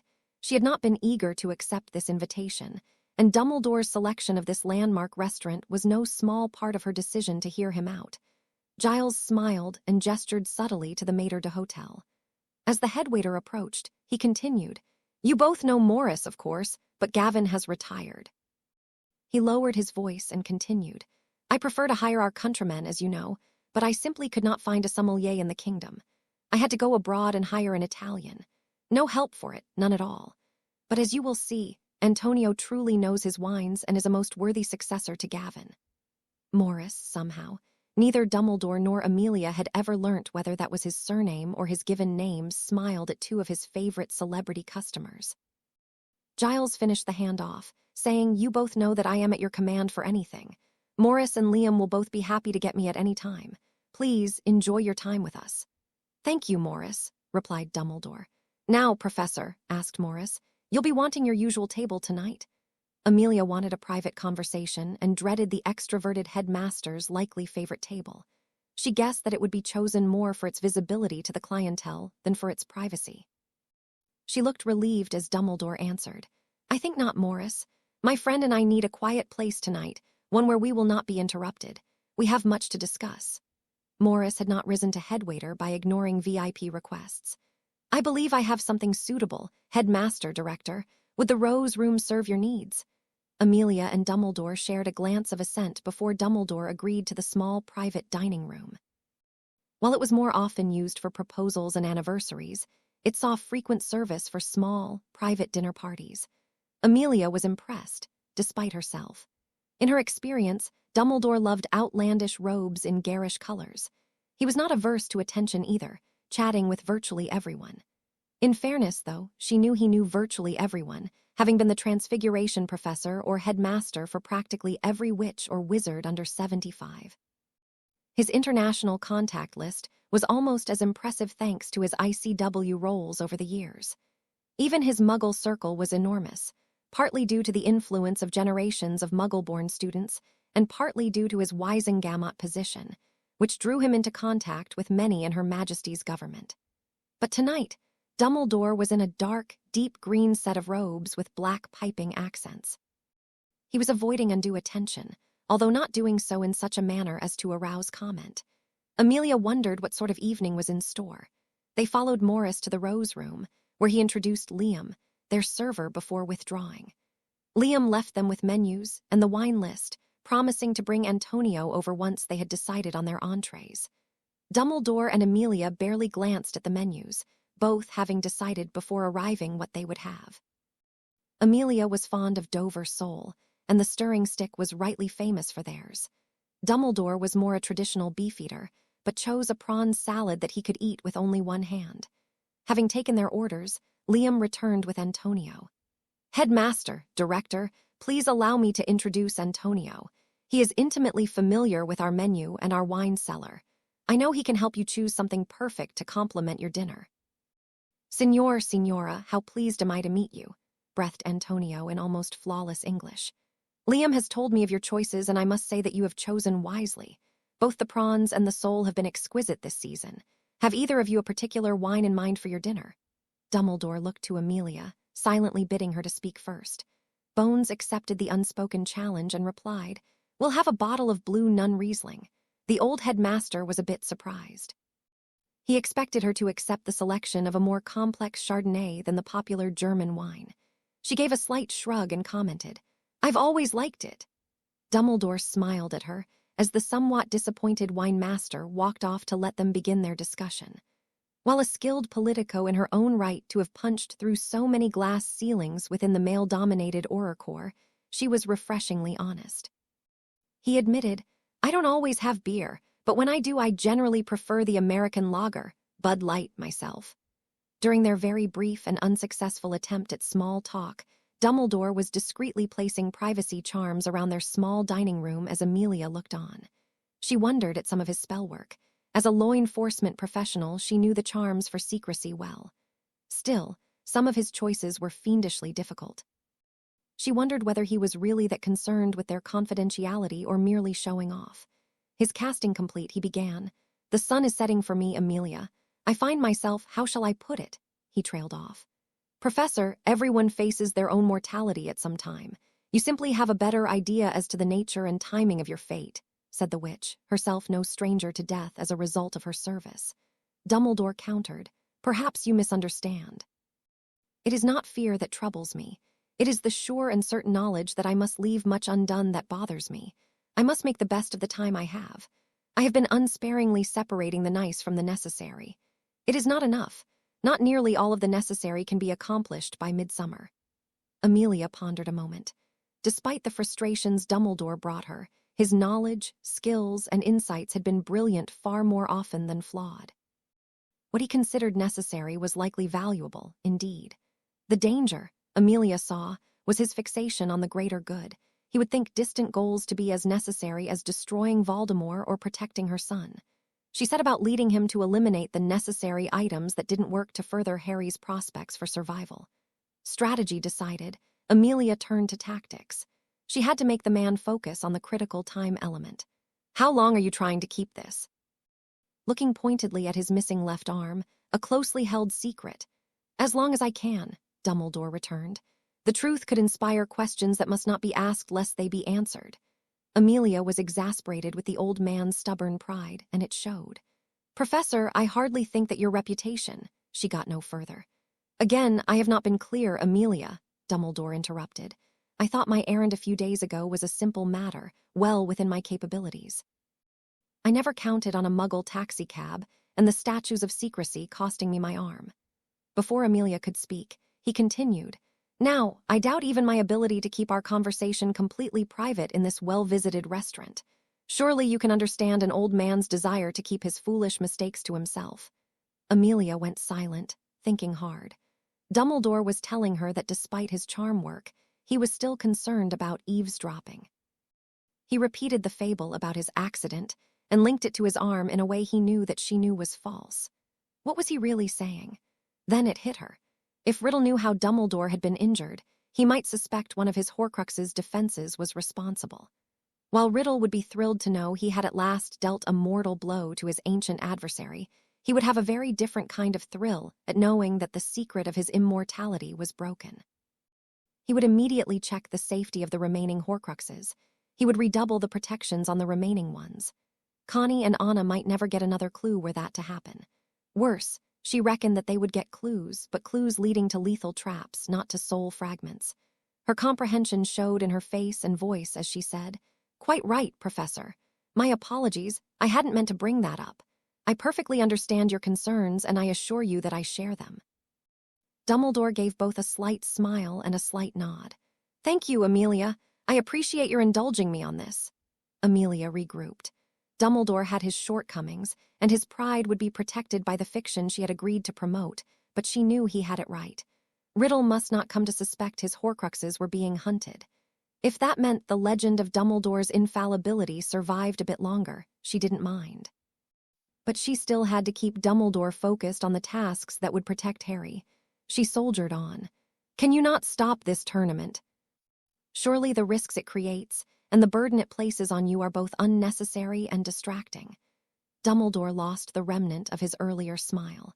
"No," he continued. "A year ago, after Harry showed me the diary that he destroyed, the Triwizard Tournament was the best idea that I could think of to bring the key students from Durmstrang and the Beauxbatons Academy together with the students from Hogwarts. Now it has resulted in the death of a fine young man and has placed young Harry's life in even greater jeopardy than it usually is." "Then why not simply cancel it?" pressed Amelia. She expected him to refuse, but she couldn't understand why the tournament was so important to him. "Because, Amelia, it is part of the binding magical contracts at the core of the tournament. The headmasters of the schools must take binding vows to complete the tournament. I could not hope to contribute much to our cause were I to lose my magic." Bones's eyes widened. "I had no idea the headmasters were so bound. It is not widely known. It was done centuries ago to prevent schools withdrawing when defeat seemed certain. Beyond that, consider it to be Harry's first opportunity to meet witches and wizards from other nations on a peer basis, rather than simply as fans. In this instance, Igor had the opportunity of selecting the second of his choice, but he was bound to present another student to complete the final task." Acknowledging his point, but remaining focused, Amelia suggested, "I understand your dilemma. Perhaps you should cut down on some of your other responsibilities. Gray from the States would do a fine job heading up the ICW. The old chessmaster caught himself saying, "But he doesn't always see the greater good." "I think that is too narrow a view. Rather, I think he sees the greater good differently than you do. I place a much higher priority than you do on the rights of the individual, be it an individual witch or wizard or an individual nation. I believe that Gray sees the greater good as protecting freedom of choice, just as I do. With him leading the ICW, the United States will not get dragged into our civil war. That doesn't make him bad, either as a leader or a builder of bridges." "But Amelia—" "No, Albus, you would only be changing a date on a calendar. Your time is short, as you yourself said. Someone else will lead the ICW very soon now. You would be advancing that change of leadership by a mere few months. In return, Gray would know you selected him. That will give you a better chance to influence his thinking than if you force him to wait until you are gone, as well as give Gray more influence within the organization, as everyone will know that he's your choice." Amelia could see the old mage was at least considering her point. She figured that if the argument worked once, it might work again. She pressed on. "The same is true of the Wisengamot. You've wrangled the proxies of 10% of the chairs, those with minors as their heads of houses. It's time to give those back to their rightful owners. They're the leaders of tomorrow." That idea proved to be a harder sale. The old professor countered, "They are still children, Amelia.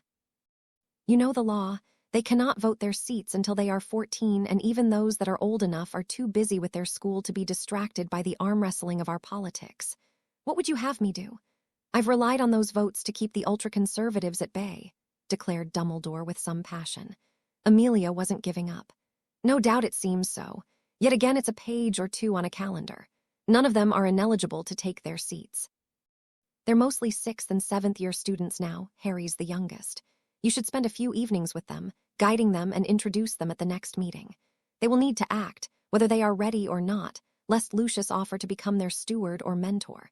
The British wizarding world has fallen 50 years or more behind the continent, let alone the Americans. It's time to look forward." Dumbledore wasn't giving up either. "You still haven't answered the question, Amelia." "If not me, then who? Votes come up all the time, as you know perfectly well. If the Riddle faction knew those votes were in play, or worse, abstaining until their rightful holders were ready to wield their voices and votes, we would see barbarism made law almost overnight. Amelia returned. By sheltering these houses from real decisions, you have left them impotent and dependent on you. Only one of those houses has no one left but the minor child, and that one is the Potter seat. All the rest have other family members who will be influencing the teen. Again, alive during the transition, you can mentor them.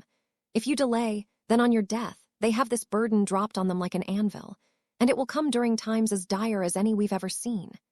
Dumbledore sagged at that realization. He knew she was right, and he knew his pride was resisting the truth. He began to suspect that he would give in from a distance after he had time to reflect. The truth, he knew, was that he should acquiesce right here, right now. He really didn't have the luxury of pondering the obvious. He reflected on Gray, the plain-spoken, crafty wizard who was heir apparent as supreme mugwump of the ICW.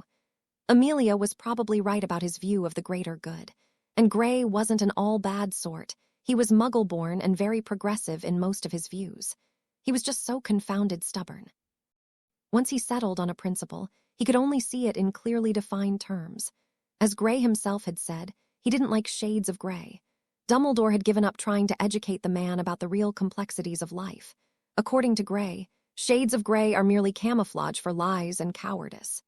Gray had limited patience with certain foibles. In particular, he hated it when people asked questions and then got upset with a truthful answer. He hid that anger fairly well, unless one was a skilled legilimens. Then he would simply look the offender dead in the eyes and remember the phrase, "If you don't want my peaches, don't shake my tree." Much time would pass before Gray would answer another question from such an offender. It was that last adage that Dumbledore was presently struck by. He had invited Amelia to dinner, ostensibly to discuss priorities. He had then shaken her tree, but not with any intention of taking her advice. Instead, he realized that he had really meant to set her priorities, as he had been hopping to offload some of his pet projects to her. But she had been right in focusing his thoughts on his own tasks. He had too many. He had to cut back. The sand was running down inexorably. He had to separate the necessary from the vital. He realized that Amelia had continued talking. It was time to gather peaches. Installing Fudge as a replacement to Millicent. Honestly, Professor, what were you thinking? Dumbledore winced. You're right, Amelia. I underestimated the man's venality and overestimated his intelligence. But the options were significantly diminished after Barty's unfortunate experience with his son. True, but Diggory had an interest. Yes, but it seemed academic. Maybe Amos has the drive to do the job now. It didn't seem to me that he did then. You may have a point, Amelia conceded. Dumbledore inquired, what are your thoughts about carrying on the traditions of the school? Surely Minerva, Amelia broke in. The real question is whether the Board of School Governors is happy with the current results or wants to move forward. Objectively, there are several areas that could easily be strengthened. History of magic has become a joke, while Muggle studies hasn't moved forward in 100 years. Dippet never accepted the Edwardian age, and if he'd been king of the world, we'd still see the streets of London filled with horses and handsome cabs. Dumbledore smiled to himself, recalling their charm and several romantic evenings of his youth. Well, he said nostalgically, handsome cabs weren't all bad, you know, but I don't know how the Muggles endured the smell. Surely you'll put forth Minerva as your nomination for headmistress. Amelia framed her answer for a moment as the old headmaster refilled her glass and replied, as a school governor, I would endorse her on an interim basis, but nothing longer. As a parent, I'd be highly inclined to ask for my children's opinions. Certainly she's a fine administrator, much like my Auror supply clerk. Nick Straighthand is in the DMLE. Is he good at what he does? Certainly. Is he a leader with vision? Absolutely not. From the reading that I've done, the school has thrived when it was under the leadership of a young witch or wizard that possesses leadership and vision. There are leaders and there are managers. Unfortunately, they're not the same talent. The school needs a leader with a vision for moving the curriculum ahead to meet the reality of the technological age that is exploding around us. The school needs a leader with a good eye for talent, who can coach the instructors to be inspirational in the classroom and improve their skills at transferring relevant knowledge to the students. She didn't bother to bring up Minerva's weak performance with the Grangers, as they'd called Amelia back a day later for additional questions, obviously less than pleased with the Transfiguration professor's answers. She took a sip of her water glass and continued. We don't need the school to be a safe haven for endangered soothsayers or semi-reformed Death Eaters who have no inclination or ability to work with children. She let out a breath that she didn't know she'd been holding. It hadn't been her intention to rip into the old headmaster so hard, not really. She looked into his eyes and admitted, "I didn't mean to be so blunt, headmaster." Dumbledore adjusted his metal eyeglasses and acknowledged, "No, I'm certain that you didn't, but there was truth in your words. Do not let it ruin your evening. What else would you care to discuss or ask about?" Amelia returned to the point as gently as she thought safe. "Albus, Minerva simply isn't a leader.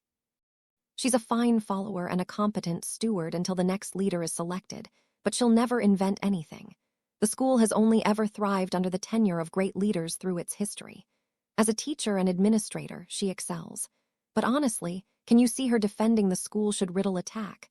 Can you see her standing up to the governors, as you have had to do from time to time? You have all the portraits of your predecessors to compare her to. Does she measure up?" Dumbledore shook his head sorrowfully. "No," he said slowly. "I cannot see her stopping Riddle or successfully sparing with the governors. The person to do those things in my absence is not yet on the staff, and as much as I admire her, she is not likely to innovate. She would do some obvious things. The next divination instructor will be a better teacher, for example. But I doubt she'd understand how badly the Muggle Studies program is needed, and even less how badly out of date it is. Neither is she likely to do away with divination, despite its inherent unteachability." Amelia brightened. "I agree. I will do all I can to protect her in her current role, but I will not support her as headmistress. I heard a Muggle saying I liked, think outside the box. Please do that. Tell me who you would like as headmaster of the school, political issues aside." "Florian Fortesque." "Why? He's a shopkeeper, not an academic," Amelia objected. "True, but he loves the age group for one thing. He can converse with young people easily, and on an exceptionally broad range of subjects. He is the most well-read wizard I've ever met on history, and his ice cream business owes its existence to Muggle technology. They invented ice cream. He learned how their machines work, and then found magical ways to duplicate the process. He has a good grip on the Muggle world as a result, and he is an innovator. Look at how he uses his superb potions background to develop his amazing flavors. He is an exceptionally rare person in our world. He might be willing to serve a 3-year term." Amelia nodded, impressed at Dumbledore's analysis. "Do you think he could help introduce Muggle technology to the curriculum? I think seeing how inventive Muggles can be would do much to reduce the tendency to see them as almost subhuman and unimportant." Albus smiled. "Yes, I do. And I agree. The Muggle cell phone is an astonishing bit of work. If I hadn't had someone explain them to me, I might have thought they were magic." Amelia continued. "Yes, I know what you mean. We have begun using them and they have been invaluable. Mine helped save Harry's life last summer, you know. And there have been many other cases where owls would have arrived far too late to save lives. But it isn't just their communications that are amazing. We think we are wonderful because we can put a witch or a wizard on a broom and they can fly across a county. Muggles put hundreds of people into flying machines and fly them across oceans, and a single Muggle can farm unbelievable amounts of land, far more than a wizard can." Dumbledore agreed. "They have truly progressed at a much faster rate than we have. Unfortunately, many of their advances are of a terrifying nature." "You refer to their weapons?" asked Amelia. "Yes," replied Dumbledore. "I worry whether knowing just how dangerous Muggles have become might make Riddle's hate-driven platform seem prudent. Some people would strike at Muggles out of fear of being discovered and attacked." "I know," agreed Amelia. "But you and I know that there are just too many Muggles for any conceivable magical attack to cope with, and the counterattack from them would be catastrophic. It would end our world forever. I think wider knowledge of Muggles and their strength will lead the sane to realize we must be cautious and courteous in our dealings with them. Once you start talking about dealing with Muggles, you are beyond a headmaster's span of control, Amelia. As poor a state as you may believe Hogwarts is in, I believe it is far ahead of the hidebound mass of reactionaries we call a ministry for magic." It was Amelia's turn to wince. It wouldn't do to forget that the mortally wounded relic before her was chief warlock of the Wisengamot and intimately aware of the failings of the government they both helped to run. "We've looked backwards at ministers, Professor. Who do you see looking forward?" Dumbledore gave her a shrewd, penetrating look. "Not you, Amelia. Unless I am very mistaken, you see the job as a curse. As with Diggory when Bagnold was leaving, I think you are interested in the job, but not ambitious for it." I believe you would hate it within a few days. While it sounds somewhat tawdry, a really effective minister must, among other things, genuinely desire to be a really effective minister. You, I think, want to be a really effective director of magical law enforcement. Amelia found herself nodding. Too right, Albus, too right. But someone has to do it. I'd rather it not be me, but it must be someone. Fudge will be our ruin if we do not rid ourselves of him very soon. Agreed. Tom is forcing our hand in ways I doubt he intends. I do not imagine he wants to deal with an effective minister. That has unfortunate implications for the person who meets our needs. Hufflepuff Amelia hated to admit it, but she knew Dumbledore was right about that. An effective minister would be a target of the most ruthless killers she knew of. It sounds like a job for a Gryffindor, Amelia said, and I might just know the person who could pull it off. Try as he might, Dumbledore couldn't imagine to whom Amelia could be referring. Intrigued, he confessed, I surrender, Amelia. Who is your candidate? Amelia related the relevant parts of the strategy discussion she, Rufus, Connie, and Anna had had, pointing out the insightful positions and policies Rufus had put forward. Connie, Anna, and I are not easily sold, Albus, but I think all three of us would vote for him on the platform he was outlining.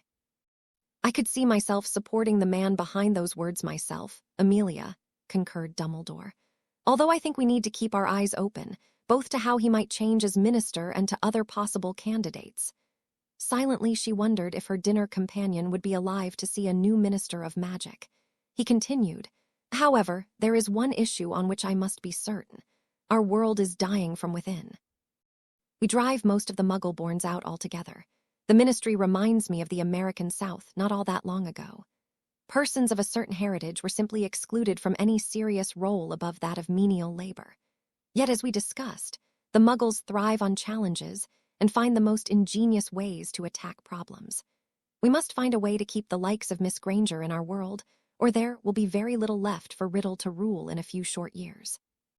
Amelia nodded, thinking of the recent conversations that she had with Hermione's parents. I couldn't agree more, Professor. As I've come to know Harry, his viewpoint has often astonished me. At first, I didn't realize how much of his approach to life was influenced by his Muggle upbringing until this year.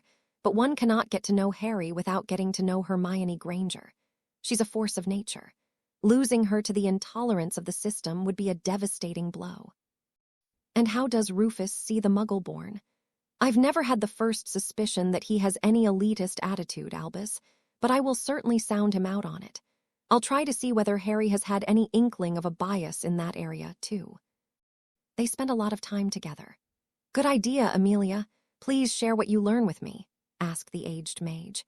Now that you've brought Harry into the conversation, I think we need to dwell on him for a moment. I know we agree that the prophecy is a curse, mainly because Riddle seems to believe it, or the part we know he knows so implicitly. Whether the prophecy is true almost doesn't matter, because Tom will keep seeking to destroy Harry lest he be vanquished by him. I have one objective only when it comes to Harry, said Amelia firmly. I will keep him alive. Despite this tournament, despite the Death Eaters, despite Riddle, despite hell itself, I will keep my son alive. Impressed by her resolve, Dumbledore replied, Then I need more time with him. Harry is remarkably resourceful, but he has too few resources to call on. We simply must give him a wider arsenal of spells to work with. She took off her monocle and uttered a single word. No. No. How can you reject that? It is self-evident. No, it isn't. Harry doesn't need 100 ways to kill Riddle. He needs one way that works 100% of the time. If you wish him to know of a score of ingenious ways to dispatch the Dark Lords of the future, will him your pensive and 100 memories in sealed vials. What he needs this month is one way that will work for him. She felt that Harry's training with Rufus had gone well so far, and she didn't want to inject more distractions or stress into his life. Dumbledore leaned back, thinking deeply. Amelia had a point. Harry's quiver of spells had to be tailored to his survival. And thanks to Riddle's faith in the prophecy, that meant he had to have a sure thing, a positive method of sending Riddle on to the next leg of his journey. Still, Amelia had overlooked one vital thing. You are quite right, Amelia. As far as Riddle goes, Harry does need to find only one way to deal with him. Amelia was nobody's fool. She waited for the other shoe to fall, and down it came. But Riddle seldom leads in his confrontations. He will act as he did in the last war, sending his Death Eaters in first, more so, given the effect of the loss of some of his items. Harry will need at least some tactical training and all the help he can get to survive such a battle. You know too well that even trained Aurors with a full complement of Newt Dada spells and advanced Auror training fared poorly in such fights. Amelia flinched at that, knowing it was right. There were only two choices. Either Harry had to be pumped full of combat training and turned into a walking, talking weapon, or somehow they had to shape the battle and the battlefield so that Harry was never unsupported or left facing such a scenario alone. Both were daunting tasks. It would take some careful thinking to shape the right strategy. Harry will find a way. I repeat, I will keep him alive. No Slytherin was ever more cunning, no Gryffindor more brave, no Ravenclaw brighter, and no Hufflepuff ever worked harder than I will be to protect my son. Dumbledore was not easily impressed.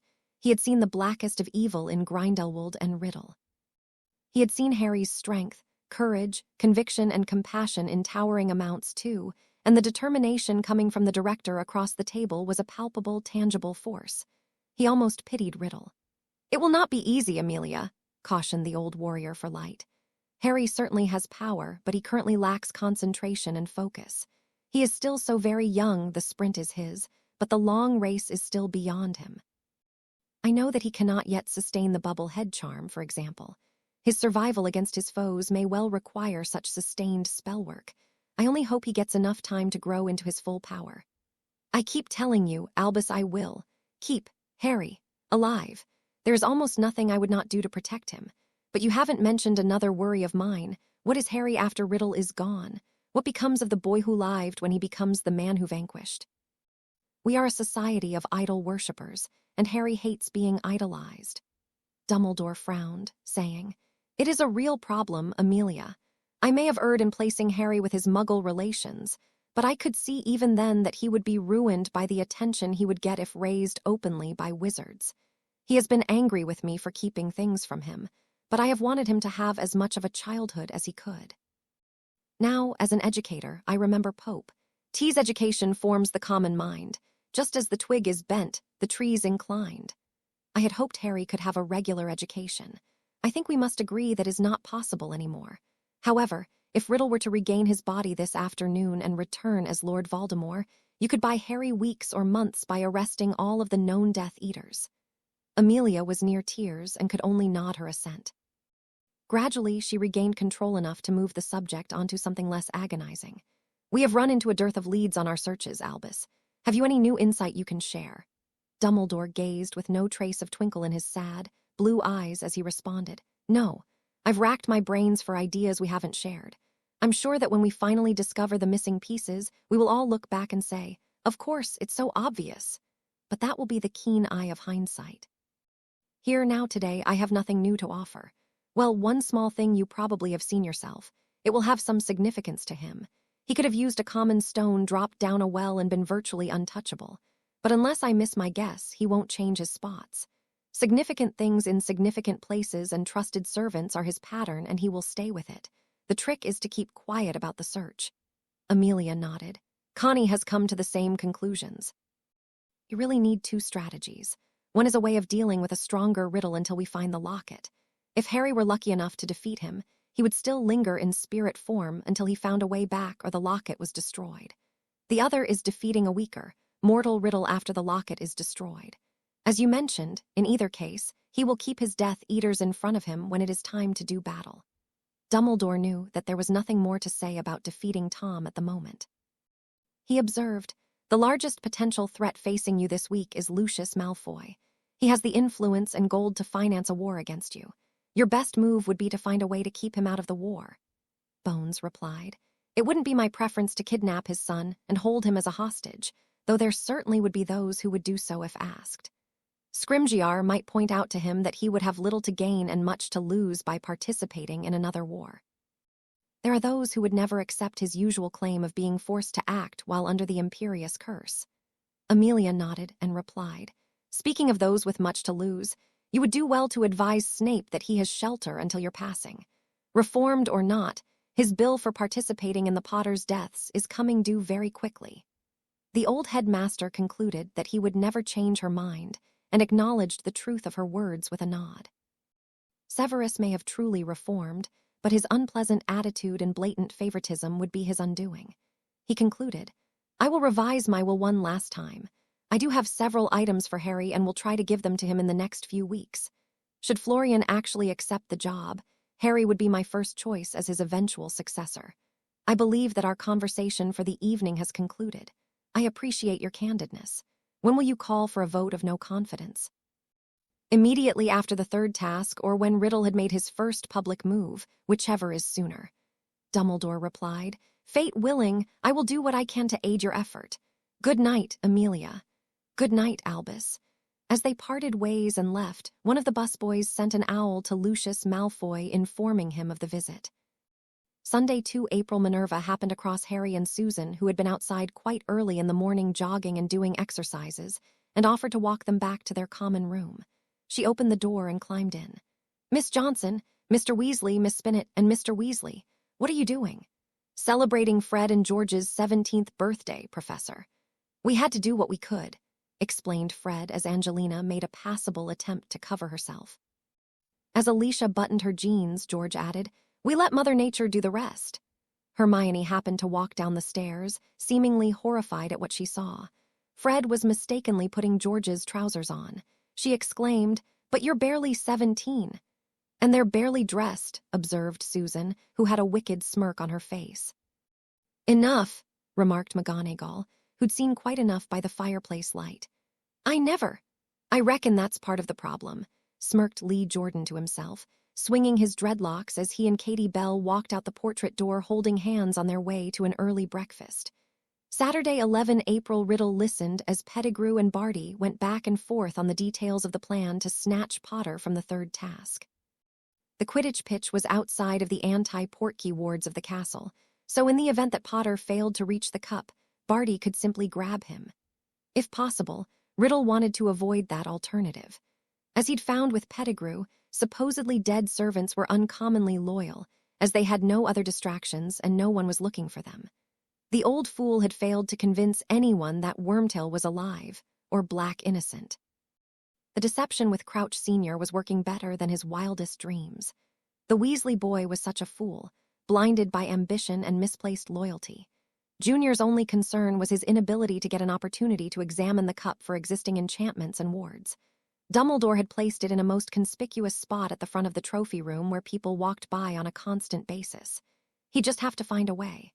Riddle dismissed the two, saying, "Well done, my faithful servants. We shall soon prevail, and you both shall be well rewarded."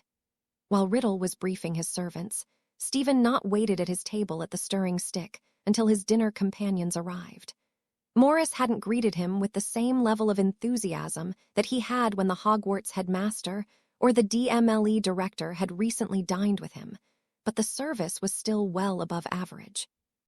Knott didn't possess quite as sanitary a reputation as Lucius did, and Morris knew better than to intentionally offend a man whom he believed had relieved a dozen people of their lives.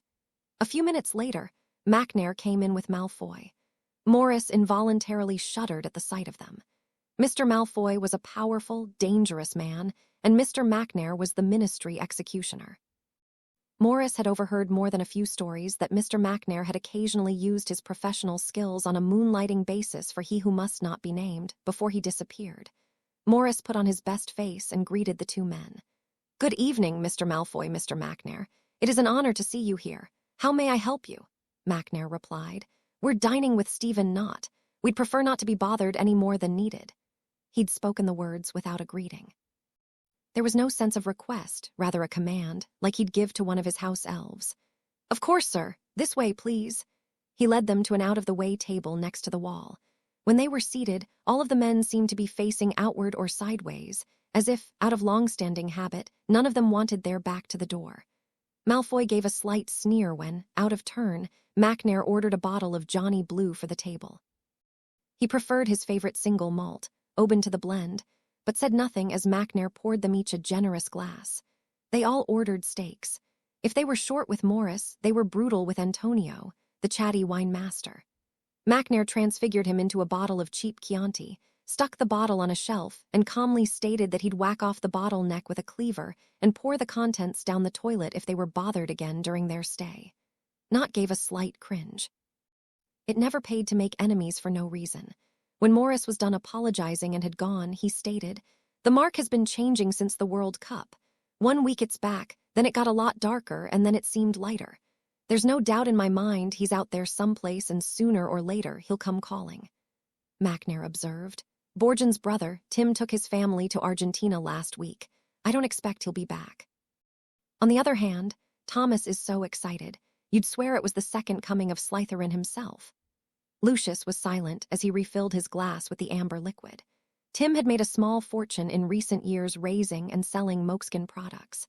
With sufficient breeding stock, he could replicate his business far enough away to safely ignore any call that he might receive. The younger Borgen had lost most of his holdings supporting the Dark Lord and escaping the long arm of the Aurors. Malfoy was certain that he didn't want to lose his life savings a second time. Not remarked, Wallace did the same. He sold his livestock and moved to New Zealand. He said almost the same words. He'd given 2 sons and 20 years of hard work to the Dark Lord and got nothing back. He told me that he refused to be a piggy bank for the son of a muggle, not that I believe that bit to be true myself. Like the others, Malfoy had read the same article. He'd seen a lot of half-bloods try to improve their supposed heritage over the years by selectively including or excluding ties to various family members. Certainly, Riddle was no name of an ancient or noble family, least of all in Britain. He kept his opinions to himself, drained his glass, and took his leave. His father had been one of the Dark Lord's original benefactors in the 50s. Lucius thought it was too bad that his father hadn't done his due diligence. Malfoy imagined that if the Dark Lord came back, he'd be hungry for supporters and hungry for gold. Auckland had never seemed so desirable a place to be, or so very impossible to get to. Any way he thought about it, he was trapped. The Dark Lord would never let him leave.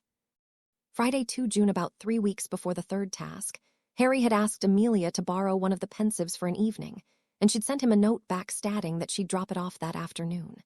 She didn't mention that Dumbledore had one in his office and would be more than happy to visit with him. She waited outside of the Great Hall and met him as he was walking out with Susie and Hermione. Susan saw her first and practically knocked her over, racing to her and colliding with a giant hug. "Auntie."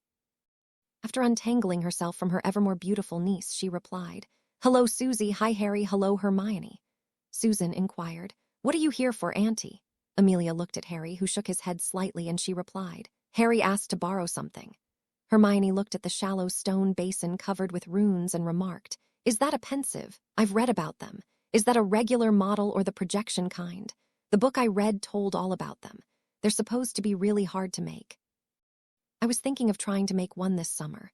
Amelia smiled indulgently and replied, "Yes, normal, yes, and I think it would be a fantastic project for you to try. Harry, I'll be by tomorrow morning at 7:30 to pick it up. I'll meet you right here." Correctly sensing that Harry wanted to talk with Auntie alone for a minute, Susan tugged on the other girl's sleeve and said, "Come on, Hermione, let's go to the library." Harry's best friend gave him a pleading look for a moment. She really wanted to be included in what would obviously be an interesting conversation, but she quickly gave in. After they left and the hallway had cleared a bit, Amelia stated, "I know you didn't go to the trouble of borrowing this to replay home movies of Quidditch matches." "What's up?" Harry replied. "I want to show the other champions what happened in the lake." Amelia was silent for a moment and observed, "Harry, there are other people who would appreciate being able to see what happened, Professor Dumbledore, Alastair." "No," blurted Harry. "They can look some other day. This is for us." She smiled, knowing that he finally felt like he was a member of the group of school champions, and replied, "I understand, Harry. I'll see you here tomorrow at 7:30. "Okay, bye." As he turned and walked away carrying the stone basin, she softly said, "I love you, Harry." Hearing her, Harry smiled. An hour later, Harry closed the door to the classroom that he had borrowed after Peter ran out. The younger Crumb had been so proud of his brother's achievements. He simply hadn't been ready for what he'd just seen, despite Harry's introduction to the subject and warning that it would be brutal. Cedric was thinking, "We couldn't see a thing down there." Potter's gillyweed solution worked much better than our bubble head charms. He would have said something to compliment Harry, but after Crumb ran out, the moment had been lost. Fleur was tempted to go after the teen, but Harry said, "Wait!" He felt the urge to explain this aspect of his situation with them. He bit his lip for a moment while the older teens waited for their younger colleague to collect his thoughts. He began, "I was entered into this." He struggled a moment with the words and resumed. "I was entered into this contest by an as yet unknown agent of Lord Voldemort. Crumb's death had nothing to do with that. It was just an accident, but I wanted you to know, so you can keep your eye out for." The silver-haired blonde and the hometown hero both looked at the skinny teen, who'd managed to best their efforts in 2 events with rapt attention. Diggory coaxed, "What is it, Harry?" Harry screwed up his courage and replied, "I'm pretty sure that he'll find a way to try to kill me in the 3rd task. I don't know how, but if you happen to see a rat running around anywhere, blast it." Fleur finally believed him and stated, "You didn't enter your name in the tournament, no. No, I wanted nothing to do with it, I still don't." His thoughts were so very different from hers, as she was a very competitive person. She countered, "But you could win. The fame, the glory." He shook his head, a bit frustrated with her words, and replied, "I don't need it and I don't want it. I'd rather be just Harry." Cedric replied, "I understand, Harry. Stay safe and remember." They both shouted, "Constant vigilance." Seeing what they'd done, they laughed together. They visited together for another hour, getting to know each other as people rather than opponents. They each promised to watch out for each other in the 3rd task and help each other if needed. Friday, 9 June. Albus insisted on maintaining his routines as much as possible, given his circumstances. The lipid poison that he'd absorbed from the ring was quite a nasty creation. Effectively, it clotted the blood at a gradually increasing rate. To counteract the clotting, the only available treatments were blood thinners. Eventually, the clotting aspect would become so severe that the victim would either die of a stroke, disintegrated blood vessels, or cut himself and bleed to death. To date, the old headmaster had avoided the 3rd fate and was patiently awaiting the arrival of one of the other 2. He had not announced his retirement, yet, and as far as he knew, none of his staff except Severus and Poppy had any reason to believe that anything would change. Thus he found himself presiding over his Friday afternoon staff meeting. Old habits tended to die hard. He opened the meeting with a variation of the same question that he had asked for nearly 4 years. "Has anything unusual happened with Harry this week?" Flitwick replied. "He showed Cedric and Fleur what happened in the lake." Dumbledore inquired. "How did they react?" Phileas replied. "I believe it was therapeutic for all of them. I'm sorry that Victor's younger brother, Peter, decided not to stay. I believe he would have found the discussion that they had afterwards to be beneficial." Dumbledore nodded thoughtfully and added, "Alastair and Severus, I would ask that the 2 of you take the cup out to the center of the maze a few hours before the 3rd task. Alastair, please use your formidable skills when you are done delivering it to check for any sort of jinxes." Moody nodded and replied, "It'll be just right when the 3rd task starts. Just to be certain, I'll take an extra look at it in the next day or 2. Dumbledore nodded, relieved that the important task had been properly delegated. He continued, "Here is the menu for the next week." Junior smiled to himself as he limped back to his quarters. He briefly considered giving the real Moody another bottle of brandy for all of the help that he had unwittingly provided to his master. While Barty Crouch Jr. was considering his treatment of the captured Auror, Amelia was holding her Friday afternoon meeting with her senior staff. Hopping to remove Fudge from office while she still could count on Dumbledore's support, she planned on introducing the no-confidence vote at the regularly scheduled Wisengamot meeting to be held Monday, 26 June. She explained that her logic was that Fudge would be in a stronger position to rally support if she called for a special meeting, which would require a stated agenda and at least a 36-hour notice. If she had the votes, she could simply introduce the no-confidence motion as new business in the Monday meeting. Connie disagreed, saying, "You've already gone out on a limb for enough with the extra training and equipment. Let someone else do the lifting for a change. Rufus can't, since he'll need you to nominate him and will not want to be seen as being an instigating party. I'll make the motion." Amelia was stunned. She hadn't been fishing for support, rather simply informing the other 3 of her plans. She asked, "Connie, are you sure? You'd lose your job if it failed." I'll take the risk, same as you would. Besides, with the Death Eaters starting to jump ship, one good nudge and the greedy little pig will probably be happy to run before he gets roasted. It's a good plan. We'll try it." Amelia absent-mindedly stared at the calendar on the wall. June would certainly turn out to be an interesting month. Saturday, 17 June, Scrimgeour handed Harry another butterbeer and asked him to sit down. Since the start of November, he'd been teaching him new skills and sharpening the ones that he already had. Objectively, the teen was aura-level competent within a very narrow range of skills. Offensively, he could execute a very powerful blasting hex and quite a wicked cutting charm on multiple targets. Either could easily be deadly if not properly defended. More importantly, he possessed quickness, the ability to think on his feet, and a high degree of situational awareness. Defensively, he could cast a very competent shield. More importantly, he possessed the practiced quickness and agility to get out of the way of a spell headed in his direction. If the old Auror found himself in a serious situation with Death Eaters, he'd feel comfortable having the teen by his side. Objectively, what Potter made up for in quickness, accuracy, and raw power, he lacked in terms of knowing a wide variety of spells. Scrimgeour was comfortable with that trade-off, given that Potter was just 14. Something told him that in 6 years, Potter would either be a battle-hardened veteran who was comfortable leading others, or dead. As the teen caught his breath after being fired at for nearly a half-hour, Rufus asked, "What did they tell you about the third task?" Harry replied. "Mr. Bagman explained to us that they had converted the Quidditch pitch into a maze of some sort. He told us that our task would be to work our way through the maze and get by the obstacles that we encounter. Apparently, I'll go in first, a few seconds ahead of the others." He thought for a moment and added, "That's about it, I reckon." Scrimgeour suggested, "The obstacles that you're likely to encounter will, for the most part, be creatures that Hagrid will supply acromantulas, blast-ended scroots, and the like. The maze also has some secret doors, so to speak. When you walk into the maze, you'll get to the first intersection where you'll see paths going to the right or left. Stick your wand into the hedge as if you were going straight. It'll open for a few seconds just like the doorway to Diagon Alley. When you get in, go right until you get to the next intersection and go right again. You'll run into a sphinx. She will ask you a question. Don't say anything until you know the answer. If you answer wrong, she will attack and you'd have your hands full. If you don't know the answer, turn around and walk away. Come back a minute later and try it again. She will ask a different question every time. That's the easiest way through the maze." Harry asked, "What about the other 2 paths?" Scrimgeour replied, "If you go right at the first intersection, you'll eventually face 3 acromantulas and 3 scroots. They're spelled not to leave a certain area, so they won't wander off into the rest of the maze.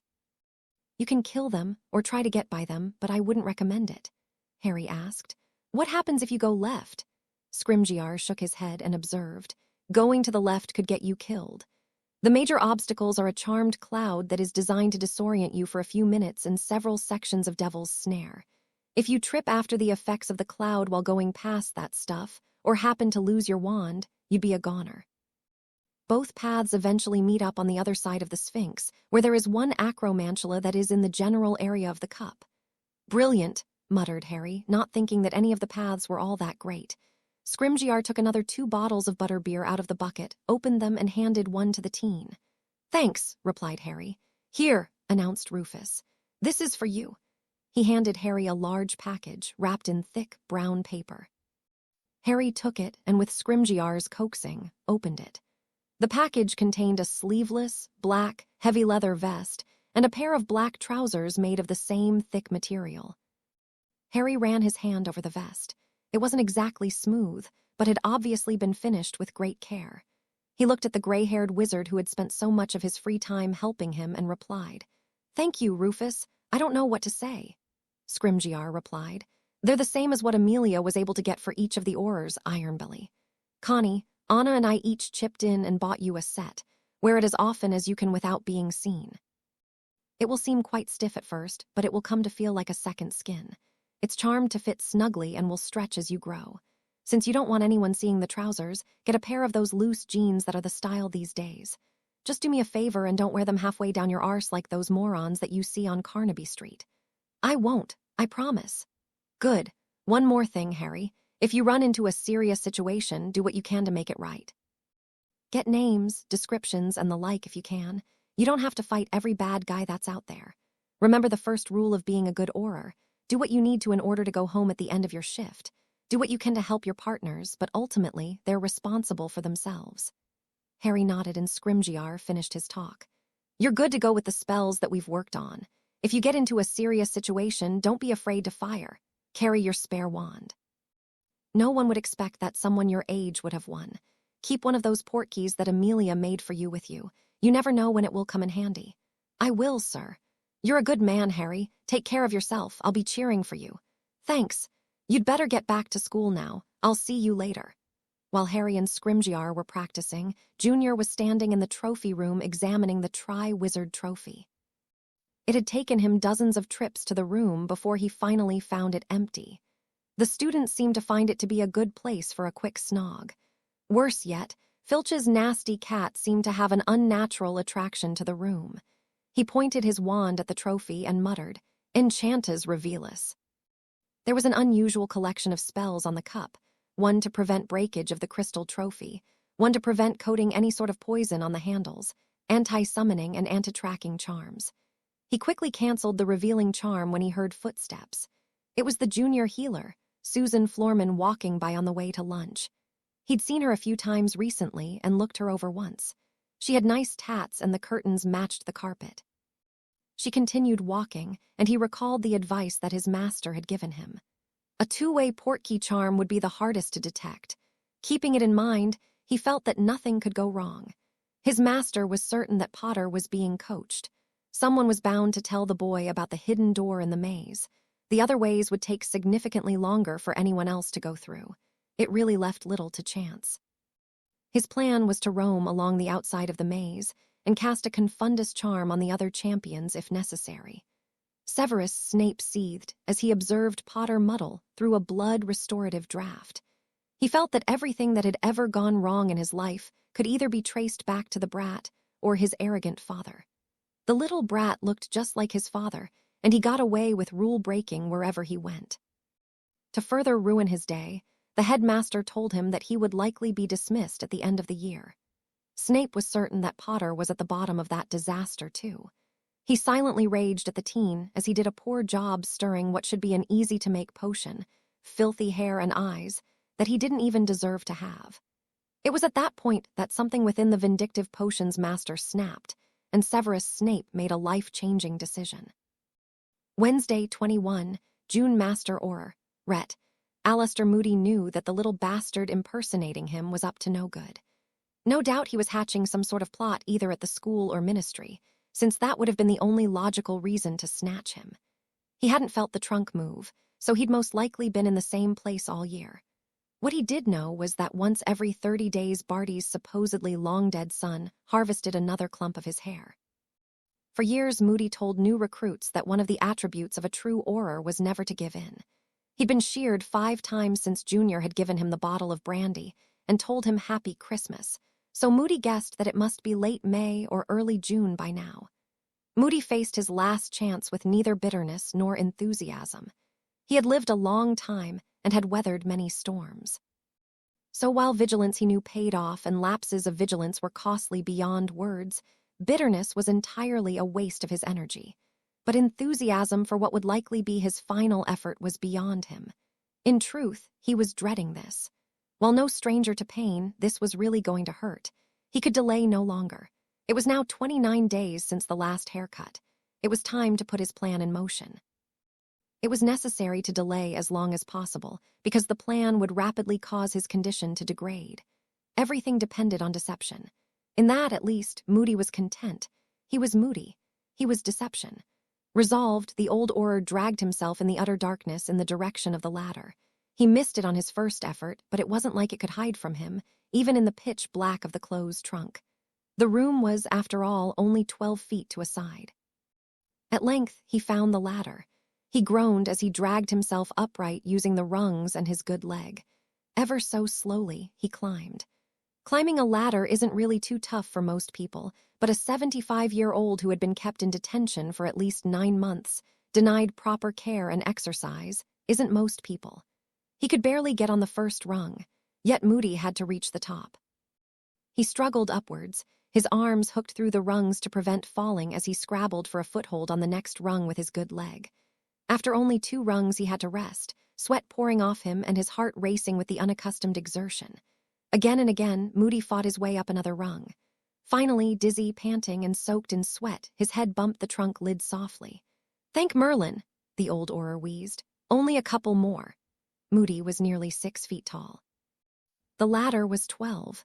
He needed every inch he could get of that 12 feet, so he paused, trying to get his breathing under control. He hoped to get 2 more rungs of height. He knew it would be desperately difficult. As Moody pulled his body upward with his arms and pushed with his good leg, he did the first of the things he was so much dreading in this exercise in agony. And he darkly muttered probable futility as well. He rested his stump on the next highest run and put much of his weight on it. Even magically healed stumps don't like that. Prostheses are designed to spread the weight all across the stump to prevent the very agony Moody was now forcing on himself. He bit down on his lip until it bled in his mouth to prevent his making any sound. Junior was due sometime soon, according to Moody's internal clock, and he mustn't be more suspicious than usual. By arcing his torso sideways, using his stump to belay himself, and enduring the racking pain, Moody eventually won his last 2 rungs. He now was suspended horizontally on the second rung of the ladder. He slowly bent his good leg, drawing his knee toward his chest. His opposite arm gripping the ladder, his stump holding him parallel to the rungs, he grasped his ankle with his free hand and held his heel against his backside, knee pointing down like an arrow. And he let go. It doesn't take long to fall 10 feet, but it can feel like an eternity when you know what's going to happen when you hit. The eternity of free fall quickly ended and the eternity of very real pain began. Moody had done it. He had managed to land squarely on his bent knee, the bulk of his body weight blasting the patella of his kneecap into fragments utterly unable to cushion his weary, weathered femur as it hit the unforgiving bottom of the trunk and snapped cleanly, like a dried-on branch trodden on by a giant. Merlin, that hurt. If he could stop his sniveling, he angrily told himself, he had a very good chance of pulling his deception off. Therein lay the cunning of his plan. Any hair taken from him now would visit his agony on his captor. He could sabotage the rat bastard's next batch of potion if he could keep his leg immobilized enough to keep quiet for the next day or so, until the bucket with the scissors was again lowered to him. He didn't have to wait long. 2 hours later. Junior added the old coot's hair to what he hoped would be the last batch of this muck that he'd have to make. He finished bottling the 30 bottles and placed them in the rack next to the 2 others that were left from the last batch before filling his flask with the remainder from one of the cauldrons. Finally, he stowed the cauldrons into the closet and got ready for bed. Thursday, 22 June, Junior got up and got dressed for the day. He'd missed breakfast, but that wasn't unusual. Chatting with the staff required wasting 2 doses, and there was always the risk of someone bringing up some past event that he didn't know about. He'd covered up for those so far by simply ignoring the speaker and appearing rude. No one had said anything, so apparently it was within the old bastard's character. With 10 minutes until class started, he sat on the sofa with his spare leg and I nearby and took a swig. After 10 seconds of screaming, Junior realized what had happened. That bloody bastard. Barty Crouch Jr. was no novice at handing out pain, but in all honesty, he'd rarely been on the receiving end. Effing A. That hurt. He cast a healing charm on his leg and a pain-killing charm and sat for a few minutes, his real eye rolling as he winced through the pain. After 10 minutes, the charms had worked well enough so he could get up, strap on the wooden leg, and make his way to the sink. He emptied the muck out of his flask and rinsed it out as quick as he could.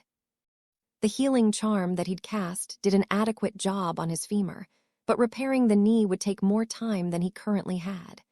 He opened one of the 2 good bottles and carefully poured half of the contents into the silver flask. After carefully putting the flask into his trouser pocket, he slowly made his way to the classroom, knowing that he'd be uncharacteristically late. His only consolidation as he slowly walked along, grimacing with every step, was the knowledge that the old bastard in the bottom of the trunk had no painkillers of his own. He'd deal with him after lunch. He calculated that he had 21 good doses remaining. 7 hours of class Thursday and another 7 on Friday would take most of his remaining supply. To make it to the tournament on Saturday, he either needed to hide out in his room more than usual or suffer through the bad potion. He didn't know enough healing charms to truly fix Moody's knee and use purchased potion. However, if he had to continue the disguise for another month, he knew of no other alternative. That evening, the young couple walked hand in hand by the edge of the Black Lake. The extra daylight had arrived along with the warmer weather. There were quite a few students outside, and Susan and Harry would greet them as they passed by. The lake no longer held the innocent allure for Harry that it once did, though he did enjoy the sound of the water lapping against the shoreline. They sat down by a large beech tree, not knowing that it had been the same one where a generation ago, Harry's parents had proclaimed their love for each other. Susan could tell that Harry was in a reflective mood and didn't press him to talk. Instead, she drew circles on his wrist with her fingertips. After a while, she observed, "It will get pretty crazy around here in the next few days. Auntie told me that they expected half of the ministry employees to show up Saturday." Harry replied, "I don't know why. What will there be to see?" Susan admitted, "I don't know, the hedge must be 15 feet high. Even sitting in the stands, I doubt that anyone would be able to get more than a glimpse of your heads." Harry added, "I expect that the first task would have been okay to watch, but there must have been nothing to see for the second one, and this one doesn't seem any better." Susan quipped, "So much for spectator sports. We'll get Auntie to take us to the Birmingham Quidditch matches this summer. They'll be fun to watch. I suppose, besides, I'll get to watch you in the pool. You can be my favorite spectator sport." "That's so sweet." In a more serious voice, she asked, "Harry, are you scared?" He looked into her eyes and replied, "More resigned, if you know what I mean. Sort of like when people go and see Hermione's parents to get their teeth fixed. They know it's going to hurt and they know that they'll hate it, but they go anyway." She sat thoughtfully for a moment and said, "Give me your left hand." She untucked the light sweater that she'd been wearing and placed his hand on her bare breast. Harry gladly complied and basked in the soft warmness that she had offered him. A slight moan of delight was the only sound that he made as they sat side by side. After a few minutes of sheer delight for the both of them, she gave him a gentle push and promised, "I'll save them for you." She removed his hand and said, "Now kiss me properly. We need to go back in soon." A while later, they got up and walked back to the castle as the last bits of light gave way to the darkness. As they walked along, Susan remarked, "I was reading a book the other day and found a clever saying for you. It goes, promise me, you'll always remember you're braver than you believe and stronger than you seem and smarter than you think." Harry reflected for a moment and replied, "I like it. What's it from?" "A little book by A. Milne." She pulled the small book out of her robe pocket and put it into his. Giving his hand a gentle squeeze, she remarked, "Take a look at it Friday night when you go to bed. It'll be way better than worrying." "Thanks."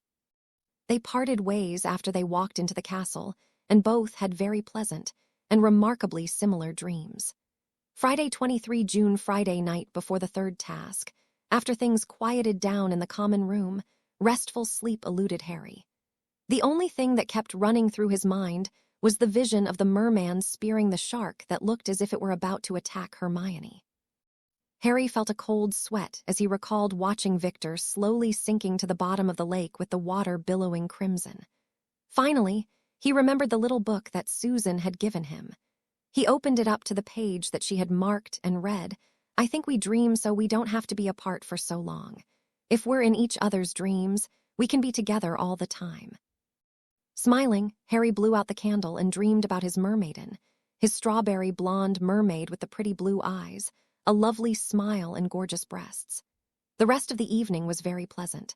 Saturday, 24 June at 8 a.m., Junior replaced the cap on his flask after taking another sip. He shook it side to side and determined that he had 3 or 4 swigs remaining. He only waited a minute or two until Snape arrived. He'd briefly considered casting the 2-way portkey charm while the trophy was still in the display case, but decided that the trade-off between having less chance of being suspected and Snape possibly noticing that the charm had been cast wasn't worth it. For a moment, Junior had considered going against his master's advice and involving Snape, but he concluded that the additional risk wasn't a good idea. It turned out to be a good decision, as they were met by the old headmaster who was waiting by the great oaken doors. He greeted them. "Good morning, Severus Alastair." "Headmaster," Dumbledore commented. "Naturally, you have both examined the cup for any signs of tampering." Snape replied, "Of course." Dumbledore waved his wand back and forth in a sideways figure-8 pattern and apparently was satisfied with the results. He added, "Alastair, when you go through the maze, please verify that the obstacles are all where they should be." Junior nodded and replied, "Constant vigilance." Snape shook his head at the old Auror's one-track mind and commented, "We'll be going now." They walked together in silence. They entered the maze and Junior pressed his wand into the hedge at the first intersection. 5 seconds later, a passable-sized entrance appeared. Junior looked around. Through the hedges he could see the giant spiders, scroots, a sphinx, clouds, and devil's snare plants. He hoped that Potter had been coached as well as he had for the second task. As they made their way further into the maze, they came upon the sphinx, which asked, "How many sides are there on a cube?" Snape was about to say 4 when Junior answered, 6. As the sphinx let them pass, Snape admitted, "That was a close one. I had it wrong." 10 minutes later, they had successfully dodged the final acromantula and reached the small clearing in the center of the maze. They both knelt down and placed the cup in a blanket in the center of the clearing. Unnoticed by Snape, Moody's flask slipped out of his cloak pocket. They got up and made their way back out to the Sphinx. Junior made a show of looking for his flask and commented, "Damn." Snape inquired, "What's wrong?" Junior replied, "I must have dropped my flask when we set the cup down." He pointed to his torn cloak pocket. Not wanting to go by the spider again, Snape called, "Accio flask." Junior shook his head and commented, "I have anti-summoning charms on all of my stuff. Keeps filthy Death Eaters from summoning me." Snape offered, "I'll go get it." Junior shook his head and replied, "Keep an eye open for that damn spider. I'll get it." Snape was carefully watching for the boulder-sized spider that lurked nearby and didn't notice the blue flash from the clearing where the cup was hidden. Junior quickly caught up with him, and 10 minutes later, they had escaped the maze. Harry and Hermione were enjoying breakfast together on the morning of the third task. She had encouraged him to eat a big breakfast by saying, "You'll probably skip dinner and have a light lunch, so you should fill up now." Harry wisely took her advice. She passed him the platter of bacon and heard a thump as it accidentally hit him in the chest. She gave him a strange look and brushed her fingertip across the front of his shirt after he had put the platter back on the table. In a low voice, he explained, "Body armor." For a moment, she was surprised by his answer, believing that it would only be available to law enforcement personnel, but then it made sense. She quietly inquired, "What about the others?" He replied, "There's no policy either way, but I doubt it." She was tempted to discuss parody for a moment, but was interrupted by Professor McGonagall, who stated, "Mr. Potter, your presence is requested in the antechamber off of the Great Hall." Seeing her pleading look, she added, "Miss Granger, you may accompany Mr. Potter if you both would like. Good luck tonight, Potter." They walked across the large dining area to the room where the Tri-Wizard champions first met. Through Harry's eyes, that day last October seemed ages ago. Professors Dumbledore, Karkaroff, and Maxim were there. Dumbledore announced, "Your families were invited to come and spend the day with you. May I present Jack and Apolline de Lacquer along with their daughter Gabrielle, who are here for Fleur. Alex and Alexandria Karkaroff are here for Peter. Amos and Florence Diggory are here for Cedric, and Amelia and Susan Bones, as well as Hermione Granger, are here for Harry. The weather is wonderful today. I'd encourage you to enjoy the grounds and have a relaxing day. Lunch will be served in this room at 1 p.m. Please enjoy your time together." As the others were filing out, Amelia walked up to Dumbledore and inquired, "Professor, did you personally examine the cup for any nefarious spells?" He replied, "I did just a half hour ago." Severus and Alastor brought the cup out together, and each school has 2 professors standing guard at the entrance of the maze to ensure that no unauthorized people are allowed into the maze prior to the tournament. She inquired, "Unauthorized personnel?" In a low voice he replied, "Hagrid was allowed in to ensure that each of the creatures acting as obstacles within the maze had a sufficient supply of water." He continued, "At this point, nothing is amiss, I assure you." When it came to the safety of her son, Professor Dumbledore couldn't convince her that water was wet, but in this specific case, she could find no fault in the double and triple checking that had taken place. She'd talk with Moody if she ran across him during the day and ask him to scan the maze once more before the start of the final task. She nodded and mentioned, "I stopped in for ice cream yesterday. Thank you for the recommendation. It was lovely." The old mage nodded back and replied, "There is much to be done. With your permission, I'll take my leave now." As they walked outdoors, the 4 of them held hands, talking, but not about the fact that someone had died in the last event and that someone had gone to a lot of work to get Harry entered into the tournament. They walked through the immaculate gardens, which were beautiful and in bloom. Harry silently wondered what his aunt would think if she were able to see them. A part of him was still amazed at the wonderful turn that his life had taken in the last year, being adopted into a wonderful, supportive, and loving family. Eventually, Amelia asked, "Do you have all of your equipment?" Forced out of his daydream, Harry replied, Vest, trousers, boots, wand holder, spare wand, and a popsicle stick. Amelia considered his answer for a moment and replied, "Don't forget to wear your glasses." He was going to remind her that the glasses were redundant, since he'd had his eyes healed, but suddenly understood that she'd just reminded him of the optional eyewear features that he'd ordered with that particular pair of glasses. Hermione asked, "Why weren't the other contestants given the same equipment?"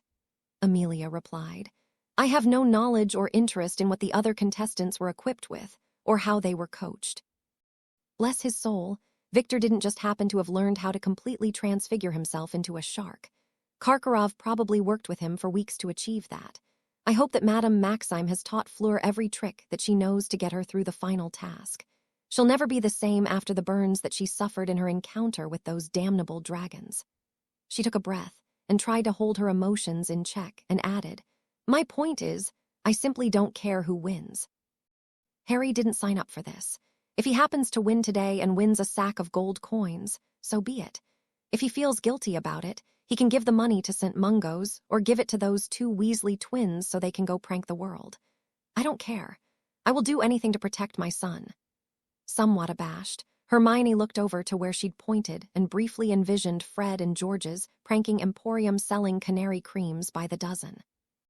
Her initial smile faded slightly when she realized that Director Bones was more serious than she'd originally envisioned. After an uncomfortable minute of silence, Amelia changed the subject and asked, "Did you find any resources to help you with your pensive project?" Hermione replied, "I found a book on charms and runes that I will need." "How about the stone basin? You can't use a common bird bath." The three women gave a laugh at that, as Harry wondered, why not? Especially if it would help make them more affordable. Hermione admitted that she didn't have a source for the basin, but Amelia offered to help her find a stonecutter. The champions and their families all sat at a single table during lunch. It turned out that Mr. Delacour and Mr. Diggory both had very similar jobs at their respective ministries. Cedric talked with Peter while Fleur visited with Susan. Amos sat next to Harry, who had Mrs. Delacour on his other side. The older man commented, "'Tis a shame that they've lost track of Sirius Black. I heard that he was sighted in Cyprus a while back." Amelia watched carefully as Harry replied, "I heard that he'd been seen playing roulette in Las Vegas last week. I'm surprised that he wasn't rounded up." It was obvious to her that he was trying to avoid starting an argument with the boorish man. It was also evident to her that he'd been talking with Fudge or Dawlish, since her department was never officially notified that two Aurors had attempted to make an illegal capture. Diggory was surprised by the news itself, as well as the off-handed way that the Potter teen had mentioned it. He was tempted to pass on the tip to Dawlish, who told him about the Cyprus sighting. Instead, he came back and replied, "What are your plans for the third event?" Harry replied, "Just to get through it, sir." Taking another too large swig, Amos bragged, "My Cedric will come in first. I just know it. He beat you at Quidditch. He'll beat you at this." Harry didn't want to start a fight with the man who'd had more brandy than food for lunch. Years of watching Uncle Vernon getting trashed on weekends had taught him that there was no benefit in discussing anything with a drunk who was obviously looking for a fight. As such, he replied, "I hope he does well, sir." Amelia watched Diggory through a new lens and wasn't especially happy with what she saw. Amos would doubtless put his hat into the ring if Fudge were run out of town. Fortunately, before the conversation could digress, lunch had ended, and the others started getting up to go outside with their families. About an hour before the third task was scheduled to start, Rufus Scrimgeour found Harry in McGonagall's classroom. The teen was sitting on the floor with his back to the wall, in silence, holding hands with Amelia's niece. The old Auror had made a career of training young Aurors to go into unknown situations, do their jobs, and to go home again at the end of their shifts. The few that he'd lost over the years allowed themselves to get into situations that were way over their heads and then tried getting out of them by acting the hero without possessing the skills to back up their actions. He hoped that the Potter boy wouldn't fall into that trap. He greeted the two teens, Harry, Susan. "Rufus, Mr. Scrimgeour." Susan kissed Harry and whispered, "I'll be waiting for you. I love you." Harry looked into her eyes, nodded, and whispered, "I'll come back. I love you too." She left the room and Scrimgeour put down the pail filled with iced butterbeers that he always brought with him. He had Harry stretch for 10 minutes and went through another equipment check with the teen. Satisfied that he had everything that he needed, Scrimgeour handed Harry a butterbeer and they sat down together. He looked in the teen's eyes and saw a quiet determination, then said, "The minute that you set foot in the maze, you've met your so-called magical obligation. You could walk right out if you wanted to." "I know, but you won't, will you?" "No, sir." Scrimgeour gave a slight snort and remarked, "I didn't think so." He took a sip of the syrupy beverage and added, "So go in there, play to survive. Win if you can, but keep the two priorities straight." "Yes, sir." They finished their butterbeers and Scrimgeour related stories from various horror operations that he'd participated in over the years, arrests, domestics, Death Eater raids, shoplifting cases, and the like. The two had forged an unlikely friendship over the months, and they were both better off because of it. Harry had acquired much better skills and Scrimgeour had reacquired some of his rather humble roots. Too soon, it was time to go. They walked out of the classroom and down the stairways and winding hallways to get to the front door where they met Minerva McGonagall. She held her emotions in as best as she could and admitted, "You've made me very proud of you, Potter. Godspeed." Harry felt the lump in his throat and realized that he wouldn't be able to say anything. Instead, he reached out to hug his professor.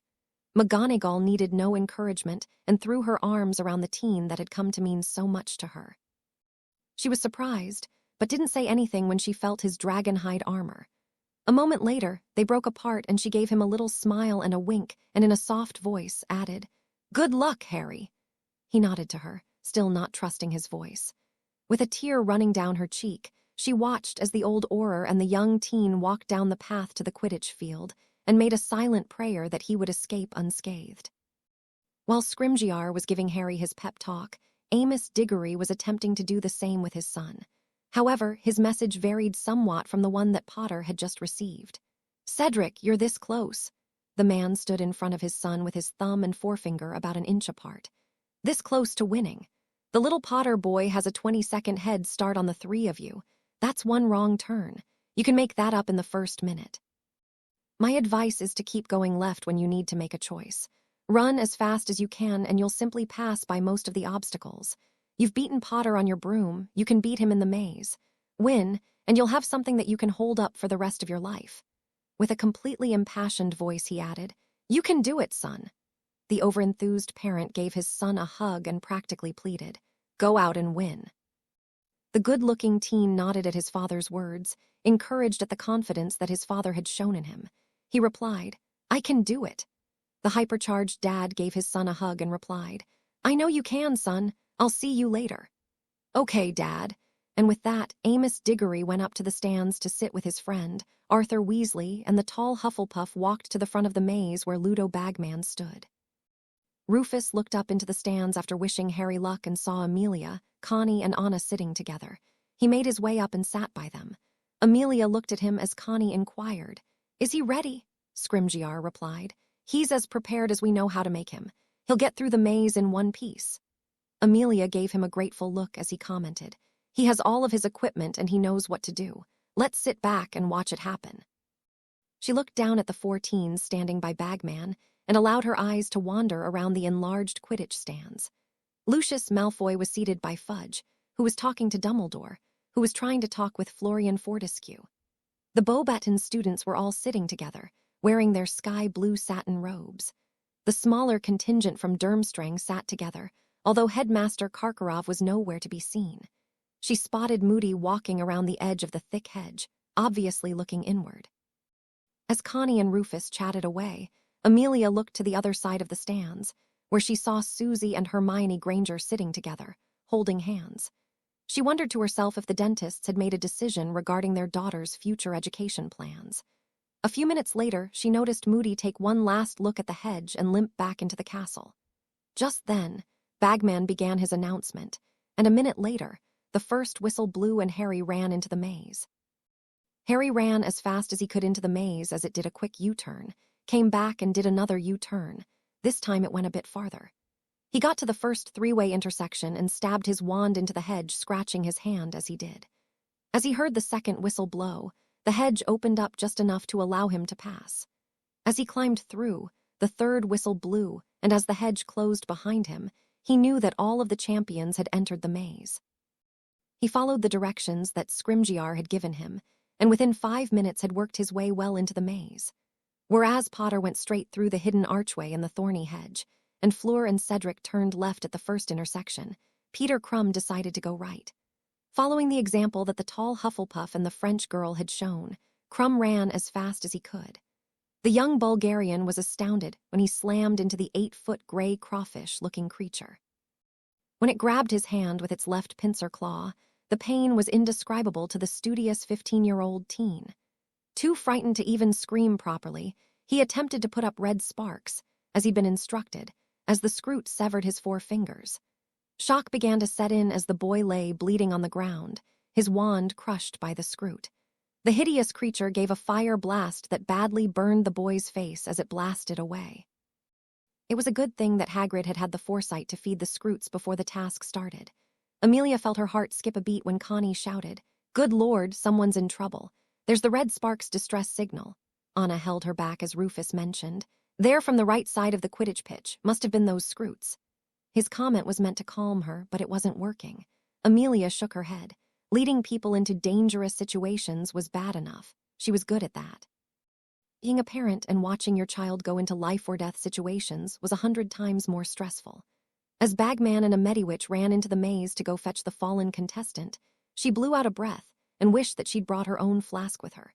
In the gathering darkness, Harry allowed himself to be distracted by the distress sparks that flashed when Peter had been attacked by the blast-ended scroot. He'd never understood why Hagrid couldn't go out and buy a Shih Tzu puppy and be done with it. Susan and Hannah were right, he did have a monster fixation. Finally, he reached the Sphinx. She was beautiful and deadly. He could best describe her as a giant lion. When she saw him approach, she said, "The center of the maze is near. To pass, you must answer my question. If you answer it correctly, you may pass by me unharmed. If you answer incorrectly, I'm forced to attack you. If you don't know the answer to my question, you may turn around and come back later. Are you ready?" "Yes." What year was Nicola's Flamel born? Harry didn't have a clue. If Binns had spent time going on about anything rather than goblin rebellions, he might have known the information. He replied, "I'll be leaving now." He went back the way that he came until he was out of sight. He counted to 10 and walked back to the Sphinx. "Are you ready?" "Yes." "What year was Hogwarts founded?" "I'll be back later." Cedric and Fleur worked their way through the maze together.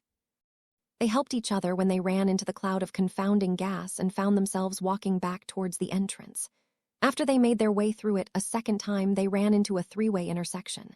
Fleur said, "I think I shall go towards the right this time, E2. Recalling his father's advice, Cedric replied, "I shall go left. Good luck to you."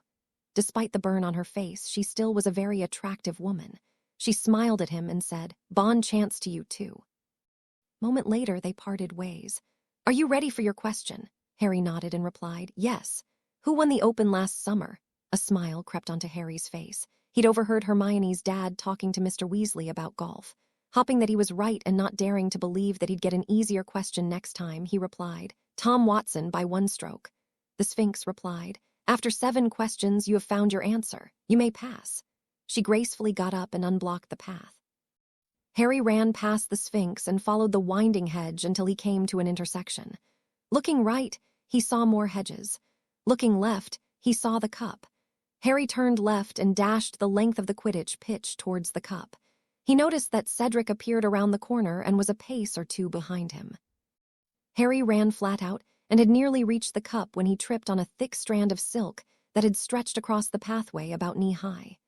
He was stuck to it. Cedric jumped over the silk cord like a high hurdler and was 20 feet from the cup when he was grabbed by the shoulder and lifted off of his feet by the largest acromantula that Harry had ever seen. Aargggg, Harry could hear Cedric scream as the younger teen cast Defindo on the silk, cutting the strand and freeing himself. He got up, took careful aim and cast Defindo at the spider, severing the pincer that was holding the Hufflepuff champion. Enraged by the attack, the giant spider hurled itself towards Harry. "Reducto!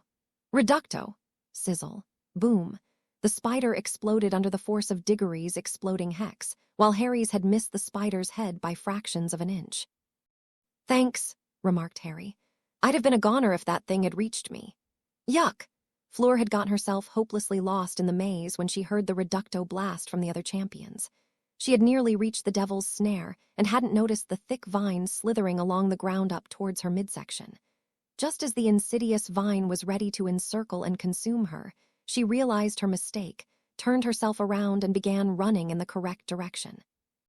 Cedric and Harry looked at each other, then at the remains of the disgusting hairy creature that had so nearly ended both of their lives.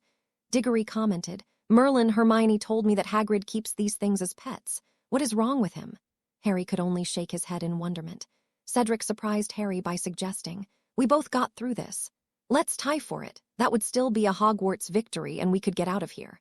Harry replied, "Are you sure?" "You're the real Hogwarts champion, and honestly, it doesn't mean that much to me." Cedric replied, "Maybe not now, but it's something that you earned too, and someday it might. Come on, let's go." They grabbed the cup at the same instant. Harry was slightly surprised to feel the now familiar sensation of the portkey grabbing him. As they flew from the maze in a blue flash, Cedric heard Harry mutter, "Damn it." From the top of the Quidditch stands, it had been possible to use the elevation to see a bird's-eye view of the maze. At first, it had been easy to see the champions in their different colored robes as they worked their way through the maze. However, the stands were not high enough to allow the spectators to see anything but the tops of the champions' heads as they entered the inside third of the maze. As the daylight gave way to the evening, Amelia saw a flash in the center of the maze. Rufus asked, "Was there supposed to be a photographer stationed at the center of the maze?" Connie replied, "That was a portkey flash. It had a blue tint to it." Amelia jumped up and demanded, "Let's go." She ran down the stairs of the grandstand amazingly quickly, with the other three following right behind. As she reached the bottom, she found Fudge in a friendly chat with the headmaster and called, "Professor, your tournament has gone pear-shaped. There was a portkey flash in the center of the maze." Not waiting for the kindly old mage to refute her, she pulled her cell phone and pressed one of the numbers that she had on speed dial. 500 miles away, Kingsley was sitting in the ready room when he heard his new cell phone ring. Amelia asked, "How many Aurors are available within 1 minute?" 6. "Send 4, including yourself, to the school. Bring battle gear. Go." Turning to the headmaster, she called, "Dumbledore, get everyone into the Great Hall within 5 minutes. No exceptions. Move." Junior watched the progress of the tournament through the maze using Moody's magical eye. Inexplicably, Potter allowed the Diggory teen to take the cup at the same time, and in a flash, they both disappeared. As his Polyjuice potion was about to wear out, he quickly started walking back to the castle. As he was working his way around the outer hedge, he saw Bones and the 3 uniformed Aurors that were with her rushing down the stands. Not wanting to confront them, he quickly made his way into the castle. Dumbledore placed his wand to his throat and called, "Sonorous, can I have your attention? I would like all students and staff members to go back to the castle as soon as possible and wait quietly at your table in the Great Hall. Heads of house, count your students and be ready to report anyone missing within 5 minutes." Amelia, followed by Rufus, Connie, Anna, and a sputtering Fudge, went into the maze as she blasted their way into the center. Fudge shouted, "I'll have your job for this disruption, Amelia." "You can't go and create a disruption of the magnitude. You've ruined the tournament. What will the papers say?" Completely ignoring the little man's whining, Bones pressed on. As they reached the center, Connie wasn't surprised to find it empty. She cast a detection spell and, to no one's surprise, announced, "There was the magical trace that a portkey has recently been used in the area." Puce-faced, Fudge blustered, "What are you talking about? What's the meaning of this?" Just then, Fleur came into the center and inquired, "Am I Z winner?"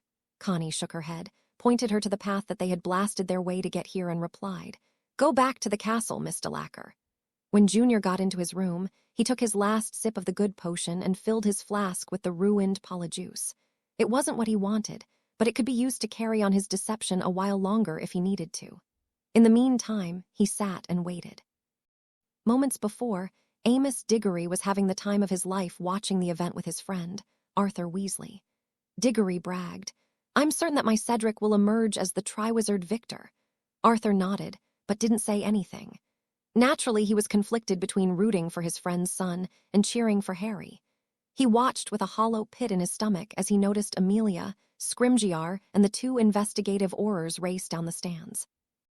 Amos had a feeling of dread, as if he'd been kicked in the stomach as Dumbledore made his announcement and the 4 DMLE officials blasted their way into the maze. He called, "Come on, Arthur. We need to go see what's wrong." Susan was incredibly conflicted as she made her way back into the castle. She was scared beyond belief and wanted to run to her auntie to find out what happened. Yet her instructions had been perfectly clear. She held Hermione's hand and whimpered. What could have gone wrong? Unfortunately, the brown-haired witch could think of dozens of things. Tom Riddle and Peter Pettigrew sat patiently waiting for a portkey that might or might not arrive. Barty had no way of communicating his success or lack of it. The third task was scheduled to start at 6 p.m. and was expected to take between 20 minutes and an hour to complete. They didn't know who, if anyone, would be coming, though Barty had assured them that Potter would be the most likely winner. So they waited. At 6:20, they say the portkey flash at the spot where Barty had been instructed to use as the destination point. Cedric and Harry felt their feet slam into the ground. Diggory's injured shoulder was throbbing, and as they fell forward, their hands let go of the Triwizard Cup. He raised his head and asked, "Where are we?" Harry shook his head. He got up, helped Cedric to his feet, and they looked around. They had left the Hogwarts grounds completely. They had obviously traveled miles, perhaps hundreds of miles, for even the mountains surrounding the castle were gone. Instead, they were standing in a dark and overgrown graveyard. The black outline of a small church was visible beyond a large yew tree to their right. A hill rose above them to their left. Harry could just make out the outline of a fine old house on the hillside. Cedric looked down at the Triwizard Cup and then up at Harry. "Did anyone tell you the cup was a portkey?" he asked. "Nope," replied Harry. He was looking around the graveyard. It was completely silent and slightly eerie. Suddenly, Ray recognized the area from the pensive memory that Professor Dumbledore had shown them. 100 yards in front of them was the largest cauldron that either of them had ever seen. A small fire was heating it. Cedric asked, "Wands out, do you reckon?" "Yeah," replied Harry, glad that Cedric had made the suggestion rather than him. They pulled out their wands. Harry kept looking around him. He had the strange feeling that they were being watched. Riddle was positioned about 50 feet to the west of the portkey landing site and was hidden behind a small bush. Wormtail was 100 feet up the hill, hidden behind a tree. He looked at his master, who indicated that he would take out Potter, leaving the taller boy for Peter. Riddle held up 3 little fingers, then 2, then 1, and then fired, stupefy. Pettigrew had previously been instructed that if anyone other than Potter appeared, that they were to be killed. Thus he fired, Avada Kedavra. Riddle's spell hit Potter square in the chest and was substantially absorbed by the iron belly armor.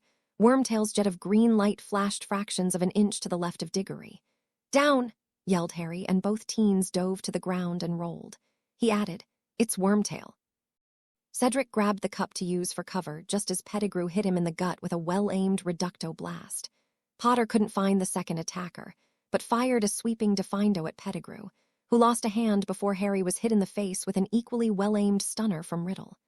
The portkey fired in a blue flash, and Cedric disappeared. Harry was in deep weeds, and he was all alone. Amelia and the others were startled by the blue flash and thump immediately behind them.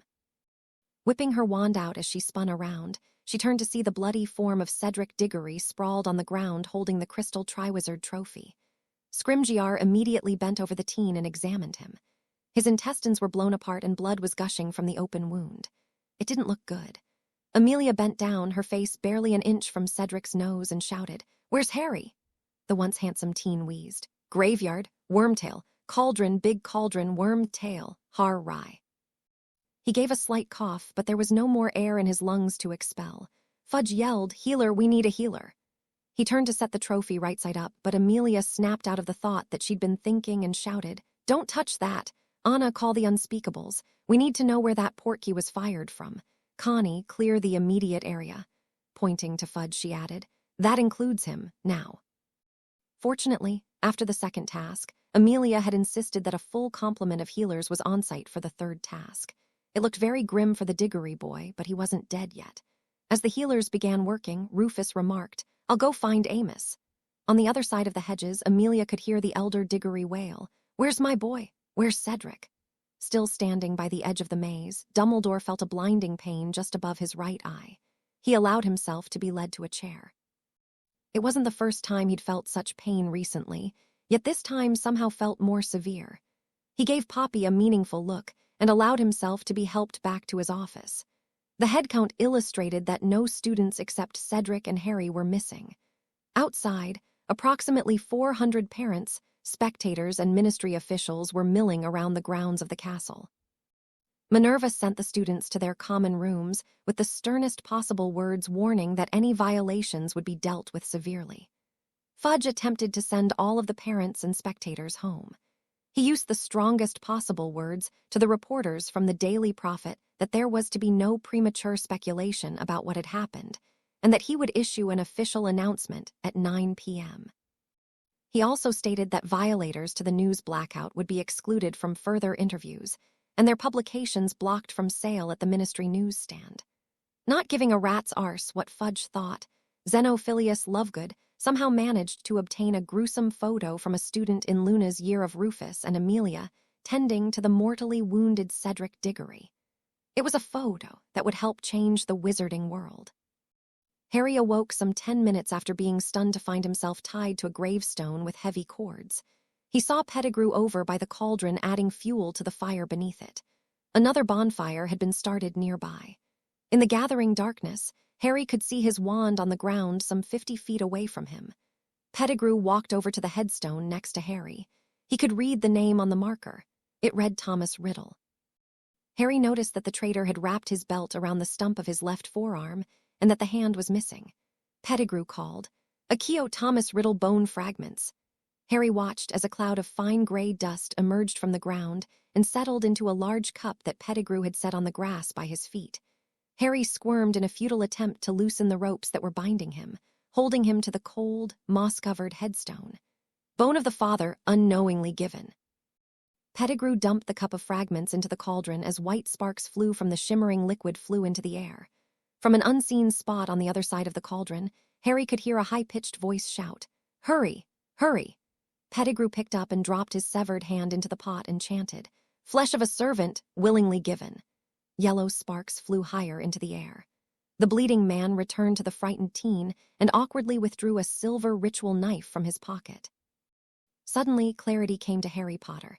He was going to be sacrificed for this hellish ritual to somehow resurrect Voldemort. "Hold out your arm, Potter." "No. Hold it out or I'll cut it off. It doesn't matter to me anymore. I can't move it. The cords are too tight."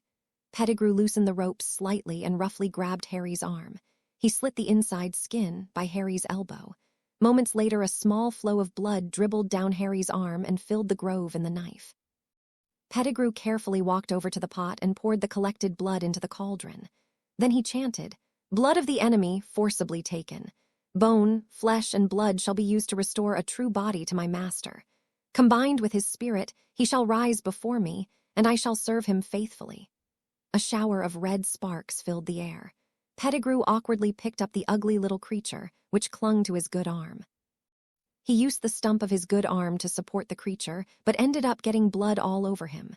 When it was suspended over the pot, it let go and with a splash plopped into the sparkling liquid. Sparks of all colors flew into the air. Minutes passed in silence. As blood continued to ooze down his arm, Harry kept muttering to himself, "Let it drown, let it drown." After 10 minutes, the sparks flew into the air at an ever-increasing rate, until the remaining liquid in the cauldron suddenly flew high into the air and ignited with a whoosh. Harry had a fleeting thought of Neville and his exploding cauldrons, and prayed that Pettigrew had somehow screwed up. Unfortunately, it wasn't to be. A hand emerged from the cauldron and gripped the edge. A moment later, another hand gripped the opposite side, and a skeletally thin figure slowly emerged from the cauldron and stood. In the firelight, Harry could see that the creature was hairless and had snake-like facial features. The creature sniffed the air, turned his head to Pettigrew, took a breath and commanded, "Robe me." Wormtail awkwardly lifted a robe over the creature and called, "Master." Lord Voldemort had returned. He carefully stepped out of the cauldron and called, "My wand, Wormtail." The whimpering man handed Voldemort his wand, handle first, then knelt and kissed the hem of his master's robes. "Hold out your arm, Wormtail, your other arm." He jabbed his wand tip at the now fully defined mark on Pettigrew's arm. As he touched the tip of his wand to Pettigrew's skin, the mark immediately went completely black, like wet coal. Pettigrew whimpered and waited. 100 yards away, an exhausted and terrified teen muttered, "Oh, shite." Lucius Malfoy left Hogwarts when the other parents were asked to leave. As he entered his mansion in Wiltshire, he felt his arm twitch. As they stepped inside the door, he rolled up his sleeve and his worst fear was realized. The mark on his arm had completely returned. Within a minute, he felt the mark on his arm burn, and he felt the calling. The moment hadn't come as a surprise. He would answer the Dark Lord's call and see for himself who or what awaited him. Hundreds of miles away, Igor Karkaroff felt the mark on his arm burn. Like Lucius Malfoy, the Durmstrang headmaster had anticipated that this moment would come and had made his plans. Wordlessly, he walked up the gangway on the old, sailless, three-mast ship. 2 minutes later, he sealed the last hatch, and moments later the ancient ship disappeared beneath the waters, destination Perth. Peter Crabbe and Grant Goyle hadn't received invitations from the Minister of Magic to attend the final task of the Triwizard Tournament. Neither wealthy and well-connected, nor highly skilled, the best days of their lives had been while they were in service to the Dark Lord. Goyle was eating chicken dinner with Crabbe when they felt the mark burn. As stupid smiles crept onto the men's faces, they walked outside and happily answered their master's call. Others in similar situations like the Carrows, Yaxley, the Flints, Bulstrode, the Parkinsons, and a score of others felt the miraculous calling from the one who they had feared to be long gone. They dropped whatever they were doing, grabbed or conjured their garb, and answered their master's call. Back at Hogwarts, Junior waited patiently in his quarters at the castle. As the minutes passed, he dared to dream about leaving the castle later in the evening and looked around the room. He had no real possessions of his own. In his own form, he gathered his bag of galleons and waited. Finally, the mark on his arm materialized, as if it were a photograph in a darkroom developing tank. Junior dumped some food in the bottom of the trunk and threw the wooden leg and magical eye into one of the other compartments of Moody's trunk. He doubted that he would need to return to the castle, but didn't want to shut the door on that option. Certain that he and Snape would soon be apprehended and questioned, he made the decision to walk out of the castle in his own form, masked by a hood and the overall confusion of the moment. He grabbed his wand, and without thinking, tucked Moody's flask into the half-ripped pocket of Moody's old traveling duster. He closed the door, and in a fast walk, made his way out of the castle. Nymphadora Tonks had witnessed the mass confusion following the abrupt conclusion of the third task. After the head count was performed in the Great Hall, the non-heads of house staff was dismissed to either go back to their quarters or help outside. She had seen Moody going back to his room, wearing his slate-gray duster that he always wore. After the roll call, she went outside, still in her Susan Florman persona form.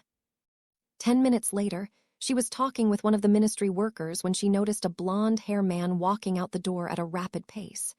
She went back to talking to the ministry man, when a half-minute later the realization had hit her. The man walking out of the castle was wearing Moody's duster.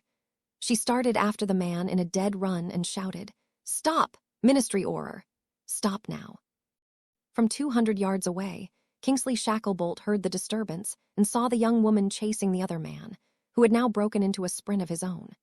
Crouch knew that he had to make it past Hagrid's hut to reach the edge of the anti-apparition borders, and that was at least a half-mile away. He began running as fast as he could, and never noticed that the silver flask had slipped from his ripped pocket. Kingsley fired a stunner, but the distance was too great and he missed.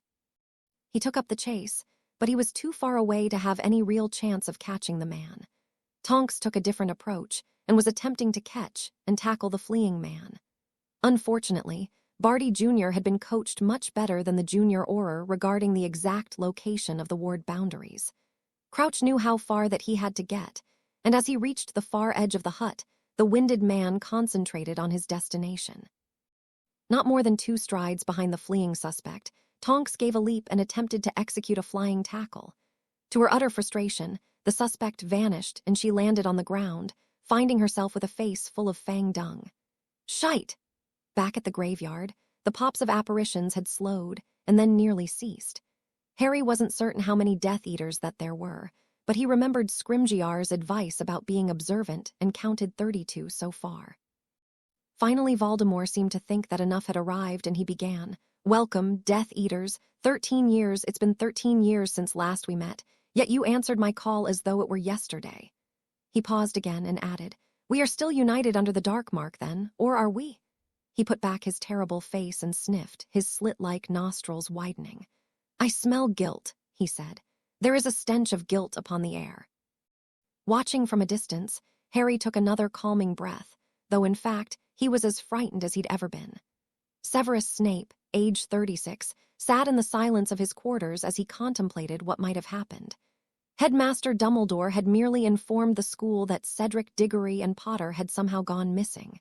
Certain that he'd be blamed for something that he had nothing to do with, he contemplated his future. It was possible that he could secure a decent position at Durmstrang, though he'd long admitted to himself that he found no joy in teaching. Perhaps he'd do better in Australia. Without warning, the mark on his arm flared jet black. He felt the Dark Lord's call. With the knowledge that Dumbledore wouldn't be around to smooth the way over for him, he made his decision. It suddenly became obvious to the unpleasant potions master that the Dark Lord or one of his servants had snatched Potter and Diggory. With Dumbledore gone, Snape knew that none would stand against the Dark Lord. He quickly gathered a dozen vials of his most valuable potions and several sacks of rare ingredients and found his vault key. Convinced that he'd never set foot in the room again, he took one last look around and walked out the door. As he reached the front door, he came by the ailing headmaster who called, "Severus, don't go." He looked into the failing eyes of his mentor and replied, "Goodbye, headmaster." That said, he walked out the door. Amelia Bones liked to think that her greatest challenge and best accomplishment was to be a good parent to two active teenagers. That said, she didn't rise to become Britain's top magical cop by being a pansy. 2 minutes ago, the pieces began to fit together. Snape and Moody were assigned to place the trophy in the middle of the maze. Dumbledore had reported checking it personally as the two men walked the trophy out the door together. Tonks and Shacklebolt had just lost a wild foot race with a blonde-haired young man who was dressed in Moody's traveling cloak. Diggory's final words indicated that they had been tricked by a plot hatched by Pettigrew, probably Riddle, the unidentified man, and Merlin only knew who else. Someone had murdered Cedric Diggory and someone had her son. She wanted to kick some butt. She wanted, "Stop that man!" Severus Snape heard her shout and knew that he had to leave the grounds immediately. Unfortunately, he was running towards the healer trainee and another man that Snape didn't immediately recognize. It had been 7 years since Michael Wood had finished Hogwarts. Having been blessed with quick reflexes, his path within that Auror was clear for him, and 4 years ago, he had been invited to join the hit wizard unit. Wood had been glad to be invited to come to the castle for the day. It gave him the chance to visit with his former head of house, Professor Flitwick. Now he was stationed at the edge of the castle grounds. He heard his boss's boss shout and was ready for action. Snape was running flat out when he realized that the man standing by healer trainee Floorman was an Auror of some type. Snape whipped out his wand and a jet of green light flew from the outstretched tip. In the few seconds that he had until the black-haired man would reach his opportunity to apparate, Wood drew his wand, dodged what appeared to be a killing curse, shouted, "Stop," and fired. Defindo. His aim was true. Severus Snape was cut down at the legs. When his body hit the ground, he literally was in 3 pieces. "No," shouted Bones. "I need him alive." She reached Snape and the other two as Tonks cauterized the wounds on his left stump, then moments later on his right. It was too late. Severus Snape, and any answers that he might have possessed, had bled out into the ground. Bones pulled up his sleeve and saw the jet-black dark mark on the man's arm and closed her eyes to think. She was worried sick about her son, but there were a million things to do. 10 minutes later, Albus Dumbledore had never felt older in his life. Harry was gone. Amos's boy had returned badly wounded and was near death, and he'd failed Severus. Suddenly, he felt a sharp pain like a Charlie horse in his thigh. He guessed that his femoral artery had burst or developed an aneurysm. Seating at his desk chair, he tried to maintain focus through the near-blinding pain. He made a statement, and then withdrew the memory and placed it in one of the many crystal vials that he had in his desk drawer. He had so much to do and so little time remaining. Realizing that his time had grown very short, he withdrew a dozen other memories and carefully placed them into their own vials. Moments later, his carotid artery burst and the greatest wizard of his age drew his last breath and slumped over onto the desk. He was alone when he died. 100 miles to the north out in the North Atlantic, a thin woman, dressed in a tattered black leather bustier, who may have been quite beautiful in years past, was awoken from her slumber. She saw the mark on her arm go dark, then burn in its calling. She gave a screech of delight that sent a chill to her human guards. Voldemort walked inside the circle of assembled Death Eaters that surrounded him. Though they were masked in their bone-white masks, he called each of them by name. The last one to arrive was Crouch, who along with Pettigrew were named as his most faithful servants. He continued, "As for the rest of you, for 13 years I was waiting for one of you to seek out and find me. Few of you gave even a passing look. Few of you made any attempt. Instead, you lived your comfortable lives, for some of you, very comfortable lives." Nagini could literally taste the fear in the air. She would enjoy telling her master about the one with the long silver hair. "Yet none of you attempted to secure the release of your fellow Death Eaters.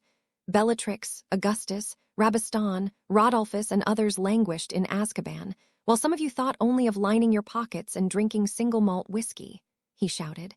"That ends now." Voldemort allowed the silence to build around the circle. Like most inspirational leaders, he had always been a highly skilled speaker. Right now, the pauses between phrases were intended to intimidate his followers, and to a man, it was working. Nagini rose up like a cobra and was eye to eye with Not for nearly a minute before slithering across the circle.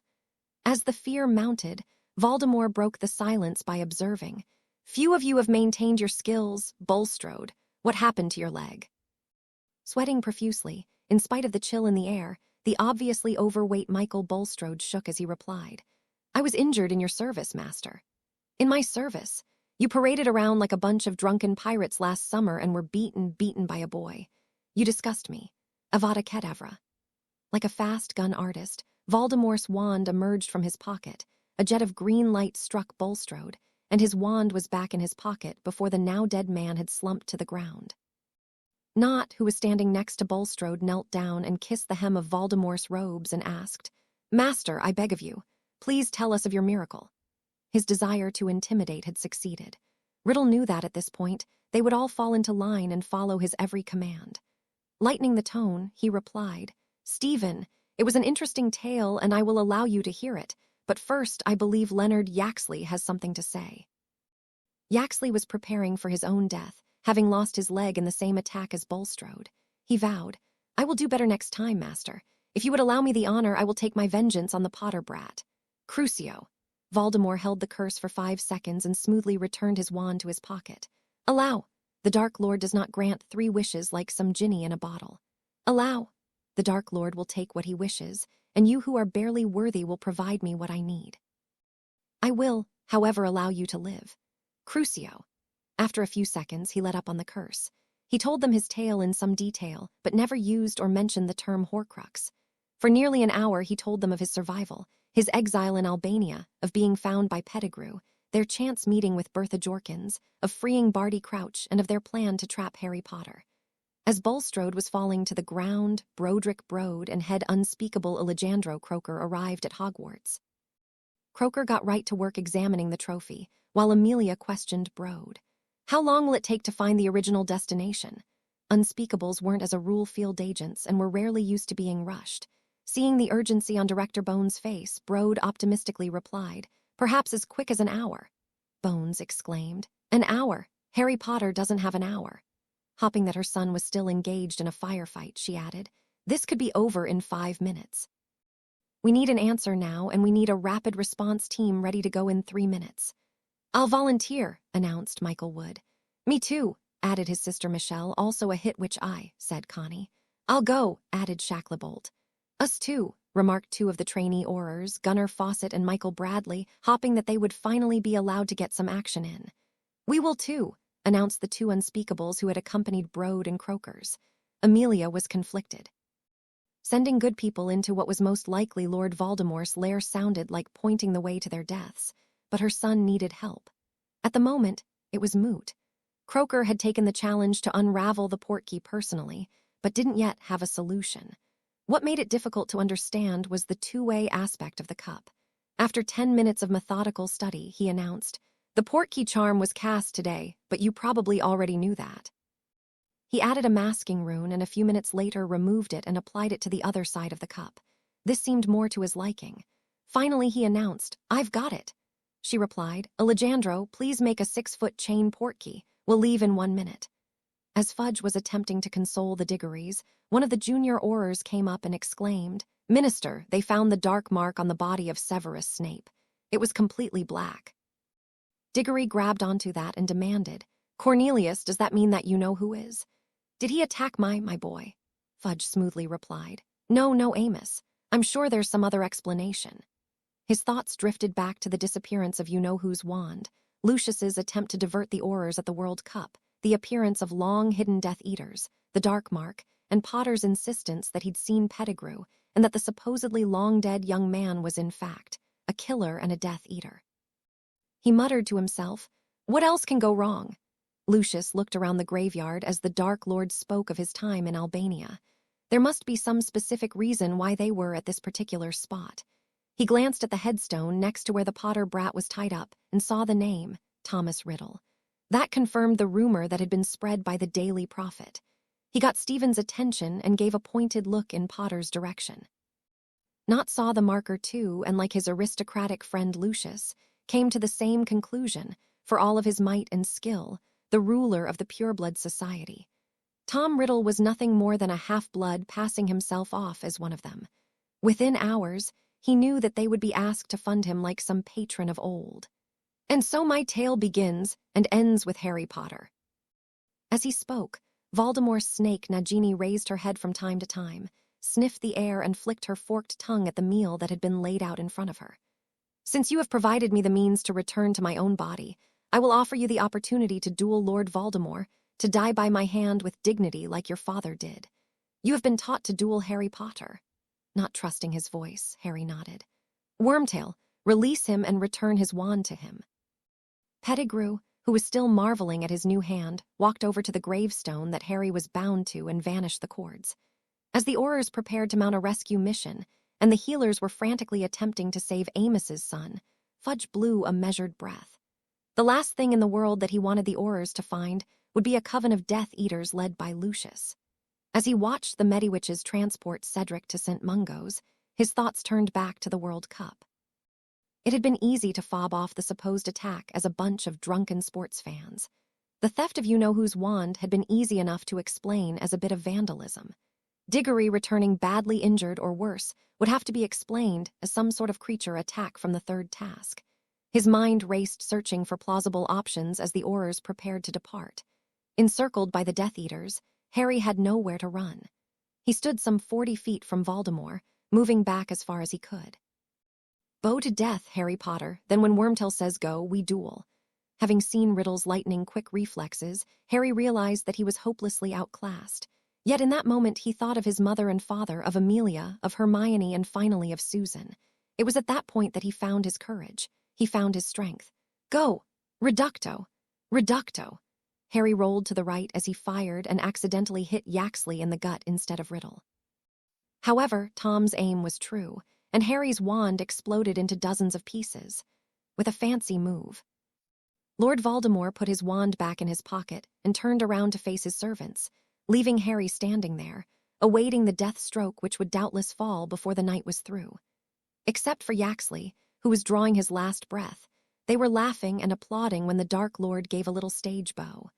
The mood considerably lightened. One by one, he walked up to each Death Eater and asked them a question or two. Somehow he seemed to already know the answers. For the most part, the Death Eaters groveled and each seemed to make an excuse or two. The Dark Lord seemed to be in a forgiving mood. Flint had been standing by Yaxley and was trying to help him, but blood was spraying over the nearby headstones. Taking a deep breath, Harry saw his chance, his one chance, and took it. Pulling his spare wand from its holster, he whispered, "Accio Riddle's wand." Electocaro watched in shock as in the course of 3 seconds, the Potter boy whipped out another wand, summoned and grabbed the Dark Lord's wand, and cast a sweeping cutting charm which hit the Dark Lord, Malfoy, Crabbe, and Goyle, and beheaded Nagini before disappearing. The last thing Harry saw was Riddle's left hand falling to the ground as he snapped the popsicle stick and disappeared. As Amelia was readying herself to go, she heard someone fire the cannon blast charm from the area by Hagrid's hut. A moment later, she heard Tonk's sonorous shout of Potter's back. "I'll go too," announced Anna. "I've got my camera kit here in case there's anything to see." Bones announced, "Rufus, stay here. The team leaves in 5 minutes unless you hear me call. No joy. Have a second team ready to go depending on what we learn from Harry. Everyone comes home. Come back immediately if it's bad odds. Good luck." That said, she ran as fast as she could to where Tonks was stationed. When she finally reached him, he was seated on a stool that the junior Auror had transfigured.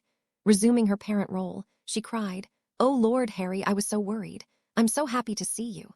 She ran up and hugged him for all that he was worth. The only words out of Harry's mouth were, "He's back." Forcing herself back into her aura role, she pulled a crystal vial out of her bag and directed, "Make a memory copy from the moment that you entered the maze until you got back." Harry touched his spare wand to his head and withdrew a dark gray strand and carefully placed it into the vial and handed it back to her. He was about to ask what had happened to Cedric when Fudge ran up and in a winded breath demanded, "What happened, Potter?" Amelia shook her head and announced, "He'll tell this one time and one time only. Harry, can you walk?" His arm that had been cut was throbbing and the adrenaline rush was subsiding, leaving him with a pounding headache, but that aside, he was okay. He replied, "I'm fine." Amelia said, "Tonks, go get Scrimgeour out of the maze. Tell him to send the troops and meet us in the hospital wing in 5 minutes. Run." As they walked down the corridor, Squiggles the elf popped up and in a desperate voice called, "Ms. Bones, ma'am, please comes along. Headmaster Dumbledore's, please comes along, please." With the utmost reluctance, she allowed herself to be dragged towards Dumbledore's office after announcing, "Harry, I'll be back in 5 minutes. Have Healer Pomfrey look you over, but don't say anything or go anywhere until I get back." McGonagall added, "I'll go with you." That said, they were rushed to Dumbledore's office by the frantic elf. As Amelia reluctantly walked with McGonagall and the little elf towards the headmaster's office, Fudge saw his chance. As they walked to the hospital wing, he demanded, "What happened, Potter?" Not thinking that Amelia's warning applied to questions from the Minister of Magic, Harry gave a weary reply, "He's back. Voldemort's back. Pettigrew might have killed Cedric. Lucius Malfoy," Fudge snapped. His orderly world was about to crumble, and he wasn't going to let this boy topple it. "Obliviate!" Potter was hit squarely with the blast and toppled down the stairway from the impact of the hex. Figuring that his immediate problem was resolved, Fudge quickly left the castle, not knowing what he would do next. Perhaps Dolores would have an idea. Tonks ran to Scrimgeour and described what had happened with Harry's return. "That's all I know, sir." Based on a guess that Harry may have caused some injuries, Scrimgeour took quick action. "Tonks, you and Dawlish and Straighthand, go to the lobby of St. Mungo's. The Death Eaters have snatched healers before, and they're not going to get away with it this time." "Wands out, go." The young Auror had the feeling that she was in over her head. Voldemort shouted, "Damn him, Wormtail." He clamped his hand over his wrist to slow the flow of blood. The little rat ran up and asked, "Yes, master." Through gritted teeth, Voldemort commanded, "Give me your wand." Peter pulled out his wand and handed it, handle first, to the Dark Lord, who grabbed it and with great effort conjured a silver hand. As the liquid silver formed, Pettigrew noticed his master's strain as he attached it to the bleeding stump. Having no idea regarding the effort or skill that such a miracle took, he was amazed as he watched his master at work. Meanwhile, Lucius Malfoy cast a healing charm on himself. He was at the tail end of Potter's cutting hex and had been cut deeply in his left leg, but no major arteries had been severed. He would have a limp and be stiff for a while, but he didn't lose his leg. He helped his friend, Stephen Knott, as best as he could. Knott had been standing next to Malfoy and had been hit higher up. Crabbe and Knott had been hit in the gut and would require a skilled healer if they were to stand a chance. Riddle was exhausted, but this was not the time to show it.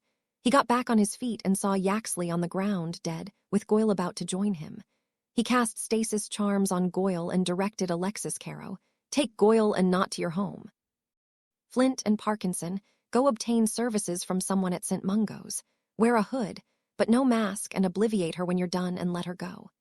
He knew it was likely that the Potter boy would return soon and bring back half of the Aurors with him. Damn him. He'd underestimated the boy again, and it had cost him his wand and some respect from his servants. His moment of glory had been lost. He was in no position to fight the Aurors today and doubted that his servants were either. He announced, "We'll meet tomorrow night in 10 at the Aveberry Circle. Go and prepare yourselves to rejoin my service." The Death Eaters didn't need to be told twice and quickly disappeared in groups of 2s or 3s. Voldemort turned to Pettigrew and Crouch and added, "Well done to both of you. I shall reward both of you beyond your dreams, but this isn't the time. Barty, we shall go and pay your father a visit and then go to Gringotts. There is nothing more for us here, so let us leave." Seconds later, they were in the back garden at the home of Crouch Sr. Michael Wood heard a double apparition pop a moment after he and the rest of the ministry party arrived at Little Hangleton. He whipped his wand around to strike, only to see that no one was visible. In the gathering darkness, there were still 2 fires illuminating the area. Michael and his sister, Michelle, started walking outward while the other four waited as per their procedure. As he signaled, they began moving out in a circle, forming an ever-widening perimeter around their entry point. When they had gone about 100 feet, he signaled that they stop and they each carefully looked around. After a minute, Wood was satisfied that the area was deserted and they each cast Lumos Maximus. They could see the headstones. While the others provided cover, Connie and Anna methodically walked back and forth in straight rows. Along the way, they found 2 bodies, a hand, several headstones splattered with blood, a Death Eater mask, the remains of a shattered wand, and a massive cauldron. "There's ropes around this one," remarked Connie, not wanting to think about poor Harry. "More blood and body bits here. This looks like part of a Hufflepuff patch," added Anna, cringing as she realized that she was most likely standing on the spot where Cedric had been hit. "Here's the handle to the wand," added Connie. Anna came over and took several photos of the wand that was most likely Harry's. She carefully marked the evidence and placed the shattered wand in a bag. "Connie, look at this." Anna pointed to the hand that they'd seen 20 minutes ago. Then it had looked to be newly severed. Now it looked like it was month-old roadkill. She took another photo before bagging the withered hand. Connie replied, "We'll have to compare the photos. Finish bagging it. Let's get some photos of the bodies and the blood on these headstones." A half hour after they had arrived, they closed up the perimeter and took the portkey back to the castle. Fudge was drenched with sweat as he raced to reach the edge of the castle grounds and apparated back to the entrance point of the ministry building. 5 minutes earlier, he had blasted the Potter boy with an obliviate spell after Potter had told him some ridiculous tale regarding the third task. As he hurriedly made his way to his office, he quietly muttered as he tried to convince himself that his world wasn't completely falling apart. It must have been some horrible accident. No Potter must have attacked Diggory's boy in order to win, no. They somehow ran into a group of terrorists. Lucius. No, Lucius was with me. No, I sent them away. Potter won't remember a thing, he just can't be back. He's dead, where's Dolores? He made it to his office, opened the door, reached for the first bottle on the bar and poured himself half a glass of amber liquid. Gasping as he all but inhaled the contents, he refilled his glass.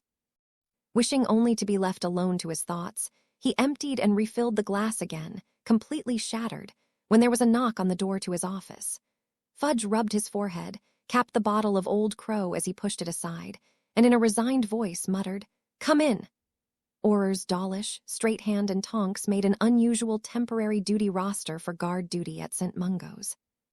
While directly reporting to Scrimgeour/Bones, John Dawlish normally worked as Fudge's personal bodyguard, and quite honestly resented being assigned to such an entry-level detail. Likewise, Nick Straighthand normally spent his days in charge of supply, and was much more comfortable with his forms and columns of numbers than vetting through the unusual visitors that walked in and out of the main entrance at the Wizarding Hospital.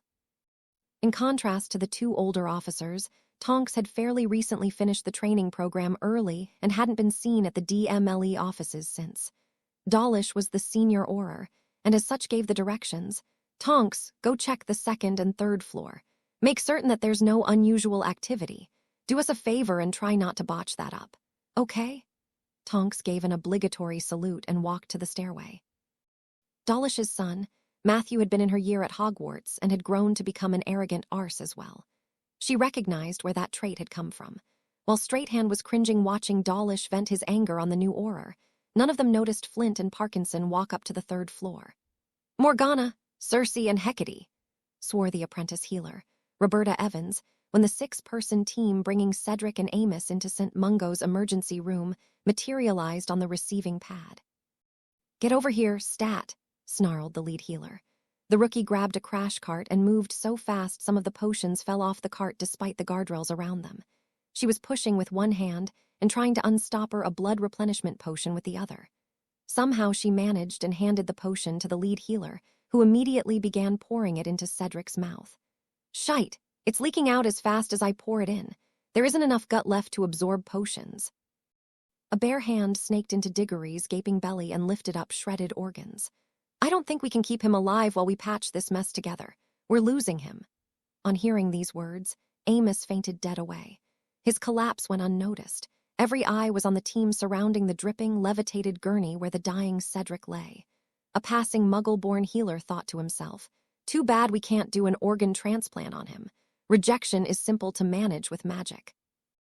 He continued on to his own patient in the last ER bay, the one down by the door to the morgue.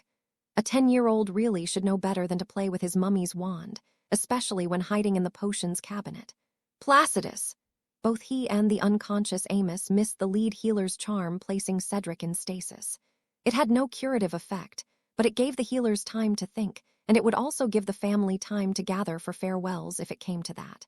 Right. Now we have only a few minutes before his core will degrade and death occurs. Esther, get the family here. The rest of you, unless you want this boy dead, we need ideas now. The healers stood, pondering and exchanging thoughts and worried glances. Meanwhile, Esther had innervated Amos and asked him how to reach his wife. As Amos stood, he saw no signs of activity and thought the healer team had given up on Cedric, leaving him to die. Enraged, he slapped Esther as hard as he could and drew his wand. Only his shaking hands prevented the screamed reducto killing the lead healer. As it was, he hit the far wall, and the resulting commotion and spellfire drew Tonks, who had been making a circuit of the treatment wings, while Dawlish and Straighthand guarded the incoming apparition points. As Fudge hurriedly made his way out of the castle after his desperate assault on Harry, Amelia and Minerva followed the frantically insistent elf as she made her way to Professor Dumbledore's office. In spite of the little creature's urging, a visit with the old headmaster was among the last things in the world that she wanted to do at this moment. Squiggles pulled them along again, and they finally reached the gargoyle. Minerva led the way in, and they rose up the magical circular stairway. She knocked and was slightly surprised that there was no response. Amelia suggested, "Let's go in and see what he has to say for himself." She was so angry at him at the moment. She seriously doubted her ability to hold a civil conversation. They opened the door and stepped in. Bones saw him first, slumped onto the floor. She quickly checked his neck and found no pulse, as McGonagall sat down in one of the guest chairs and shed a silent tear at the passing of her old mentor. Bones saw the recently packaged pensive memories in the crystal vials littered on the desk and knew that she desperately wanted to examine them, but now was not the time. In truth, she needed to be in a handful of different places at the same time, but resigned herself to working one issue at a time. In addition to Dumbledore, she was desperately worried about Harry and extremely concerned for the cemetery search party. Amelia looked at Minerva and Squiggles the elf and announced, "There's nothing that can or needs to be done here right now. Minerva, please seal the office as a possible crime scene, and we'll come back in an hour or so, when the other messes have been sorted out." Minerva very reluctantly nodded in agreement and directed, "Squiggles, please go back to the kitchens and don't say anything until we've made an announcement." The little elf nodded her head and popped away. In truth, she thought that leaving the professor lying on the floor was completely lacking in dignity and highly disrespectful. However, now she also knew that now wasn't the time to complain. Amelia wanted to check on Harry, and they quickly walked down the corridor and down the 2 flights of stairs until they reached the hospital wing, where they saw Poppy discussing something with one of the St. Mungo's healers. Minerva looked around and didn't see any of the beds occupied, then demanded, "Poppy, where's Mr. Potter?" Pomfrey looked surprised and replied, "We haven't seen him. We just arrived back from seeing Cedric's emergency team off to St. Mungo's. Is Potter back yet?" McGonagall called Dobby. A moment later, the overeager elf appeared, wearing a pair of mismatched socks and what appeared to be a child's pair of bib overalls. He asked, "How may I be of helps, ma'ams?" Minerva replied, "Dobby, please locate Mr. Potter and let us know of his whereabouts." She was annoyed that he'd most likely become distracted and wandered off, whereas Amelia was becoming increasingly worried about his well-being. An instant later, the frantic little elf reappeared and announced, "Mr. Harry Potter, sir, must have fallen down the stairs. He won't wake up." Roberta Evans was a second-year trainee at St. Mungo's. Most of the night staff was made up of the second- and third-year healer trainees and a few older supervisors. As everyone else was focused on Diggory or their respective patients, she walked back to her station at the third-floor reception desk. She's been friends with Tonks and had been a year behind her in Hufflepuff. She'd been surprised to see her on the floor, but hadn't had a chance to inquire why she was there. As she was pondering the evening's excitement, she never noticed the 2 men behind her until she heard the word, "Imperio." Meanwhile, as they were entering the Crouch residence, the newly embodied Dark Lord realized that he couldn't sense Nagini as he previously had. He directed Pettigrew, "Wormtail, go back to Little Hangleton and find Nagini. Bring her back here. The Aurors will most likely be there. Do not allow either of you to be captured." Silently cursing his lot in life, Pettigrew nodded and apparated back to the Riddle house to find that accursed snake. Gradually, Tonks put the picture together. Diggory had had all he could take and had been unconscious when the stasis charm was placed. As she worked the crime scene, she drew on her knowledge as Pomfrey's apprentice and was able to grasp the medical situation at once. But Tonks wasn't the only person drawn by Diggory's attack. Jenkins, the Muggle-born healer, as well as every other healer or mediwitch not involved in a critical case, was now listening in on the conversation. It was becoming a mass brainstorming session of extremely dedicated and very, very bright healers, all trying to save the life Amos had thought they'd given up on. Finally, the more senior people working Cedric's case had rejected every idea, not out of whim but from sad medical contraindication. The lead healer cast his eyes about the listeners and asked, "Anyone, anything, we don't have much time here." At last, Jenkins could see nothing else was coming from anyone, so he spoke. "So the real problem is exsanguinations, and there is too much GI and vascular damage to get any blood replenishment potions into him. Is that it?" "In a nutshell, yes. There's too much circulatory damage to get an IV potion to the damaged areas. You have any ideas?" Jenkins replied. "You know I'm Muggle-born, right? Muggles have a process they use in some hopeless cases. It's called organ transplanting. They can transplant hearts, lungs, kidneys, lots of things. Where do they get the organs? Well, that's the problem. They come from recently killed people, usually accident victims. There are other issues they have that we wouldn't, simply because we can handle them with magic. But someone else has to be dead for this to work." "Snape!" screamed Tonks. The room went silent. While near the morgue, no one had been down there for the few minutes that had passed since Snape's remains had been portkeyed to the morgue. Everyone was looking at Tonks like she'd gone round the twist. "Snape was killed a few minutes ago at Hogwarts. Shacklebolt put him into stasis for autopsy and portkeyed him to the morgue before I left to come here." The room exploded into frenzied shouting and motion. The lead healer was putting fullbacks the world around to shame as he tore through the throng, racing pell-mell to the door to the morgue.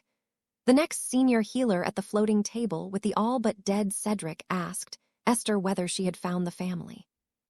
She pointed to the brilliant red handprint on her face and to the now conscious, petrified, thoroughly embarrassed and very confused Amos, still rigidly face down on the floor where his nose had broken his fall after Tonks' petrificus totalis. The healer approached Tonks. "Do you think you can release him, but keep his wand and keep him under control?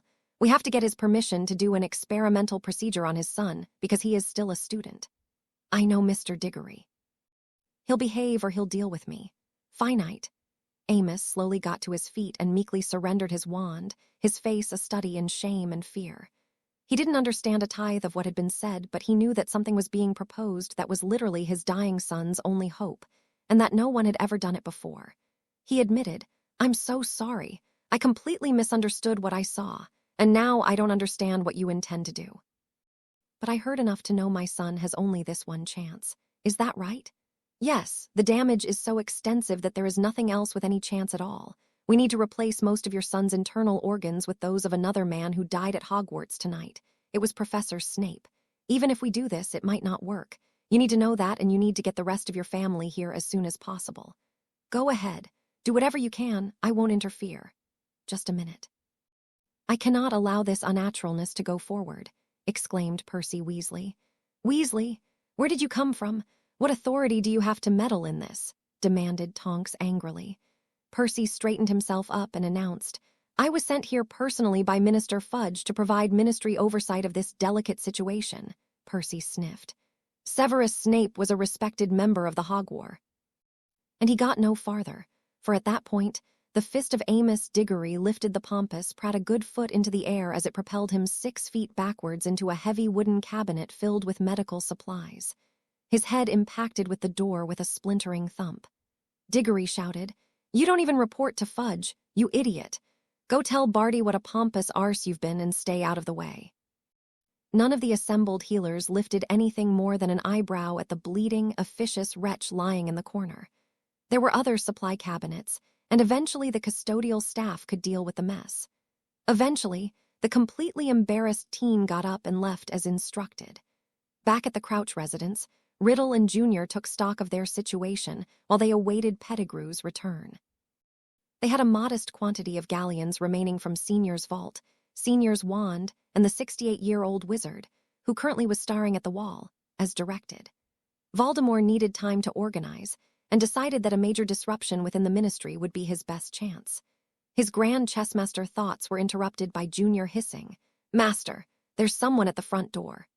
Junior and Riddle took their positions and pulled the extra wand that Wormtail had previously acquired.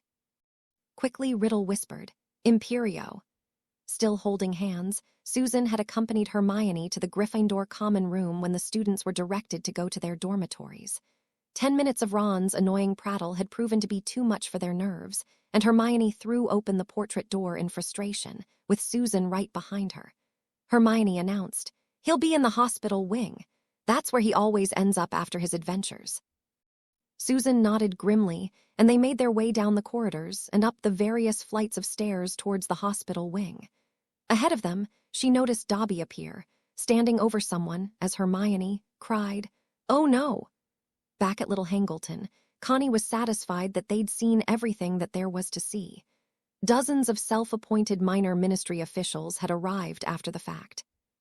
While the others were spending time taking photos of themselves by the giant cauldron or Tom Riddle's bloody grave marker, she and Anna apparated back to Hogwarts to check in with Amelia.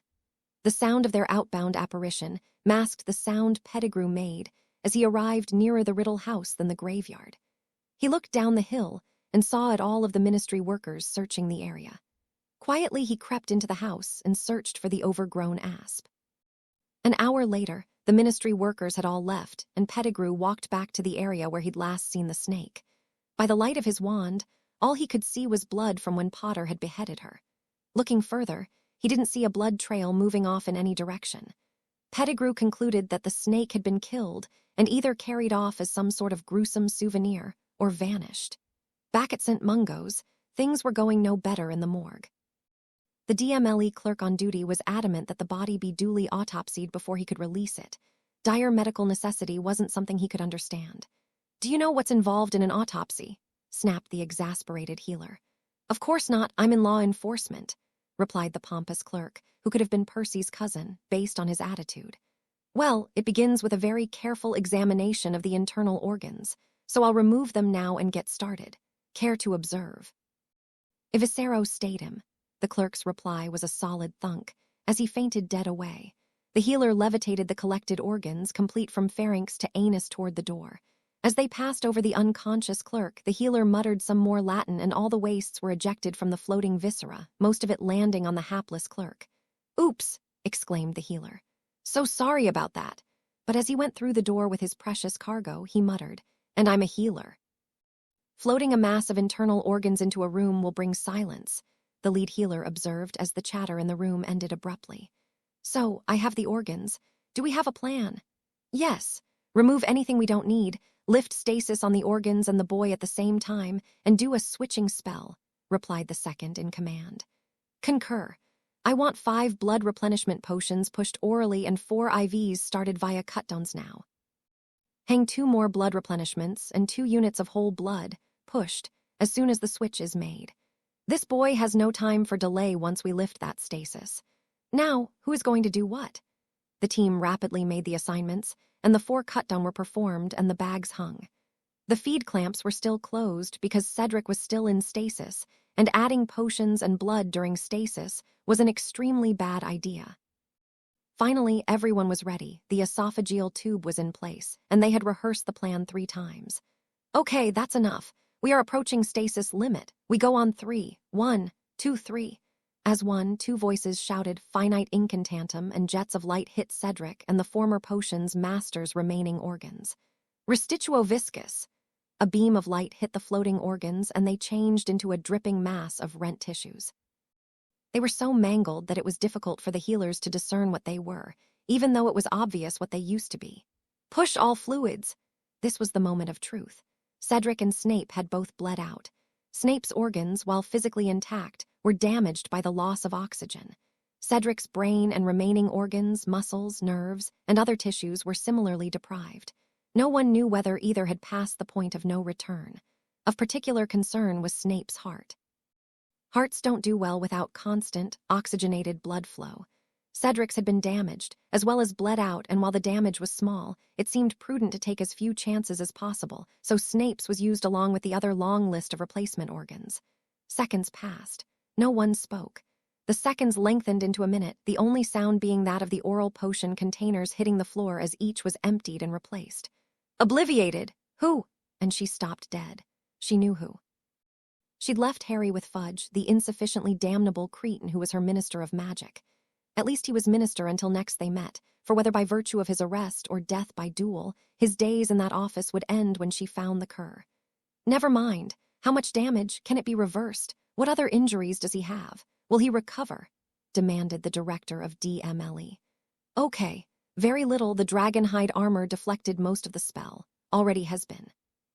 Several, all minor and already treated, the veteran healer replied calmly. He's not unconscious. He's sleeping. He's exhausted.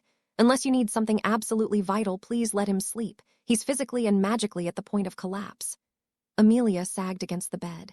Connie waited a full minute, giving her a chance to process everything so far. There's more, Director, Connie said gently. Tonks was chasing a blonde man with 2 legs earlier tonight. He got away. But he was wearing Moody's trademark duster. We think Alistair Moody is a prisoner somewhere here on the grounds or in the castle, and that there has been an imposter polyjuicing him all year. How nice, Amelia bit out. He was supposed to be close friends with Dumbledore, yet the supreme leader of the light never tumbled to him being an imposter in a year. I'd almost be willing to kill him for that if he weren't already dead. It was Connie's turn to be astounded. Dead? How? The ring. I don't know all the details. I was coming to get Madame Pomfrey to examine him for a preliminary opinion before calling you, Bones replied. Madame Pomfrey spoke again. He was dying. He's been suffering for months. I'm honestly surprised he lasted this long. But I'll go look at him and confirm what I think. Is he in his office? Amelia just nodded as Pomfrey collected a small bag to take with her. In a more conciliatory tone, Bones said, Poppy, Moody must be found and will likely need you. Don't be too long, please. While she recognized that the two had worked together for a year, there were serious issues remaining in the here and now. It was Madame Pomfrey's turn to nod as she left the hospital wing. At the door, she stopped and turned back. I'll be as fast as I can. Send someone for me if there is any change with Harry, but do let him sleep if you can. Amelia turned to Connie. Now let's see about finding Moody. You go round up anyone you think can be spared. Don't tell them why, just send them here. If word gets out, everyone will be here and we must maintain control of the grounds until all the other work is done. Finally, Cedric's left hand twitched. A voice cried, movement. Another screamed, blood. Look, the skin and torn muscles are starting to bleed. That galvanized the rest of the team, who all leapt to begin the minor healing still remaining. Within an hour, Cedric looked more like he'd had a brutal game on the Quidditch pitch than a young man who'd had an unspeakably close dance with death. However, he still hadn't regained consciousness, and the medi-scans on his brain were inconclusive. The healers knew that was a common problem with using the stasis, but they'd had no alternative. And so the waiting began. The worst of it was no one had any idea how long the wait would be. They were in terra incognita, completely unknown territory. Cedric would either wake or not. However, he had a pulse and it was steady. He was breathing on his own and he was getting plenty of oxygen now. There was still room for hope. Tonks watched as Roberta Evans walked towards the door in her blood-stained surgical gown, followed by 2 men that she didn't recognize. Something didn't feel right. Why would she be leaving the scene of a major procedure? Clarity hit her just as the door was closing and she yelled, "Stop." Seconds later, Evans, who had been imperious, followed by Flint and Parkinson, burst through the first flue door leading into the main lobby. Flint was ready for trouble and called, "Reducto," when he saw Dawlish, blowing John's wand arm off at the shoulder.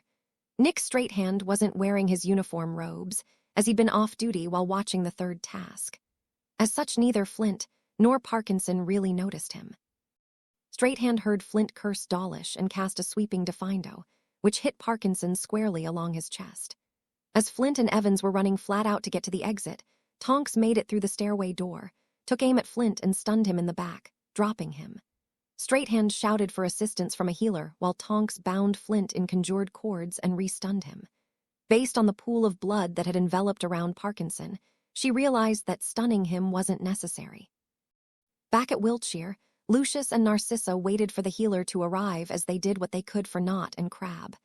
Narcissa had some training and administered the potions that they'd had on hand to Knot, but there weren't enough ready-made for both men. She began brewing blood-restorative potion while they waited in vain for Flint and Parkinson, who would never return. Surprisingly, the search for Moody didn't take very long. It was a brilliant stroke. Anna's innate investigative prowess led her to view the Dada professor's quarters as ground zero. She would start the search there and gradually widen it to include the office, classroom, and as much of Hogwarts and the grounds as necessary to find the battered old Auror. It didn't take long. They were drawn to the trunk almost immediately. It was the smell. It was bad enough that the trunk was beginning to reek. Pale, the Aurors then ran up against Moody's paranoia. The ruddy thing was almost impossible to open.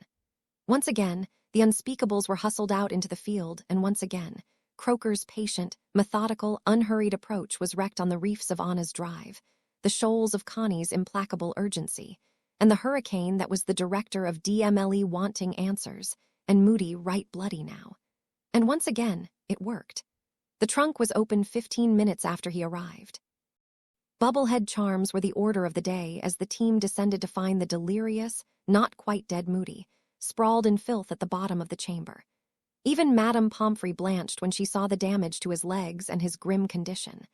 Then her expression darkened, and even the tough Aurors drew back just a little from the hitherto inoffensive healer. Scans were run, words were spoken, potions administered, charms and spells were cast, specialists were summoned. Pomfrey was Eisenhower and tonight was Normandy. If Harry was Sword Beach, Moody was bloody Omaha.